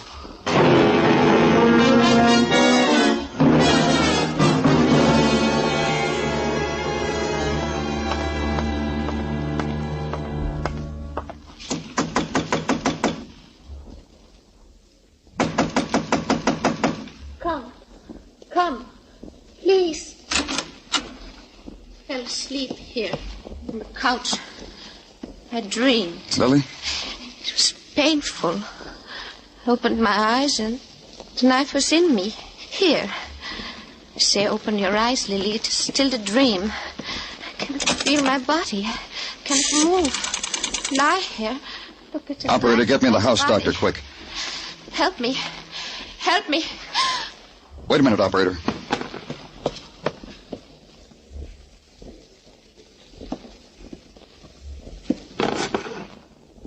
Never mind, operator.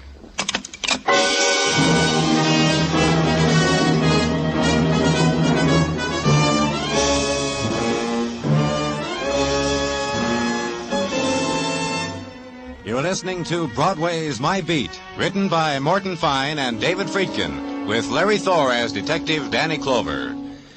This combination is your open sesame to Sunday night musical delight. CBS Guy Lombardo Time, featuring the sweetest music this side of heaven, and the Mario Lanza Show. Enjoy Guy Lombardo's music. Enjoy vocals, old and new, by Mario Lanza.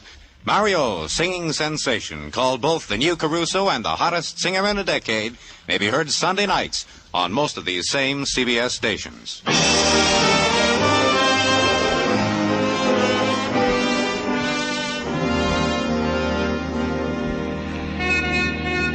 The nice thing about Broadway, the good thing, the reason why you run the rest of the way until you get there, is that Broadway never lets you down.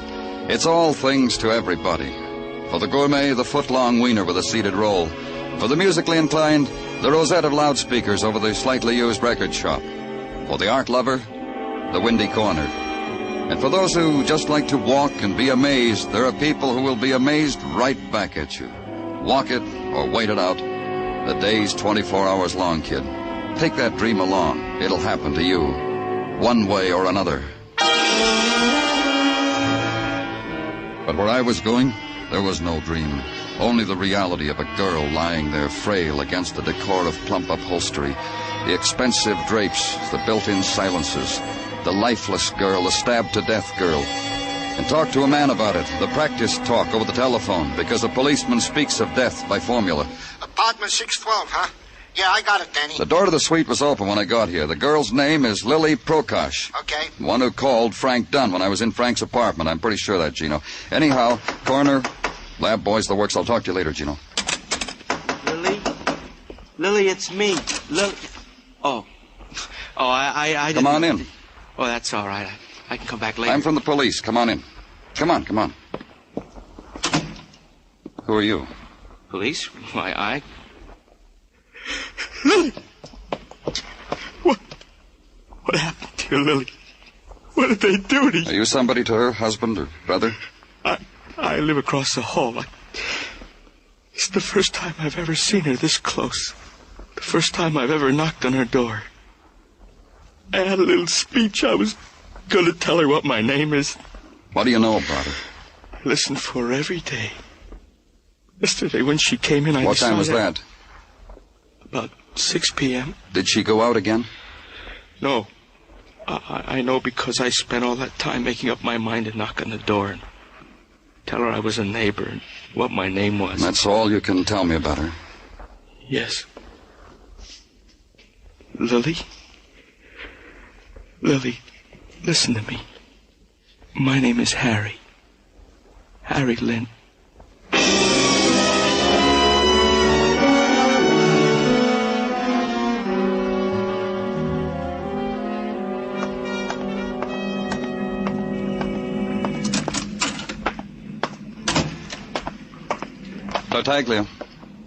Tartaglia. Huh? Oh, it's you, Danny. The way I was standing here in the corner daydreaming, I'm not surprised I did not hear you come in. Dreaming? Uh-huh. Because of the talent I discovered only last night in our little 6-year-old girl, Aida. Oh, tell me about the talent. Oh, Danny, the way my little Aida plays the piano. Plays good, huh? Well, not only good, Danny, but she plays the piano underhand. What? And by ear. By ear. Gino. Yeah, Danny. Did you run down that stuff I asked for on the phone? Goes without saying. What'd you Danny, this is the only comment? It's not important. What did you get, Gino? Yeah.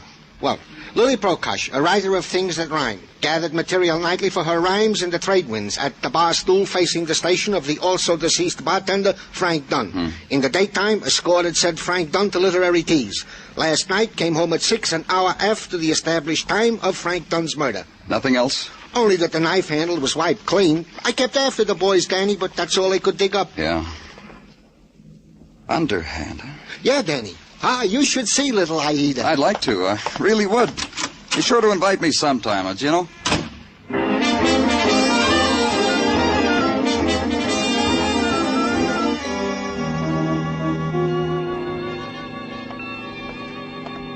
I see the wicker chair's still open, Milt. Danny, sit in it, kid. 2 nights, I see you each time. To what is due this sudden harvest of Danny Clover? Not that the trade wind ain't humored, but to what is due. You know a girl named Lily Prokosh? Well, names don't register with me, Danny, unless for a reason. Is there a reason? A tall girl, blonde, harlequin glasses, spoke with a little bit of an accent. The one who wrote lousy sonnets on my napkin? She was a poet. The one who always comes in here with Mrs. Hathaway? That one, Danny. Well, what about her? You tell me. Lily Prokosh and Frank Dunn. Hey, yeah. Yeah, what? The other day. What are you talking about? The other day, yesterday, the day Frank met his kismet. She was in here with Mrs. Hathaway about 5:30. Asked for Frank. I told her he wasn't to work yet. I started to tell her where Frank lived, but she said never mind, she already knew. Left. And then what? Then what? Yes, she left. Left Mrs. Hathaway with a martini at half-mast. The poet walked out. To see Frank? Yeah. She bumped Frank, huh? A doll like her. What do you know?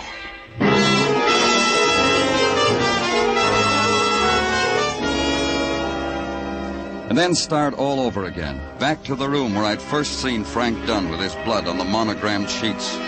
Back to the room where this particular set of violence had begun to shape itself. And touch once more the things that had belonged to a man who had been well loved. The gold money clip with his initials written in chipped emerald, the gold cigarette case, the gold keychain, the silk robe that hung in the scented closet. And on none of these things the mark of an identity, the whisper of a killer's name. And all of it with a man in tweed at your elbow, commenting, snickering, fingering the imagined price tag.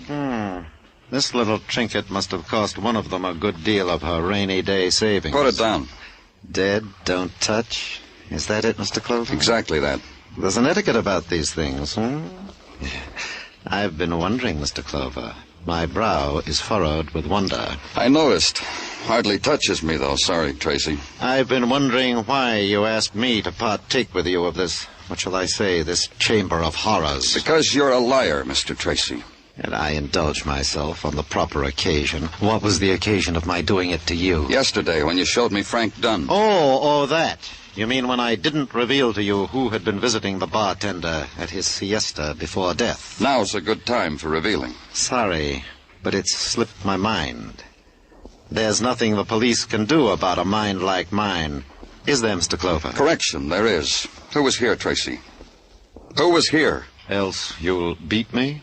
You hardly make it worthwhile defending a dead woman's honor. Who? That foreign thing, with the wind in her hair and the mist on her eyeglasses. Lily Prokosh? I've heard her announce herself that strange way on the house phone. She stayed long enough with the bartender to read him her newest poem. But they had an interruption. You can reveal that, too. It'll cost me a dear little savings plan I had in mind. The interruption, who was it? Lovely, frolicsome thing. Never been here before. Knocked on the bartender's door, was waved away, it seems. Tapped on my office door. Asked if I had a deck of cards. Wanted to play away love's bitterness. Sympathized. Played against her. Won 40 cents. Would have won more, only... Only what? In the midst of a deal, I had a call from the bartender ordering me to whisk the Prokosh thing away by freight elevator. I did. When I got back, my card-playing lady was gone. You won 40 cents from her. That ought to make a girl like that unforgettable. Ever seen Louise Hathaway, Mr. Clover? I have, in society columns. And that evening, she played cards with me. She's precisely what you say. Unforgettable.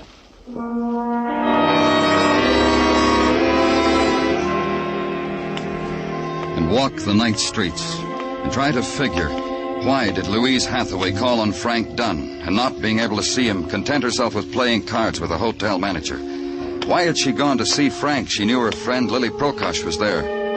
A lot of whys. And keep on walking, east from Broadway to Park and up to the 70s, and stop in front of the canopied apartment house, pause, smoke a cigarette, then go in, and on the second floor ring a bell.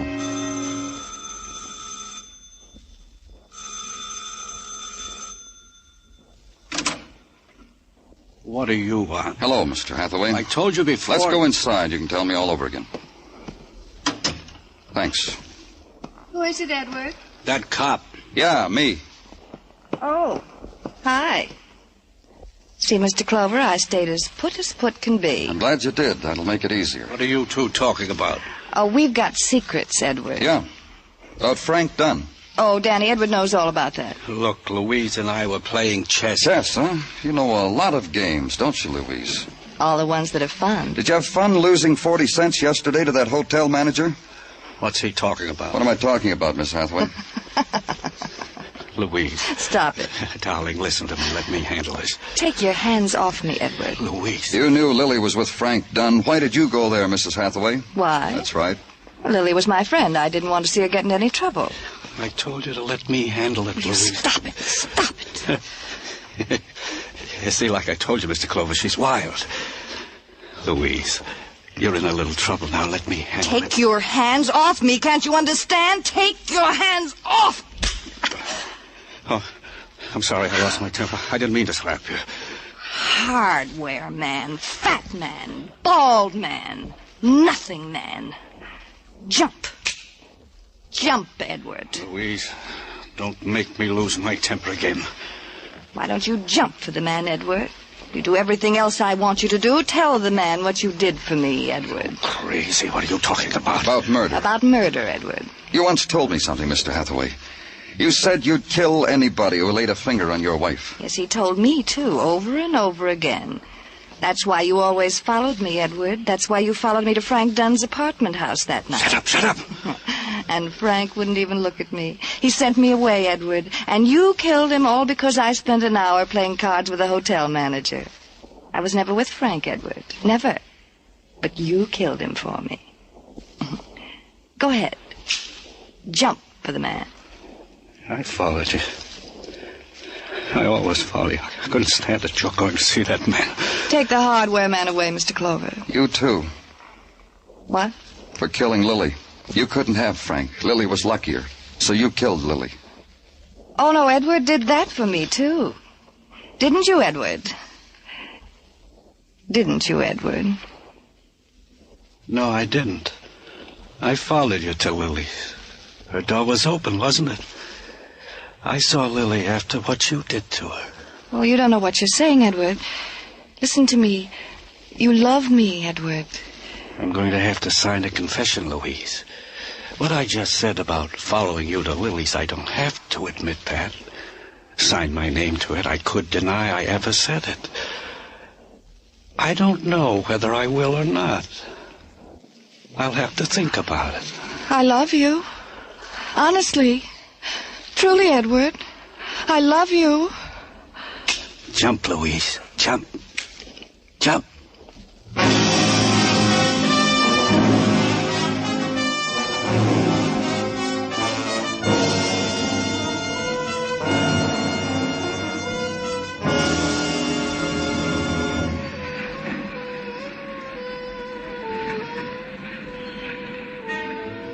Broadway's quiet now. It's the 4 o'clock in the morning hour, the hour without color.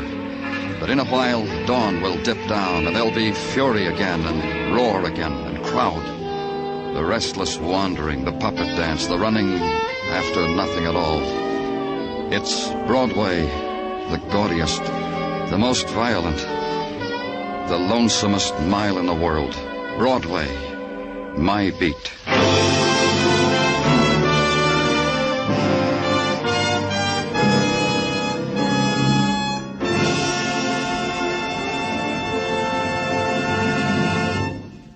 Broadway's My Beat stars Larry Thor as Detective Danny Clover, with Charles Calvert as Tartaglia and Jack Crucian as Muggavan. The program was produced and directed by Elliott Lewis, with musical score composed and conducted by Alexander Courage. In tonight's story, Mary Jane Croft was heard as Louise, Herb Butterfield as Edward, Joe Granby as Milt Barker, Edgar Barrier as Neil Tracy, and Gladys Holland as Lily Prokosh. Just once around the clock aboard the second hand for Singin' Again, an hour of comedy, music, and cash for the CBS listener who can identify the phantom voice. Jan Murray is your host, Judy Lynn Allendale, the Riddlers, and Ray Block supply the music. Stay tuned now for Singin' Again, which follows immediately over most of these same CBS stations. Bill Anders speaking. This is CBS, the Columbia Broadcasting System.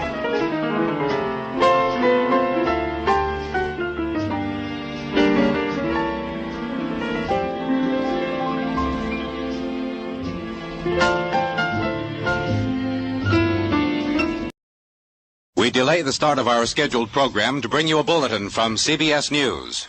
Washington. The State Department has issued a statement in response to the proposal by Jacob Malik, the Soviet delegate to the United Nations, for a ceasefire in Korea. The State Department said that if Malik's proposal is more than propaganda, adequate means for discussion and end to the conflict are available. The State Department said we are ready to play our part. This bulletin has come to you from CBS News. We now resume our regular program.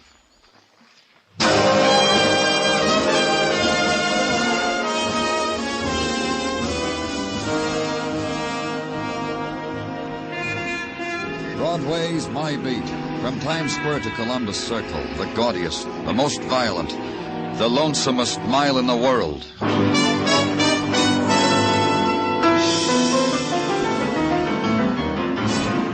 Broadway's My Beat, with Larry Thor as Detective Danny Clover.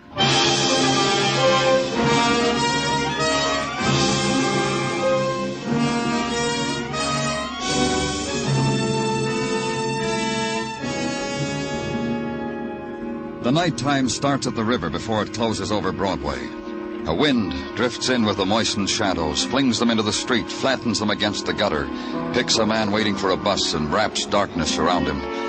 And a light comes on, and another, and down the street there where the crowd is gathered against the traffic signal, high above them a neon sputters, flames. The spectaculars dance. Somebody runs into the street and yells, "Come on," and everybody does. Night has come to Broadway.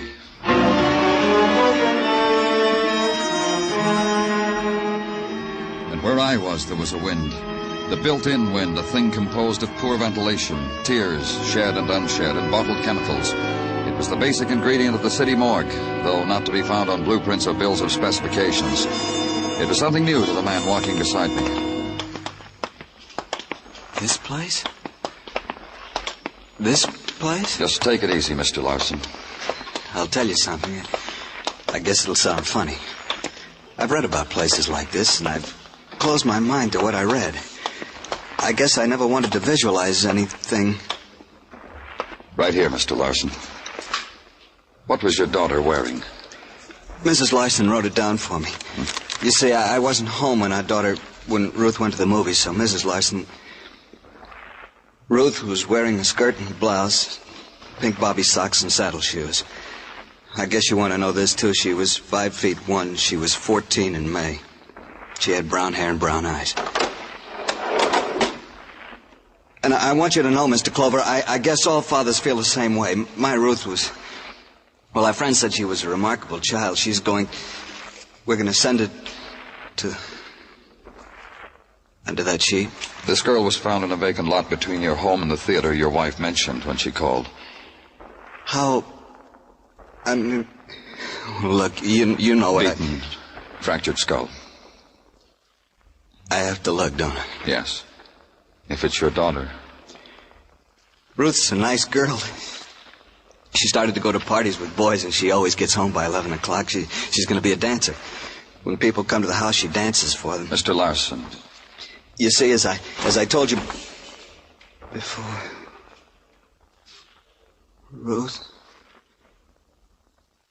Ruthie? Oh, Ruthie. Who did it? What monster? Who did it to you? Who?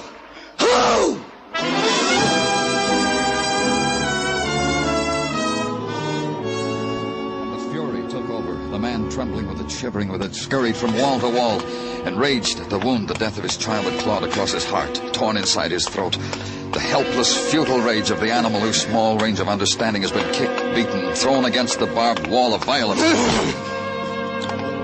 Not once more did he look at his child. Now try only to wipe out the memory, try to strangle the long-ago laughter and sobs that the child had let echo through him. And finally... the collapse, the heap on the concrete floor.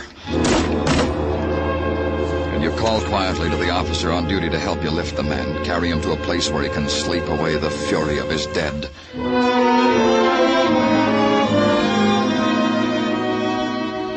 Then back to your office and close the door on it. Stand at the window, watching the squalls of the nighttime wash against it, beat against it, and then stare at the walls. Then hear the door open for it, to let it all in again. Danny? Danny? What do you want? Well, Dr. Sinsky's report. He was busy on another. He asked me to bring it to you, so... Leave it on my desk. All right.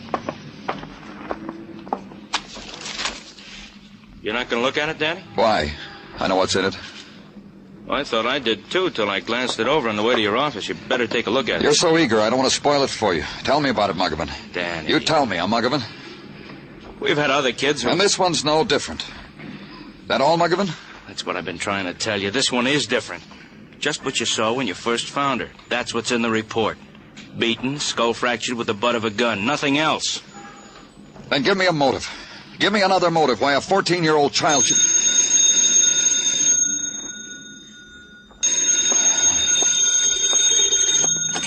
Clover speaking. Sergeant Tartaglia at this end. Homicide, Danny. Woman in backyard of house at 1845 West 11. People named Murray. Upstairs wants you on it. Shall I tell him you're agreeable, Danny? Tell him I'm... Bring me a motive, Muggavan.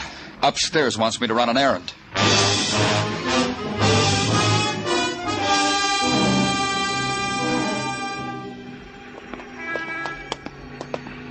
She's over here, Mr. Clover. Right here. Dead. Beaten. I'd say her skull had been fractured, Mr. Murray. Oh, I don't understand it. I just don't understand it. Tell me what happened. We were sitting in the library. A knock came on the back door. I wanted to answer it, but Beatrice said I looked so comfortable. There was just you two in the library. You and your wife. And Sis. Sis? My sister Claudia. She can't hear anything. She's deaf. She never goes out of the house. I take care of her. Well, who's in the house with her now? Who's playing that organ? Oh, Sis plays. I see. Go ahead. Well, there was this knock on the door, and Beatrice went to the door, and I heard her talking to someone. At least I think I did. I want you to know I'm not sure about that. I kept reading, that's all. Sis was practicing. Didn't your wife scream? Didn't you hear anything? No, I didn't. I happened to look up from my book a little later, after she went to the back door. How much later? Well, I don't know. I looked up, and she still wasn't there. She hadn't come back yet from answering that knock on the door. That's right. So I went out back. The back door was still open, but there wasn't anybody there. I called to her, and then I started toward the alley, and I stumbled. I stumbled over Beatrice lying... Then what did you do? Well, I called the police, and then I told Sis what had happened. You speak sign language? Yes, I learned it when I was very young so that I could speak with Sis. She's been with me all the time. Huh. How long have you been married? 14 years. Why, what's that got to do? Happily? Of course, happily. You have any children? No, that's something Beatrice and I agreed on. Sis needs taking care of, and Beatrice is always so busy. Busy doing what? Clubs and auxiliaries, you know. She was well-liked, got things done. She was admired and well-liked. Then who would want to kill her? Nobody would want to kill Beatrice. Nobody. Mr. Murray. She was a middle-aged woman, Mr. Clover. Everybody she knew was her friend. She did charity work. People came with troubles. Anybody. She'd help them. Why would anybody want to kill her? What motive would he have? What motive, Mr. Clover? It was there again. What motive? A 14-year-old girl, the loved child of a quiet, nameless family, until a killer had taken the butt end of a gun, beaten their name and their dead child's name into the newspapers that choked the trash bins supplied for the purpose by the Department of Sanitation. What motive for that? And for Mrs. Beatrice Murray, admired, liked, charitable, a woman to whom the trouble came, a childless woman who sat in the evening and sewed together the patchwork of her day while her husband read and his sister released the music she couldn't hear. What motive for that brutal death? Because you find no answer, share it with Dr. Sinsky. Ask the question of him, burden the gentle doctor with it. You put me a question, Danny, that is not strictly in my department or in my education. Mind if I bum another cigarette? Oh, here. Help yourself. Thanks. You've been with us a long time, Doctor. Some of it must have rubbed off. Danny, I deal only in known quantities. You boys bring me the wounds you find, I wash them, bandage them. You bring me the dead, I perform autopsies. Known quantities, Danny. Like I know my name, your name, that this Mrs. Murray was murdered by the butt of the same gun that hammered away the life of the child Ruth. Why? Tell me why. And I'll go out and buy my own pack of cigarettes. If I had gold, you could have it, Danny. No strings to it. No. For the question you ask, go consult a specialist. A man who puts the microscope of his training to the emotions. The department psychiatrist?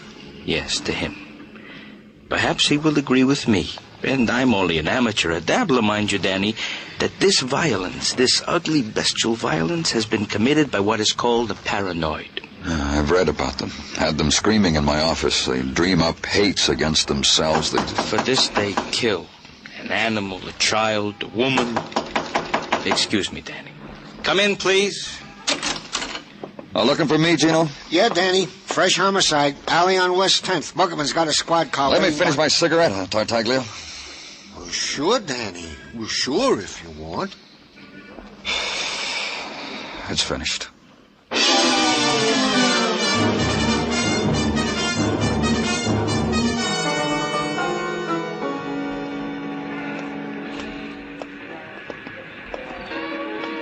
A woman, Danny. Yeah. Put your flash on her.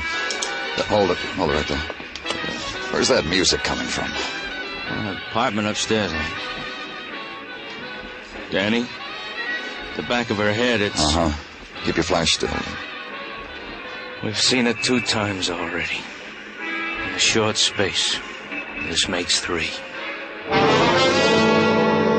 It made 3. The woman staring into the beam of the flashlight Muggerman held close to her face, staring in the final disbelief that this had happened to her in this place, in this time.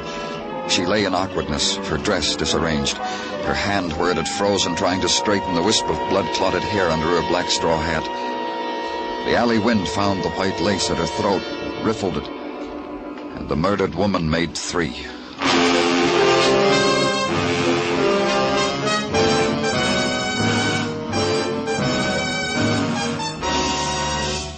listening to Broadway's My Beat, written by Morton Fine and David Friedkin, with Larry Thor as Detective Danny Clover. The Peggy Lee Show bowed in over most of these same CBS stations last Sunday night. Folks who heard it will be back tomorrow for more of Peggy's charm, Peggy's vocals, Peggy's previews of coming popular musical events. Enjoy the Peggy Lee Show for lighthearted summer listening at the Star's address.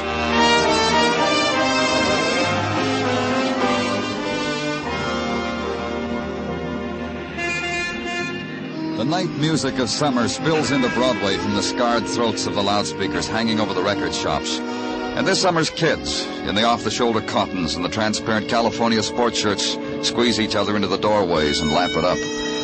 And then someone shrills a new diversion in a new shop window on a new corner, and Broadway's youth rebops on down to it. It's an old ceremony on Broadway, this dancing in the streets, and the sweating barker with a fistful of passes to happy upstairs lands. Just the price of the amusement tax, kid. That's old, too. The girl in the swimsuit lying on the billboard beach, never aging, but old. And the touch of summer's night on your eyelids, that's familiar, too. It's all happened to you before.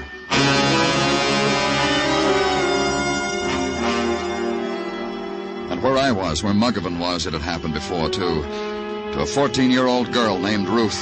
To Mrs. Beatrice Murray. And now to the woman lying dead in an alley, not feeling the touch of the man who had first timidly and then with effort twisted the purse out of her hand.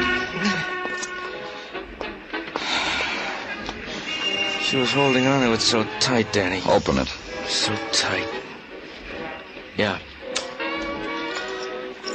Killed the same way as the other two, wouldn't you say, Danny? Uh-huh. Maybe our fair city's being honored with a mad killer, huh? Maybe. A sick man with a grudge against women, even if they're a kid. Looks like it. How long does it take to go through the purse, Muggavan? I'm just sorting the unnecessary stuff, Danny. Tissues, compact, change purse, bobby pins. There's a sales slip for... Let's see. Hold a flash a minute, Danny. Yeah. For Chinaware. A tortoiseshell comb with silver edging. That's all? No identification? Well, I haven't tried this inside flap yet, Danny. Yeah, here it is.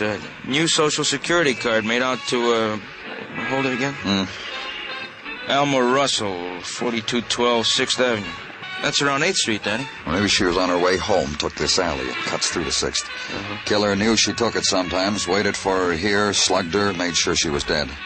Got a confession, Danny. It puzzles me. You alone in the world? The three of them dead. That girl, that woman with her husband, and the sister who plays the organ.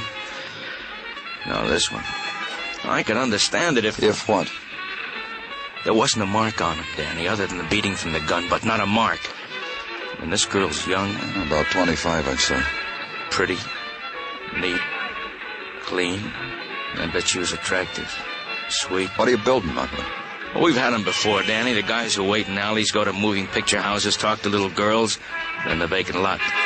This kind we've had before. And in a way I could understand it. But the killer who... You said he was sick. Dr. Sinsky called him a paranoid. Whatever they call him, it scares me sick. I got a niece lives 3 blocks from me with my brother. She's... Funny.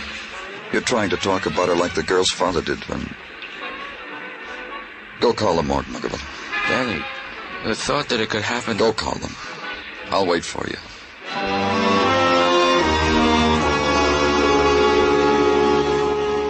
And in a little while, the young woman who had hugged death in an alley was attended to by gentle people, which is the miracle of violent death in a great city. The intern, the stranger in the white jacket, knelt beside her and shook his head and thought a thought that included both of them. And an ambulance driver looked at her and bit his lip when he put her on the stretcher. Then the alley was no longer remarkable. It resolved back unto itself.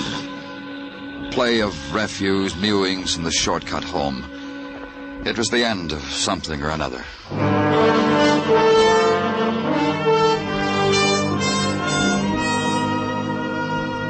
For me, it was the end of the day. Home now, and not to dream.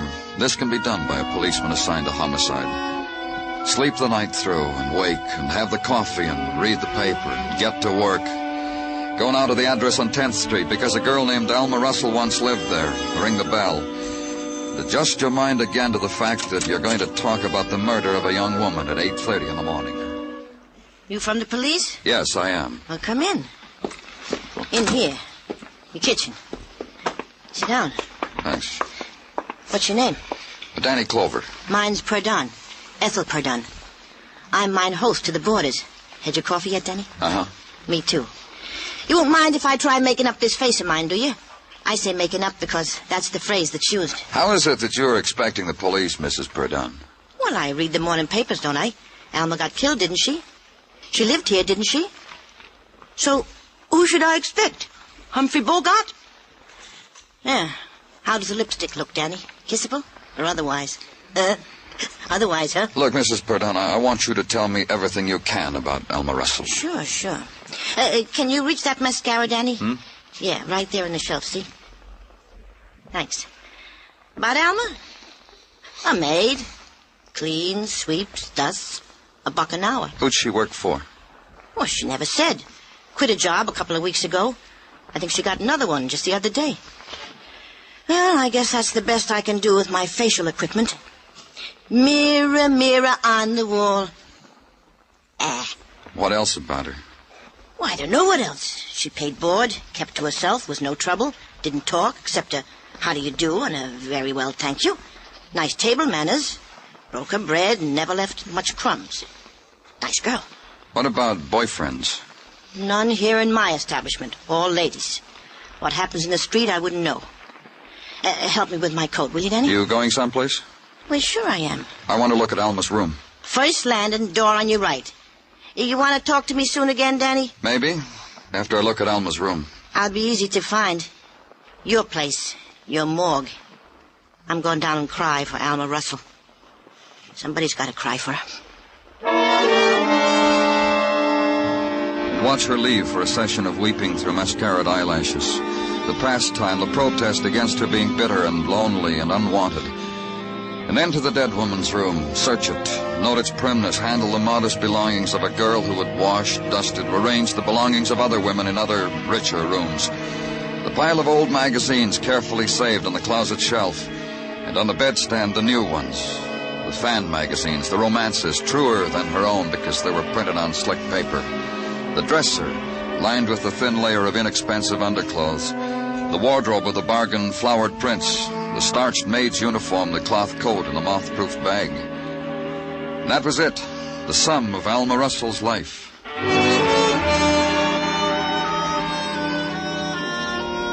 And then back to headquarters and the concern of Sergeant Gino Tartaglia for your tiredness, for your paleness.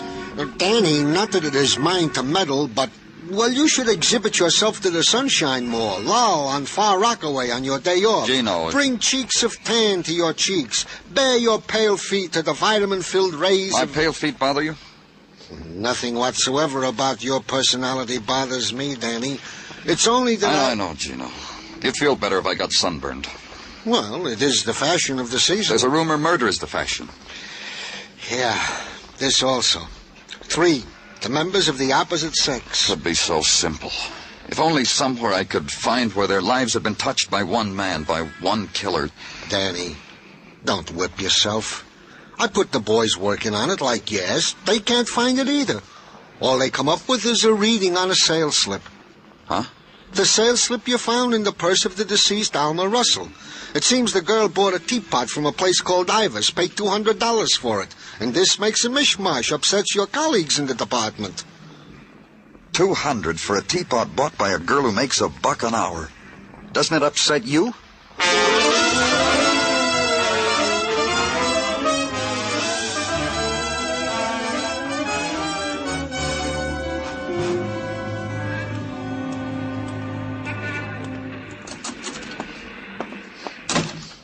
Something we can do for you, sir? Yes, there is. I'm from the police.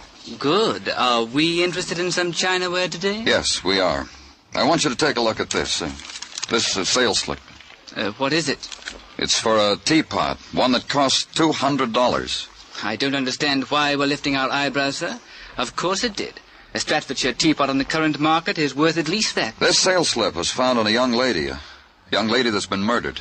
I see. The young lady happened to have purchased this teapot here. I see. Her name was Alma Russell. I see. How does $1 an hour maid buy a $200 piece of china? By paying $200 for it.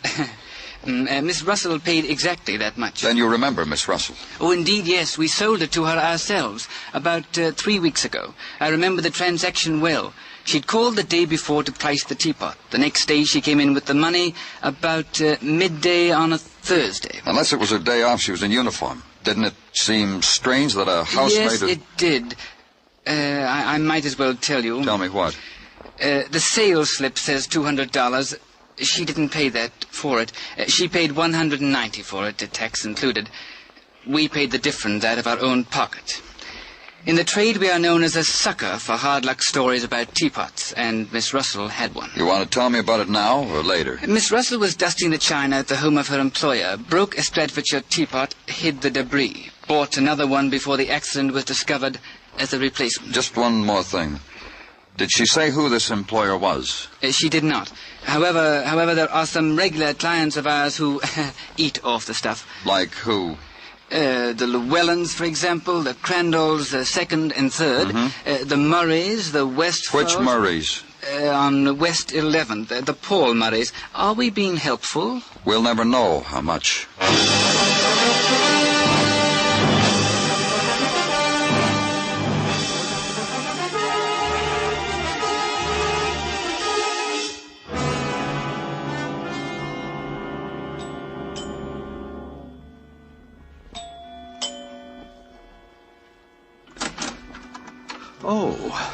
Oh, it's you, Mr. Clover. Please come in. Thanks. Mr. Murray... You want to talk to me, don't you? This way, down the hall. Oh, Claudia, that is Sis, is practicing. We don't want to disturb her. Through this door. In here, the library. Now, do you know the man who killed my wife? We know the kind of man who killed your wife. Yes? A paranoid. A paranoid? A person who's quick to find a reason to kill, and he doesn't need much of a reason. Just cross him. A crazy man? You could say that. Well, they tell me a lot of crazies are clever. But why come to tell me about it? You should be out looking for the man. I just thought I'd stop by and let you know how we were progressing. I'm busy. Oh? My hobby. Model trains. I was assembling this engine. It's a diesel. Oh. Careful work. Must take a lot of patience. Please, put it down. It's fragile. I don't allow anyone to touch it. All right. I said I stopped by to let you know how we were progressing. Come back when you can tell me the killer's name. And from what I've been reading, you'd better hurry up. 3 killings. Indiscriminately. By the same man. By the same man. The way we figure it, Mr. Murray, is that the killer was really only interested in killing one person. He killed the other 2 to make it look like what you said, indiscriminate killings. I don't understand. To make it look like murder without a motive, without plan. But there was motive. Well, what motive for killing a 14-year-old girl? None. Part of the plan. And that housemaid? None. But that was the killer's mistake. If he'd killed someone else, I wouldn't be here now. What? You don't know what you're talking about. Aren't you going to ask me why anyone should kill your wife? There was no motive, like the others. The killer had one. He had a wife who didn't want the burden of an afflicted sister-in-law. That's only a guess. Did your wife ever complain about your sister? Get out of here. You said your wife was a warm and open-hearted woman. She wanted children, didn't she? You're presumptuous. You're crude. Get out of here. You already had a child in your house, Sis, your sister. You never let her be anything but a child. I don't have to take these insults. And put that down. Put that train down. You're crazy. Crazy. You broke it deliberately. All that work and you... I'll kill you. I'll kill you. For a broken toy train. I'll kill you. That's how you're going to convince me you're a madman. You. Cop an insanity plea. You're going to try harder than that. That's right. Settle down. You broke my train. Cut it out, Murray. You're no more crazy than I am. Oh, Sis. Paranoid would have had reason to kill that maid, that 14-year-old girl. You killed to cover up your wife's murder. Oh, Sis. She'll find out what happened. We'll let her know. Sis. Oh, Sis. What have I done?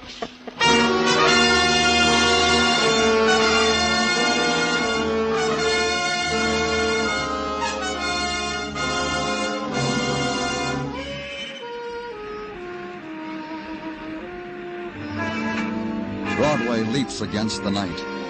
The sound it makes is the crash of life deep inside the earth, and the hiss of neon, the laugh that screams. They melt together. The sound you get is shock. There's another sound, the teardrop. But no one listens. No one hears.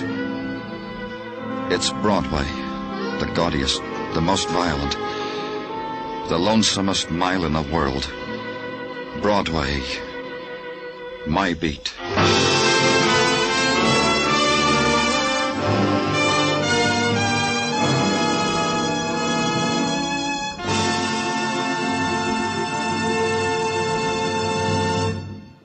Broadway's My Beat stars Larry Thor as Detective Danny Clover with Charles Calvert as Tartaglia and Jack Crucian as Muggavan. The program was produced and directed by Elliott Lewis with musical score composed and conducted by Alexander Courage. In tonight's story, Joseph Kearns was heard as Paul Murray. Featured in the cast were Charles Davis, Martha Wentworth, and Harry Bartell.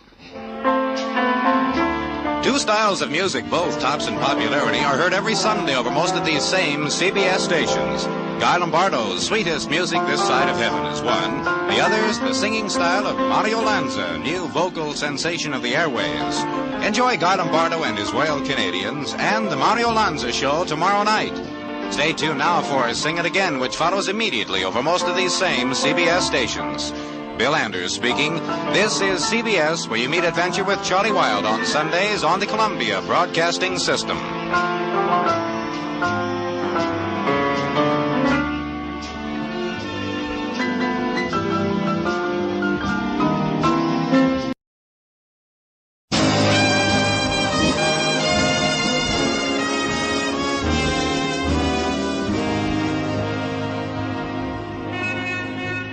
Broadway's My Beat, from Times Square to Columbus Circle, the gaudiest, the most violent, the lonesomest mile in the world.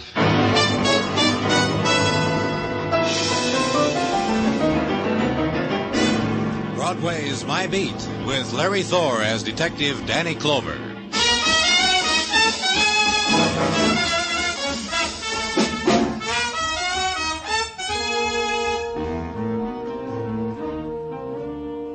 In the time before dawn, Broadway is an island of silence torn from the blazing neon, the midnight sun of the spectaculars.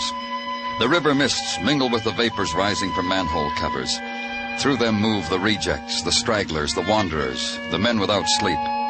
One detaches himself, scavenges in a trash bin choked with the remnants of night, finds nothing, moves on to the next. It's the time of the endless search, the restlessness of an anguish you can't understand, on the street built for the purpose. You walk it, and a shadow whimpers, and you hurry on, close your heart to it, because the whimper was yours.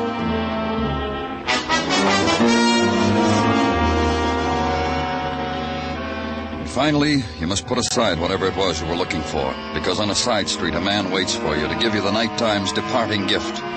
The boy, lying dead against the iron gate of the tenement's basement court. Pablo Malari, Danny, from uptown, West 109th Street. Carried one of those handwritten identification cards. Find anything else on him? Not much. $5 bill in his wallet. His saint's medallion he's wearing on a chain around his neck. That's about all. Now, you question the people in the... Yeah, Danny, every door. No one ever heard of the kid. Had nothing to do with him. Didn't want to talk about him. You know, most of them were trying to sleep. The heat. The kid squalling. You know. Yeah. Beaten. Jaw broken.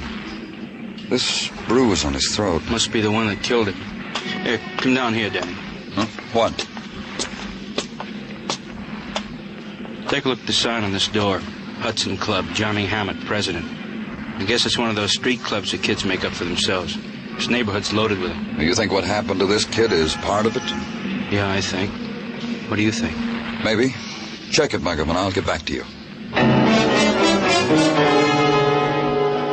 And wait now for the decent hour. Give to someone a few more hours of sleep before breaking the news about the death of a young man. And at 8:30, to an address on West 109th Street. Climb 4 flights and be careful of the rotting steps and the 3-year-olds at play.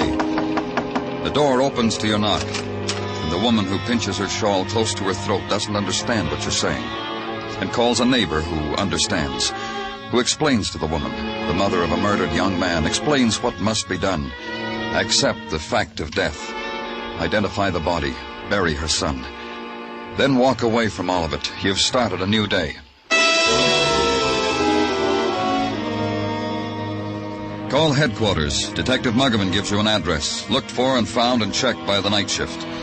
Johnny Hammett, president of the Hudson Club, a tenement on West 43rd near the docks. Johnny's glad for the company. I dislike having my coffee alone, Mr. Clover. You work, Johnny? Yeah, here and there, mostly on Broadway, sir. People always want things done. You mean you run errands? No, if you think all it is running down to the corner drugstore, no. Broadway, Mr. Clover. It's full of tourists. Anybody else live here with you? Yeah, my father. I think he still does. Hardly ever see him. How's the Hudson Club coming along? Oh, fine. Fine, thank you. What kind of club is it? Oh, a little bit of everything. Sports, dances, beach parties. The girls do most of the arranging. Girls? Isn't that funny? About a month ago, I mentioned girls to my father. He had the same expression on his face as you do. Yeah, girls.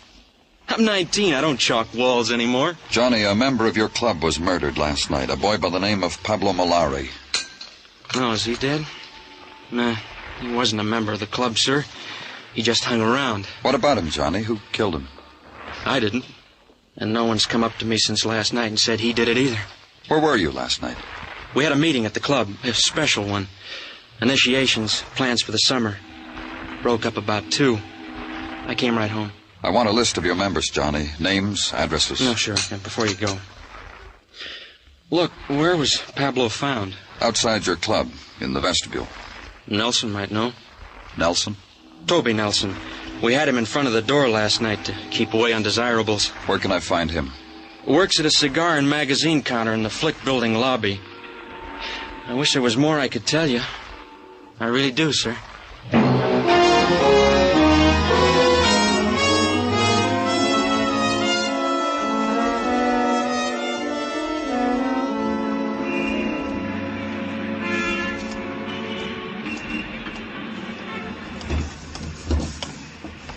Hey, sis, don't forget your change.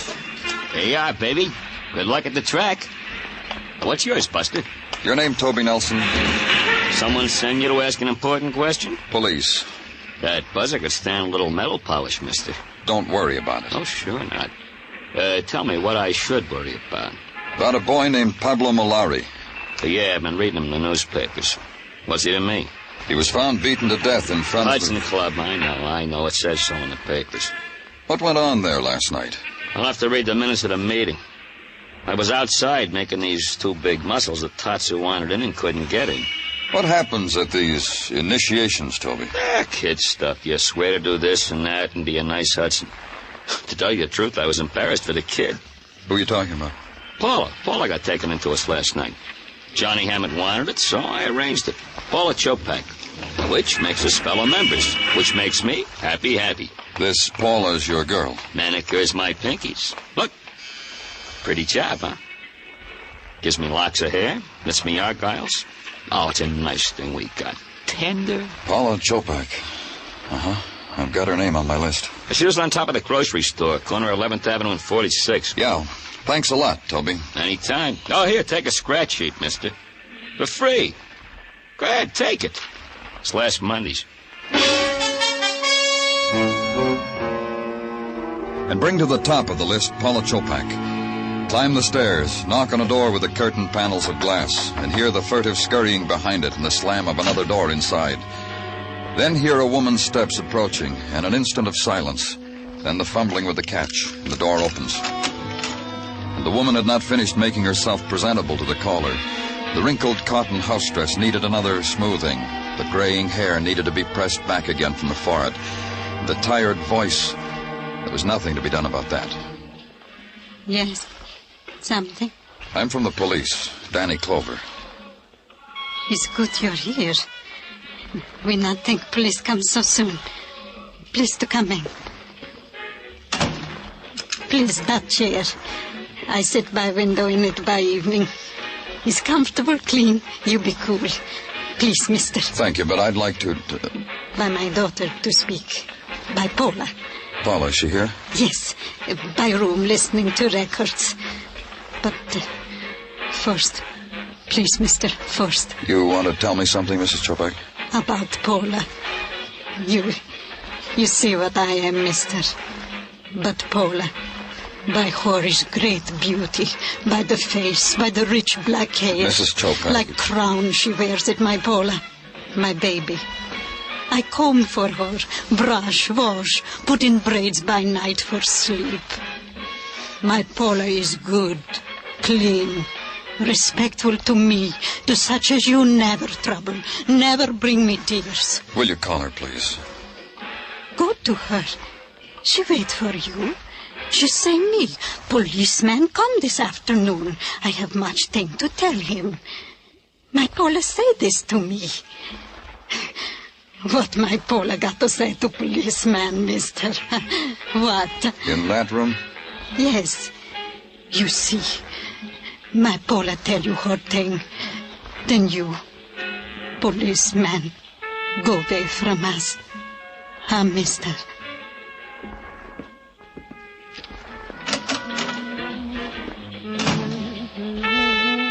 Paula, I'm from the police. I know. I heard. Your mother said you had something you want to tell me. Mom's wrong. I don't think so. Tell me, Paula. Mom can hardly speak English. Sometimes she doesn't understand the things I say to her.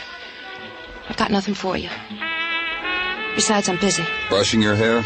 Let it alone for a while, Paula. Talk to me. A boy was murdered last night in front of a club where you were initiated. Pablo Malari. Is that what you wanted to tell me about? What's the matter, Paula? Scared? Look at me. You think you could scare me? Toby Nelson talked to me. He said... He told you I was sweet to him, maybe.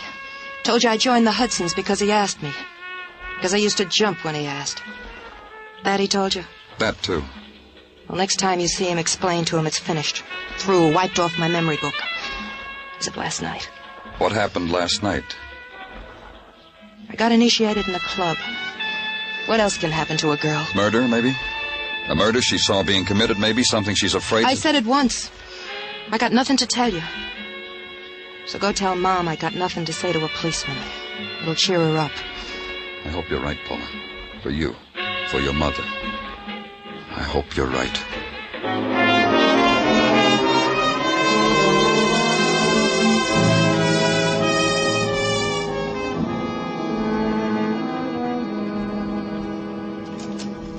Danny, I give you the evening's greetings. Thanks a lot, Gino. Hey, you're here so late tonight. Why didn't you go home after you saw the Chopak girl? I had some work to do. Uh-huh. Danny, would you mind very much if I regaled you with a tidbit that happened early this evening at the house of Tartaglia? Please do. Cousin Stanley from Gay Paris showed up after 10 these many years. Not him. Oh, him it was. And with arms akimbo with goodies. Nicks for Mrs. Tartaglia, knacks for the kiddies, and for me, a great big bottle. Champagne, huh? Had a call, Danny. 51. From Paris? Those Continentals know how to live. Gino, did you have that list of the Hudson Club checked? Indeed I did, and each and every member swears on the bylaws of the club that they know nothing of the murder of Pablo Malari. Danny Clover speaking. Squad car's downstairs for you, Danny. Paula Chopak was washed up on the beach at Far Rockaway a little while ago. Maybe an accident, maybe homicide. You going, Danny? Right away.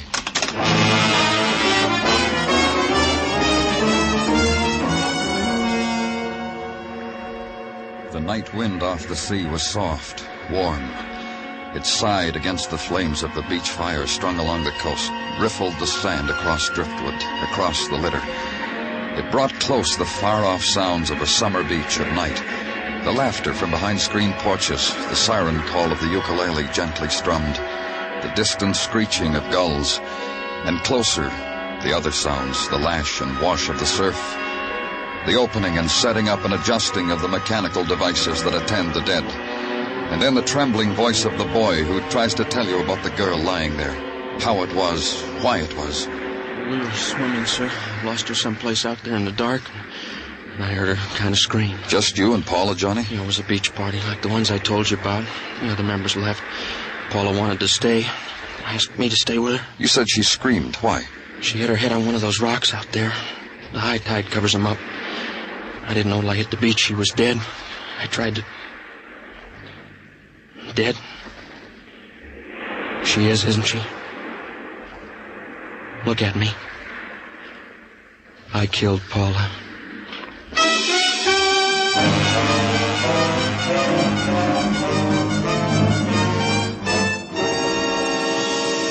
You are listening to Broadway's My Beat, written by Morton Fine and David Friedkin, with Larry Thor as Detective Danny Clover. Tonight's the night. Yes, beginning this evening, there'll be a new host on Songs for Sale. He's affable Steve Allen, a young comedian whose likable personality you're really going to enjoy. Steve Allen becomes head salesman on Songs for Sale, introducing new songwriters and their tunes tonight over most of these same CBS stations.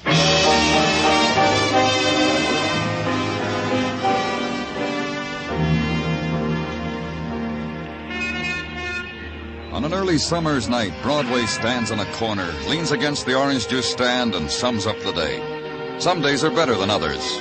Some days you break even. You only had one end of the daily double, but the new blonde in the office looked over her shoulder at you and smiled. And later, when she dabbed on her lipstick with a finger, she smiled again. Oh, it was quite a day today. The Dodgers passed a miracle. You forgot to pay the check at the cafeteria and got away with it. And a girl. A song of a girl was washed up on the beach at Far Rockaway. Here's maybe a tragic day, but here is a day. It was 11:30 toward the end of it when we got Johnny Hammett back to headquarters. Sit down there, Johnny. Cigarette, kid? No. No, thank you. Well, maybe you'd rather have one of Danny's. Yeah, here, have one, Johnny. I don't want one. Guess Johnny doesn't like the brands we smoke, Danny. I just don't want to smoke, that's all. Can a man not want to smoke? Take it easy. Sure, relax, kid. Am I under arrest? You said you killed Paula. It was my fault. I shouldn't have let her swim out that far. Did you kill her or didn't you kill her? It was my fault. Who killed Pablo Malari? You think I did? Did you, Johnny? You think I killed him, don't you, Mr. Clover? There you go again, Johnny. Look, kid. A couple of your friends were killed. We're police. We're asking. I didn't kill anybody. You don't have to explain to Johnny Muggerman. He knows why he's here. He knows we need his help. Yeah, help, Johnny. That's what we want. We're not asking for a confession. Who's kidding? Who? Were you in love with Paula? She wasn't around long enough. She was around tonight. What happened tonight? You know what happened. What's the matter with you? Look, Johnny, I'm going to tell you something. You're not talking to your little hoodlum friends. You're talking to a policeman. Nobody's trying to intimidate you. Nobody's trying to make you say things you don't want to say. You're talking to a policeman that's trying to do his job. What happened tonight? We had a beach party. The Hudsons? Yes, sir. That's better, Johnny. Paul and I came late.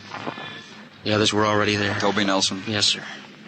Toby wanted to take Paula home. Paula wanted to stay. So we stayed. Paula and I. We were the last ones there. What made Paula want to stay? She'd never been swimming at night. And she swam out past the breakers and a wave washed her against a rock. Is that what happened? Yes, sir. All right, Johnny. Can I go now? Uh-huh. Good night, Johnny. Thanks. What do you think, Muggerman? You believe him? I don't know. I'm going to check. I'm going to talk to Toby.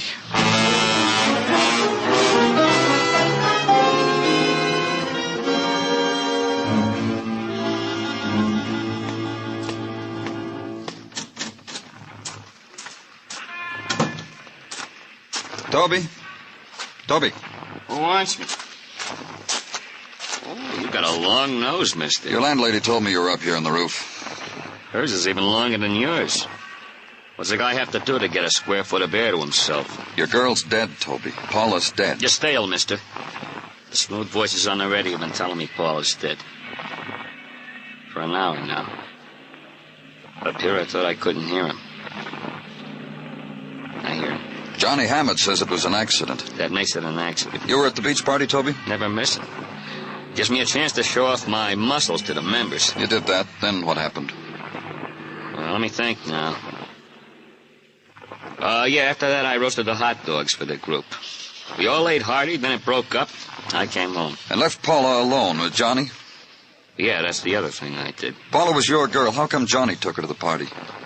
If she was alive, you could ask her. I wouldn't know. Johnny says you wanted to take her home. Why didn't you? Because she slapped me across the mouth when I asked her. They all laughed. Johnny, too. Then she laughed harder than anybody. That's how I got the message she didn't want me to take her home. She wanted Johnny. Up to the night of the initiation at the Hudson Club, she was your girl. What happened there to make her turn on you, Toby? She's dead. Paula's dead. What else do you want from me? What else do I have to give you? How much can you... She's dead, mister. That's all I got. All right, Toby.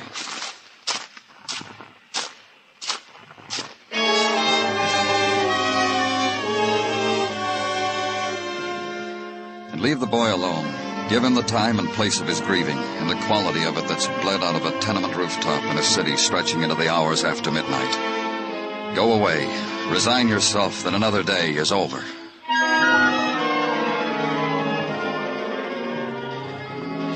The next morning, and the legwork, go now to a corner of the city where the sign says 11th Avenue and 46th. Climb the steps and stop at a door. Intrude upon 2 rooms newly filled with grieving. Please. Please come in. Of my daughter? Mrs. Chopak, the police are not satisfied that Paula... Of my daughter, Paula? There's a possibility that it wasn't an accident. Paula is in other room. The others. Neighbors by me. We have only boxes to sit on. I want you to try to understand what I'm saying. Nothing. Nothing I understand. Only up to yesterday. To yesterday when Paula said to me, Mama, I'm going to swim with this boy, this Johnny. Johnny Hammett? Johnny. He called for her? At first, my Paula, she said she would want to stay home, rather. Then the boy said something to her. Bent down low over her ear. Paula took her suit for swimming, her cap not to get her hair wet. Then she said what I said to you. I see. Just one more thing, Mrs. Chopak. The night before last, your daughter went out. Do you know where she went? To some place. To party. My club has party. What time did she come home? Late, I don't know what time. Did you talk to her when she came home? Only when I tried to give her help. Help? White. Like ghost. And sick. I hear this. I get out of my bed. I come to her. I say, Paula, you're sick. Mama, get something. She tell me, go away. Like I'm someone she never see before. Was she drunk? Sick. Was no whiskey I smell. Sick. White. Sick like ghost. I see. She's dead now. Paula is. And the neighbors by me. They're in next room. They sit. They cry. They touch my shoulder. They don't talk. They don't know what words to say to me.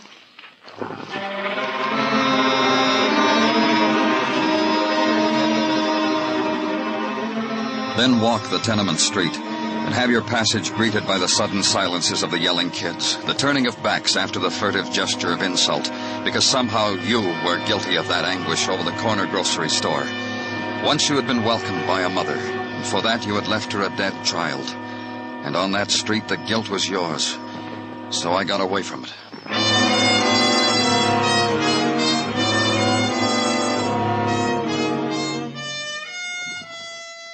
At headquarters, reread the file on Malari, dead of a beating. On Paula Chopak, dead of a head wound while swimming at Rockaway. And finally read away the daylight and sit in darkness till a man comes in, looks at you for a moment, turns on a light. You don't mind the light, huh, Danny? It's all right, Gino, thanks. I agree with you that this killing, this dying of kids makes one wish to sit alone in the dark. However... You got something for me, Gino? Danny, all I can give you is a comment upon the children of today. The clubs they must make for themselves, the things they do in said clubs. The hurt they bring upon themselves for so doing. Go on, Gino. It's in all the papers, Danny. How they go out of the way for new thrills, new sensations, new emotions. Only this morning, while shaving, I was bending an ear to the comment from the radio. I called in the Tartaglia You got crowd. something, Muggerman? I don't know, Danny. Maybe yes, maybe no. What? Gordon and Technical gave it to me to give to you. See if the big man can figure it, he says to me. I got news about Gordon. I actively dislike What did he give you? Now, he's been studying the bathing cap Paula Chopak wore to the beach party. He says it's curious. Why? He says the girl didn't have the cap on when she went into the water. Paula was proud of her hair. She'd have worn the cap. Why does he say she wasn't wearing it? Because there was no blood stain inside it. Gordon says if she was wearing the cap when she hit the rock, it would have held some of the blood. Which means, he says, that the cap was put on her after she was carried to the beach. It means another thing, Marvin. What? Paula was murdered. Get me a squad car.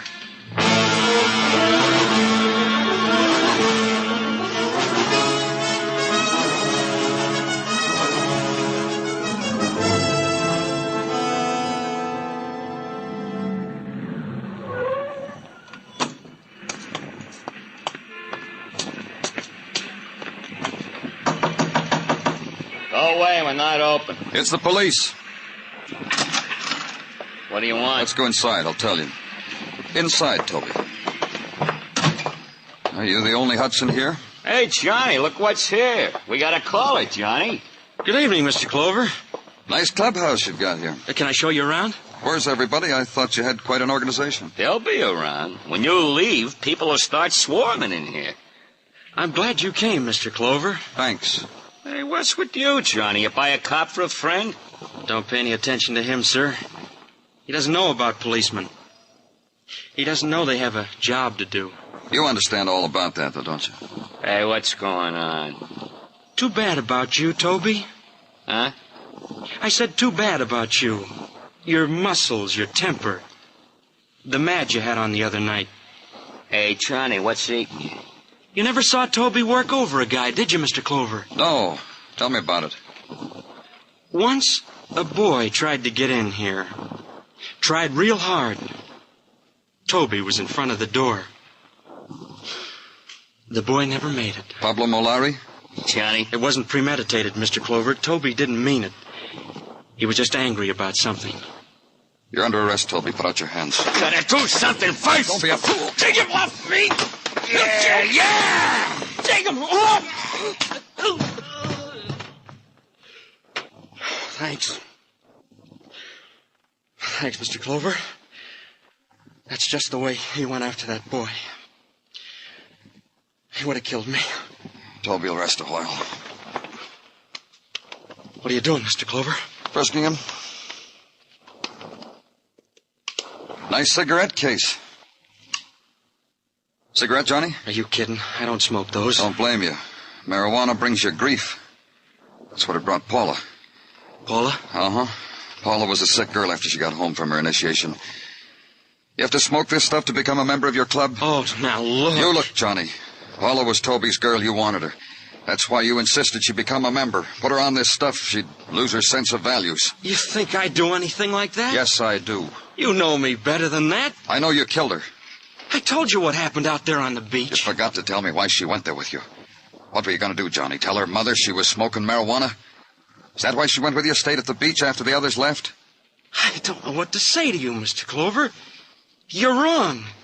And I think you ought to take care of Toby here. Paula had beautiful hair, Johnny. I'd go along with that. She'd have worn her cap into the water. You killed her before she went into the water. How, Johnny? With a rock?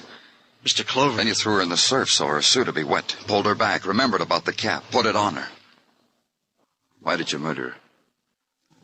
She was so beautiful. She was so beautiful, Mr. Clover. She refused more of your cigarettes? Funny. Worked before. Let's go, Johnny. It always worked. You know, it got so they'd come around here begging for the stuff. A young man like me, connections, is like a king. I'll tell you another funny thing. I wouldn't touch this stuff. Come on. Yes, sir.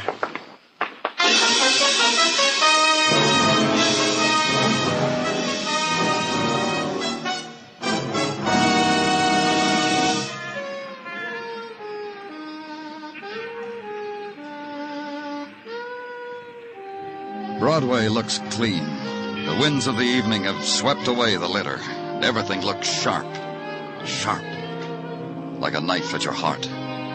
You walk against it, and it plunges deeper. Deeper until there's no pain at all.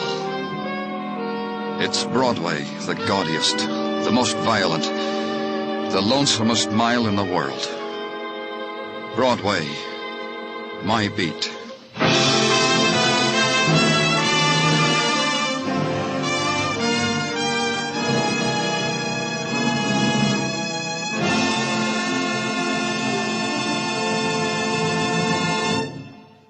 Broadway's My Beat stars Larry Thor as Detective Danny Clover, with Charles Calvert as Tartaglia and Jack Crucian as Muggavan.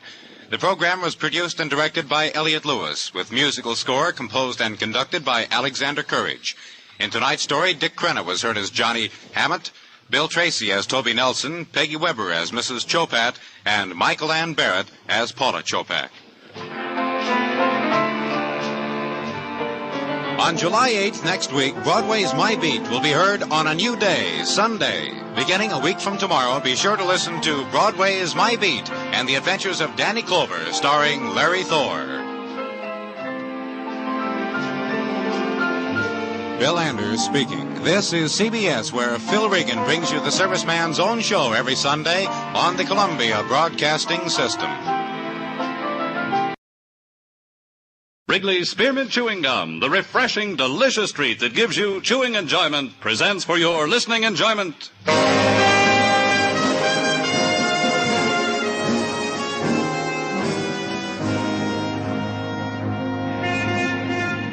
Broadway's My Beat, from Times Square to Columbus Circle, the gaudiest, the most violent, the lonesomest mile in the world.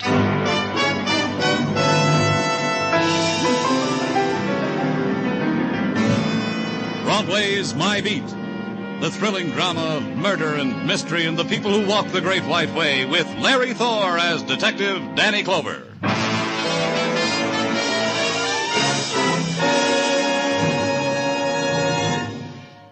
For refreshment while you work, for enjoyment anytime, chew a stick of Wrigley's Spearmint Gum. The delicious, long-lasting, real mint flavor of Wrigley's Spearmint cools your mouth and freshens your taste. The good, smooth chewing helps keep you feeling fresh and alert, adds enjoyment to whatever you're doing. So indoors, outdoors, at work or play, enjoy chewing Wrigley's Spearmint Gum. Wrigley's Spearmint. Refreshing, delicious.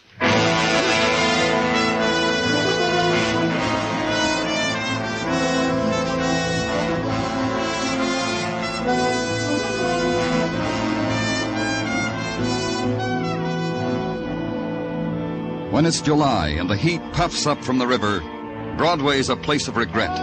The winter dreams made for the summer are blurred.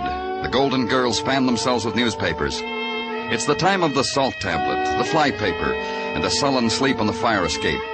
The mornings are filled with 1,000 hours, the bleary talk, and dead cigarettes in the bottom of paper cups. It's summer, the poet's time, the lover's time. And if you can afford an ocean voyage, it's the most wonderful time of the year.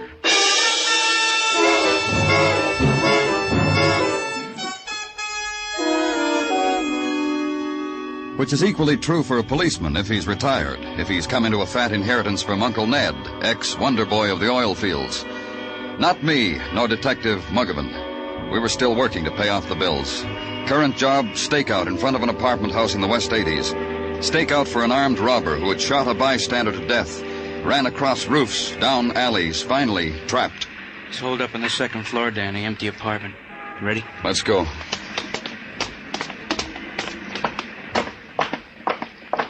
All the other tenants cleared out?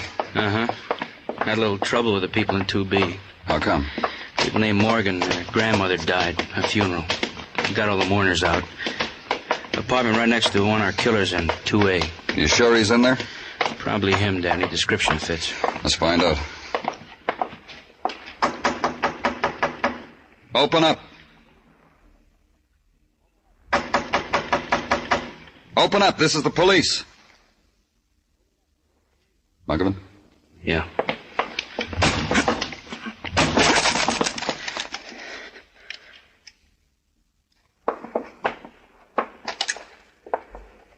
Yeah, those windows over there, Danny, open. The screen's been kicked out. Come on. The killer left this apartment in a hurry. Uh-huh. Yeah, these windows lead to a fire escape. He could have gone out this window onto the fire escape into the next apartment, Danny. Let's find out. Yeah. Must have done it this way. The screens on this apartment have been knocked out, too. Let's go see her. This is the Morgan apartment, Danny, where the Morgan grandmother. Want me to look around? For appearances, Muggavan. I'm guessing our man walked out with the mourners and got lost. Must have made him happy.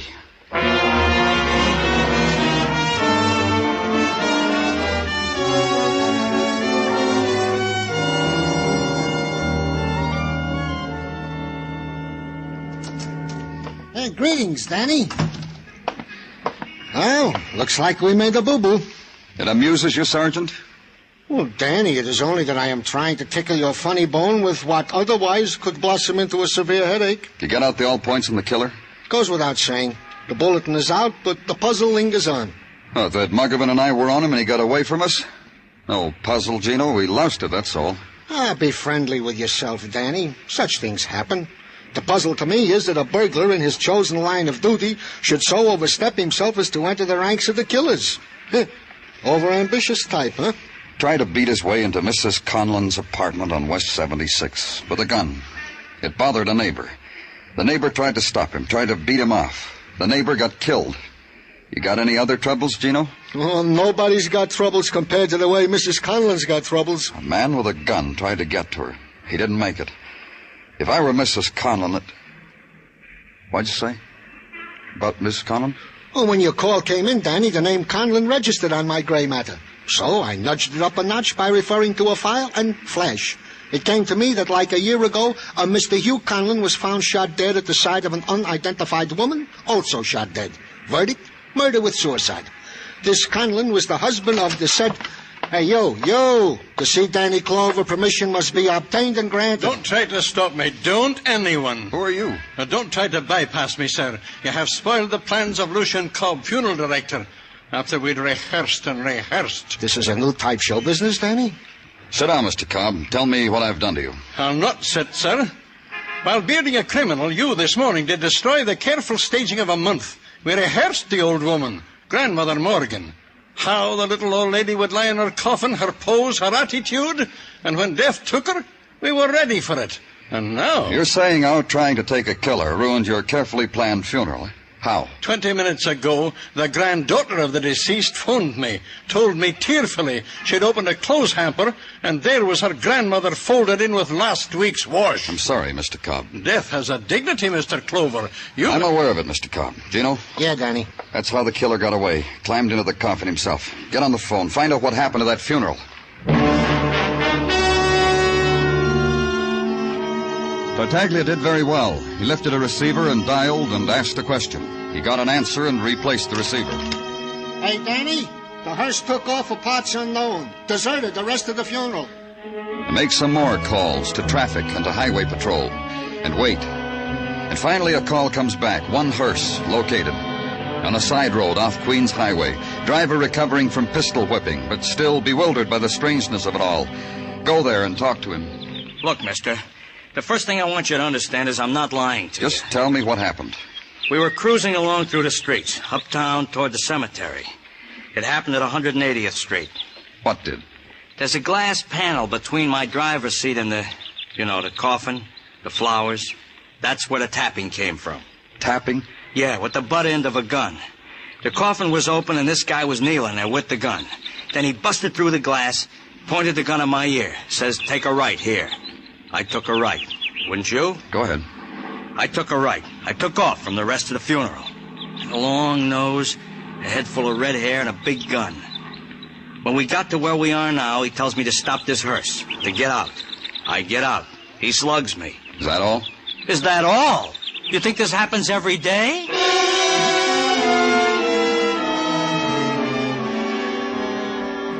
And phone it in and check out for the night. And go home. Find the heat piled high in your room, waiting for you. And take the blanket and the pillow to the roof and step carefully past the sleepless child, his eyes wide with reflection of nighttime, and hear the whispered, tired scolding of the man at his side, and the rustle of the woman's cotton robe as she pulls it tight to her throat. And find an empty place and consider there the pattern a killer has scarred across the summer's day. Consider it. Then make your way back downstairs to the hall phone. Ask Mrs. Conlon to meet you at your office in the morning, and go back to the sleep you left on a brownstone's roof.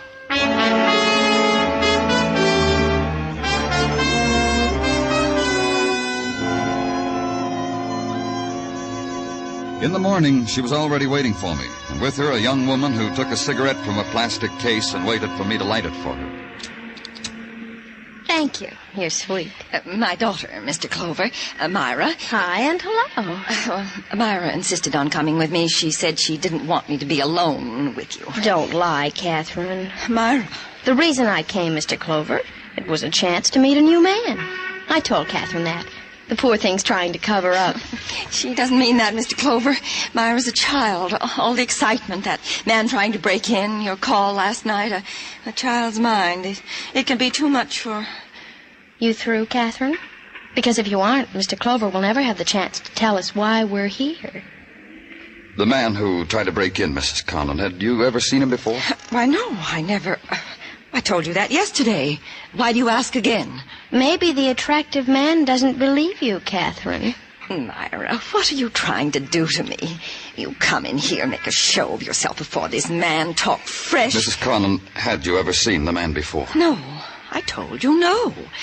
Yesterday was the first time. He beat at my door. When I wouldn't let him in, he threatened me with a gun. And then that nice neighbor from across the hall... He's helped Myra and me so many times, and now... Mrs. Conlon, try to understand why I'm going to remind you of... Of what? Remind me of what? Of your husband's death, of What's he got to do with it? What's my husband dying a year ago with that nameless woman got to do with it? Patience, Catherine. Let the man tell you. It's only that the killer we're after might have had something to do with this other thing that happened to you. It's the only way I can figure it. Why should he beat on your door openly with a gun? Why should... He's a thief. He wanted to rob me. A thief who stands in a hall and knocks and asks permission to... What are you trying to do to me? Hasn't it been enough? Haven't I had enough? Oh, Myra, tell him... Pardon. Danny Clover speaking. There's a man sleeping in my boarding house. Answers the killer's description you got in the papers. You want him? I give him to you. Where? Boarding house. 1756 West 61. You come from right away, huh? So I can put my room to let sign back in the window. Quick, turn over. You can go home, Mrs. Conlon. I'll ask the killer my questions.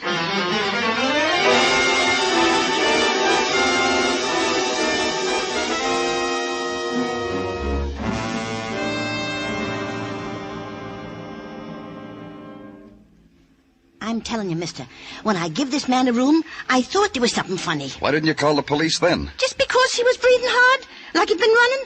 Well, that ain't no reason. The reason was this morning. Oh, when you saw his description in the paper? Yeah. The bright red hair, you know, and the nose. He registered last night, and he hasn't gone out since. Is that right? He had a caller late last night, late. Who? Oh, I don't know who. I don't peep. He made a phone call from the hall phone, went back to his room, and later I heard someone go into his room. How long did the caller stay? I went to sleep. I don't know. Where's his room? Down on the right. I'll take you. Here it is, this one. Give me the key and step back. Hey, he's that dangerous? You gotta use a gun? Don't worry about it. Ooh.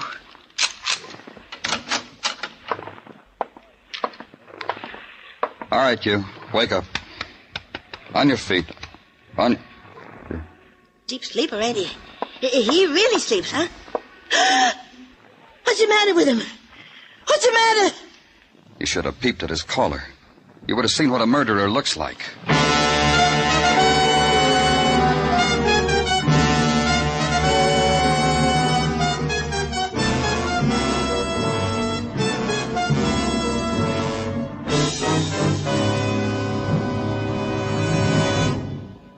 For refreshment while you work, for enjoyment anytime, chew a stick of Wrigley's Spearmint Gum.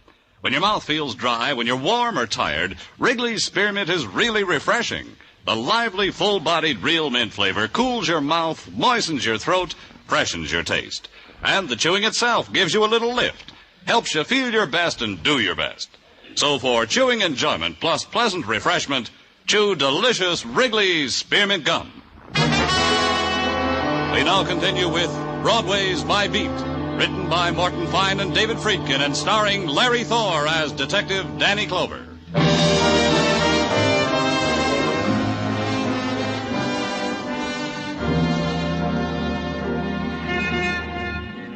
The July twilight bleeds the color out of Broadway's neon, and the street is a summer's sigh done in pastel. The delicate cottons cling to the visitors' shoulders, and their husbands shoo them away from Broadway's kindly folk. And Broadway's forced to other summer delights. The boat ride to Coney. Try that, kid. The quick shipboard romance. And at the end of it, the guided tour through the Hall of Mirrors. Or the rendezvous at the coffee pump in the automat. Or just stand on the corner and sniff the cool air from the Catskills sent in the open envelope from the wife and kids. And compare its message with the one in the headlines. Fugitive killer found murdered in boarding house. And decide, it's better here, kid. Happiness is where the heart is. It's better here. And at headquarters, feel the twilight slip from your fingers as the door opens, and the nighttime is brought to you in the capable hands of capable Sergeant Gino Tartaglia. I come to sound the hour, Danny. At the sound of the bong, it will be late. And even now, the aroma of the cacciatore that awaits at Tartaglia's house is being wafted from uptown down Center Street to tickle the nostrils. Bong. Give me what you got, Gino, and then you can go home. Thank you, Danny. You are indeed a kindly, generous employer. Did ballistics check the gun that killed Joe Gruber? No, it is the same with which this Joe Gruber murdered an innocent neighbor in the to-do in front of Mrs. Conlon's apartment, which proves to all concerned that this Joe Gruber was indeed the murderer of the innocent neighbor.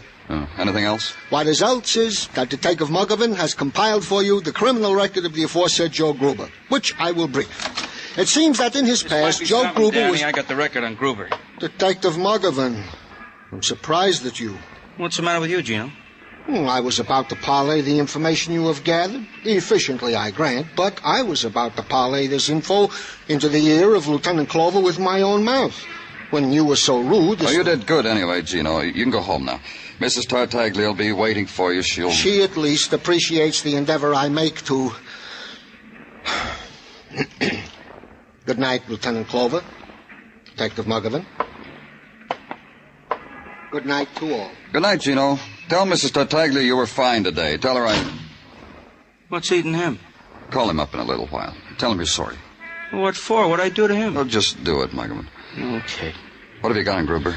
Oh, Technical's got the knife that killed him. Trying to trace the make, manufacturer, distributor, retail outlets, etc. You said you had a record on him. Yeah, 20 years long. Gave it to us when an officer booked him up for disturbing the Pell Mell Rotisserie and Bar on 3rd. Got in a beef with some woman, mauled her. She yelled police. Happened 5 days ago. Oh, who was the woman? No, we don't know. She didn't show up to make complaints, so we released Gruber. You want the rest of the rundown on him? If it means anything. Well, it's up to you. Gruber began 20 years ago in San Francisco. Car heists, filling station holdups. They finally got him good on a negligent manslaughter charge. 15 years in San Quentin. Released 6 weeks ago. Next heard of it, the Pell Mell Bar. Then released to murder Mrs. Conlon's neighbor. Then dead on arrival. That all of it? Yeah. Anything, Danny? Not much, huh? It wasn't much, but it was all I had. Joe Gruber had been mixed up in a disturbance at the Pell Mell Rotisserie and Bar, which was on 3rd Avenue, which took up 40 front feet of sidewalk, and whoever was thirsty enough to dare what was inside. The inside was all bar and 3 fellas deep. The rotisserie part of it being a cheap hot plate burner that melted things upon occasion. It took a few minutes to get close, but I finally made it. Yeah, what's yours? Talk. I'm from the police. Here, badge. Oh, something wrong? No, just talk. Oh, sure. Hey, Ed, come here, take over, will you? I gotta talk to a guy. Yeah, scooch down to the end of the bar, mister, so we won't get our talk mixed up with people. Better, huh? Hey, can I give you something from the shelf? Some Johnny Walker? About a week ago, there was a little trouble in here. At least I keep the trouble inside, off the sidewalks. Take a look at this picture. You ever see this man before? Well, who is he? Name's Joe Gruber. His eyes are closed because you took her while he was on the slab, huh? That's right. Yeah, I seen him. Like you said, about a week ago. Trouble with a dame. What dame? I don't know. I didn't see much what happened. I got told. Had you ever seen Joe before? First time. He was in here, picked up one of my customers. You know, throw the arm around the shoulder, I'll buy you a drink, pick up. Friendly, buys drinks. I ask him to pay. He says, sure, my sister'll be in a minute and pay. He looked serious, so I fed him drinks. Later, I was back in the storeroom, I hear yelling. I get back in time to see a cop off the beat hauls this guy away. Leaves Mal standing there. Drinks unpaid. Mal? Mal who? The arm around the shoulder, pickup. Mal. Hey, Mal! Mal, come here! Yeah? Well, what do you want? Yeah, my friend here's a cop. A very nice cop, one. out of my way. Hey, come back here. Let me through. let me through. Let go of me. Let go. If I'm going to have to take you down on the floor to talk to you, that's where you're going. How'd you get here so fast? It ain't been 5 minutes I opened up that payphone. But it was only because the operator got snippy. A man's got a right. Let's go.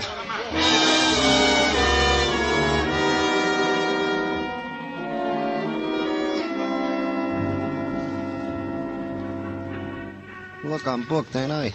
So give me my shower in the cell like always. What, am I different or something? I want you to look at a picture, Mal. Here. You know that man? Must have been a lot of long-distance calls from that pay booth you tumbled, Mal. That change could add up to grand larceny. It was that much, huh? I guess I was just born lucky. It's gonna be a hot summer in that jail yard, Mal. Sit down, Mal. Cigarette? Your friend's got a cigar in his pocket. Muggerman? Yeah. You want a light? Here. My feet are killing me. Put them up on my desk.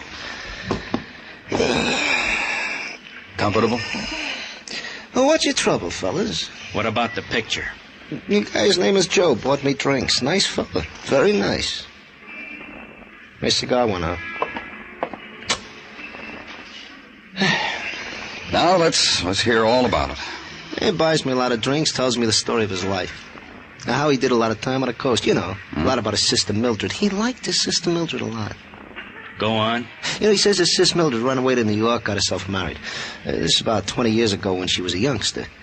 And by the time Sis Mildred got back to Frisco with her hubby, Joe was in stir. His sister Mildred come to visit once, then he lost track. Ain't seen her since. Well, how'd he happen to find her in New York? Phone book. Looked up her married name on the off chance, and there it was. He called. Did he tell you what her married name was? Might have. Slipped the old mind if he did. He called her, said he'd wear a red posy so she'd recognize him. Well, the dame shows. Guess what happened? Danny. Leave him alone. She walks over to Joe and asks, is he Joe who called? Joe says, I am he, only you ain't my sister Mildred. My sister Mildred had red hair like me, he says, so they walk over in the corner, they start to talk. Then the lady raises a roof about something, starts to hurry up. Joe runs after her right into the arms of the law. What did this lady look like?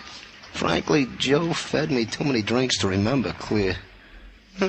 That's about it, boys. Light my cigar again, huh?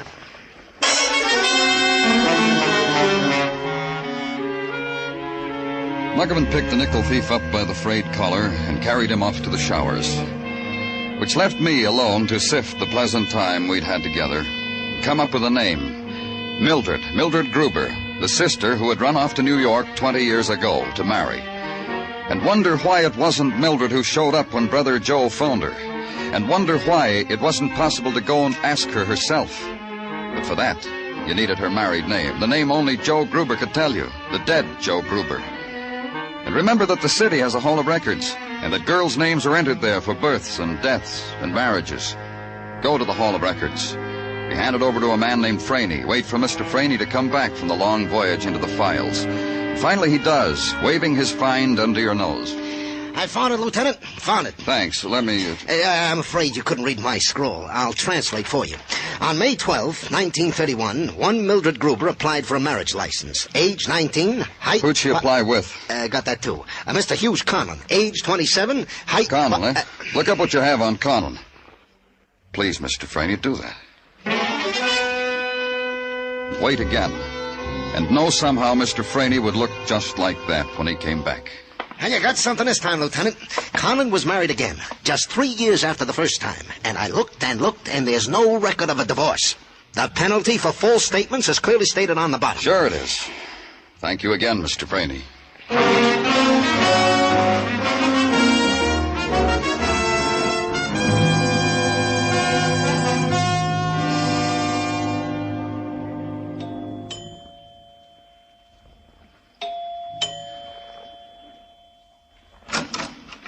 Oh, hi and hello, Mr. Clover. Come on in. In here, the living room. Say, I've been trying to make Alexanders for years. Can I try one on you? How old are you, Myra? 17. And I won't breathe a word of it. Is your mother home? Let's chip in and send her to the movies. Get her. Are you kidding? Get her. Huh, you're a fool. You could have had an Alexander. Did someone come in, Myra? Do you want me to lie to her, Mr. Clover? I most always It's the police, do. Mrs. Conlon. I want to talk to you. Hello. I was about to go to bed. Maybe you won't make it, Catherine. Will she, Mr. Clover? Myra, I'm sure there's nothing here to concern you. Will you please go? No. Myra... You heard me, no. When you were in my office, Mrs. Conlon, there was a question we never got finished with. It concerned your husband and the woman with whom he was found dead a year ago, and a man named Joe Gruber. I don't at all understand what you're talking about. Mother. Mama. Mom. Don't you have a date tonight, Myra? Every night. It'll keep. They always keep. All of them. All the time. You still haven't told me what I want to know, Mrs. Conlon. Well, my husband shot himself. Because of me. Because of my child. He was ashamed of what was going on with that woman. He killed her and then shot himself. That's Daddy. That's my pop. Shut up, Myra. Shut up. I've never laid a hand on you, but I... Mother, dear. You're talking like a mom. Never talked to me like this before. The woman found with your husband was his first wife. Did you know that, Mrs. Conlon? My husband's first wife? That's not true. When did you find out he wasn't divorced? Why, it's not true. When Mildred Gruber showed up? Daddy had such bad taste in women. Myra, I'll... You'll hit me? Go ahead.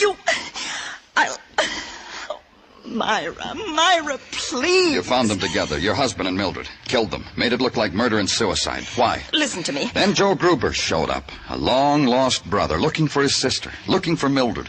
Found the name Mrs. Hugh Conlon in the phone book. Thought his sister was you. Please, listen to me. When you met Joe at the bar, and he saw that you weren't Mildred, he began to figure, and it started to build into money. That's what he wanted when he tried to break into your house. Myra, child, try to understand what I wanted for you. Gruber got away from us. Holed up in a room. Called you for money. You came to his room, stabbed him to death. You did all that, Catherine? For me? Just because Daddy was a bigamist? Just because all these years you haven't really been married to him? For you. For you, darling. For your name, darling. Wait. When you're married and have children of your own. Wait. Mother. All for you, darling. Don't you see? I couldn't let that woman destroy what I built for you. Or that man, or your father. The years. The good name I wanted for you. Wait till Charles hears this. Myra! Charles will die laughing. Wait till I tell him I'm just nobody. He'll float the evening in champagne. He'll be here any minute. Wait till I tell him. I'll marry him, Mom. His last name is Tobin. Then I'll have a name, Mom. Myra Tobin.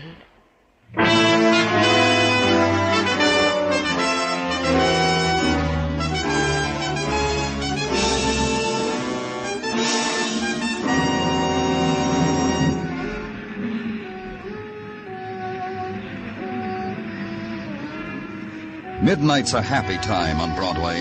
It's a place strung into the night like some phosphorescent alley. And they're heaped there. The bright-eyed kid. The voice that whispers from a doorway. The poet. The dregs. It's crowd and it's laughter and a Nickelodeon where you get pie in your face. It's Broadway. The gaudiest. The most violent. The lonesomest mile in the world. Broadway. My beat.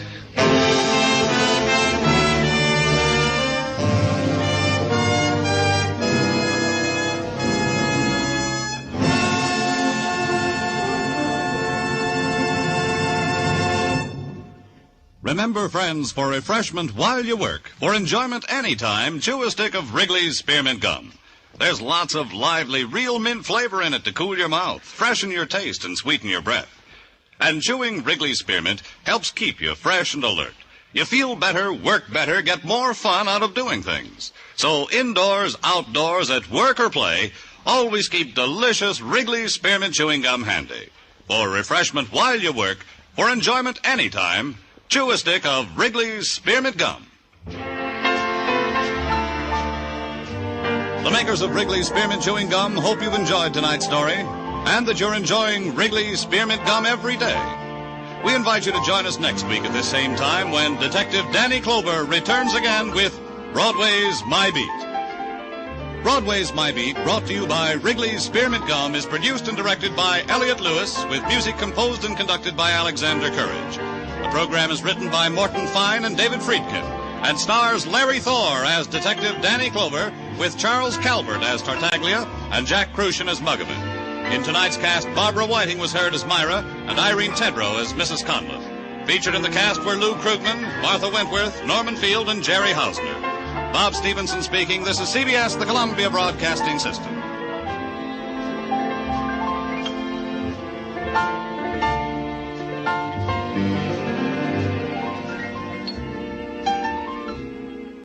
Wrigley's Spearmint Chewing Gum, the refreshing, delicious treat that gives you chewing enjoyment, presents for your listening enjoyment.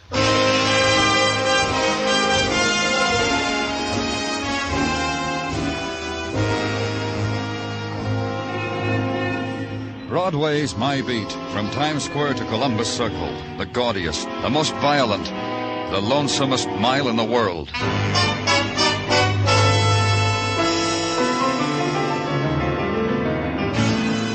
Broadway's My Beat, the thrilling drama of murder and mystery and the people who walk the Great White Way, with Larry Thor as Detective Danny Clover.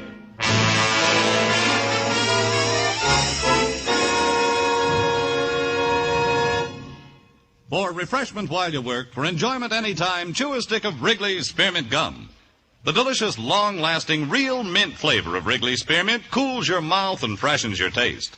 The good, smooth chewing helps keep you feeling fresh and alert, adds enjoyment to whatever you're doing. So indoors, outdoors, at work or play, enjoy chewing Wrigley's Spearmint Gum. Wrigley's Spearmint. Refreshing, delicious.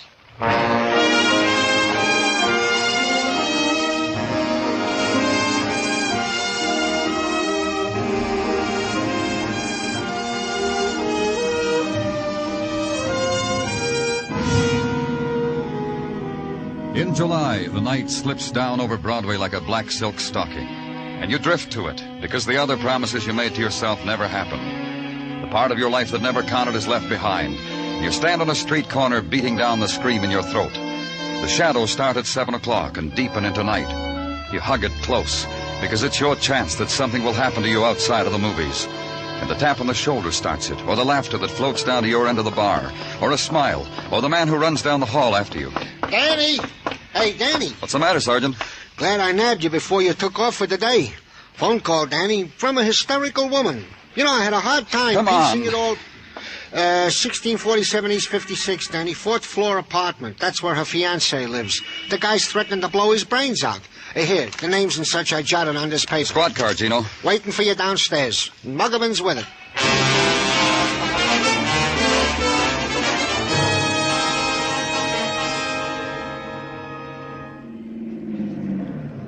That's it, Danny, 1647. Who'd you say was doing all this threatening? A man by the name of Blaine. His first name is, let's see, David.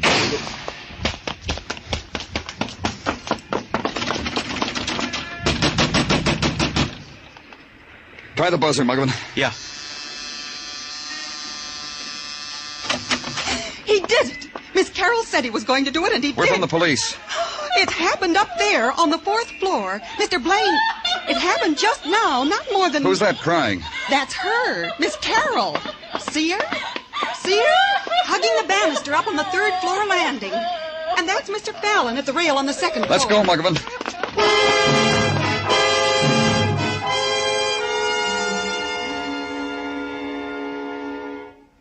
Dead. The gun's here, Danny, by his chair. It looks brand new. Looks like Mr. Blaine had his choice. Uh-huh. It's quite a gun collection, from Derringers on up. Complete equipment for a young arsenal. Muggavan. Yeah? Those people we passed on the landing, that boy on the 2nd floor, Mr. Fallon, and Miss Carroll on the 3rd, I'll want to talk to them. Yeah, Miss Carroll's still crying, Danny. You hear her? Poor woman.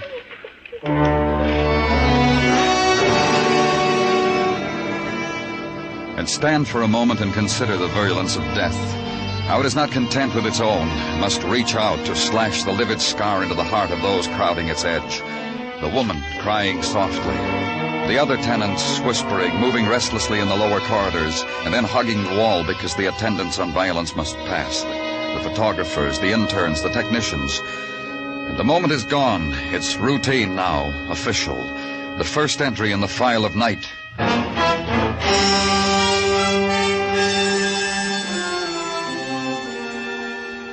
And the next morning, gather it into a neat stack on your desk and sit down to it. And be surprised at the opening door and the quick presence of the woman you had marked for later interrogation. The man who was with you last night, he said you wanted to talk to me. It could have waited, Miss Carroll, until you felt better and until you... It'll not be forgotten that easily, Mr. Clover, if that's what you mean. If you've something to ask, ask. Only don't prolong it. Don't make me wait and wonder. Sorrow's enough by itself, don't you think? Yes, it is. And you, try to understand us, Miss Carroll. A man I loved, who loved me, is dead. By his own hand, by his own will.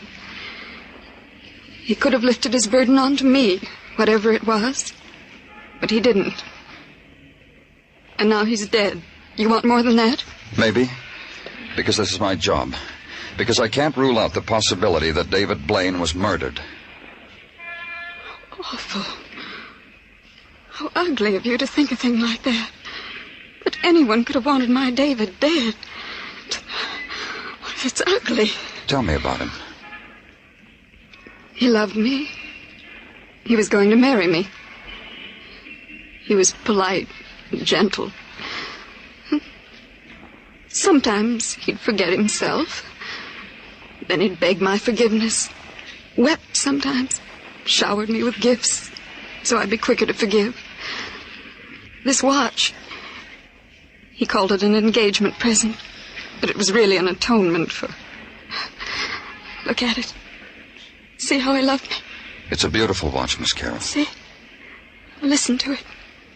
It ticks away my life with David. Softly, gently. Listen to me, Miss Carroll.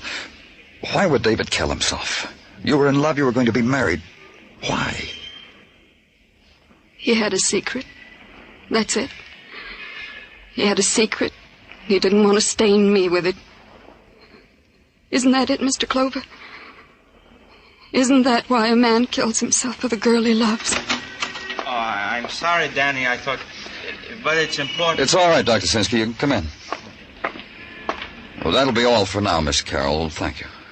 All? You helped a great deal. Thank you. You have nothing more? Nothing. Not now. Then I'll go. If you should want to talk to me again, I promise I'll be... Goodbye. It's not easy, huh, Danny? To pry into grief, to scavenge. You got something, Doctor? Just tell me. Oh, forgive me, Danny. Sometimes my mouth gets the better of me. I studied it, Danny. I put it on your desk for you to study. Read it sideways, upside down, still comes out suicide. Then it's done. Finished, huh? Nothing to bother our brains about. Like you say, Danny, finished. Except when a man who dies as Blaine did in shock spasm, arms rigid at right angles to his body, fingers clenched, how is it the gun was not found in his hand but on the floor? It's just a small question, Danny, to gnaw at the brain of a medical man. Sometimes it happens so, but... Yeah. Go practice medicine, Doctor. Maybe I can bring you back an answer. Maybe where a man died, someone has an answer.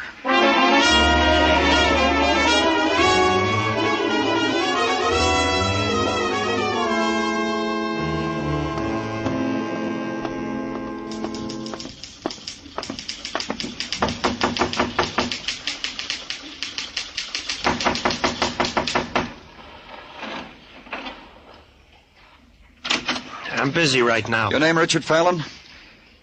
I'm from the police. I guess that gives you a right. Come on in. You want to sit? Over there. Move those papers off the couch. Just put them on the floor. You a writer, Fallon? You interested or curious? What do you write about? About your city? About how it's not like my part of the country?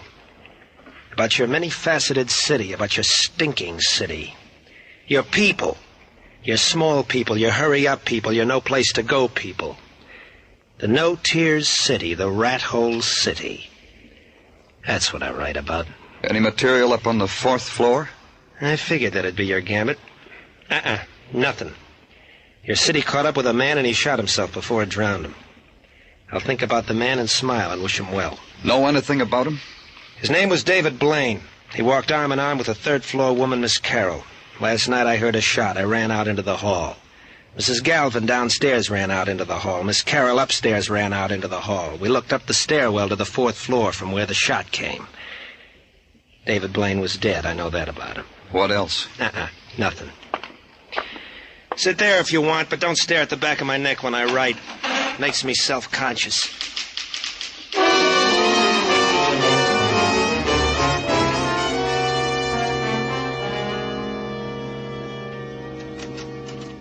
My gratitude for permitting me my 10 minutes at the water cooler, Danny. Feel better, Gino? Goes without saying.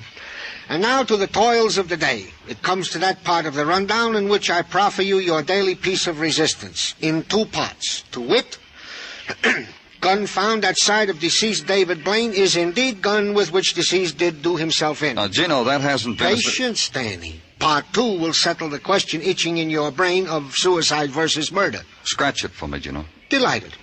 Part 2 of report from technical states. Impossible for any tenant to have shot said deceased, make an escape down the fire escape, arrived in the hallways in time to look up and yell, "Man dead on the 4th floor," in your presence. Add to this the double whammy I have held out on you. Give it to me, Tartaglia. Piques you, huh, Danny? The lakeman assigned to such duty have come up with that David Blaine did indeed lose upwards to 50 grand by sour bets in the stock market. This in the period of the last month. 50 grand in 30 days. For this, guys killed themselves, Danny. For a lot less sometimes. Yeah. All right, Gino, close the file on Blaine. There's nothing more... Danny Clover speaking. They switched me to you. You the man on that Blaine thing? Yes, what about it? Who are you? Blanche Hemby, mister. 1834 East 59, room 11. You said Blaine. What have you got? What have I got? I got he was murdered, mister.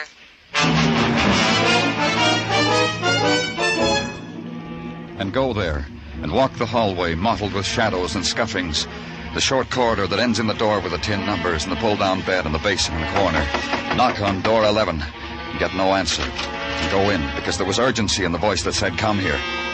The bed was pulled down, the rug was frayed, and the splotch of blood trailed off it onto the floor. The girl was behind the couch, huddled, her knees drawn to her chest, and only the fat summer fly pinging against the window made sound.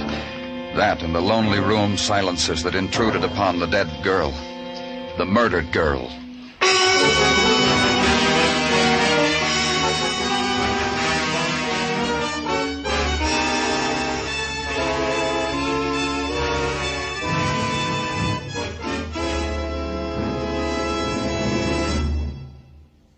For refreshment while you work, for enjoyment anytime, chew a stick of Wrigley's Spearmint Gum. When your mouth feels dry, when you're warm or tired, Wrigley's Spearmint is really refreshing. The lively, full-bodied, real mint flavor cools your mouth, moistens your throat, freshens your taste. And the chewing itself gives you a little lift, helps you feel your best and do your best. So for chewing enjoyment plus pleasant refreshment, chew delicious Wrigley's Spearmint Gum. We now continue with Broadway's My Beat, written by Morton Fine and David Friedkin and starring Larry Thor as Detective Danny Clover.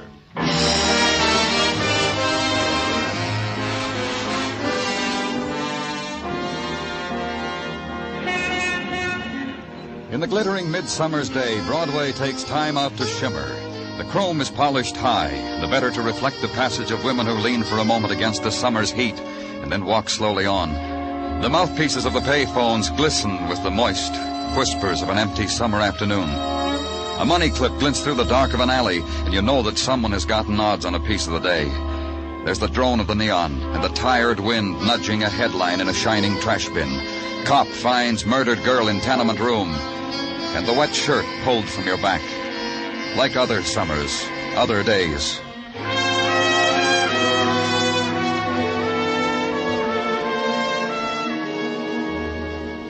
Where I was, in the corridor between my office and the show-up room, that had happened before, too. Only the names of the dead were different. Blanche Hemby. I got the rundown on her you wanted, Danny. What'd you get, Muggerman? Oh, I'll have to slice it off fast, Danny. I'm due at the show-up. A woman there, Mrs. Westfall, real eager to identify a prowler she dreamed last night. I'll walk you down. This girl, Blanche Hemby, frequent visitor. Got her name on her guest book maybe 5 times. For what? Oh, nothing sensational. Brawl over a hairdo with another dame in a bar. Phonograph screaming. Her screaming, disturbing the neighbors. Beat a guy's head open with a bottle because he called her a gimme-gimme girl. Things like that. Any tie-up with David Blaine? I noticed around the bars where she had the trouble. The tenement where she lived, the place she was working at 2 weeks ago. They fired her? No, she gave notice, Danny, 2 weeks ago. Said she was sick and tired working for nickel tips behind the hamburger counter. She had better, she told him, a lot better. Bit a hole in her time card, threw it on the griddle, walked out. Work anywhere else? See anyone else? I checked that, too. Blanche slept away the days in her room. 3 times a day she got up to phone for beer, once a day for sandwiches. Here I am. I'll check with you later, Danny. Yeah. How do I know where I got it? Why don't you leave me alone? Muggavan. Stop making a show. That kid up there. What about him, Danny? Some punk, probably. That's the boy who was the tenant on the second floor where Blaine was murdered. Get him, Muggavan. Bring him up to my office. Sure, Danny, right away.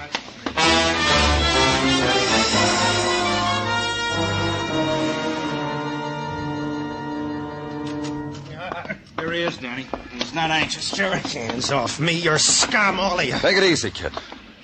What happened? The city trying to drown you the way you said it does to people? I hate it. I get drunk at night because I hate it. That way I see it for what it is. And you can't stand that when someone like me sees you for what you are. You hate me. And you kick me, you throw me in jail because I'm better. Even drunk, I'm better. He's right, Danny. He's a lot better than us. He goes around with a pocket full of watch, like this, because he's so much better. Let's see it. Where'd you get this watch, Richard? I held out my hand and I begged, and a kindly person dropped it right into my begging hand. Where'd you get it? I told you. I walked the streets and it fell into my hand because I was crying and lonely. And sick for home. Miss Carroll, your neighbor, has a watch like this. You steal it from her? You steal it, Richard? Lock him up, Muggavan. A watch exactly like the one Regina Carroll owned. Her engagement present from the man now dead, presumed a suicide, suspected murdered. If it were Miss Carroll's watch, what was Richard Fallon doing with it? It was a simple question, and Richard couldn't answer it. So call Miss Carroll. Get no answer. So open the plush box that held the watch. Levante, jewelers for over a century. That's what the satin ribbon said, glued against the inside top. Stolen from Levante, jewelers for over a century? Go there. Ask Mr. Levante. Oh, no, not stolen. Purchased. By whom? A policeman you said you were? Let me see, please. Sure. Here. Yes. This watch was purchased. You've already said that. Apologies. I'm temporizing, you see. I'm trying to gather my forces together. Now, as to who purchased this watch, perhaps to a Miss Carroll, my old friend, Miss Regina Carroll. Of course, it's impossible to tell. What are you trying to tell me, Mr. Levante? You see, this is quite an unusual watch. We rarely sell more than one a year. Our own design with a foreign mechanism. However, we sold 2 in the last few months. Remarkable? Who did you sell them to? Even more remarkable. A few days ago, Miss Carroll purchased such a watch. A few months ago, a fiancé. Now dead, I've heard, a few months ago. This gentleman also purchased such a watch as an engagement gift for Miss Carroll. That makes 2 watches for Miss Carroll, both the same kind. Is there an explanation for it, Mr. Levante? Well, Miss Carroll said she lost her engagement watch. Thus, she purchased another one. She cautioned me not to mention it to her fiancé, or to anyone for that matter. But now, you, a policeman, Mr. Blaine dead, well, you don't think I'm going back on my word to an old friend, do you? Miss Carroll is your old friend? Her dad and I were close. I toddled Regina. Poor woman. You mean about her fiancé? About all of them. What do you mean? There were 4 of them, you know. 2 at college, 1 when she was a sophomore, 1 when she was a senior. Then about 10 years ago, a young man, since quite successful in groceries, has a nice store for select customers on Madison. Chap named Mason, I think. Miss Carroll was engaged 4 times, huh? She's 37, you know. She doesn't look it, does she? Still a beauty. A bygone day kind of beauty, if you know what I mean. Victorian? Would that be it? I often wondered why she never married any of her young men, why they backed out on their marriage. I wonder why, too.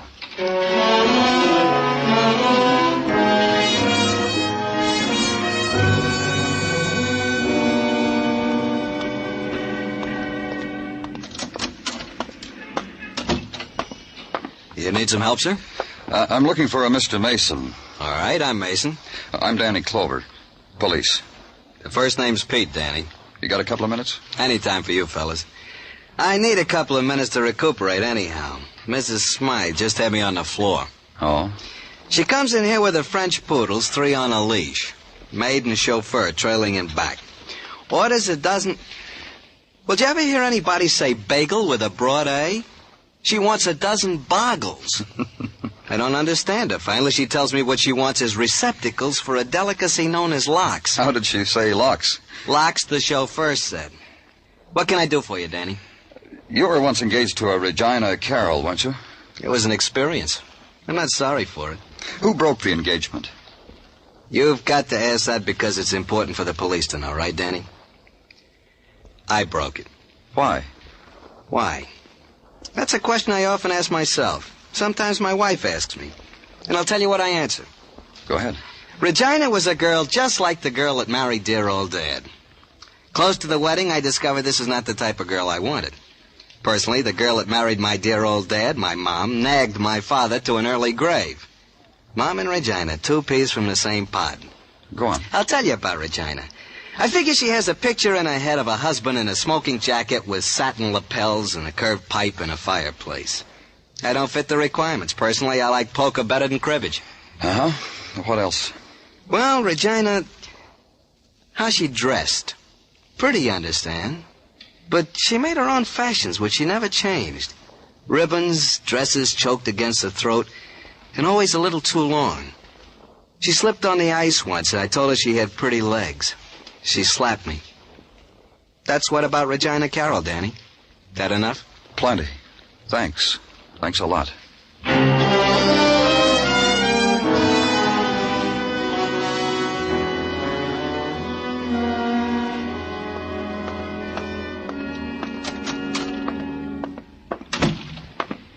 Gordon?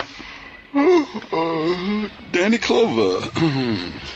I couldn't be more charmed if I tried. A quiet evening in Technical, huh, Gordon?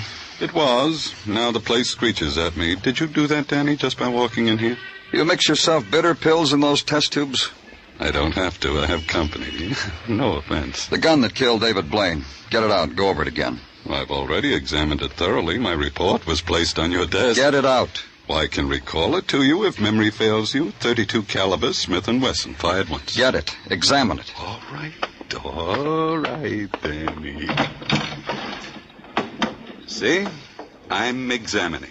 It's still as it was when Blaine held it close to him. The barrel. Put it on a slide. Hold it up to the light, whatever you have to do. If you ask, Danny. I'll do better. Perhaps this will amuse you. The spectral micrograph enlarges 45 times. And there. Have a look, Danny? You look. All right, Danny, all right. Wow. What?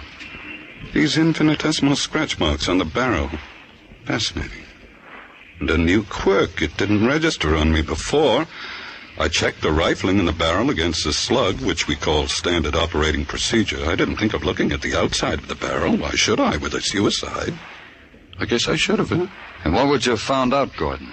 That the man killed himself with a silencer on his weapon. Now, that's what I call taking quiet pleas a shade too far, didn't it?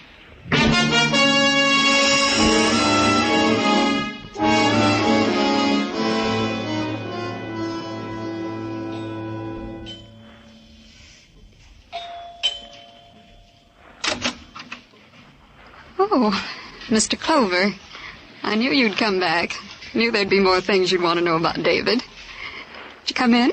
Thanks. You may sit down, that chair. No, thanks. What makes you think I wanted to find out any more about David? I assumed it. Suicide. Files to complete. I realize it's my duty to be cooperative. Miss Carroll... I can tell you so much about him. He was generous. He was a gentleman. Rare thing to find nowadays. He was murdered. You suggested that before, Mr. Clover. I didn't believe it then. I don't believe it now. Murdered. He was dead minutes before we got to him. That's stupid. Listen to me, Miss Carroll. Stupid, because I heard the shot. We all heard it. We all ran out into the hall. Do you have a gun, Miss Carroll? Yes, I have a gun. David gave it to me. Woman alone. Did he show you how to fire it? Of course he did. He loved guns. I interested myself in them. Shall I get the gun? It isn't necessary for now. You don't have to get the silencer either. What are you talking about? The gun you shot David with, his own gun, was equipped with a silencer. Mr. Clover, I don't understand you at all. I'm a lonely woman. And I admit it, I'm a helpless one. How could I have killed anyone? Someone I loved. Nice view from this window, Miss Carroll. You could stand here, see Detective Muggavan and me coming, fire a blank cartridge from your gun, run out into the hall. Look up, and everyone thinks the shot came from the floor above, from David Blaine's apartment. Mr. Clover. Do you admit it, Miss Carroll? No. No. I want to show you something. Here. Look at it, Miss Carroll, a watch, just like the one you're wearing. I didn't kill him. David Blaine broke his engagement to you, didn't he? I didn't kill him. The kind of woman you are, proper and proud. You gave him back the watch. But what to tell your friends? Tell them that someone else walked out on you the way 3 other men did? A proud woman like you? So you bought another watch, just like it. The one you're wearing. Please, please. Because I have the one you gave back to David. The watch you had that boy, that writer, Richard Fallon, steal from David's apartment. So the police wouldn't find it there and ask questions. You told him to get rid of the watch. He got drunk instead, got picked up. Look. David jilted me. But I didn't kill him. You did. You couldn't live with the thought of another man's walking out on you, like the other 3. That's why you bought the watch, so your friends would think you were still engaged. Mr. Clover. So your friends would think David died because of the money he lost. And Blanche Hemby, the reason why David walked out on you. Filth. The woman David loved. Filth! Beat her to death. Beat her! Beat her! Let's go, Miss. Like David, there is filth. Instead of me, her, a woman like that. Miss Carroll. It's not true what you said. Those men didn't turn me down. I turned them down. College boys. A grocer. Not good enough.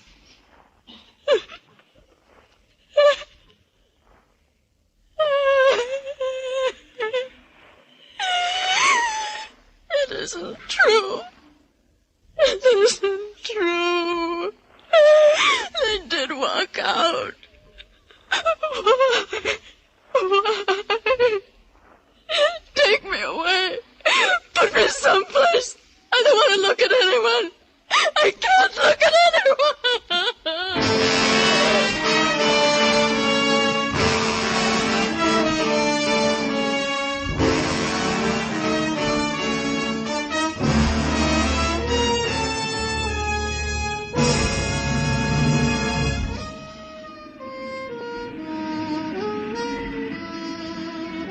Broadway's deserted now. Maybe it's the heat. Maybe it's just that people get tired and want to go home because Broadway threw sand in their eyes. Maybe you found what you were looking for and couldn't stare it in the face because it's a street that'll give you anything you want, any way you want it. It's Broadway, the gaudiest, the most violent, the lonesomest mile in the world. Broadway, my beat.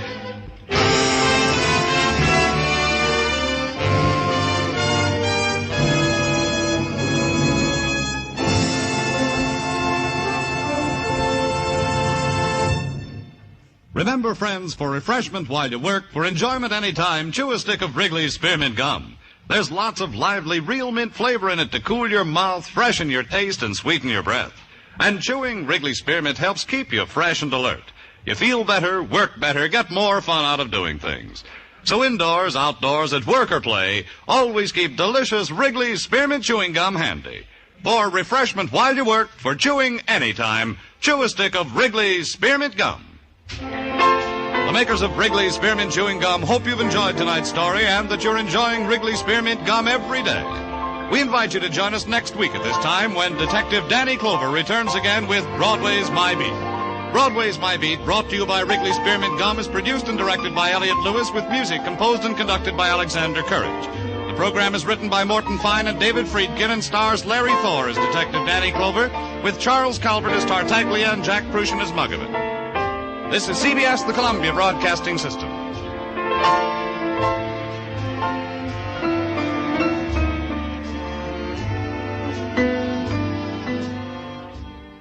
This is Bob broadcasting from Topeka, Kansas, Hope, and thanking the sponsor of your regularly scheduled program for this 2-minute interruption. Ladies and gentlemen, in the last 10 years, I've visited many dramatic spots in this world, but just a few minutes ago, I returned from a tour of what was once North Topeka, Kansas. I've just seen block after block of total destruction. Streets caved in, buildings undermined and flattened. Entire new housing developments a shambles, with the houses jammed together like battered boxes. As we toured this sickening area, I thought of the heroics that must have accompanied this disaster as it happened. The emergency operations of the Red Cross, Salvation Army, Air Force, Coast Guard, veterans organizations, and the thousands of civilian volunteers, all striving to hold this hungry Kaw River within its banks. Then the complete frustration when it crashed into the streets. But the excitement of that time has passed. Today, it's a dismal task of dirty drudgery.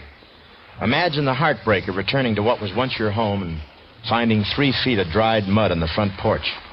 After scraping and digging for hours, you finally get the door open only to find dried, drifted mud banked throughout the house with everything in it destroyed beyond repair. Countless are the heartbreaking stories of human despair this great flood of 1951 has written. But you and I, neighbors of these Kaw Valley folks of Kansas, can help. And I mean help with dimes and dollars. The Red Cross and other agencies have done a magnificent job, taking emergency care of 10 to 15,000 refugees, and they're still doing great work in helping the needy with rehabilitation. But that's a far cry from the tremendous job that lies ahead. In Topeka alone, the loss is $100 million. That amounts to $1,000 for each and every person in this city. I'm appealing to that great heart that has made America. It's never failed before. Won't you send your contribution, large or small, to Flood, Topeka, Kansas? That's all the address you need. Flood, Topeka, Kansas. And join me, Bob Hope, in bringing new hope to thousands of unfortunate American folks. Thank you. The William Wrigley Company has donated the time for this message from Bob Hope. Now, after a short pause, we switch to Hollywood for your regular program, Broadway is My Beat.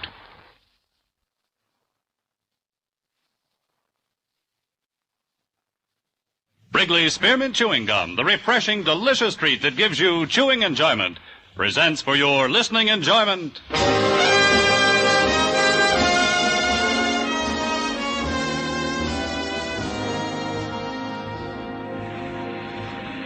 Broadway's My Beat, from Times Square to Columbus Circle, the gaudiest, the most violent, the lonesomest mile in the world.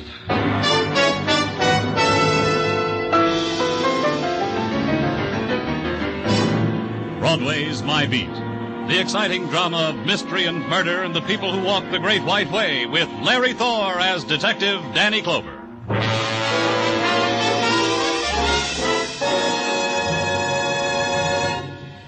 For refreshment while you work, for enjoyment anytime, chew a stick of Wrigley's Spearmint Gum. The delicious, long-lasting, real mint flavor of Wrigley's Spearmint cools your mouth and freshens your taste. The good, smooth chewing helps keep you feeling fresh and alert, adds enjoyment to whatever you're doing. So indoors, outdoors, at work or play, enjoy chewing Wrigley's Spearmint Gum. Wrigley's Spearmint. Refreshing, delicious.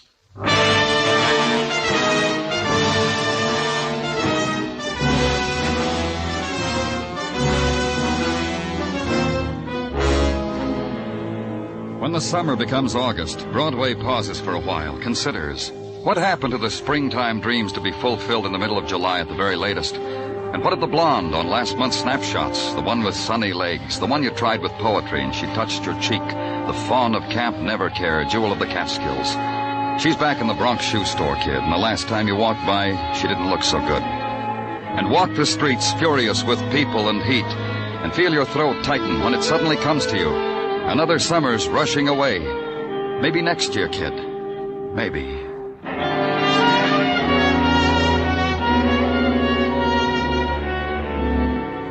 And uptown, east of Broadway, where I was, in the outdoor swimming pool catering also to the seekers after something or other, the crowd was divided into swimmers, non-swimmers, sand-sitters, ukulele players, and miscellaneous. And the man in the swimming trunks lying on the concrete walk, the man who had drowned, and the police emergency crew working over him with a respirator, and the man from headquarters who had gotten there before me. They've been working on him for quite a while, Danny. Why'd you call me to come down, Muggerman? I asked the same question of Patrolman Kenny. It's like this, Danny. Kenny was flagged off his beat when this man was dragged out of the pool. Took off the man's locker check, went to the locker, for identification. The locker was empty. Forced? No, those locks answered with dime store skeleton key. Robbery gets a dozen calls a day from these pools. So you figure that man's drowning and his locker's being robbed had something in Maybe a coincidence, Danny. Maybe something else. I don't know. I wanted you to be here in case... Yeah, let's take a look.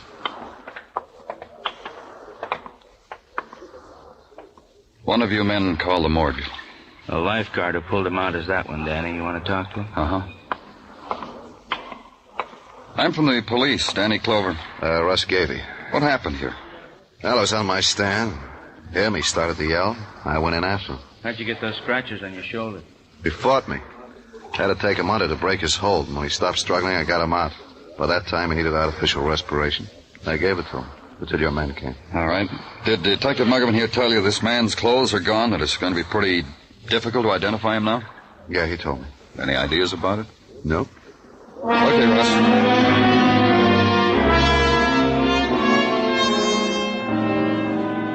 Back to the office at headquarters and sit with it. A man had been drowned in a public pool. From a policeman's point of view, worth only a quarter-page form in triplicate. However, the fact of his lockers being robbed may be something else again. Probably not. More forms. Then a couple of hours later, when the office gathers up its private shadows, a door opens. A man walks in. Danny, you busy? Come in, Dr. Sinsky. Sit down. Thank you. I just came from the autopsy room, Danny. And? Has that man brought in from the swimming pool, the drowned one, has he been identified, Danny?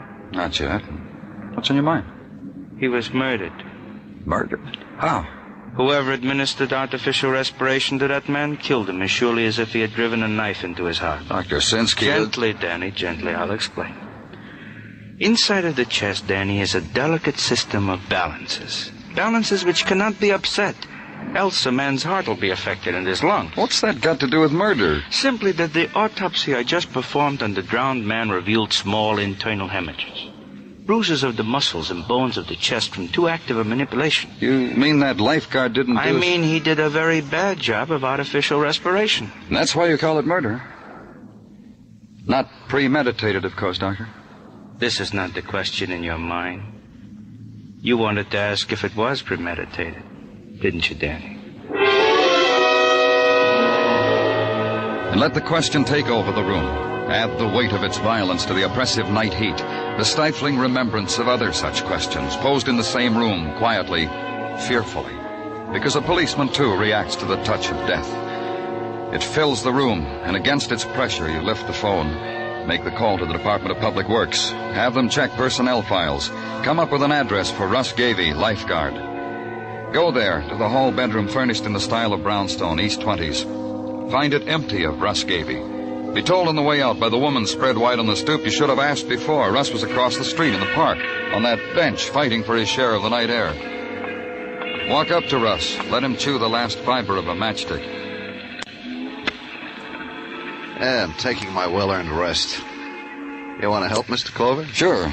Mind if I sit down, Russ? Yeah, sit down. You were almost a hero today, Russ. You're kidding. That's how I make my daily summer bread, $50 a week. Ogle a girl, save a life. How long you been a lifeguard, Russ? Oh, 6, maybe 7 summers. Time out for a frolic on Anzio Beach. Then you've had a lot of experience saving people from drowning.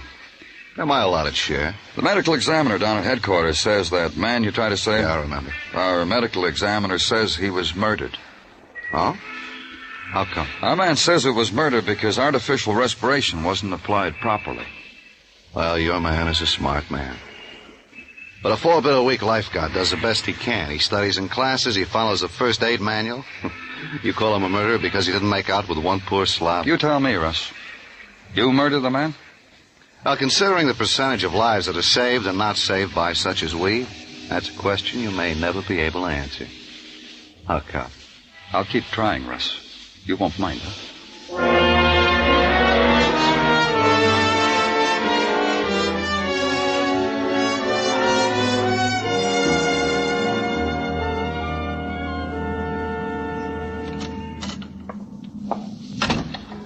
Danny, why don't you never turn on a light? You sit like this in the dark by yourself. I got one of the Tartaglia kids to home does the same thing. You both make me feel the same way. You've got your problems, haven't you, Gina? I could do without them. You in the mood, Danny? Sure, for whatever. What have you got? Nothing. No progress on identification of the drowned man. No progress on a connection between him and that lifeguard, Russ Gavey. Reports on Gavey's state he is looked up to at the pool by girls and lady-sized swimmers. Occasionally he buys for one or the other a beer at the concession stand. Occasionally escorts one or the other type to her home, deposits it, goes to the newsstand, buys super-type magazines, goes to his room. Healthy, normal muscle boy. Maybe a murderer, Gino.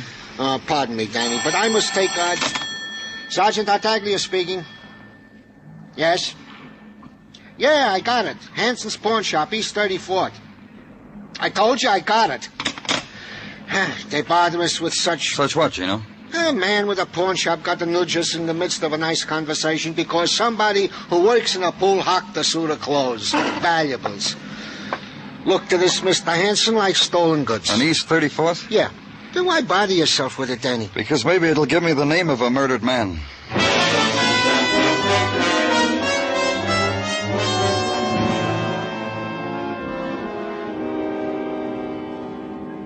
You might ask me why I called the police, Mr. Clover, after so many months of abstemiously staying away from you fellas. All right, Mr. Hanson, why? Because there was something fishy about it this time. This suit, this watch, ring, money clip was brought me by a boy who's an attendant at a public pool. Pool on Upper Broadway? Inevitably, that pool where that unidentified man was drowned, his things stolen. You read about it, of course. Who brought these to you? A boy. Know him well. Had dealings with him intermittently. Who's the boy? Bobby Kent. He's got a room in one of those crates on East 37th, 1654, East 37th. Just ask for Bobby. We all know him. And you think these things belong to the drowned man? The man was robbed where Bobby works. Died where Bobby works. Bobby pawns things that obviously don't belong to him. What is there left for a decent man to think, Mr. Clover? Then the three walked to the languid summer night, the city-bound and the dream-bound people on the sandstone steps who find their delights in a pop bottle, or by taking possession of a star in the sky, or by cooling themselves with a fan, courtesy of Swanson's chicken fricassee. Past them and mind the kiddies at their nighttime play, the patter of little feet up an alley, and arrive at the address on 37th Street. And over one of the bells, see a name, Bobby Kent, apartment 3. And the sound you hear is the far-off thunder made of heat and air currents and stratosphere. And the lightning through the window at the end of the corridor lights up the number 3 on a door, briefly. Then again.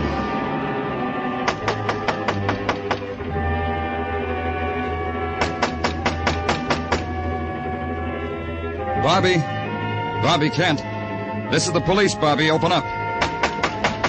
I'm coming in, Bobby.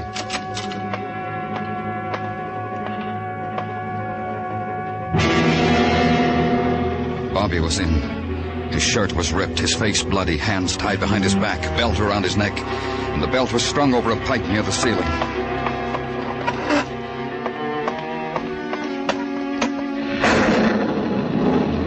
I brought over a chair to stand on. There was lightning again, and the whole room was stark white for an instant. It took a while to get Bobby down, but it didn't matter. Bobby had been dead when I got there. Bobby had been murdered.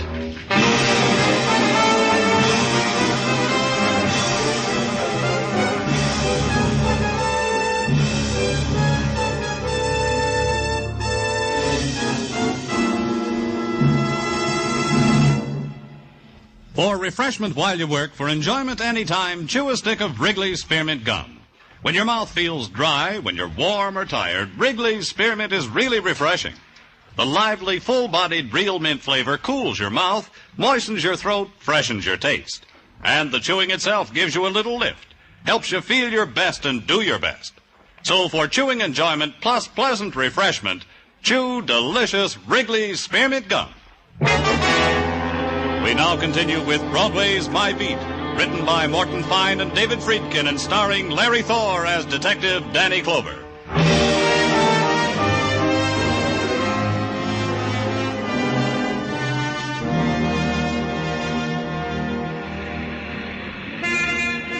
Broadway leans against a doorway, flips a coin, and makes odds on the 31 days of August. This month, kid, it'll come in. The filly in the third, the dreamboat, the oil on that little piece of property you leased in the Texas Badlands. Gotta come in. Otherwise, what have you been building, kid? Gotta come in. So you can indulge the whim of the hour, enjoy it, own it. All that neon, yours to turn on or off. That music of the dance calling to you from basement dance lands. Yours to play soft or loud, or cut off like that. Dance in dark and in stillness if you want. The traffic signals pushing back the people. Yours to make say stop, go. You're a king, man, with headlines at your feet. Boy murdered, hung by belt in tenement room. Unknown man drowned in public pool. All yours, kid. Clean shuffle, a minute of luck, and it's all yours.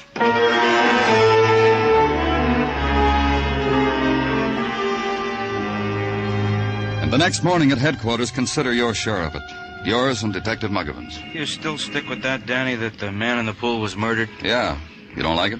Oh, it's not that, Danny. It's only so many people drowned, so many can't be saved. You're going to go back and call everyone that wasn't a murder victim? Russ Gavey is a trained lifeguard. He told me the man fought him, had to be pushed under. Happens that way sometimes, Danny. Could have been the other way around. It could have been Russ wanted the man dead. It could have been he fought the man, drowned him, finished him with his own brand of artificial respiration. Could have been. But where's the string that knots it, Danny? What connection is there? That kid that was hung, Bobby Kent, the attendant at the pool. That could be a connection. Because he stole a man's clothes out of a crummy locker? We're not even sure they belong to the drowned man. What do we know about them, Muggavan? Well, from the cleaner's marks, they belong to a man named Howard Crawford. Married. I checked his wife. Should be at the morgue to identify in a half hour. Would have come sooner, wanted to go out and buy a dress first. I let her. I'll go down and meet her. You get whatever you can on Bobby Kent. Friends, people he stole from, whoever wanted him I'm dead. working on it. But put a tail on Gavey. Every breath he breathes, I want to report. Got it. Anything else, Danny? Yeah. Why does a woman need a new dress to look at a dead man? I don't know. Ask her when you see her.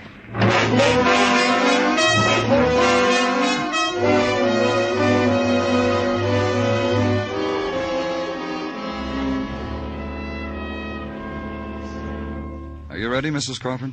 Waiting for you? All right. Just look at this man and tell me if he's... Okay. Put him back. He's mine. Can we get out of this place now? Of course. Now through this door. Want to sit down on this bench for a minute? Or else, huh? Sure, I'll sit. What do you think of my husband, Mr. Clover? Can you imagine it? Howard getting himself a piece of marble in a police morgue. When did you see him last? I got out of a warm bed yesterday morning on account of the phone ringing. It was for Howard. He pinched my cheek, said, "Goodbye, honey, I'm going out of town." This happen often, his going out of town? In his line, salesman. And you didn't see him after that? Look, boyfriend, I was in the middle of a beauty exercise, bend-overs for the figure. I was grabbing my ankle, so I looked back.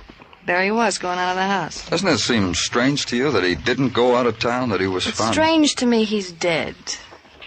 But I'm going to get used to it. Who do you know had a reason for murdering him? Murdered? Thought you said he drowned. Do you like to swim, Mrs. Crawford? You see this sunburn? You think I got it standing under a hot iron? Look at it, see? How you like it? Did you get it at that swimming pool uptown? Coney. I know a part of Coney where they carry a pretty good crowd. That's where this burn came from. There's a lifeguard at that pool. I go to Coney where they carry $1 million on a weekend. I don't confine me to public pools uptown. Did you have anything to do with your husband's death, Mrs. Crawford? Now, I'm a girl who's going to tell you the truth, boyfriend. Every time I've thought of it, I've wished Howard dead every hour on the hour. I'd have wished him dead on the half hour, too, but that's when the race results come over the radio. Howard, things have come true. I've wished for him. That's all, Mrs. Crawford. You can get out of here now. Watch her reapply the lipstick and readjust her clothes, and walk away from her dead to a summer rhythm that no longer held any part of him. A woman starting the new day fresh, the memories she had submitted to now happily dead on a marble slab. And at the end of the corridor, the street sunlight touching her face for an instant, darting away, leaving only pallor and the smear of scarlet on her lips.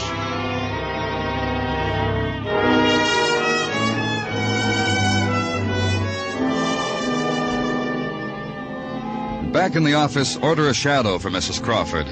Then a telephone report from Muggavan. He'd found a girl who was the girlfriend of Bobby Kent, a box office girl at an all-day, all-night movie on East 125th. Lucille Lang, on duty for the rest of the day and night. How many? Police, Miss Lang. Take back your badge. It don't buy you nothing. You were a friend of Bobby Kent's. Look, you want to lose me my job? All we want, Miss Lang, All is... you want is to mark me lousy with the management. A sweaty cop snooping around where I live. I know my girlfriend called me. Told me he had his nose in my affairs, asked questions. She had to tell him I was cozy with Bobby. All we want is something that'll give us Bobby's killer. Search me up and down, you won't find Bobby's killer. Then maybe someone who wanted him dead. All the kid ever did was steal a buck here and there. So he could make an impression on me. On my girlfriend. Boy has to die for that. He was a thief. Ain't everybody, kiddo, one way or another? To sweep out the locker room in a public pool. To empty the footbath, scrub 'em out. You think that's the end of the rainbow for a kid? Did you know about the clothes he stole from the pool? The watch, the ring, the money clip? Sure, I know. He told me. I even know about the $500 that was in the suit. 500. We were going to take it and go off to faraway places. Do you know something, kiddo? What? Bobby's dead from hanging, and I'm cooped up in a cage. So I ain't gonna make it, am I?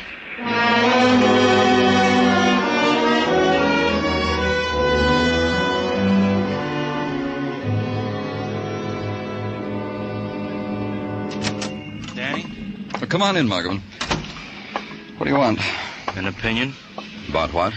About how soon we should pick up Russ Gavey for the murder of Crawford and that pool attendant? If we pick him up, how long do you think we can hold him? A killer, Danny. How are you going to prove premeditated murder by artificial respiration? Now, maybe we shouldn't start from there, Danny. Maybe we should start from the attendant. Now, he killed Bobby Kent because Bobby stole the clothes. Because Bobby would learn that the clothes belonged to Howard Crawford. Bobby was a sneak thief. From there to blackmail him, one easy lesson. So we get back to Howard Crawford. You know what we need, Muggavan. Yeah, motive. We gotta find out why... Danny? We got something, Gino? Officer Ratchie just called from a gas station on Queens Highway. Mrs. Crawford just registered at the Ritz Lodge Motel about 10 miles out of the city. Thanks, Gino. Muggavan. Yeah, Danny. That shadow you got on Russ Gavey, get him off. I don't want him followed. All right. Where you going? To find out why a widow wanders far from home.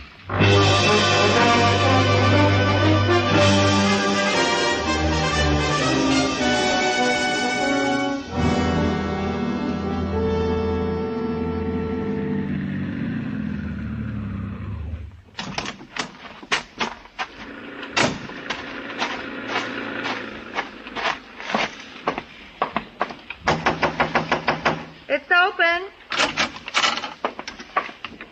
Pour yourself a drink. I'll be right in.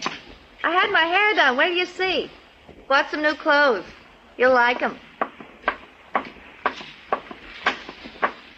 Oh. You'll like them too, lover.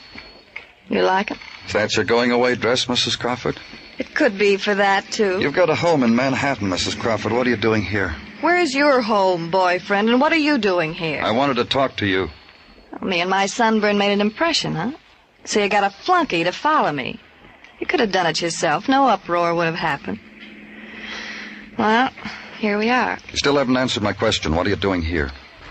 Girl likes to get away sometimes. You'd be surprised how many phone calls I've gotten since Howard drank all that water. Here's a dime. Throw it in the radio. No? Then I'll throw it a dime. Yep. Phone calls all day long. Now, it's your turn. Just to talk, to kill some time. Ah, that Kenton. Yeah, oh, what'd you say, lover? Nothing. I didn't say anything. Look, be a doll. Will you go away? Come back another day. I'll be here. Let's pick a Tuesday. Make it definite, huh? Why don't you go right now? Out the back way, through a window? Just get up. Hi, Russ. Got a little trouble. Come in, Russ. Close the door. I'll bet the lady told you to get out of here, Mr. Clover. Uh-huh. You two know each other pretty well, don't you? Yeah, a swimming pool romance. I saw him in those California feet flippers, and it twisted my heart. You two planning on going away together? I only asked because the back of Russ's car is loaded with suitcases. We're going to get married in Maryland. Is there a law? Yes, there is. There's a whole section in the penal code about murder. Oh, back to that, huh? I could have picked you up before, Russ, but I needed a motive. I had to find out why you murdered Howard Crawford. There she is. How did I kill him? By drowning him. You made sure the resuscitator squad wouldn't revive him. You crushed out whatever life there was in him. Listen to him, Edith. Yeah, listen. You killed Bobby Kent. He was a petty thief. He took the clothes you'd stolen from Crawford. Sooner or later, he'd put two and two together. Probably would have blackmailed you. You couldn't afford to let that happen. You ready, Edith? I'm ready.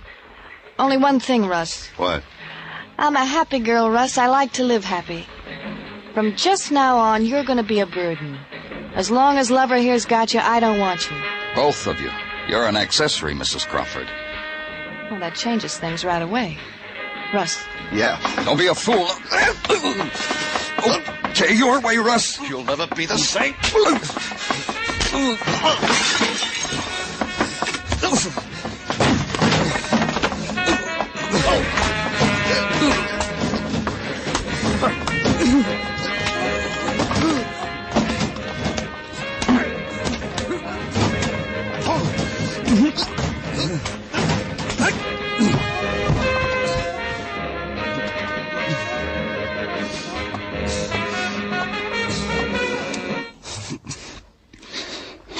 You ready to go back to town, Mrs. Crawford?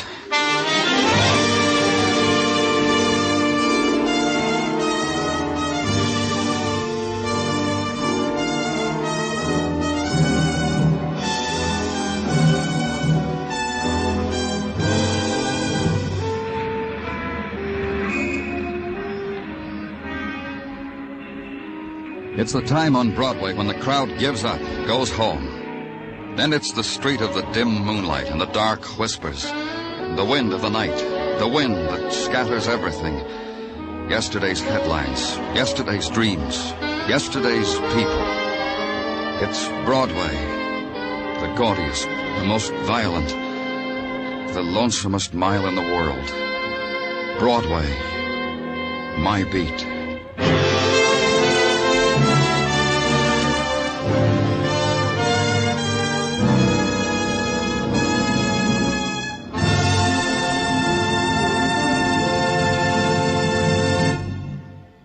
Remember, friends, for refreshment while you work, for enjoyment anytime, chew a stick of Wrigley's Spearmint Gum. There's lots of lively, real mint flavor in it to cool your mouth, freshen your taste, and sweeten your breath. And chewing Wrigley's Spearmint helps keep you fresh and alert. You feel better, work better, get more fun out of doing things. So indoors, outdoors, at work or play, always keep delicious Wrigley's Spearmint Chewing Gum handy. For refreshment while you work, for enjoyment anytime, chew a stick of Wrigley's Spearmint Gum.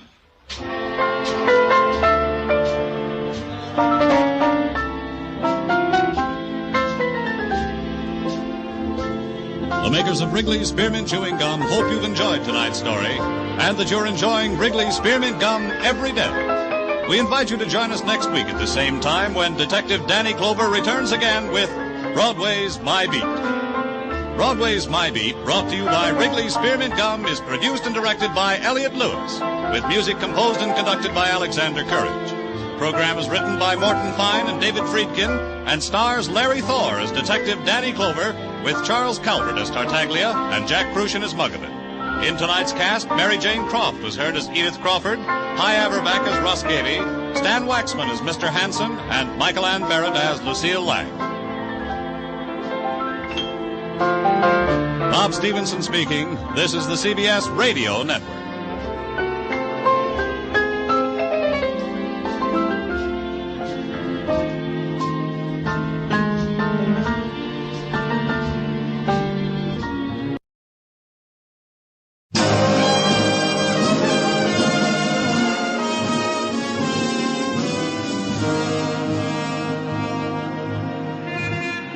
Broadway's My Beat. From Times Square to Columbus Circle, the gaudiest, the most violent, the lonesomest mile in the world.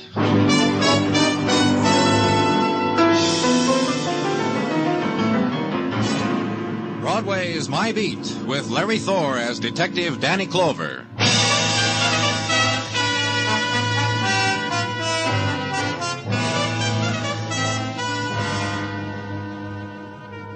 When it's September and the summer sighs away, Broadway is festooned with the colors of fall. The pastels of the cotton dresses mix sadly with the brown and gray of the flannel. And here and there, Broadway's shapely foliage turns to plaid. It's the time of the quickened step and the crumpled travel folder and coney-dyed beaver. And the September song is a deep-throated sound, the mob voice, the hay fever, and the oysters being torn from the half-shell. Another season, kid. One more 3-month span to get where you're going.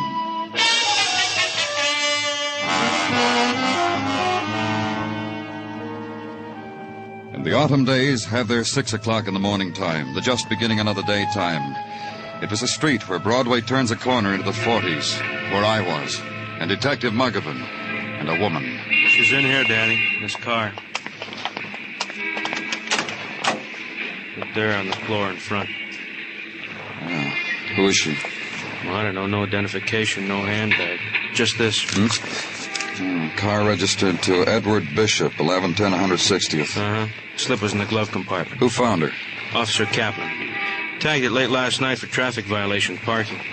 5 o'clock when he was going off duty, he noticed the car still wasn't moved. Opened it, looked. Found her under that blanket. I'd say she was about 27, huh? Shot once in the back. From up close. Yeah, death probably instantaneous. Here they are, Danny. In the front of the car, Doc. Hey, you're a new doc, aren't you? Don't move her, Doctor. Wait for the photographers. But don't just stand there, Doc. You gotta... You'll get used to it, kid. This kind of thing happens a lot. And the cluster of the walkers to work, the people of the subway, glad for the delay of the dead woman who lies at the beginning of another day, stops it for a time, holds it, the desolate pause, the time for turning back. But the hungry day will not wait. Subways are empty and must be filled. The clever machines in the offices long for the fluttering caress of quick fingers. Can't stop for the dead kid. A buck has to be made. Give someone else your place in line. And in the corridor of the address on the registration slip, a woman in a raveled coat sweater sweeps away the night litter and autumn mists, gathers them on a dustpan, throws them into the street. You ask for Edward Bishop, and she shrugs you to a scarred door at the end of the hall, watches you as you knock, waits with you for the door to open. You're an early bird, mister. Police. Huh? Oh, my. The woman drops her broom, scurries away to tell her friends and neighbors. Early bird out to catch a worm, huh, mister? Not me, not for something I've done. I never do anything bad. You, Edward Bishop? Oh, not me. Mr. Bishop's my roomie. He gone and done something naughty? Come in, mister, and tell me all about it. Where is he? Oh, out frying his nightly kettle of fish, I presume. His bed ain't been slept in. No? Huh? Oh, my, that hollow you see in the bedclothes is where I tried it. I'm an experimenter. Long as he wasn't in it, I thought my roomie's bed might be better than my own. It wasn't. Mr. Bishop's gone and done something naughty, huh? Do you know where he is? I want to tell you something about Mr. Bishop, my roomie. He's a tight-lipped man. Rock face, I call him when he ain't looking. That's because he never whispers a secret to me or shares a Coke when I offer him part of mine. He just lets me dab his hanky with cologne sometimes when he's going out for a heavy evening. You had a lot of them, evenings like that? Well, for a man who has to shave twice a day, he has more than his share. You wouldn't know with whom? Oh, I might. But first you tell me what my roomie did to you. Maybe you'd find it cozier down at headquarters. Maybe that Japanese kimono you wear makes it You're look... getting rough. Hello there, mister. I'll tell you what I know, then you tell me what you know, huh? My roomie's been squiring a lady by the name of Anna Compton. You know her? Oh, just to talk to on the phone. A lovely voice. Haunts you. When'd you talk to her last? Oh, 2 or 3 days ago. I'll tell you just how it was. She kept calling here evenings, asking my roomie to call her back. Just leave her name. Anna Compton. My roomie squiring a married lady. Bishop never shared anything with you, and still I'll tell you about that, too. Her haunting voice made me nervous. I told you I'm an experimenter. So one day I sat down with the phone book and called every Compton there is. Then a man answered and said his wife Anna wasn't home. Who was calling? Of course I hung up. Then you know her address. In the New Rochelle phone book for everyone's eyes to see. And now it's your turn. What did Mr. Bishop do? A woman was found murdered in his car. My, oh, my. That's as naughty as you can get, ain't it? Mr. Blackburn said that. Then Mr. Blackburn reached over to my lapel, pinched off a piece hanging from the buttonhole, and dangled it accusingly under my nose. This is the way I left Mr. Blackburn. Then back to headquarters, issue an all-points bulletin for Edward Bishop. Then down one flight to the photo lab, be handed a picture. Tuck it in the black notebook where you've jotted the name of Leo Compton and his address in New Rochelle. Then the ride there to the community where the houses have the built-in attitude that violent death never visits here. In the next street maybe it happens, or to a friend of a friend, but it never happens here. Anna? Anna, is that you? Lost your key? Anna, where have you been? Oh. Is your name Compton? Leo Compton, that's right. I'm from the police. My name is Danny Clover. Oh, yeah? Mind if I come in? Well, I guess so. All right. Oh, wait a minute. Wait a minute there. Yeah? Police? Mr. Compton. It's about Anna. It's about Anna, isn't it? What's happened to her? Listen to me, Mr. All Compton. right, I'm listening. Is Anna your wife? Yes. This woman, this picture I have here. Yes, that's it. Yeah. How did you get that? How'd you get Anna's picture? I wish I knew some way to say this. Anna's dead. We found her this morning. She'd been shot. Oh. Her body's at the morgue. Anna. I've got to ask you. I know. She didn't come home last night, Mr. Compton. No, you're wrong. She came home. Anna came home to me. It was my fault, really. I sent her away. I told her I didn't care. And the things I said to her, the names. Suppose the last words you ever said to your wife were names like that. What happened last night, Mr. Compton? Well, she came home. It was about 7 yesterday evening. And she had the bracelet on. She was wearing a bracelet when we found her. She had the bracelet on. And I asked her where she got such an expensive bracelet to wear. And she said she got a bargain. A bargain. What do you mean? From her boyfriend. Oh, she told me. Anna told me, all right. And listen, you know what I did? I called him up. I'm not narrow-minded. Things can happen. Just because it's your wife doesn't mean it can't happen. I called her boyfriend up, and I told him to come over. I'd pay him for the bracelet. Did he come over? Oh, he came over. Anna was stunned, all right. And I wrote a check for the bracelet, $200. Don't you think Anna wasn't stunned? Mr. Compton. But you know what she did? She left with him anyhow. Bracelet, check, she, and him. And that's when I said... What was the man's name? Bishop, Edward Bishop. He's an auctioneer for the Hunter Galleries. Oh, there's something else. Yes? I'll call for Anna. I'll take her out of that place where she is.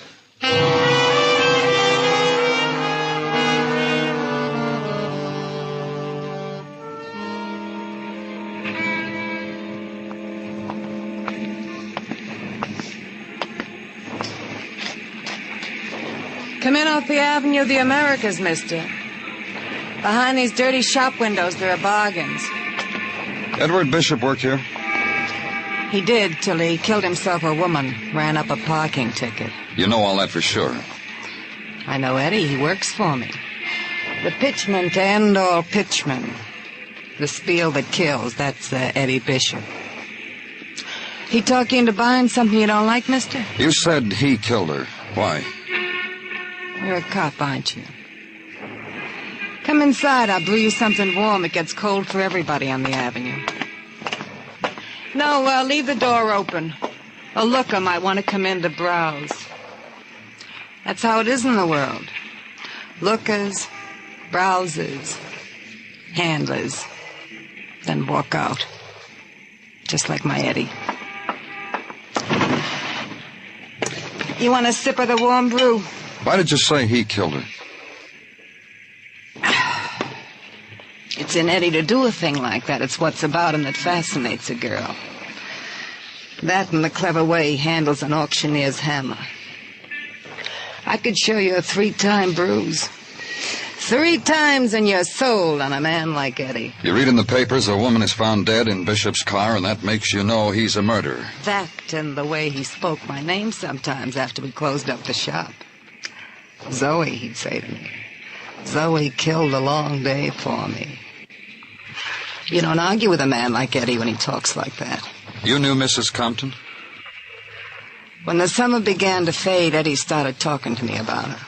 How she looked when she walked in one day to bid on an object of art.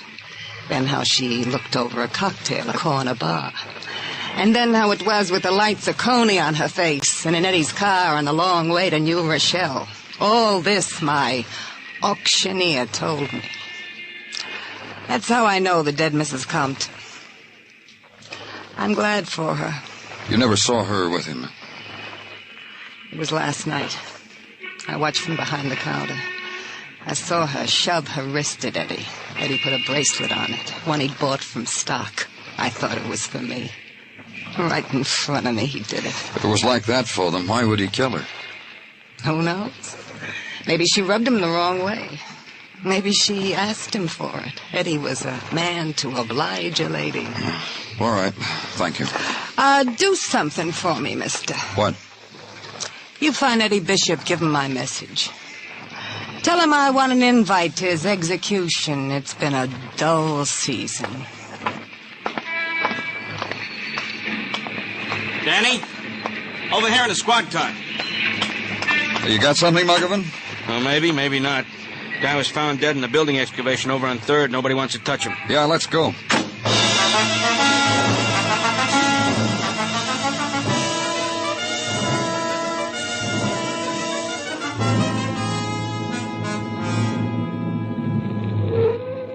Drive down the ramp, Muggavan. Yeah. Well, this sidewalk superintendent's really got something to stare at now.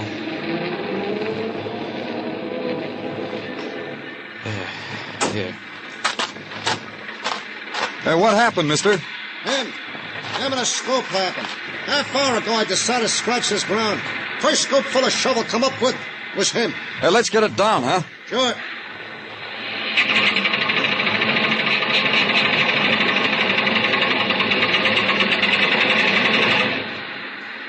Okay. Yeah, real good. I'll take a look, huh? Shot, Danny. Here's a wallet. Hey, look at this. Check for $200 signed by Leo Compton. Uh-huh. Paid to the order of Edward Bishop. Edward Bishop? He's the man we figured murdered Anna Compton. Yeah, the man we figured murdered Anna Compton. What? Well, what'd you say, Danny? Nothing. I didn't say anything at all.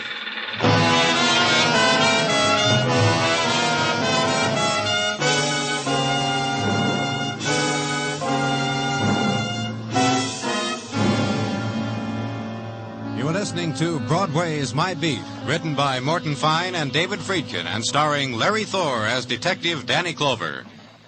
Singers Alan Dale and Sarah Vaughan will be Steve Allen's guests on Songs for Sale just a little later tonight.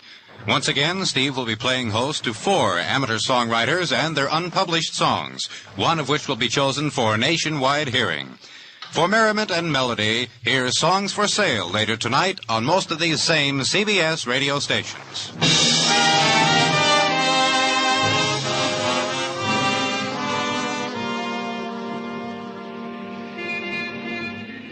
September morn dips a dainty toe into a Broadway billboard and unshivering gazes down upon a street that only yesterday was choked with summer. But the refuse is there, where summer has passed and left pieces of itself, in the scratch and warp of summertime blues still screeching out of the loudspeakers. The sunny mannequins, wax slightly melted, waiting in shop windows to be replaced by the fall and winter models. The faint odors of the sun-warmed perfume, the souvenir of the golden girl who walked right past you, turned a corner, vanished into a place where summer never dies. A place not open to you, kid. Only autumn's ahead of you, kid. Start using it. It's already given you 2 murders. A woman in the front seat of a car, a man scooped out of the earth on the teeth of a steam shovel. What more can you ask? September's showering her gifts on you, kid. Take them. They're all yours.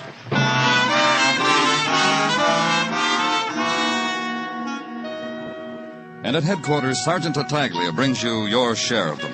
Holds them from you with a smile that shows he slept well last night. The accumulated bottoms on the murders, Danny. In these papers I teased before you. And have a good night, Gino? No complaints come to mind, Danny. The evening was a fulsome one. Father McCleary came to call. A pleasant time was had by all, as is our usual procedure. Yeah, Father McCleary's a fine man. Salt of the earth. I asked Mrs. T to break open a bottle of Mogan Dovered wine. He don't even blink an eye. Sips with you, talks with you, brings presents for the Tartaglia brood. This is a man who also brings you the gift of restful sleep. Remember me to him, Gino. Roger, Wilco. Now, to the papers I am about to bestow upon you. In them you will find a report from Technical, to wit. The bullets that killed Mrs. Compton and Mr. Bishop, Technical states, came from the same gun. Mm-hmm. Markings are identical. The rundown on the past histories of Mrs. Compton and Mr. Bishop is contained in reports from interested neighbors and relatives gathered by... You'll spare me a moment, Mr. Clover. Look, you. Standard operating procedure is to knock when one desires a moment of Danny Come in, Clover's... Mr. Compton. I've come to demand something, Mr. Clover, and I intend to. Not leaving here until you give it to me. What would that be? Anna's bracelet. The one that... Well, everyone's dead. It belongs to me. Because you gave Bishop a $200 check for it? I stopped payment on my check. After all, that Mr. Bishop did give it to Anna. I needn't have made that stupid gesture. And now she's dead. And he's dead.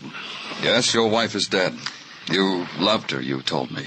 The bracelet's mine. You want to quibble about it? Have me spend money on lawyers? You're right, Mr. Compton. It's yours. Take it. We've no more use for it. We have photographs. You understand. It's not the money. It's only that if it once belonged to her, it now belongs to me.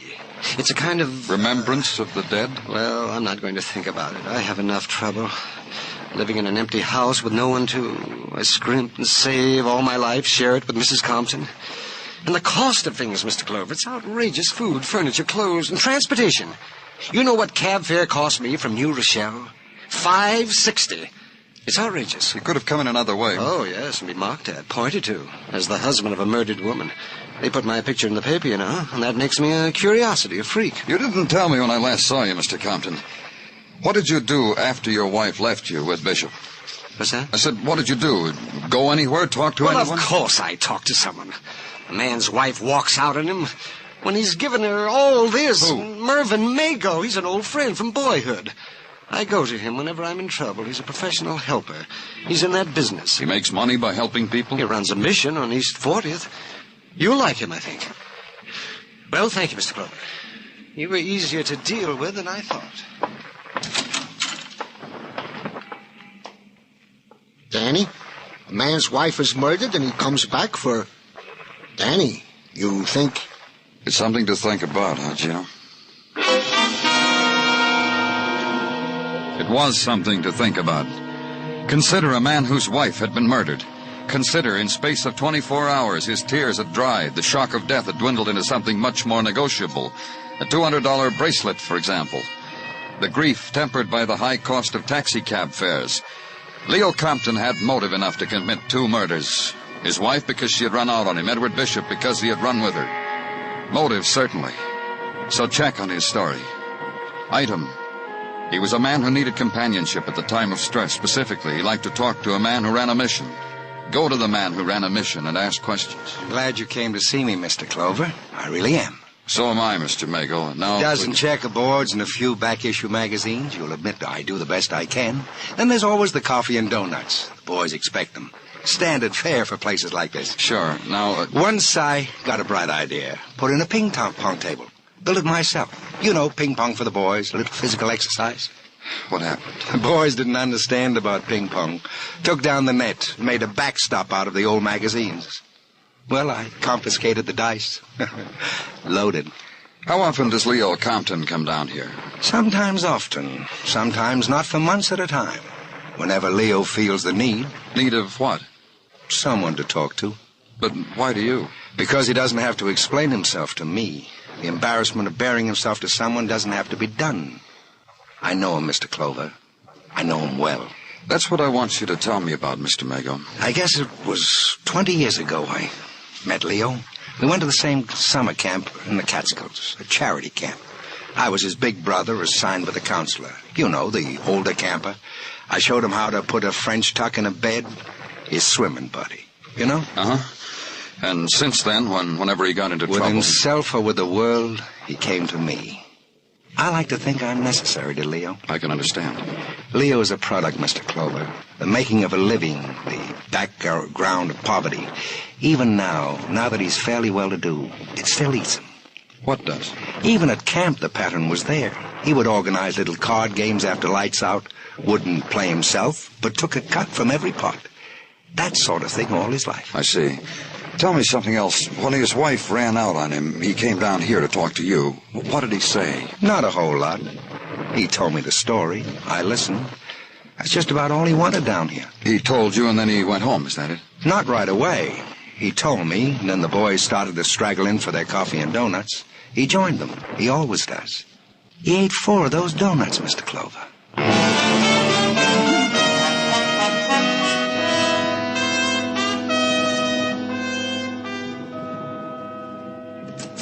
See you for a minute, Danny? Oh, sure, Muggavan. What is it? I want you to talk to him, man. Come on in, Mr. Scott. This is Mr. Scott, Danny. Mr. Scott, Lieutenant Clover. I do. Well, sit down, Mr. Scott. Sure, right there will be fine. Go ahead, Mr. Scott. Give the lieutenant the bracelet. Thank you. I thought it was the right thing to do, Lieutenant Clover.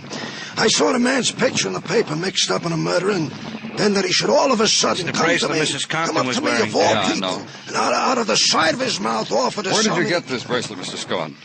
I told you, didn't I? Oh, I'm sorry. Would you mind telling me again? Go ahead, Mr. Scott. Please do. Well, here I was walking toward the subway entrance on 59th Street, and he come up to me. Who did?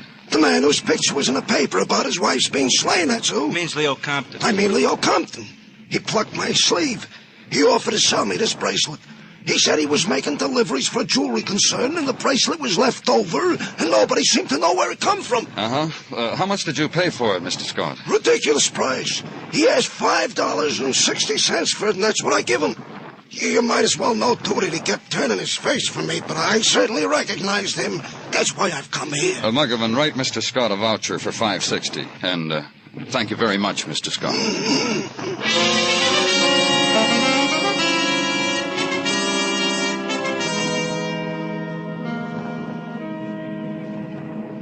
You called me in, Danny, and you asked me to step over into a department that's not strictly mine. And why don't you wait for the reports from technical, huh? All I want is an opinion, Dr. Sinsky. Whose toes would you step on if you give me that? Gordon of technical. All right, so he deserves a toe smashing once in a while. What do you want of me, Danny? You examined Mrs. Compton. The bullet wound, Yeah. the type of wound where it was in her back. Is it one that would bleed freely? Yes, Danny, but you know these things as well as I. Why do you I just got ask? these photographs. Here, look at them. The inside of the car where Mrs. Compton was found. Mm-hmm. Well, Dr. Sinsky? You know as well as I. Tell me Danny. anyway. I want to be sure.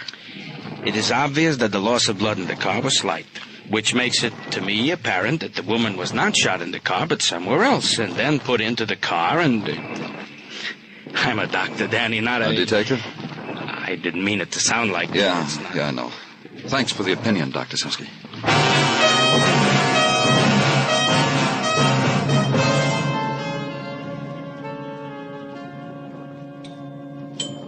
It's all around in the backyard. Go through the gate.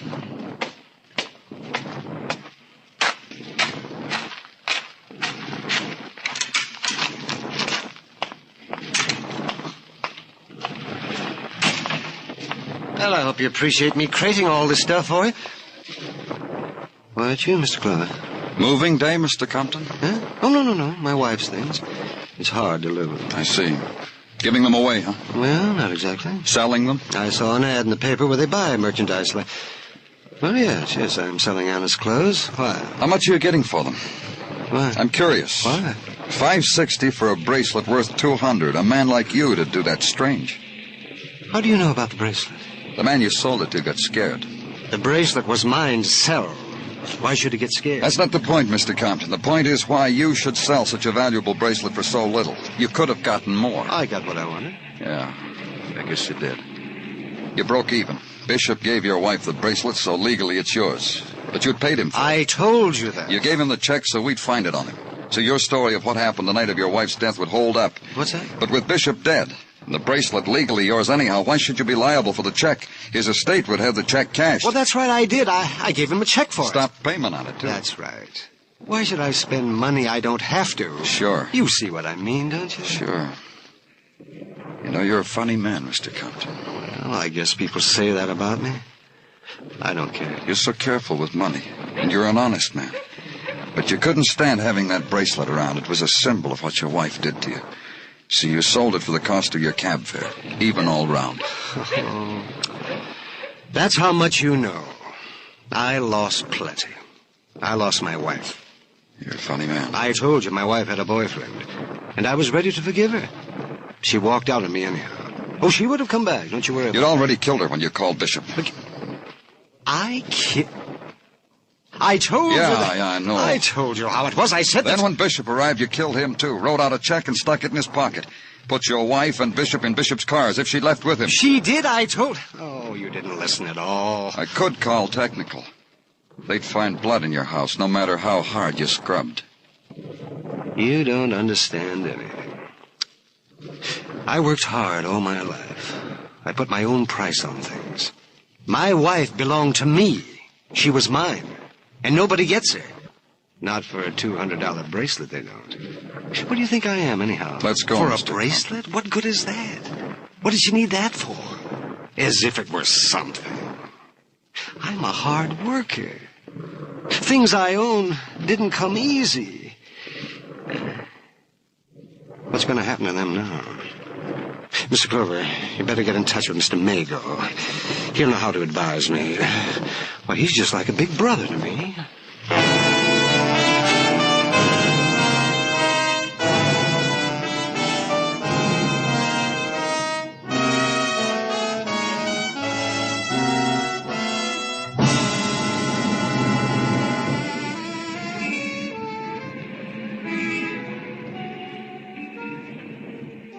It's the journey to the end of all the other streets in the world, this Broadway. You turn a corner and you're there. Walk it slowly. Lean your heart against it. Shop for the kicks, the bargains, the heartbreak, until it all explodes in your face. It's Broadway, the gaudiest, the most violent, the lonesomest mile in the world. Broadway, my beat.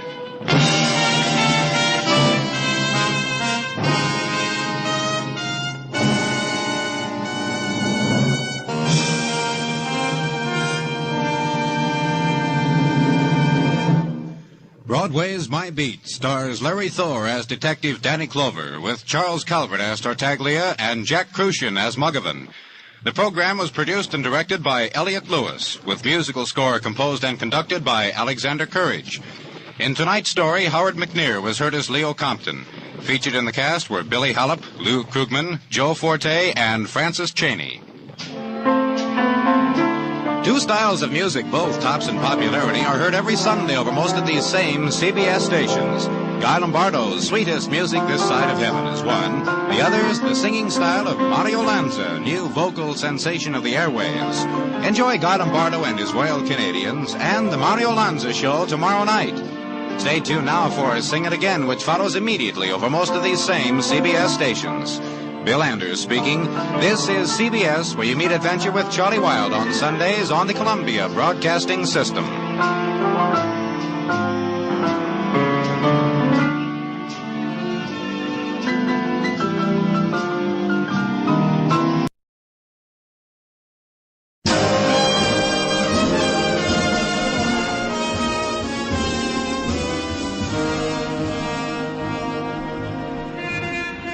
Broadway's My Beat. From Times Square to Columbus Circle, the gaudiest, the most violent, the lonesomest mile in the world.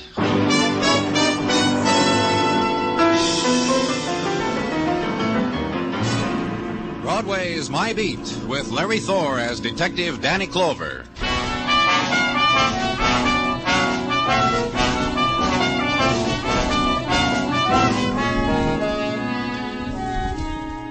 In autumn sunlight, the September day trots out its promises for Broadway's considering, displays them in doorways, in pushcarts, in gutters, decorates them with price tags, invites you to browse, don't clutch, buy, don't squeeze.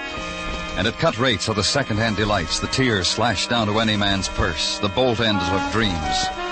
The vendors simper, the hawkers wink. Buy, kid. That's a winter sun on your shoulder, and the day is short, so buy. And that's what you do, kid, because on Broadway there's no other choice.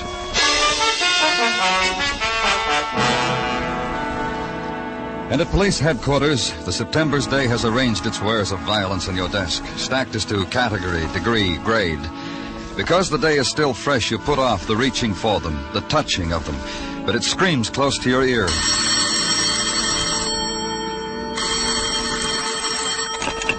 In the morgue, Danny. Come down, I got something of interest to you.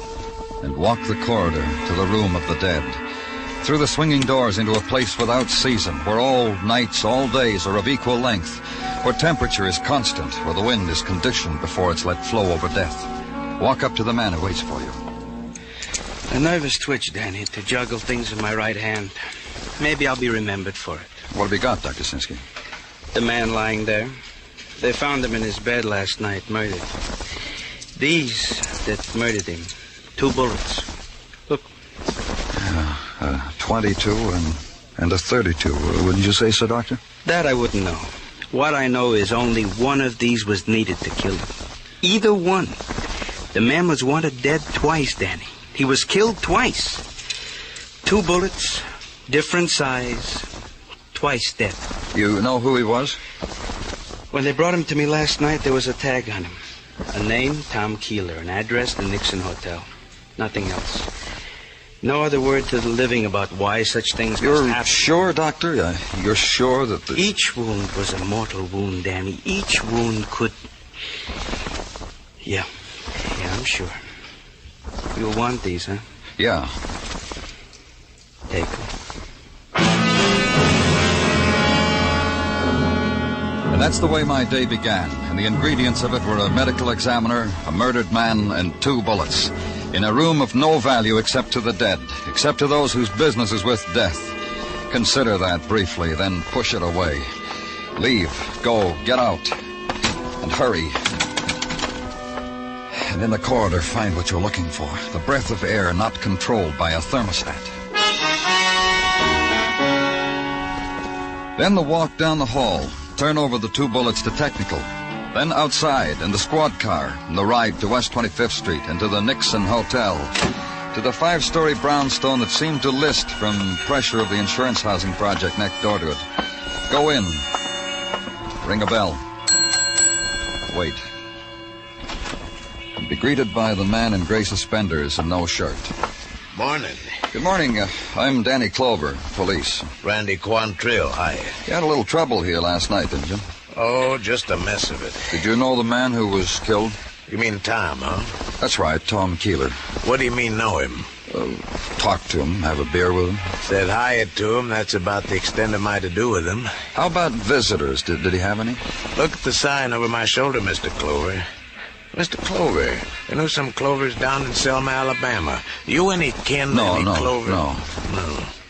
Look at the sign over my shoulder. N.O. visitors, no visitors. And you think just because the sign is there, Tom Keeler didn't have any visitors? No, I don't, mister. We got a sign in each and every room says no smoking in bed. In the last year, we had 3 mattress fires. So what I'm saying is I never saw anybody sneak past this desk that I said to myself, there's a Tom Keeler visitor. What else about Keeler? Oh, we got mail this morning. Maybe I ought to tell you that. Yeah, maybe you should. I'm going to. Fresh mail that come this morning. Here, the letter. Oh, thanks. From the Great Northern National Bank. So I see. Please come in and talk to us with regards to your commercial account at your earliest convenience. You eat upside down, Mr. Quantrill? I've lived in Baltimore. Oh. Thank you, Mr. Quantrill. Thanks a lot. And for that, Randy Quantrill winked at me, laughed noiselessly at me. leaned against the mail rack, scratched his back with it. It wasn't the moment to intrude any longer on such private pleasures, so I left him.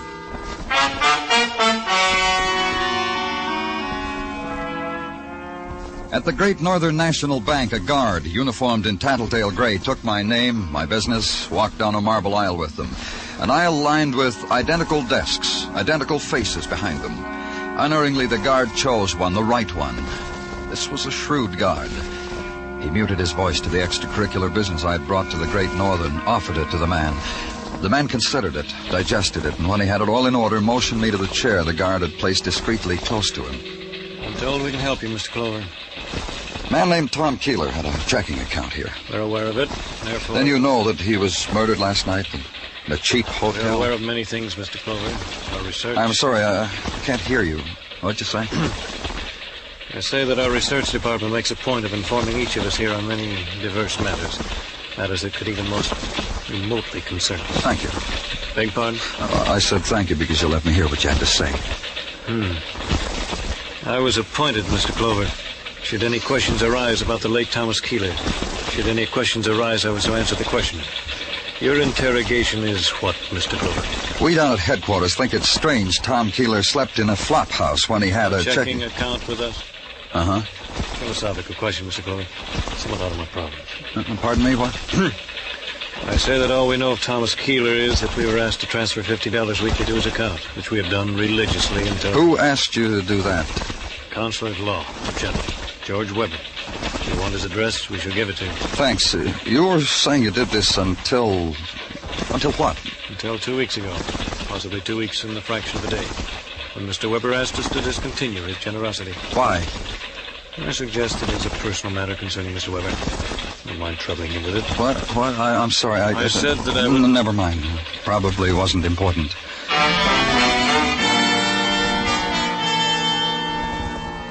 And go to the Park Avenue apartments of George Weber. Be told by the person at the desk that Mr. Weber is not at home. Perhaps at his office, the person suggested. And be handed a slip of paper with the office address in a handwriting with the I's dotted with small circles. Weber and Marley, the slip said. Attorneys, Finance Building, Suite 12. Go there. Go through a door and past the beam of an electric eye. And wade through a carpet to a desk and an olive-skinned girl with tight black hair. Offer your name, show your credentials, and be told Mr. Weber is out. Would you see his partner, Mr. Paul Marley? You would. You're nodded past another door and another beam, and to a slender young man who is waiting for you in front of a wall lined with every law book ever written. Be chaperoned by him through yet another door. And there he was, Paul Marley, partner to George Weber, impeccable in morning coat, striped pants, and an army discharge button in his lapel. That'll be all, Roberts. Now, sit down, please, Mr... Clover. Clover. Please sit down. Thank you. The information you gave out there says you're a policeman. That's right. And this is about what, sir? What can I do for you? It's about a man named Tom Keeler. Keeler? Keeler? Man found murdered last night. Yeah. Shot twice with different caliber bullets, either one fatal. Yeah. Is all this a matter of legal advice for the police department? You want to know if a man was shot by two people and each That's shot... not it at all. Tom Keeler, it seems, was supported by your partner. By Mr. Weber? That's right. Each week, $50 was drawn on Mr. Weber's account and deposited in favor of Tom Keeler. Surely there's no mistake. That's the way it was. But I know Mr. Weber so well. His affairs, everything. Where is he? On Fire Island, since the day before yesterday. He has a place there. I'm pretty sure he went there. Well, out of season for Fire Island, isn't it? Oh, I don't think so. The end of September? Mr. Weber goes there all year round. Whenever. Whenever what? Whenever he's disturbed. He has the idea of the sea, the strand, the loneliness of it. Personally, what was Mr. Weber disturbed about? Well, he has a sister, Peggy. She's just 20, so you can imagine. No, I can't. Beautiful girl of 20, rich, and you can't imagine? Look, Mr. Marley... My partner was constantly arguing with her. We're a conservative firm, Mr. Clover. Individually, both Mr. Weber and myself... What's that got to do with Peggy? Peggy Weber is headstrong. How? Well, I take my partner's word for it that she's headstrong. Therefore... And they argued, Peggy and her brother. What about? I have no idea. And he went to Fire Island to recuperate. One way of saying it. Anything else, Mr. Clover? No? Then please, these documents here, if you don't mind.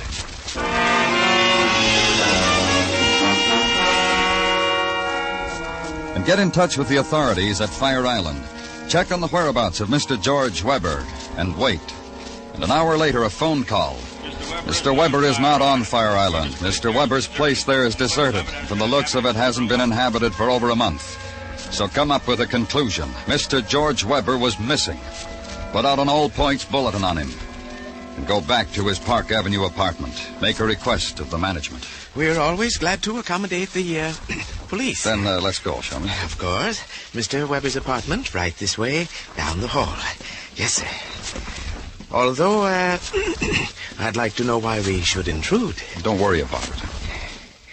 Yes, sir. Open the door. Of course. And here we are. Yeah. We are, aren't we? What? What did you say? What did you say, Mr. Clover? I didn't... Oh. It stopped both of us. The management and myself. It was a sight that needed only one glance, and the details were there forever. The free-shaped coffee table and the grotesquerie of the man spread beside it. The tracery of blood that stopped abruptly. Mr. Weber! That's Mr. Weber! The penknife, bone-handled and cheap in his heart. To be remembered. Details in the death of George Weber.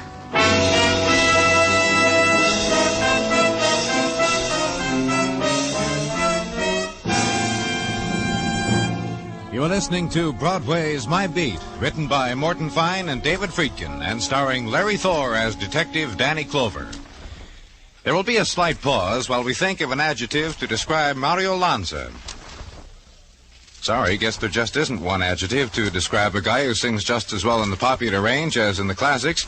But here's a suggestion. On CBS Radio tomorrow night over most of these same stations, don't miss Mario Lanza's All Request Show. And more of the same by lovely Giselle McKenzie and Ray Sinatra's music.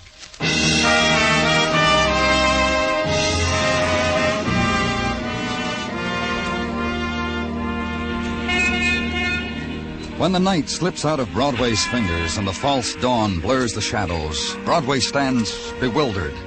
The carnival is run down. Only the stragglers walk it, with their step without pattern, like their dreams. And the color of their loneliness is the darkened neon, the last sparks of a cigarette butt, and pavement gray. And they walk it. They never know. Broadway's closed for the night.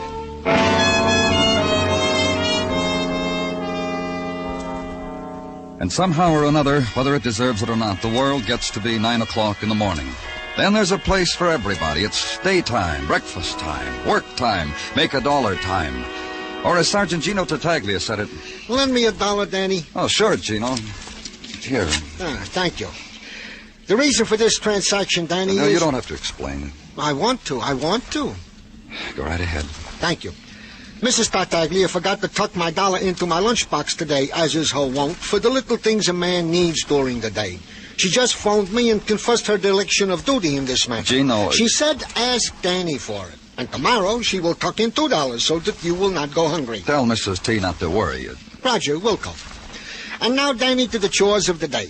Knife which did George Weber in was of the variety which can be purchased at our leading hardware stores for the nominal sum of $1.98. Practically untraceable. Prints? Wiped clean. Go on. Well, that's about the sum and substance of the intelligence which has been shunted from the downstairs to the here, Danny. As of now. However... Yes? A young lady is in the anteroom and wants to see you. Who is she? A Miss Peggy Weber, sister of the most latterly deceased. Get her. This way to see Danny Clover. Now, sit down, Miss Weber. That'll be all, Gino. I'm glad you came, Miss Weber. Your name's right here on my calendar to see today. I knew you'd want to question me about George. How did you hear about his death? I was home. The late news on the radio. You see, I didn't live with my brother. We didn't get along. Oh? It's going to be a lot simpler now with him gone.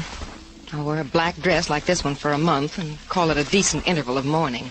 It's not any concern of mine, Miss Weber, it's entirely your concern, Mr. Clover. Your position demands that you locate people who would have motives for murdering my brother.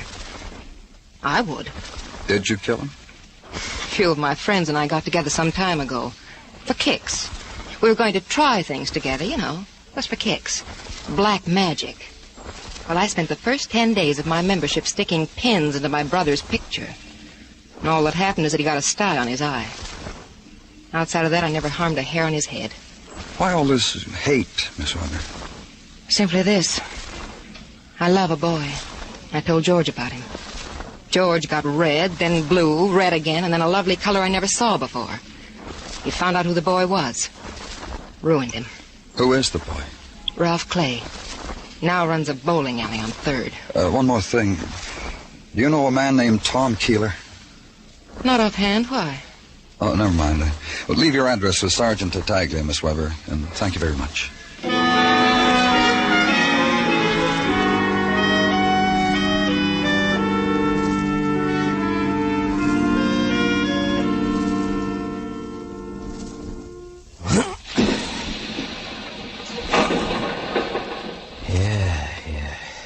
You, Ralph Clay? Huh?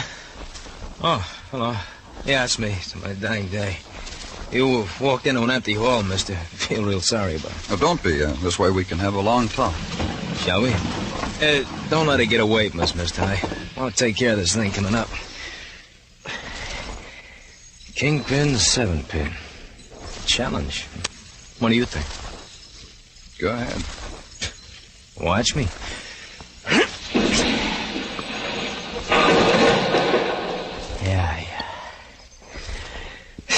Never say go ahead to me in that toe, mister. Not on that shot. My quirk, each day I live for it. I'll remember, Mr. Clay. Look, police. Yeah. Stick your thumb in the ball, mister, please. Have fun. I'll write it off under entertainment. Joint's bad, no one will know. Something Peggy Weber said. It sent me to you. Peggy? The girl of class. She tell you I kill her brother? I got the impression she was in love with you. Pity the girl. She lives in ancient history. In a time where she loved and I loved back. But ancient history. Under the bridge. Peggy did something to you? She had a brother. Now dead, I read. It stopped me for a breath on the way to the sports page. George Weber did something to you? Yeah. And I'm a man who likes to talk about it. My daily nourishment. Share it with me? Huh. Georgie Porgy Weber didn't like how his sister used to put her hand in mine, so he marked me lousy. How? Standing before you, Mr. Police, is a boy who once thought he was a lawyer. Cap in hand, he went to Georgie, a soon-to-be brother-in-law, asked for a job, keep it in the family. Georgie smiled, shook his head no. Then with words and music, he told me he'd spoil for me any job I took from anyone he knew. Because you loved his sister? I was second in my class in law school. You want to invent other reasons? Why hate Peggy for it? Things like that run in the blood. I'm gonna stick around till it comes out in Peggy and slaps me in the head. Then that gives you a motive for having killed Weber. Yeah, ain't had a luck, you know. And Tom Keeler, what did you have for him? Keeler? A man who got killed in a flea bag. A man Weber supported until... Typical. This supporting him, I mean. Good old Uncle Tom was an old friend of Georgie's and Peggy's father. After the father died, Uncle Tom still hung around. Why is he called Uncle? Peggy calls him Uncle because he was her confessor, her hero. Everything that ate Peggy, she brought to good old Uncle Tom. Not to her brother. Who goes to a man like that except to kill him? I give you something to ponder, Mr. Police? Yeah, you did. I'm glad. Makes me want to live through another day. Watch the bitter boy make his strike.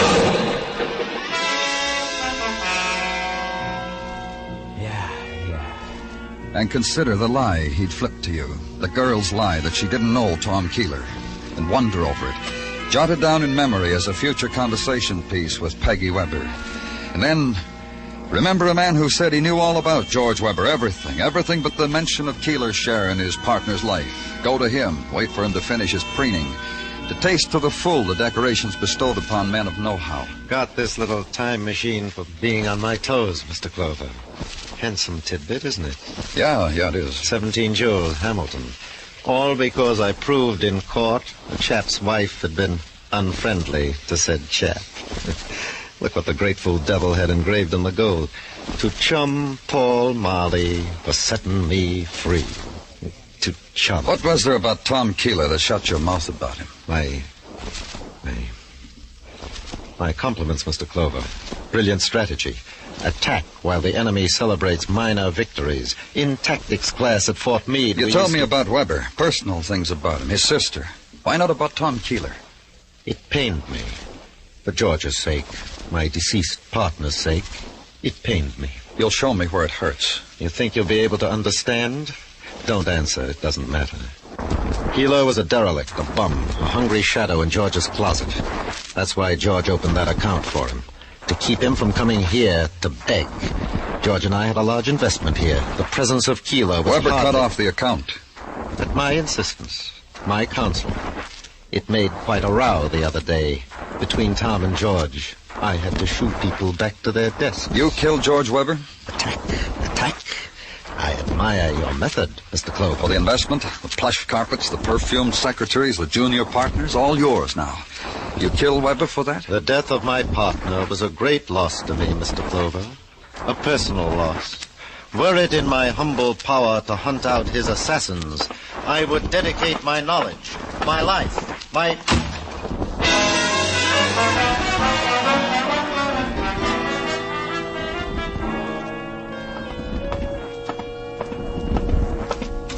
Yes? Danny, something I can do for you? Dr. Sinsky, I have an idea about something. I want you to check it for me. Gladly. Get out the medical examiner's report on Tom Keeler. Gladly. Wait a sec.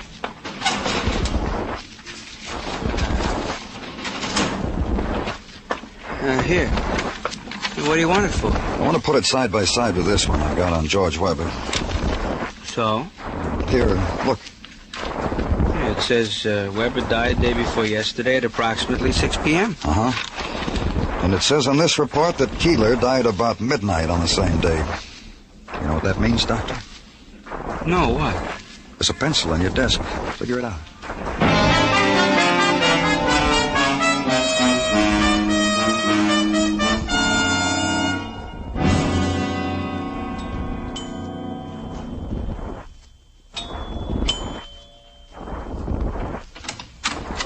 Well, Mr. Clover, you used my address after all. Mind if I come in, Miss Weber? This evening you can go as far as calling me Peggy, but you can't come in. I'm afraid I'll have to... You'll have to force your way in? Well, I could relish that. Peggy. But a friend's visiting with me. Ralph Clay. You said the password. If you know that, you might as well come in. Ralph! Come out, wherever you are. Say hello to Mr. Clover, Ralph. I told you a big fib, didn't I, Mr. Clover? Well, now you know. I didn't know whether you'd broken off with Peggy or not. It doesn't matter anymore. You want to ask Peggy questions, huh? You, too. Goody. You lied to me, too, Peggy. Because I'm a liar. I give Ralph a lot of trouble that way, don't I, Ralph? Let's just listen to what the man has to say. Your lie about Keeler, Peggy. You said you didn't know who he was. I explained it to you. I'm a liar. I found out who killed your brother, Peggy. I said We heard you. There were a lot of motives floating around, Peggy. Yours... Leave her alone. She didn't kill her brother. I did. Oh, cut it out, Ralph. Peggy. Ralph had nothing to do with it. I did it. What's the matter with you, Peggy? You're crazy. You're a liar. You lie. That's why you're saying you killed your brother. Ralph. Neither one of you killed him. You thought Ralph did, Peggy, and Ralph... What are you trying to do to us, Clover? What are you doing? Police methods trying to get us to play against each other? Take it easy, Ralph. Go on, take it easy, Ralph. Take it easy, Ralph. What are you trying to say? Talk! Tom Keeler killed Peggy's brother. What? Clover, so help me out. Listen to me, both of you. Clover! Let him talk, Ralph. Keeler killed him because his source of income was cut off. A man like Keeler could kill. A desperate man, a man without livelihood. A tramp who made a habit of living off someone else's generosity. Ralph, it was all my fault. You found your brother dead, didn't you, Peggy? Yes, and you thought Ralph did it. Yes, I thought... Oh, Ralph. It's gonna be all right, baby. And Peggy went to her Uncle Tom like she always did when she was in trouble. Told him Ralph had killed her brother. What did Tom Keeler say to you, Peggy? He said not to worry. Just not to worry. Then he got in touch with you, huh, Ralph? Yeah, he did. You know what he told me? I think so. He told me Peggy killed her brother. And he was the killer all the time. And I'm supposed to be a bright boy. So he had each of you believing the other had killed George Weber. How much money did he want from each of you to protect the other? Oh, what difference does it make? Doesn't matter anymore. Blackmail. That's why Tom Keeler's dead, too. Murdered. Yeah. You can slap the cuffs on me for that one, Clover. No, Ralph. No more. You don't have to anymore. Mr. Clover, my uncle said he wanted everything I had to keep quiet about Ralph. So I went up to his hotel room while he was sleeping. And I shot him. No. No, Peggy, that's what I did. That's what you both did, to protect the other. You both shot Tom Keeler.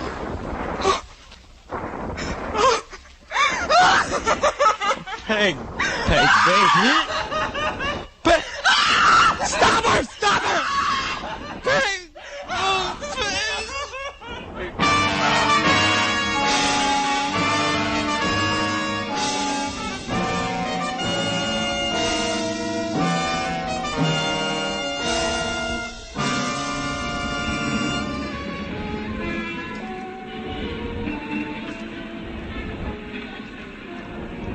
There's a time on Broadway when the crowd gives up, goes home. The lights buzz fitfully, die.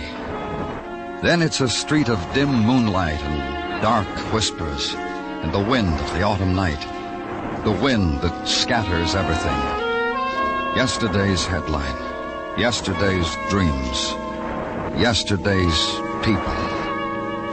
It's Broadway, the gaudiest, the most violent, the lonesomest mile in the world. Broadway, my beat.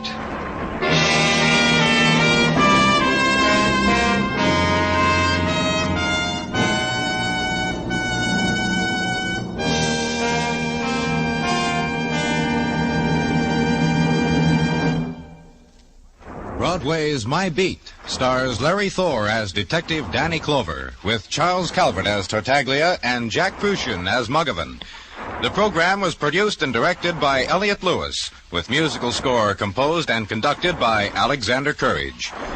In tonight's story, Lillian Byoff was heard as Peggy Weber, Anthony Barrett as Ralph Clay, Paul Frees as Randy Quantrill, Bob Bruce as Mr. Chase, and Edgar Barrier as Paul Marley.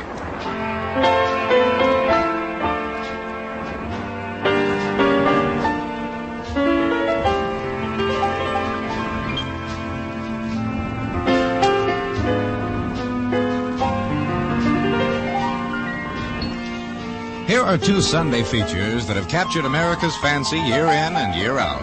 On Sunday afternoon, the distinguished music of the Symphonette, directed by Michel Piastro. On Sunday evening, the outstanding vocals of the Choraleers.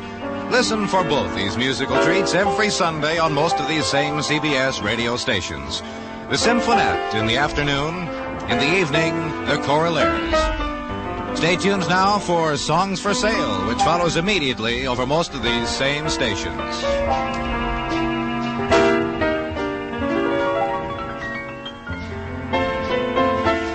Bill Anders speaking. And remember, this Monday night, Lux Radio Theater features 13 Hollywood stars in the Gala Salute on the CBS Radio Network.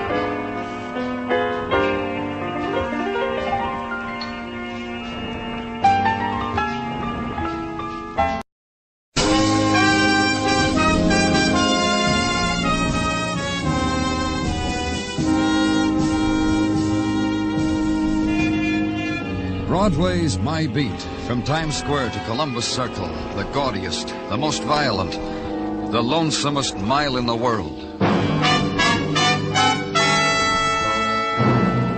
Broadway's My Beat, with Larry Thor as Detective Danny Clover.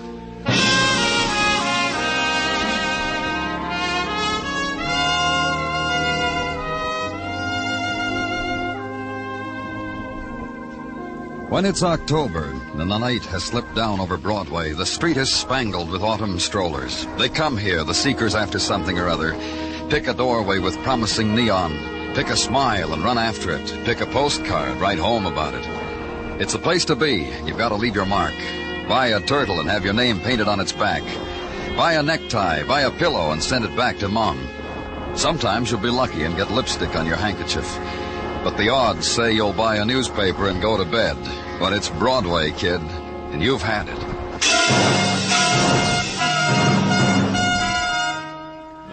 And where Broadway ebbs off into the side streets downtown, where I was, close to where 18th Street touches the river, the shock was a thing composed of crowd and a nighttime sky lit by flame.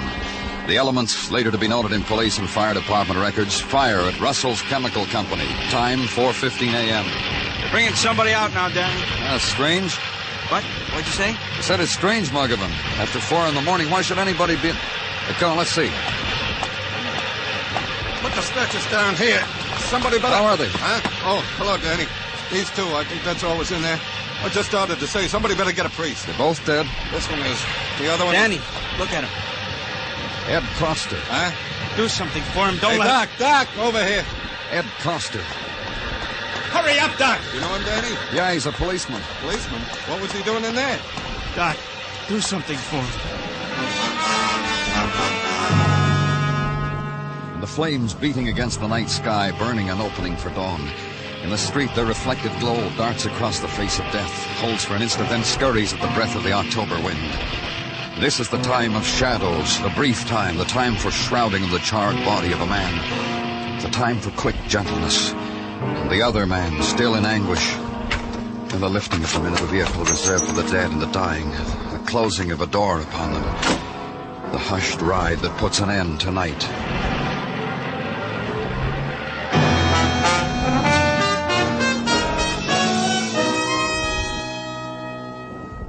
In the morning at headquarters, watch the sergeant lift a phone, dial a number, and after a silence, ask for news of a man who was known to him, who was a friend. It's me again, Dr. Sinsky. About Ed Coster. Any change? No. Thank you, Doctor. I'll keep calling. Gino. What do you want? Ed, how is he? You heard? No change. Hits us all, Gino. Coster's that kind of man. Ed's been to the Tartaglia house, dangled the Tartaglia child on his knee. He'll make it. Ed'll make it. Sorry, Danny. I keep thinking about Ed's wife, Vera. I keep thinking... You got something for me, Gino? Yeah, I got something. I'm sorry, Danny. The man found with Ed, the dead man. Technical checked up on him. In ways they got to check on such things. Fingerprints, maybe. They know who he is? We got a file on him, this long, to my arm. Joe Gant, professional arsonist, a man who sets fires. In this way, he makes his daily bread, by burning. Anything else? It's on the record Gant was friends to Frankie Crown. Oh? How were they friends? Gant once lit a playful little bonfire in a machine shop concern. Frankie Crown bailed him out, treated him to Frankie's lawyer. Gant got off. Let's see Frankie get out of this one. I hear Frankie's a big man now. Not that big. I'll want to talk to him. Yeah, but maybe you better listen to this other thing first, Danny. What? Was called in a few minutes ago. The automobile of one George Russell exploded, blew up in the face of his daughter Patrice in the driveway with a booby trap. Russell? Of the Russell Chemical Company, where the fire was. Home address, uptown, 1923 East 112. Thanks, Gino.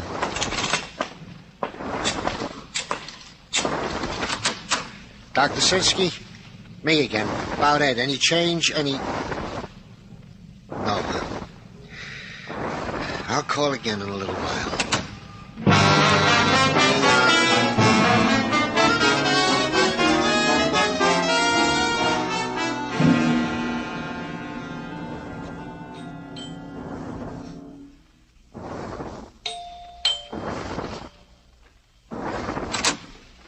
Yes?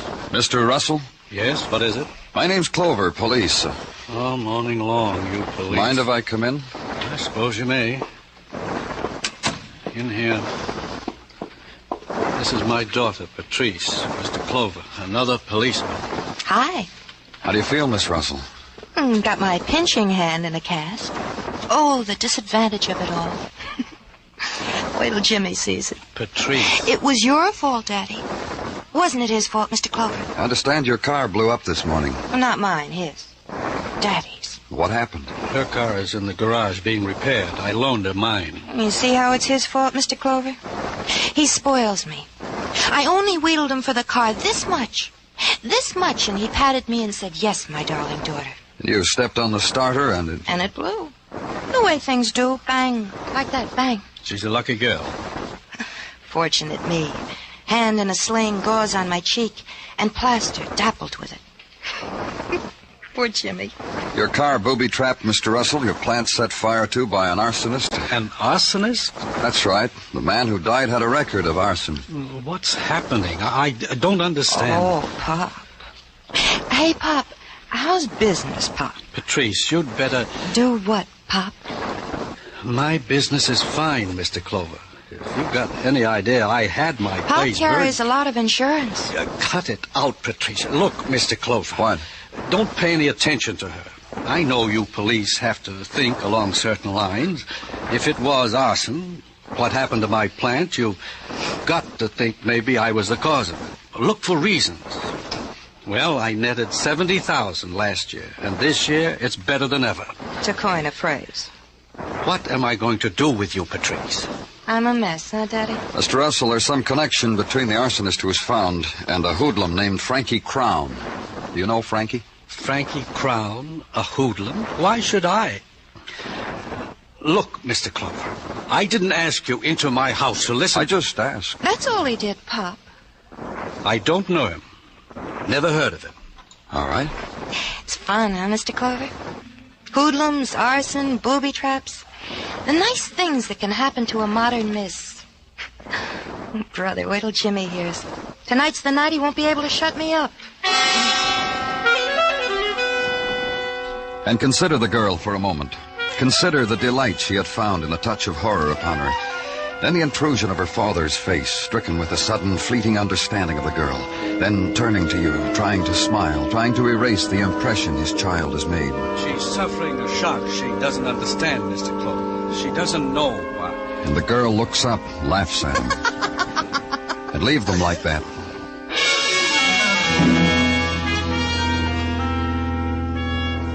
Then to the discreet office of Frankie Crown in a discreet downtown building dedicated to the deep understanding of stocks and bonds and the affairs of commerce. The shiny new setting for Frankie Crown, hoodlum, alley boy, friend of dead arsonists. And Frankie holds out a discreetly manicured hand to have it shaken, only it doesn't happen to him. Have it your own way, Danny. I thought it would spark something between us if he shook my hand. You're a long way from home, Frankie. Blessed, that's me. I've been blessed. Wipe your hands of the old life and a new world shivers on the horizon waiting just for you. You ought to try it, Dan. Been to any good fires lately, Frankie? Oh, busy. Frankie Crown has been so busy you couldn't conceive. No fires, no street dances, no fun anywhere. The penalties of the new life, Dan. A friend of yours was at a fire, though. I got crazy friends. They flip over the craziest things. Joe Gant, arsonist. Friend of yours, Frankie. Somewhere in the back of my brain, the name Gant shivers. Help me, Dan. The consensus is he set a fire early yesterday morning at the Russell Chemical Company. He died in it. Can't. You bailed him out once, favored him with your private lawyer, got him off. Joe Gant. I did all that for him, huh? We got a memory course at headquarters, Frankie. You just signed up. Don't get hard, Danny. Doesn't suit you. I always said about Come you... on. The touch of your hand brought it back to me. Can't. Somewhere's got a mother. I know because she came to me that time, cried on my sleeve, please help Joe, she cried. He's a good boy, she cried. Made my eyes water how with my dough and lawyer Joe Gant was going to reform, so I gave in. I break up at her mother's tears. Maybe she'll cry some for me. You going looking for her? No, don't bother, Danny. I bought her a place in her old country. She impressed me so much as a typical mother. You close all the doors behind you, don't you, Frankie? The mark of a polite man, be closed to it. How about the one on George Russell? It come over the tape. The Russell plant burned to the ground. This morning his car blew up in his daughter's lap. Out there's a door. It's never been open to me, Danny. The Russell door. I'm blessed, huh? Absolutely blessed. Get out of there, back to headquarters, sit at your desk and shuffle your thoughts. The coincidence of a booby-trapped car and a fire. The link between a hoodlum, newly respectable, and an arsonist, newly dead. And another man, a businessman who had a daughter. Try to find a category for her. Try to find... Danny Clover. Dr. Sinsky, I'm calling from the hospital. How's Ed Coster? Get down here, Danny, right away. And go there. And the only sound in the corridor is your footsteps. A sound that hurries toward pain. Open a door and find it.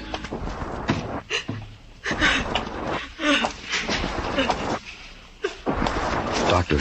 He's dead, Danny. Vera. I'm sorry. Ed. Ed. Oh, Ed.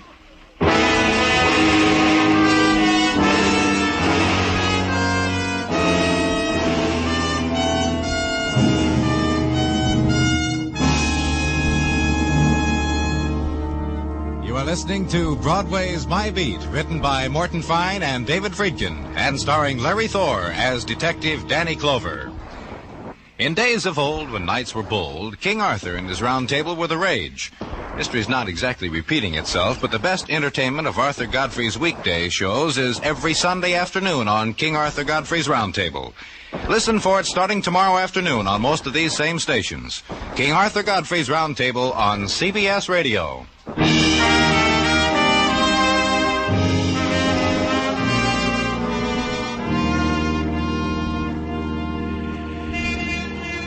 The October wind shrills through Broadway's corridors, sets in motion the light bulbs dangling from twisted, frayed cords, grates the new autumn soot against scarred window panes.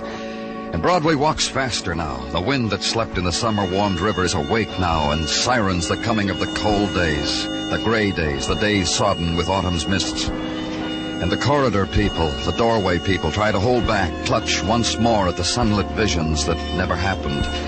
But the October wind shrieks it out of their hands, pushes it into a corner with the rest of the debris.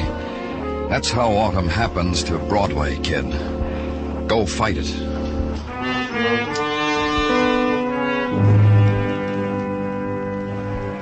And autumn has other sounds. The lingering overtones that float in from a hospital corridor. A woman's call to a dead husband and... Ed. Ed. Vera, let me give you something. Let me give... Don't talk to me. Just for a minute. Don't talk to me.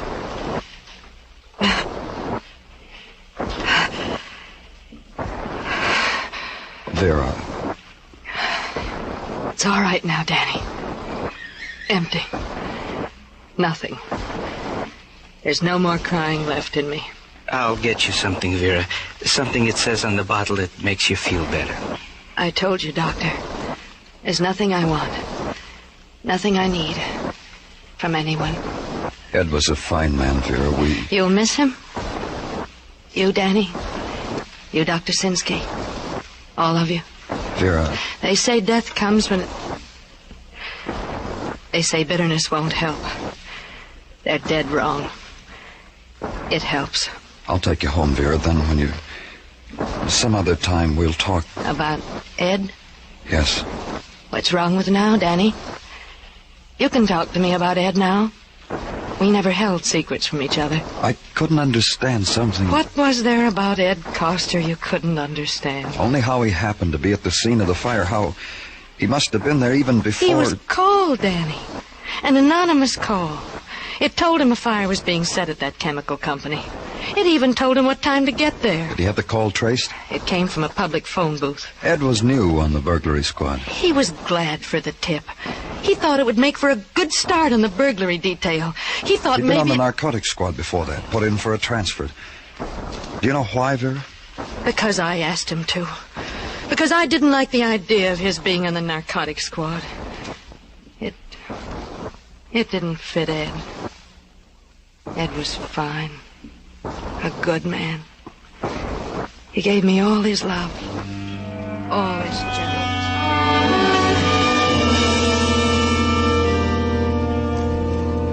And listen to her until the time comes when your only answer is silence. And not silence quite, because the screaming questions intrude themselves. What is the word to give to a woman whose husband is dead? How do you fill in reports? How do you make a statistic out of it and file it in a ledger? How do you write heartbreak as a number? You don't know how. So you turn your back on it. Leave.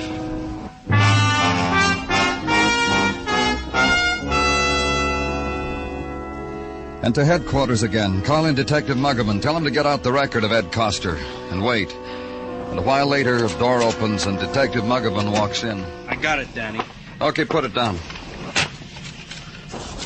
Aren't you going to look at it? What's the matter, Muggerman? You restless? I'll look at it. I know you will, but I think you ought to look at it right away. Look, Muggerman, you... All right, then I'll show you. Hey, you see it? Here. This arrest, June 12th this year. Patrice Russell. Uh-huh. Ed arrested her for the possession of narcotics. Now you know why I wanted you... Take it, Muggerman. Lieutenant Clover's office, Muggerman speak.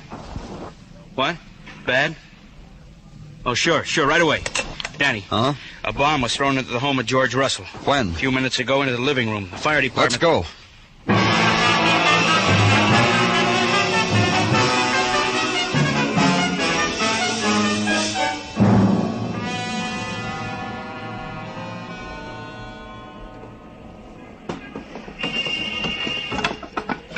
No one else in the house, Danny. I checked with the boys from the fire department. You looked yourself? Yeah, Danny, I did. There's no one else in the house. Just him, you and me. You ask about his daughter? A woman in the crowd outside told me she saw her go out a couple of hours ago. Described her wearing apparel right up to her hat. The woman in the crowd leans out her window and notices things like that about her neighbors. You make a note of what the girl was wearing? It happens to me like a reflex now, Dan. They tried to kill Russell once before. This time they made it. Can't we go into another room and talk, Danny? The way it hit him... In a minute. He must have been sitting at this window. The force of the explosion threw him... Yeah, like that. They sure wanted him dead, didn't they?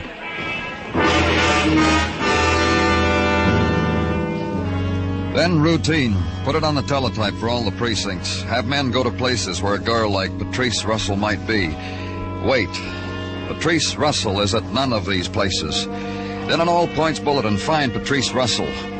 And more routine. Out of your office, down 2 flights of steps, down a corridor, open a door. And for all that effort, a man named Gordon greets you.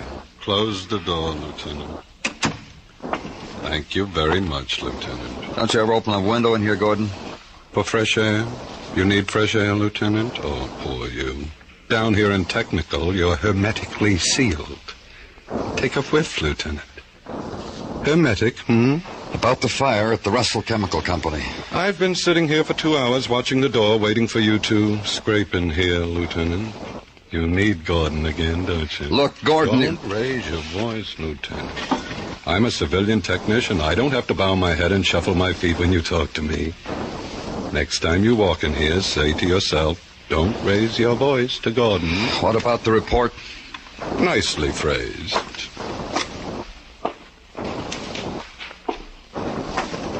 Here. In case the 3-syllable type words make you scratch your head in utter dismay, I'd better tell you. The fire was not only set by an arsonist, but there was an explosion. Explosive neatly placed to explode at a comparatively low heat. It was a... Danny, I got a morsel for you. You close the door. Close it yourself. Let's get out of here, Gino. I said... I heard what you said. Come on, Gino. What have you got? Patrice Russell. Detective Fuller spotted her in the village. She climbed the stair, went to a party at 1212 Bank Street, where she is at this moment. Thanks, Gino.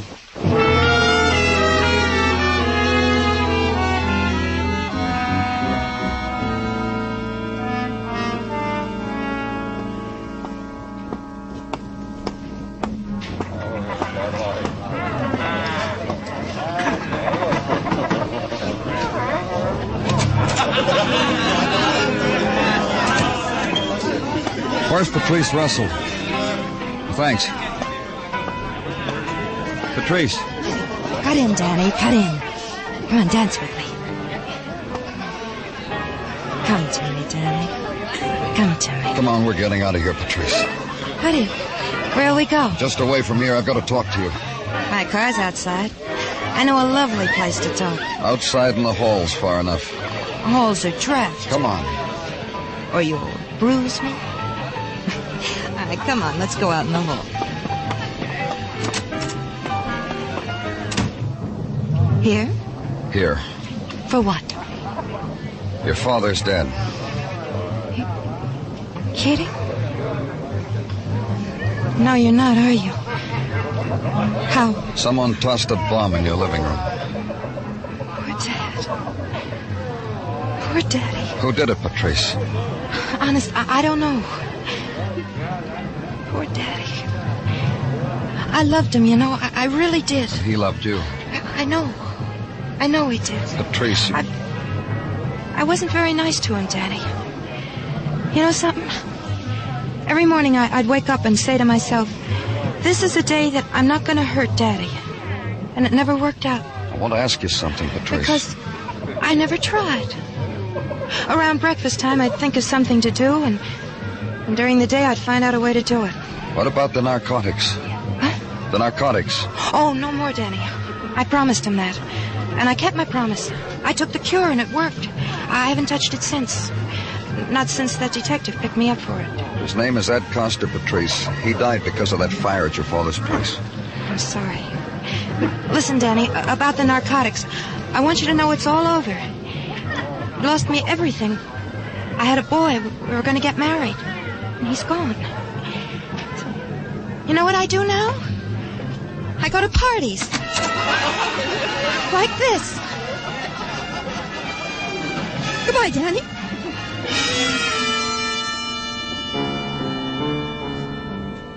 And leave Greenwich Village. Ride uptown to the one stop you had to make, the final stop.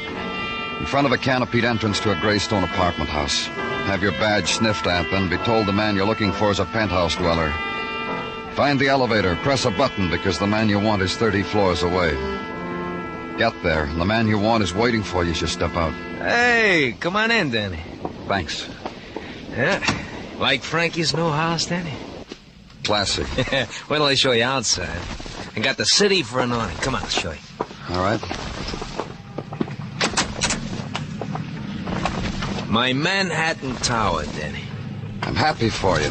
You figure on renting a place like this? That's why you come to look? Uh-uh. And then what? I want to take you away from all this, Frankie. Too much sweat got me here, Danny. It isn't going to be easy. Not hard. Just a walk to the elevator and a ride downtown. There were times when that could happen to Frankie, no more. It's going to happen. It's got murder in it. What are you talking about? George Russell. What about him? Dead. Had a bomb pitched through his living room window. Rumors said you used to do things like that, Frankie.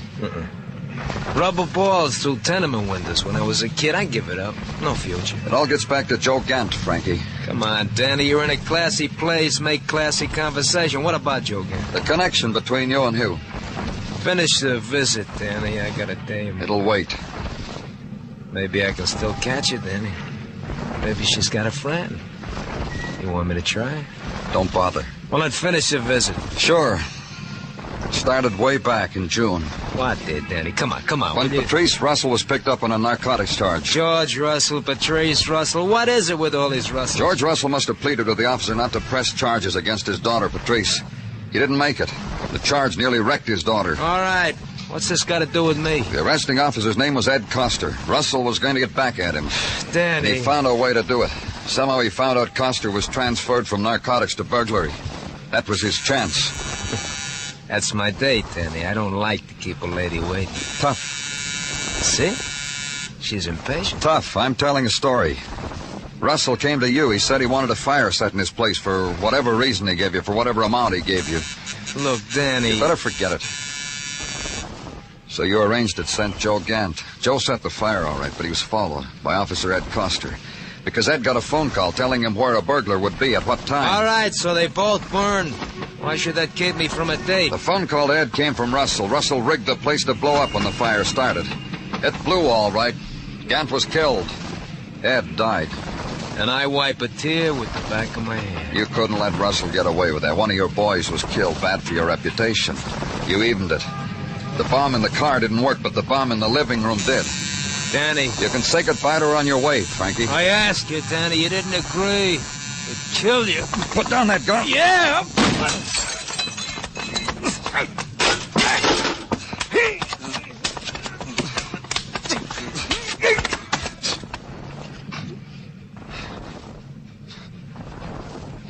gonna get to say goodbye to her, Frankie.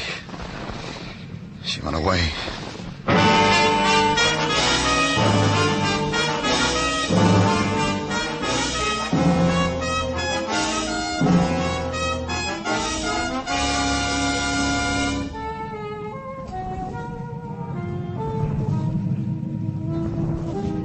Broadway's wearing its harlequin clothes. It winks an eye and beckons. And in the press of crowd there, a pale girl walks like a queen because Broadway's a dream street. And there, that man with begging eyes, hungry for a new dream. It's a laugh or a cry, with nothing in between. It's Broadway, the gaudiest, the most violent, the lonesomest mile in the world. Broadway, my beat.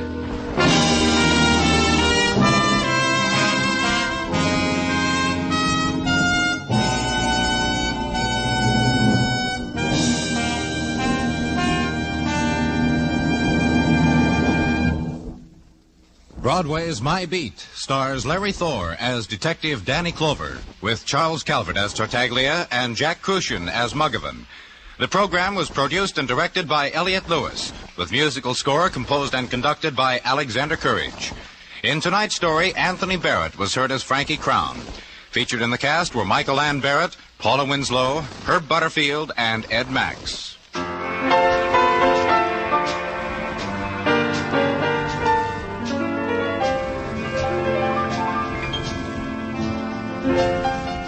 My Friend Irma is everybody's friend Irma. There's something downright appealing in that gal's goofy mentality, and every Sunday evening, Marie Wilson stars as the world's most adorable dumbbell, My Friend Irma.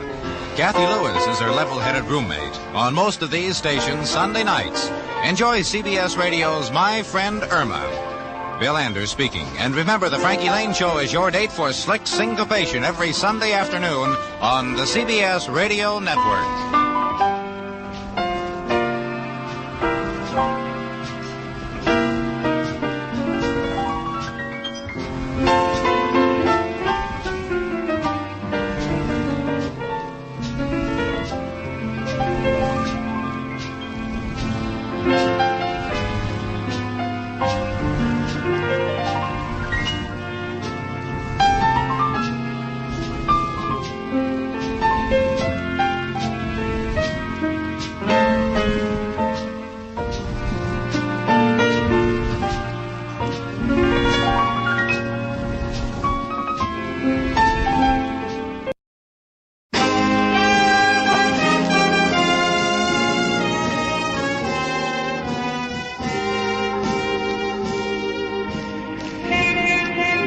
Broadway's My Beat, from Times Square to Columbus Circle, the gaudiest, the most violent, the lonesomest mile in the world. Broadway's My Beat with Larry Thor as Detective Danny Clover.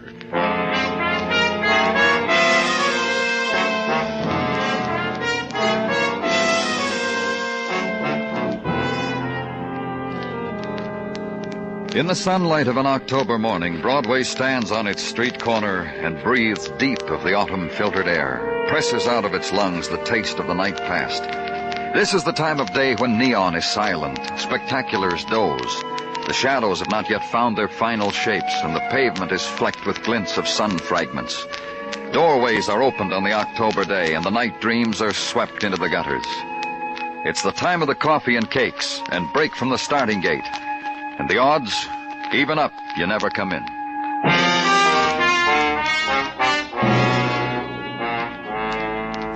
And where I was, the sunlight filtered through Italian damask, swiftly caressed Grecian fragments. A torso in black marble, a head in stone, pocked with antiquity. A glass case with golden coins hermetically sealed against corrosion and desire. And impervious to it all, the man who leaned fastidiously against a Grecian column, then lifted his glass of champagne, silently toasted the bust of Plato, then let the realization flow over him that a policeman was there among his treasures. You respond well, you people, and quickly. Bravo. At headquarters, they said your call sounded urgent. Did they say that? How perceptive of you people. The extraordinary qualities one finds in the most unimaginative of delicious. That's right, Mr. Hanson. No imagination. That's why you'll have to tell me the reason I'm here. It's exquisite. You'll be ravished by it. Shall we set it off with champagne? Look, I'll reject the bubbly. It's going to be such a grisly day, Mr. Clover. I promise you. It's off to a good start. Goodbye, Mr. Hanson. Come back, idiot man. Come back. In this room full of dead antiquity, there is so much vibrant death, pulsating death. And you turn your back on it. Idiot man. Someone's dead? There will be. Does the statement chafe up an emotion in you? Who? Nola, my wife. Once of such beauty. Such beauty that would put all these my Grecian delicacies to shame. That torso, for instance. It would blush to its tippy toes at the beauty that once was Nola's. But no more. And she's going to die because... There will be violence of one sort or another. Death? It is almost too much to hope for, is it not? Though Nola deserves it. How that old girl deserves it. She's done something? Mm-hmm. Yes. Mm-hmm. She convinced a boy to come here all the way from Europe. An Adonis of a boy. Kurt could turn on the old girl. Young gods turn on old beauty sometimes. Destroy it because it offends their sense of the aesthetic. Kurt Bauer. A young thing with a pair of skis. I fear Nola is playing with her own demise in that boy, and she's not aware of it. No more than she's aware that... That what? That my daughter Connie, by a former less colorful marriage, also has no love for Nola. You must talk to Connie at her place on Sutton. Ask her why she loathes Nola so helplessly. It'll amuse you. And you, Mr. Hanson, what about you? What? I, too, am a creature of violence. Delicious, isn't it? I don't know one day to the next how I'll react when something's taken away from me. I fear for Nola, Mr. Clover. Such an exquisite fear. That's why you called us? But exactly. Nola's a lovely old girl. I'd fret if there was so much as a scratch on her. You'll prevent that, you people, won't you? If you can. If you can. And saying it, Mr. Hanson poured himself a drink, moved over to the slender Grecian column, faced me, and took his stance next to Plato. He fingered his mustache, cocked his head, and used a half of his mouth for a smile. That's the way I left Mr. Hanson.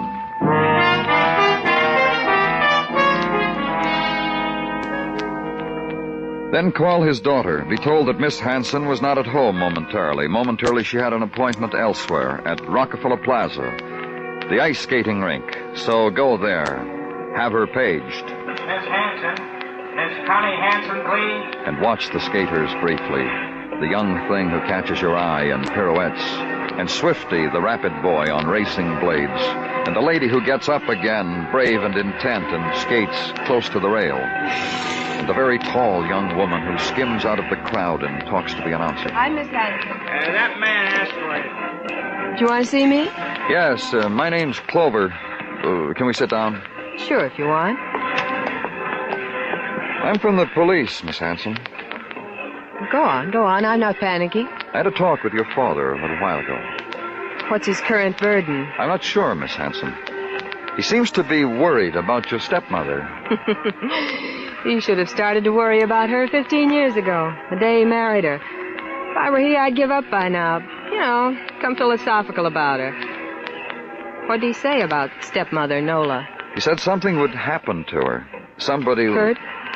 He mentioned a name, Kurt Bauer. Kurt Bauer. You know something? I've been waiting for Kurt for 2 hours, just to cross hands with him and dance a Blue Danube with him. He won't show up. Would you show up for me, Mr. Clover? For a girl who's 6 feet tall? I want her. My complexion's not so bad, but look at this hair. Ever see hair like this on a girl? I chuckle to myself when I put lipstick on my face. Tell me about Kurt Bauer. And see me gush? Don't make me do that, Mr. Clover. I'd titter and poke you with an elbow. Well, just tell me who he is. Young man. We found him in the Italian Alps. We? Stepmother, Nola, and I. We were skiing. Something came out of the blue and plopped down beside us and made nasty little slaloms in the snow. That was Kurt. What's he doing here? stepmother, Nola, stopped waxing his skis long enough to tell him she could get him a job come winter at Lake Placid. Then why would he want to do anything to harm her? My daddy tell you he would? Dad was ribbing. He's a ribber. Great sense of humor. He reads Plato and hits passers-by over the head with folded newspapers. How about you? You don't like Mrs. Hanson, do you? I don't like any woman who's lovely. You blame me? Now, pardon me, Mr. Clover. There's a tall man skating over there. He's alone. I never saw him before, but maybe he's looking for me. I'll give him something to look at.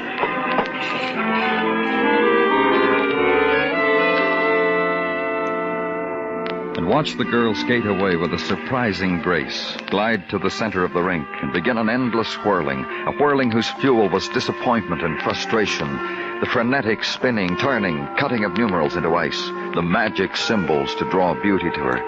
And it doesn't happen until the awkward crash against the spectator's railing, the clumsy fall that sparked only a laugh, and no one helps her to her feet.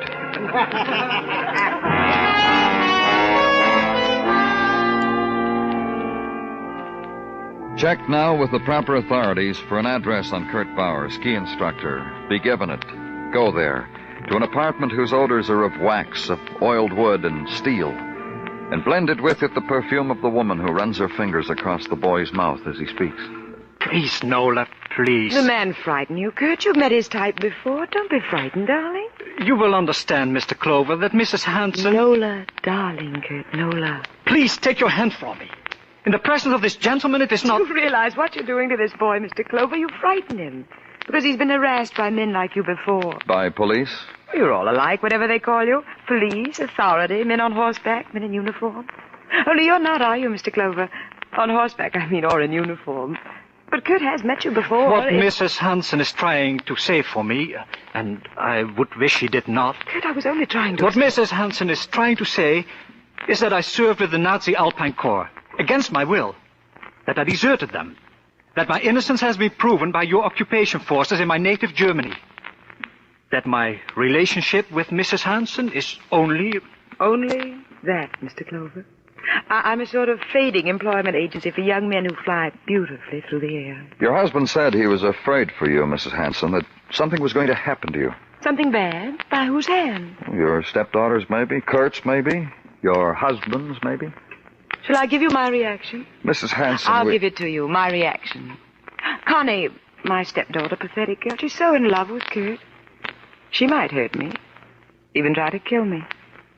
Yes, she might. And I could understand it, believe me, I could. And my husband, you've met him. He's vicious, no? But if he stooped to soil his hands that much, it would astonish me.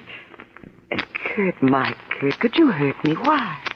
I want you to go away from here, Nola. Someplace where you will be safe, where you... You're frightened for me, Kurt? You don't want anything to happen to me, your nice American friend? That inn in Vermont. There is snow there now.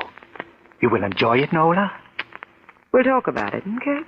When this gentleman leaves, we'll talk about it. I wish to assure you, sir... He's leaving now, Kurt. See? I'm helping him with his coat. And then we'll discuss it. Here. A tug on your jacket, Mr. Clover, and you're ready for the street. Goodbye, Mr. Clover.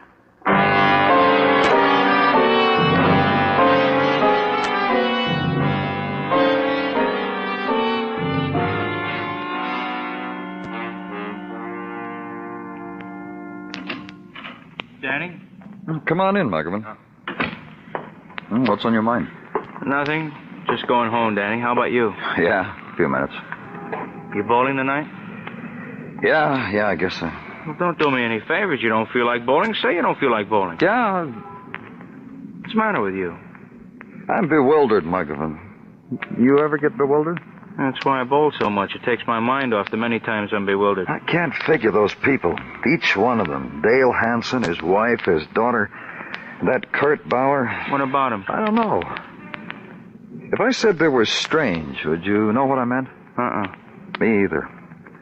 There's something shrill about all of them, like they were waiting for something to happen, like each was waiting for the other to make a move. One of them was... Danny Clover speaking. Dale Hanson, Mr. Clover. Yes, what is it, Mr. Hanson? Have you been inside Kurt's apartment recently? About 3 hours ago. Why? I suggest a revisit. I strongly suggest it, Mr. Clover. Goodbye. What was it, Danny? I'll tell you on the way. Come on.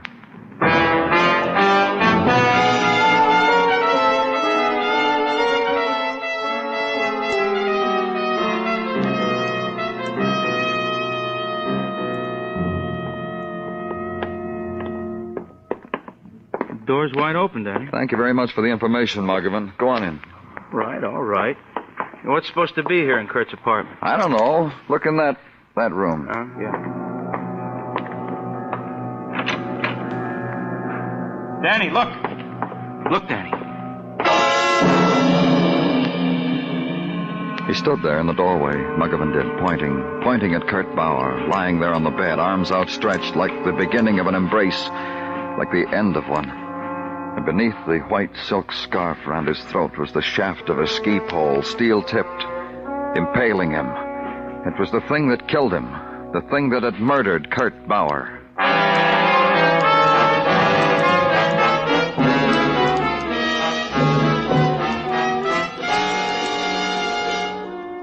You are listening to Broadway is My Beat, written by Morton Fine and David Friedkin, and starring Larry Thor as Detective Danny Clover. Robert Q. Lewis is in the Waxworks for a solid hour of pop tunes every Saturday night on CBS Radio. If you go in for Tin Pan Alley favorites, come in for Robert Q's Waxworks just a little bit later tonight on most of these same stations. Robert Q's name guests who know their music and sometimes sing it. America's discs America currently sold on. Enjoy them all on Robert Q's Waxworks later tonight on CBS Radio.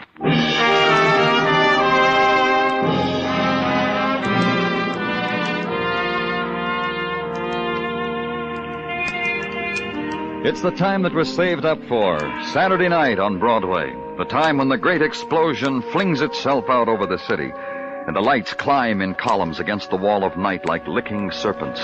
Crowd gathers to give it voice. The hawkers, the gawkers, the hurry-up boys, the take-it-easy girls, the laughers, the weepers, the footsteps, the sigh of silk, the whispers. And inside, a thin sheet of glass away, the cocktails on the varnished bar, and the piano, and the secret sounds from a corner table. This is it, kid. Broadway, in the blaze of the moon, Saturday night time.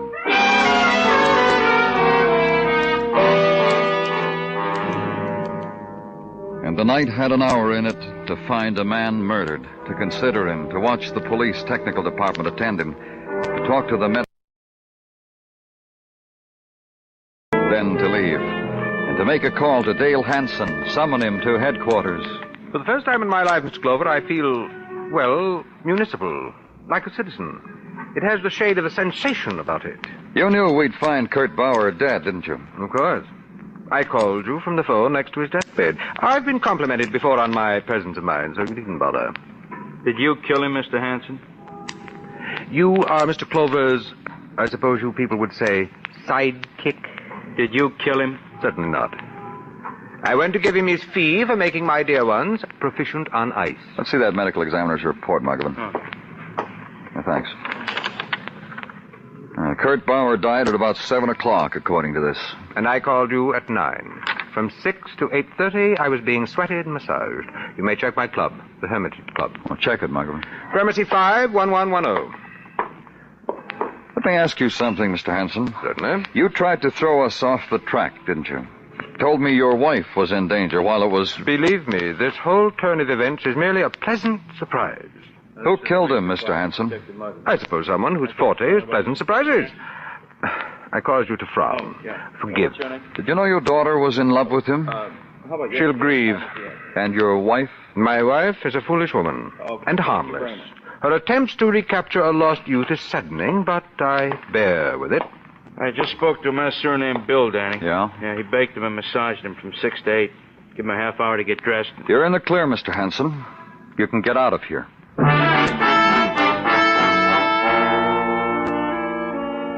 Then the phone call to the Hanson apartment be plugged into the chauffeur's quarters. Be told in a crescendo of yawns that Mrs. Nola Hanson had been taken to Grand Central at about 4 o'clock for a jaunt to Vermont.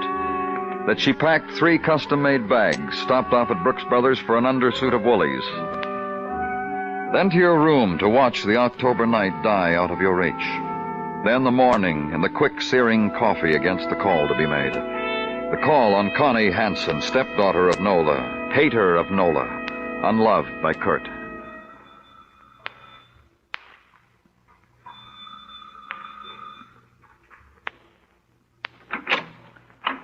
Miss Hansen, please. Who are you? Police. Oh, now, you mustn't trouble Miss Constance with why she tried to do away with herself. She tried to commit suicide? When? Last night. Can I see her? Well, doctor left things like you to my discretion. Can I see her? Well, I don't see what harm it'll do. Come along.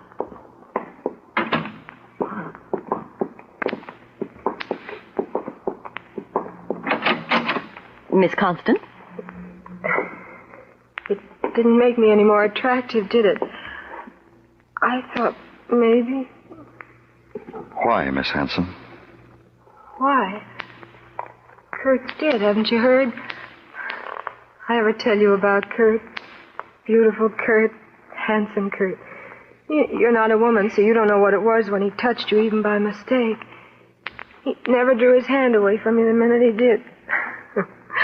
I could gush like this forever. You could have killed him, tried suicide knowing it wouldn't work, to make us think... You're a ray of sunshine, Mr. Clover.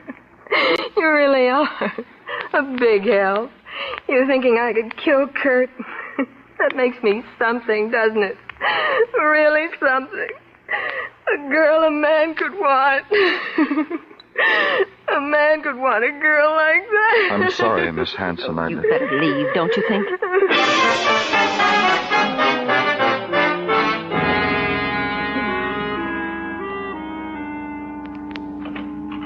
Danny? Oh, hello, Gino. Happy holiday. Oh, thanks, Gino. Holiday? What holiday? You kidding? No, I'm not. What holiday? Why, Danny, on this date in 1774, Samuel Adams did call together the Continental Congress. Oh, I guess it slipped my mind. Don't let it bother you. Last year I forgot too. And Danny, to celebrate this auspicious occasion, I gave my oldest, Emilio, a new Columbia bicycle. Why, what a happy, laughing lad he was upon receiving it. I'm sure he was. Well, Danny, let us not twaddle. To work. If you insist. As indeed I do. However, the news I have to give you is pause. It's what? Pause. Not much of it. I put in a phone call to Vermont and the inn where Mrs. Hansen is staying. She was out walking the hills, so I left a message to get down here post-haste. What else, Gino? Well, I already told you, Danny, that the news was... hello, Muggerman. Hi, Gino. Danny. Yeah? I've been over the immigration department most of the morning checking on Kurt Bauer. What'd you find out? Oh, not much we don't know already. He was in the German army, deserted. You know what Kurt told you. Just one thing, though. Yeah? Bauer came over here with his mother. Set her up in a little house out in Flushing. Here's the address. Oh. Thanks, Muggerman.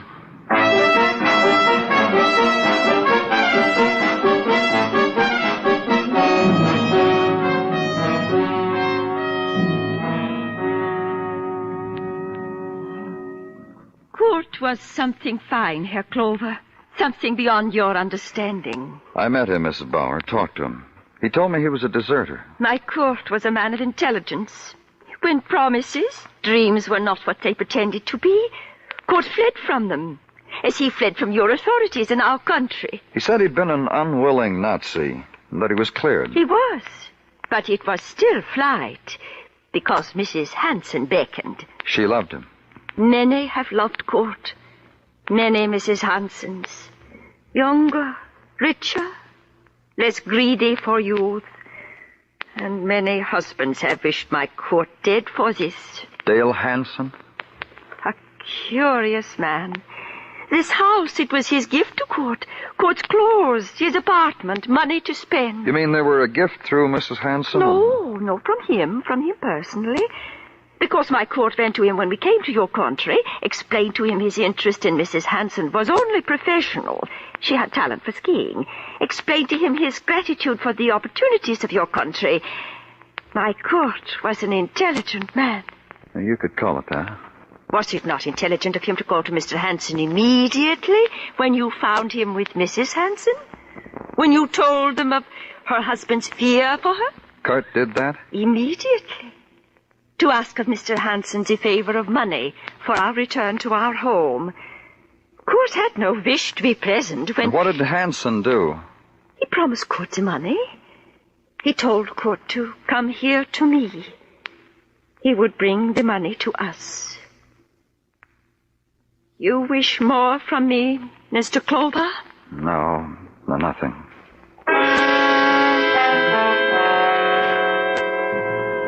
And leave there, get back to Manhattan and back to headquarters. Check in and make another phone call. Call Vermont and talk to a desk clerk and be given answers. Then to a Park Avenue apartment where you'd been once before. Mr. Clover, come in. And watch Mr. Hansen as he took up his post again, next to Plato.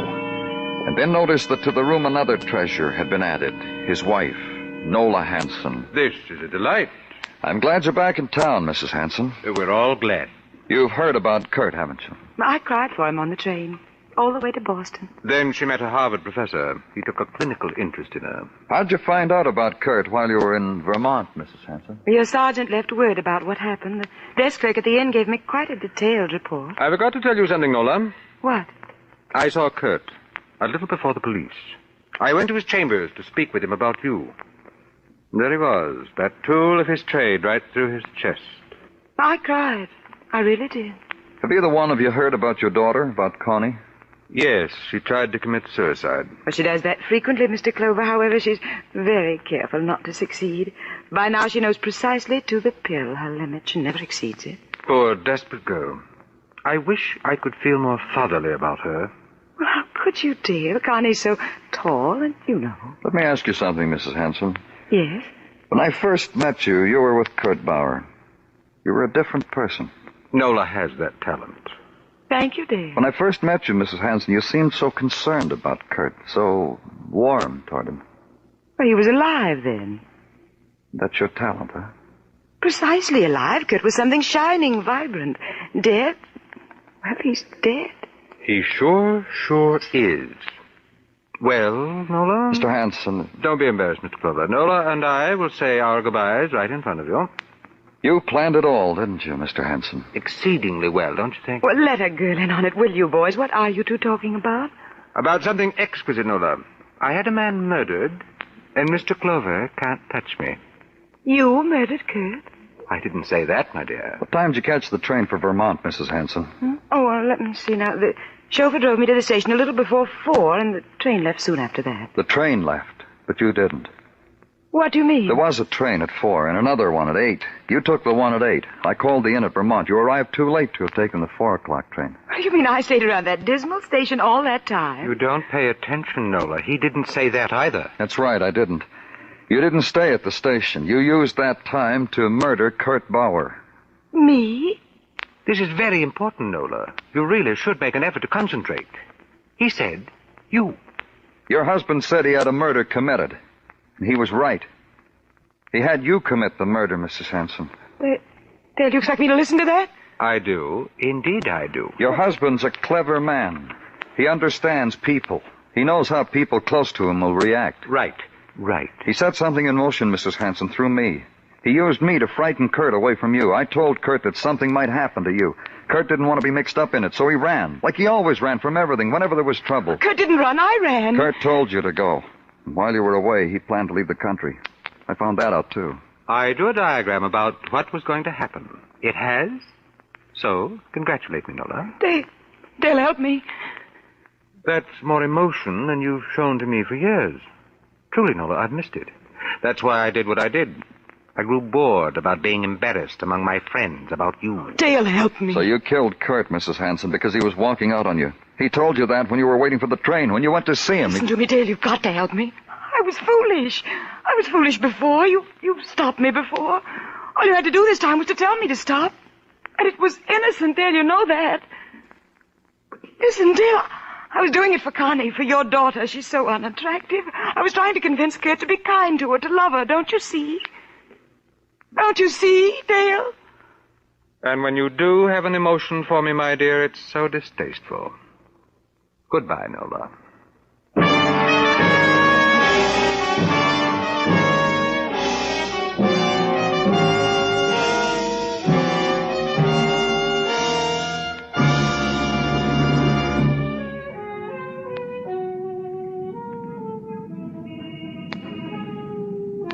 Nighttime blares down Broadway. The canyon streets gather it in like some passion, and the night is a backdrop for a million fragments, neon and roar and melting shapes and shock and clots of crowd. It's a fury that sweeps you up and holds you close and throws you into the gutter of your choice.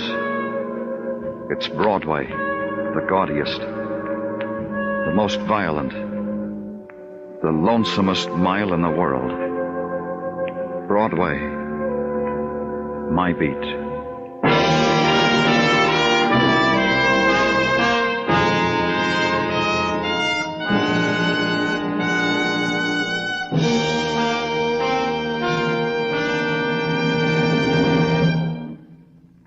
Broadway's My Beat stars Larry Thor as Detective Danny Clover, with Charles Calvert as Tartaglia and Jack Crucian as Muggavan. The program was produced and directed by Elliott Lewis, with musical score composed and conducted by Alexander Courage. In tonight's story, Betty Lou Gerson was heard as Nola Hansen and Ted Osborne as Dale Hansen. Featured in the cast were Mary Shipp, Irene Tedrow, and Robert Boone.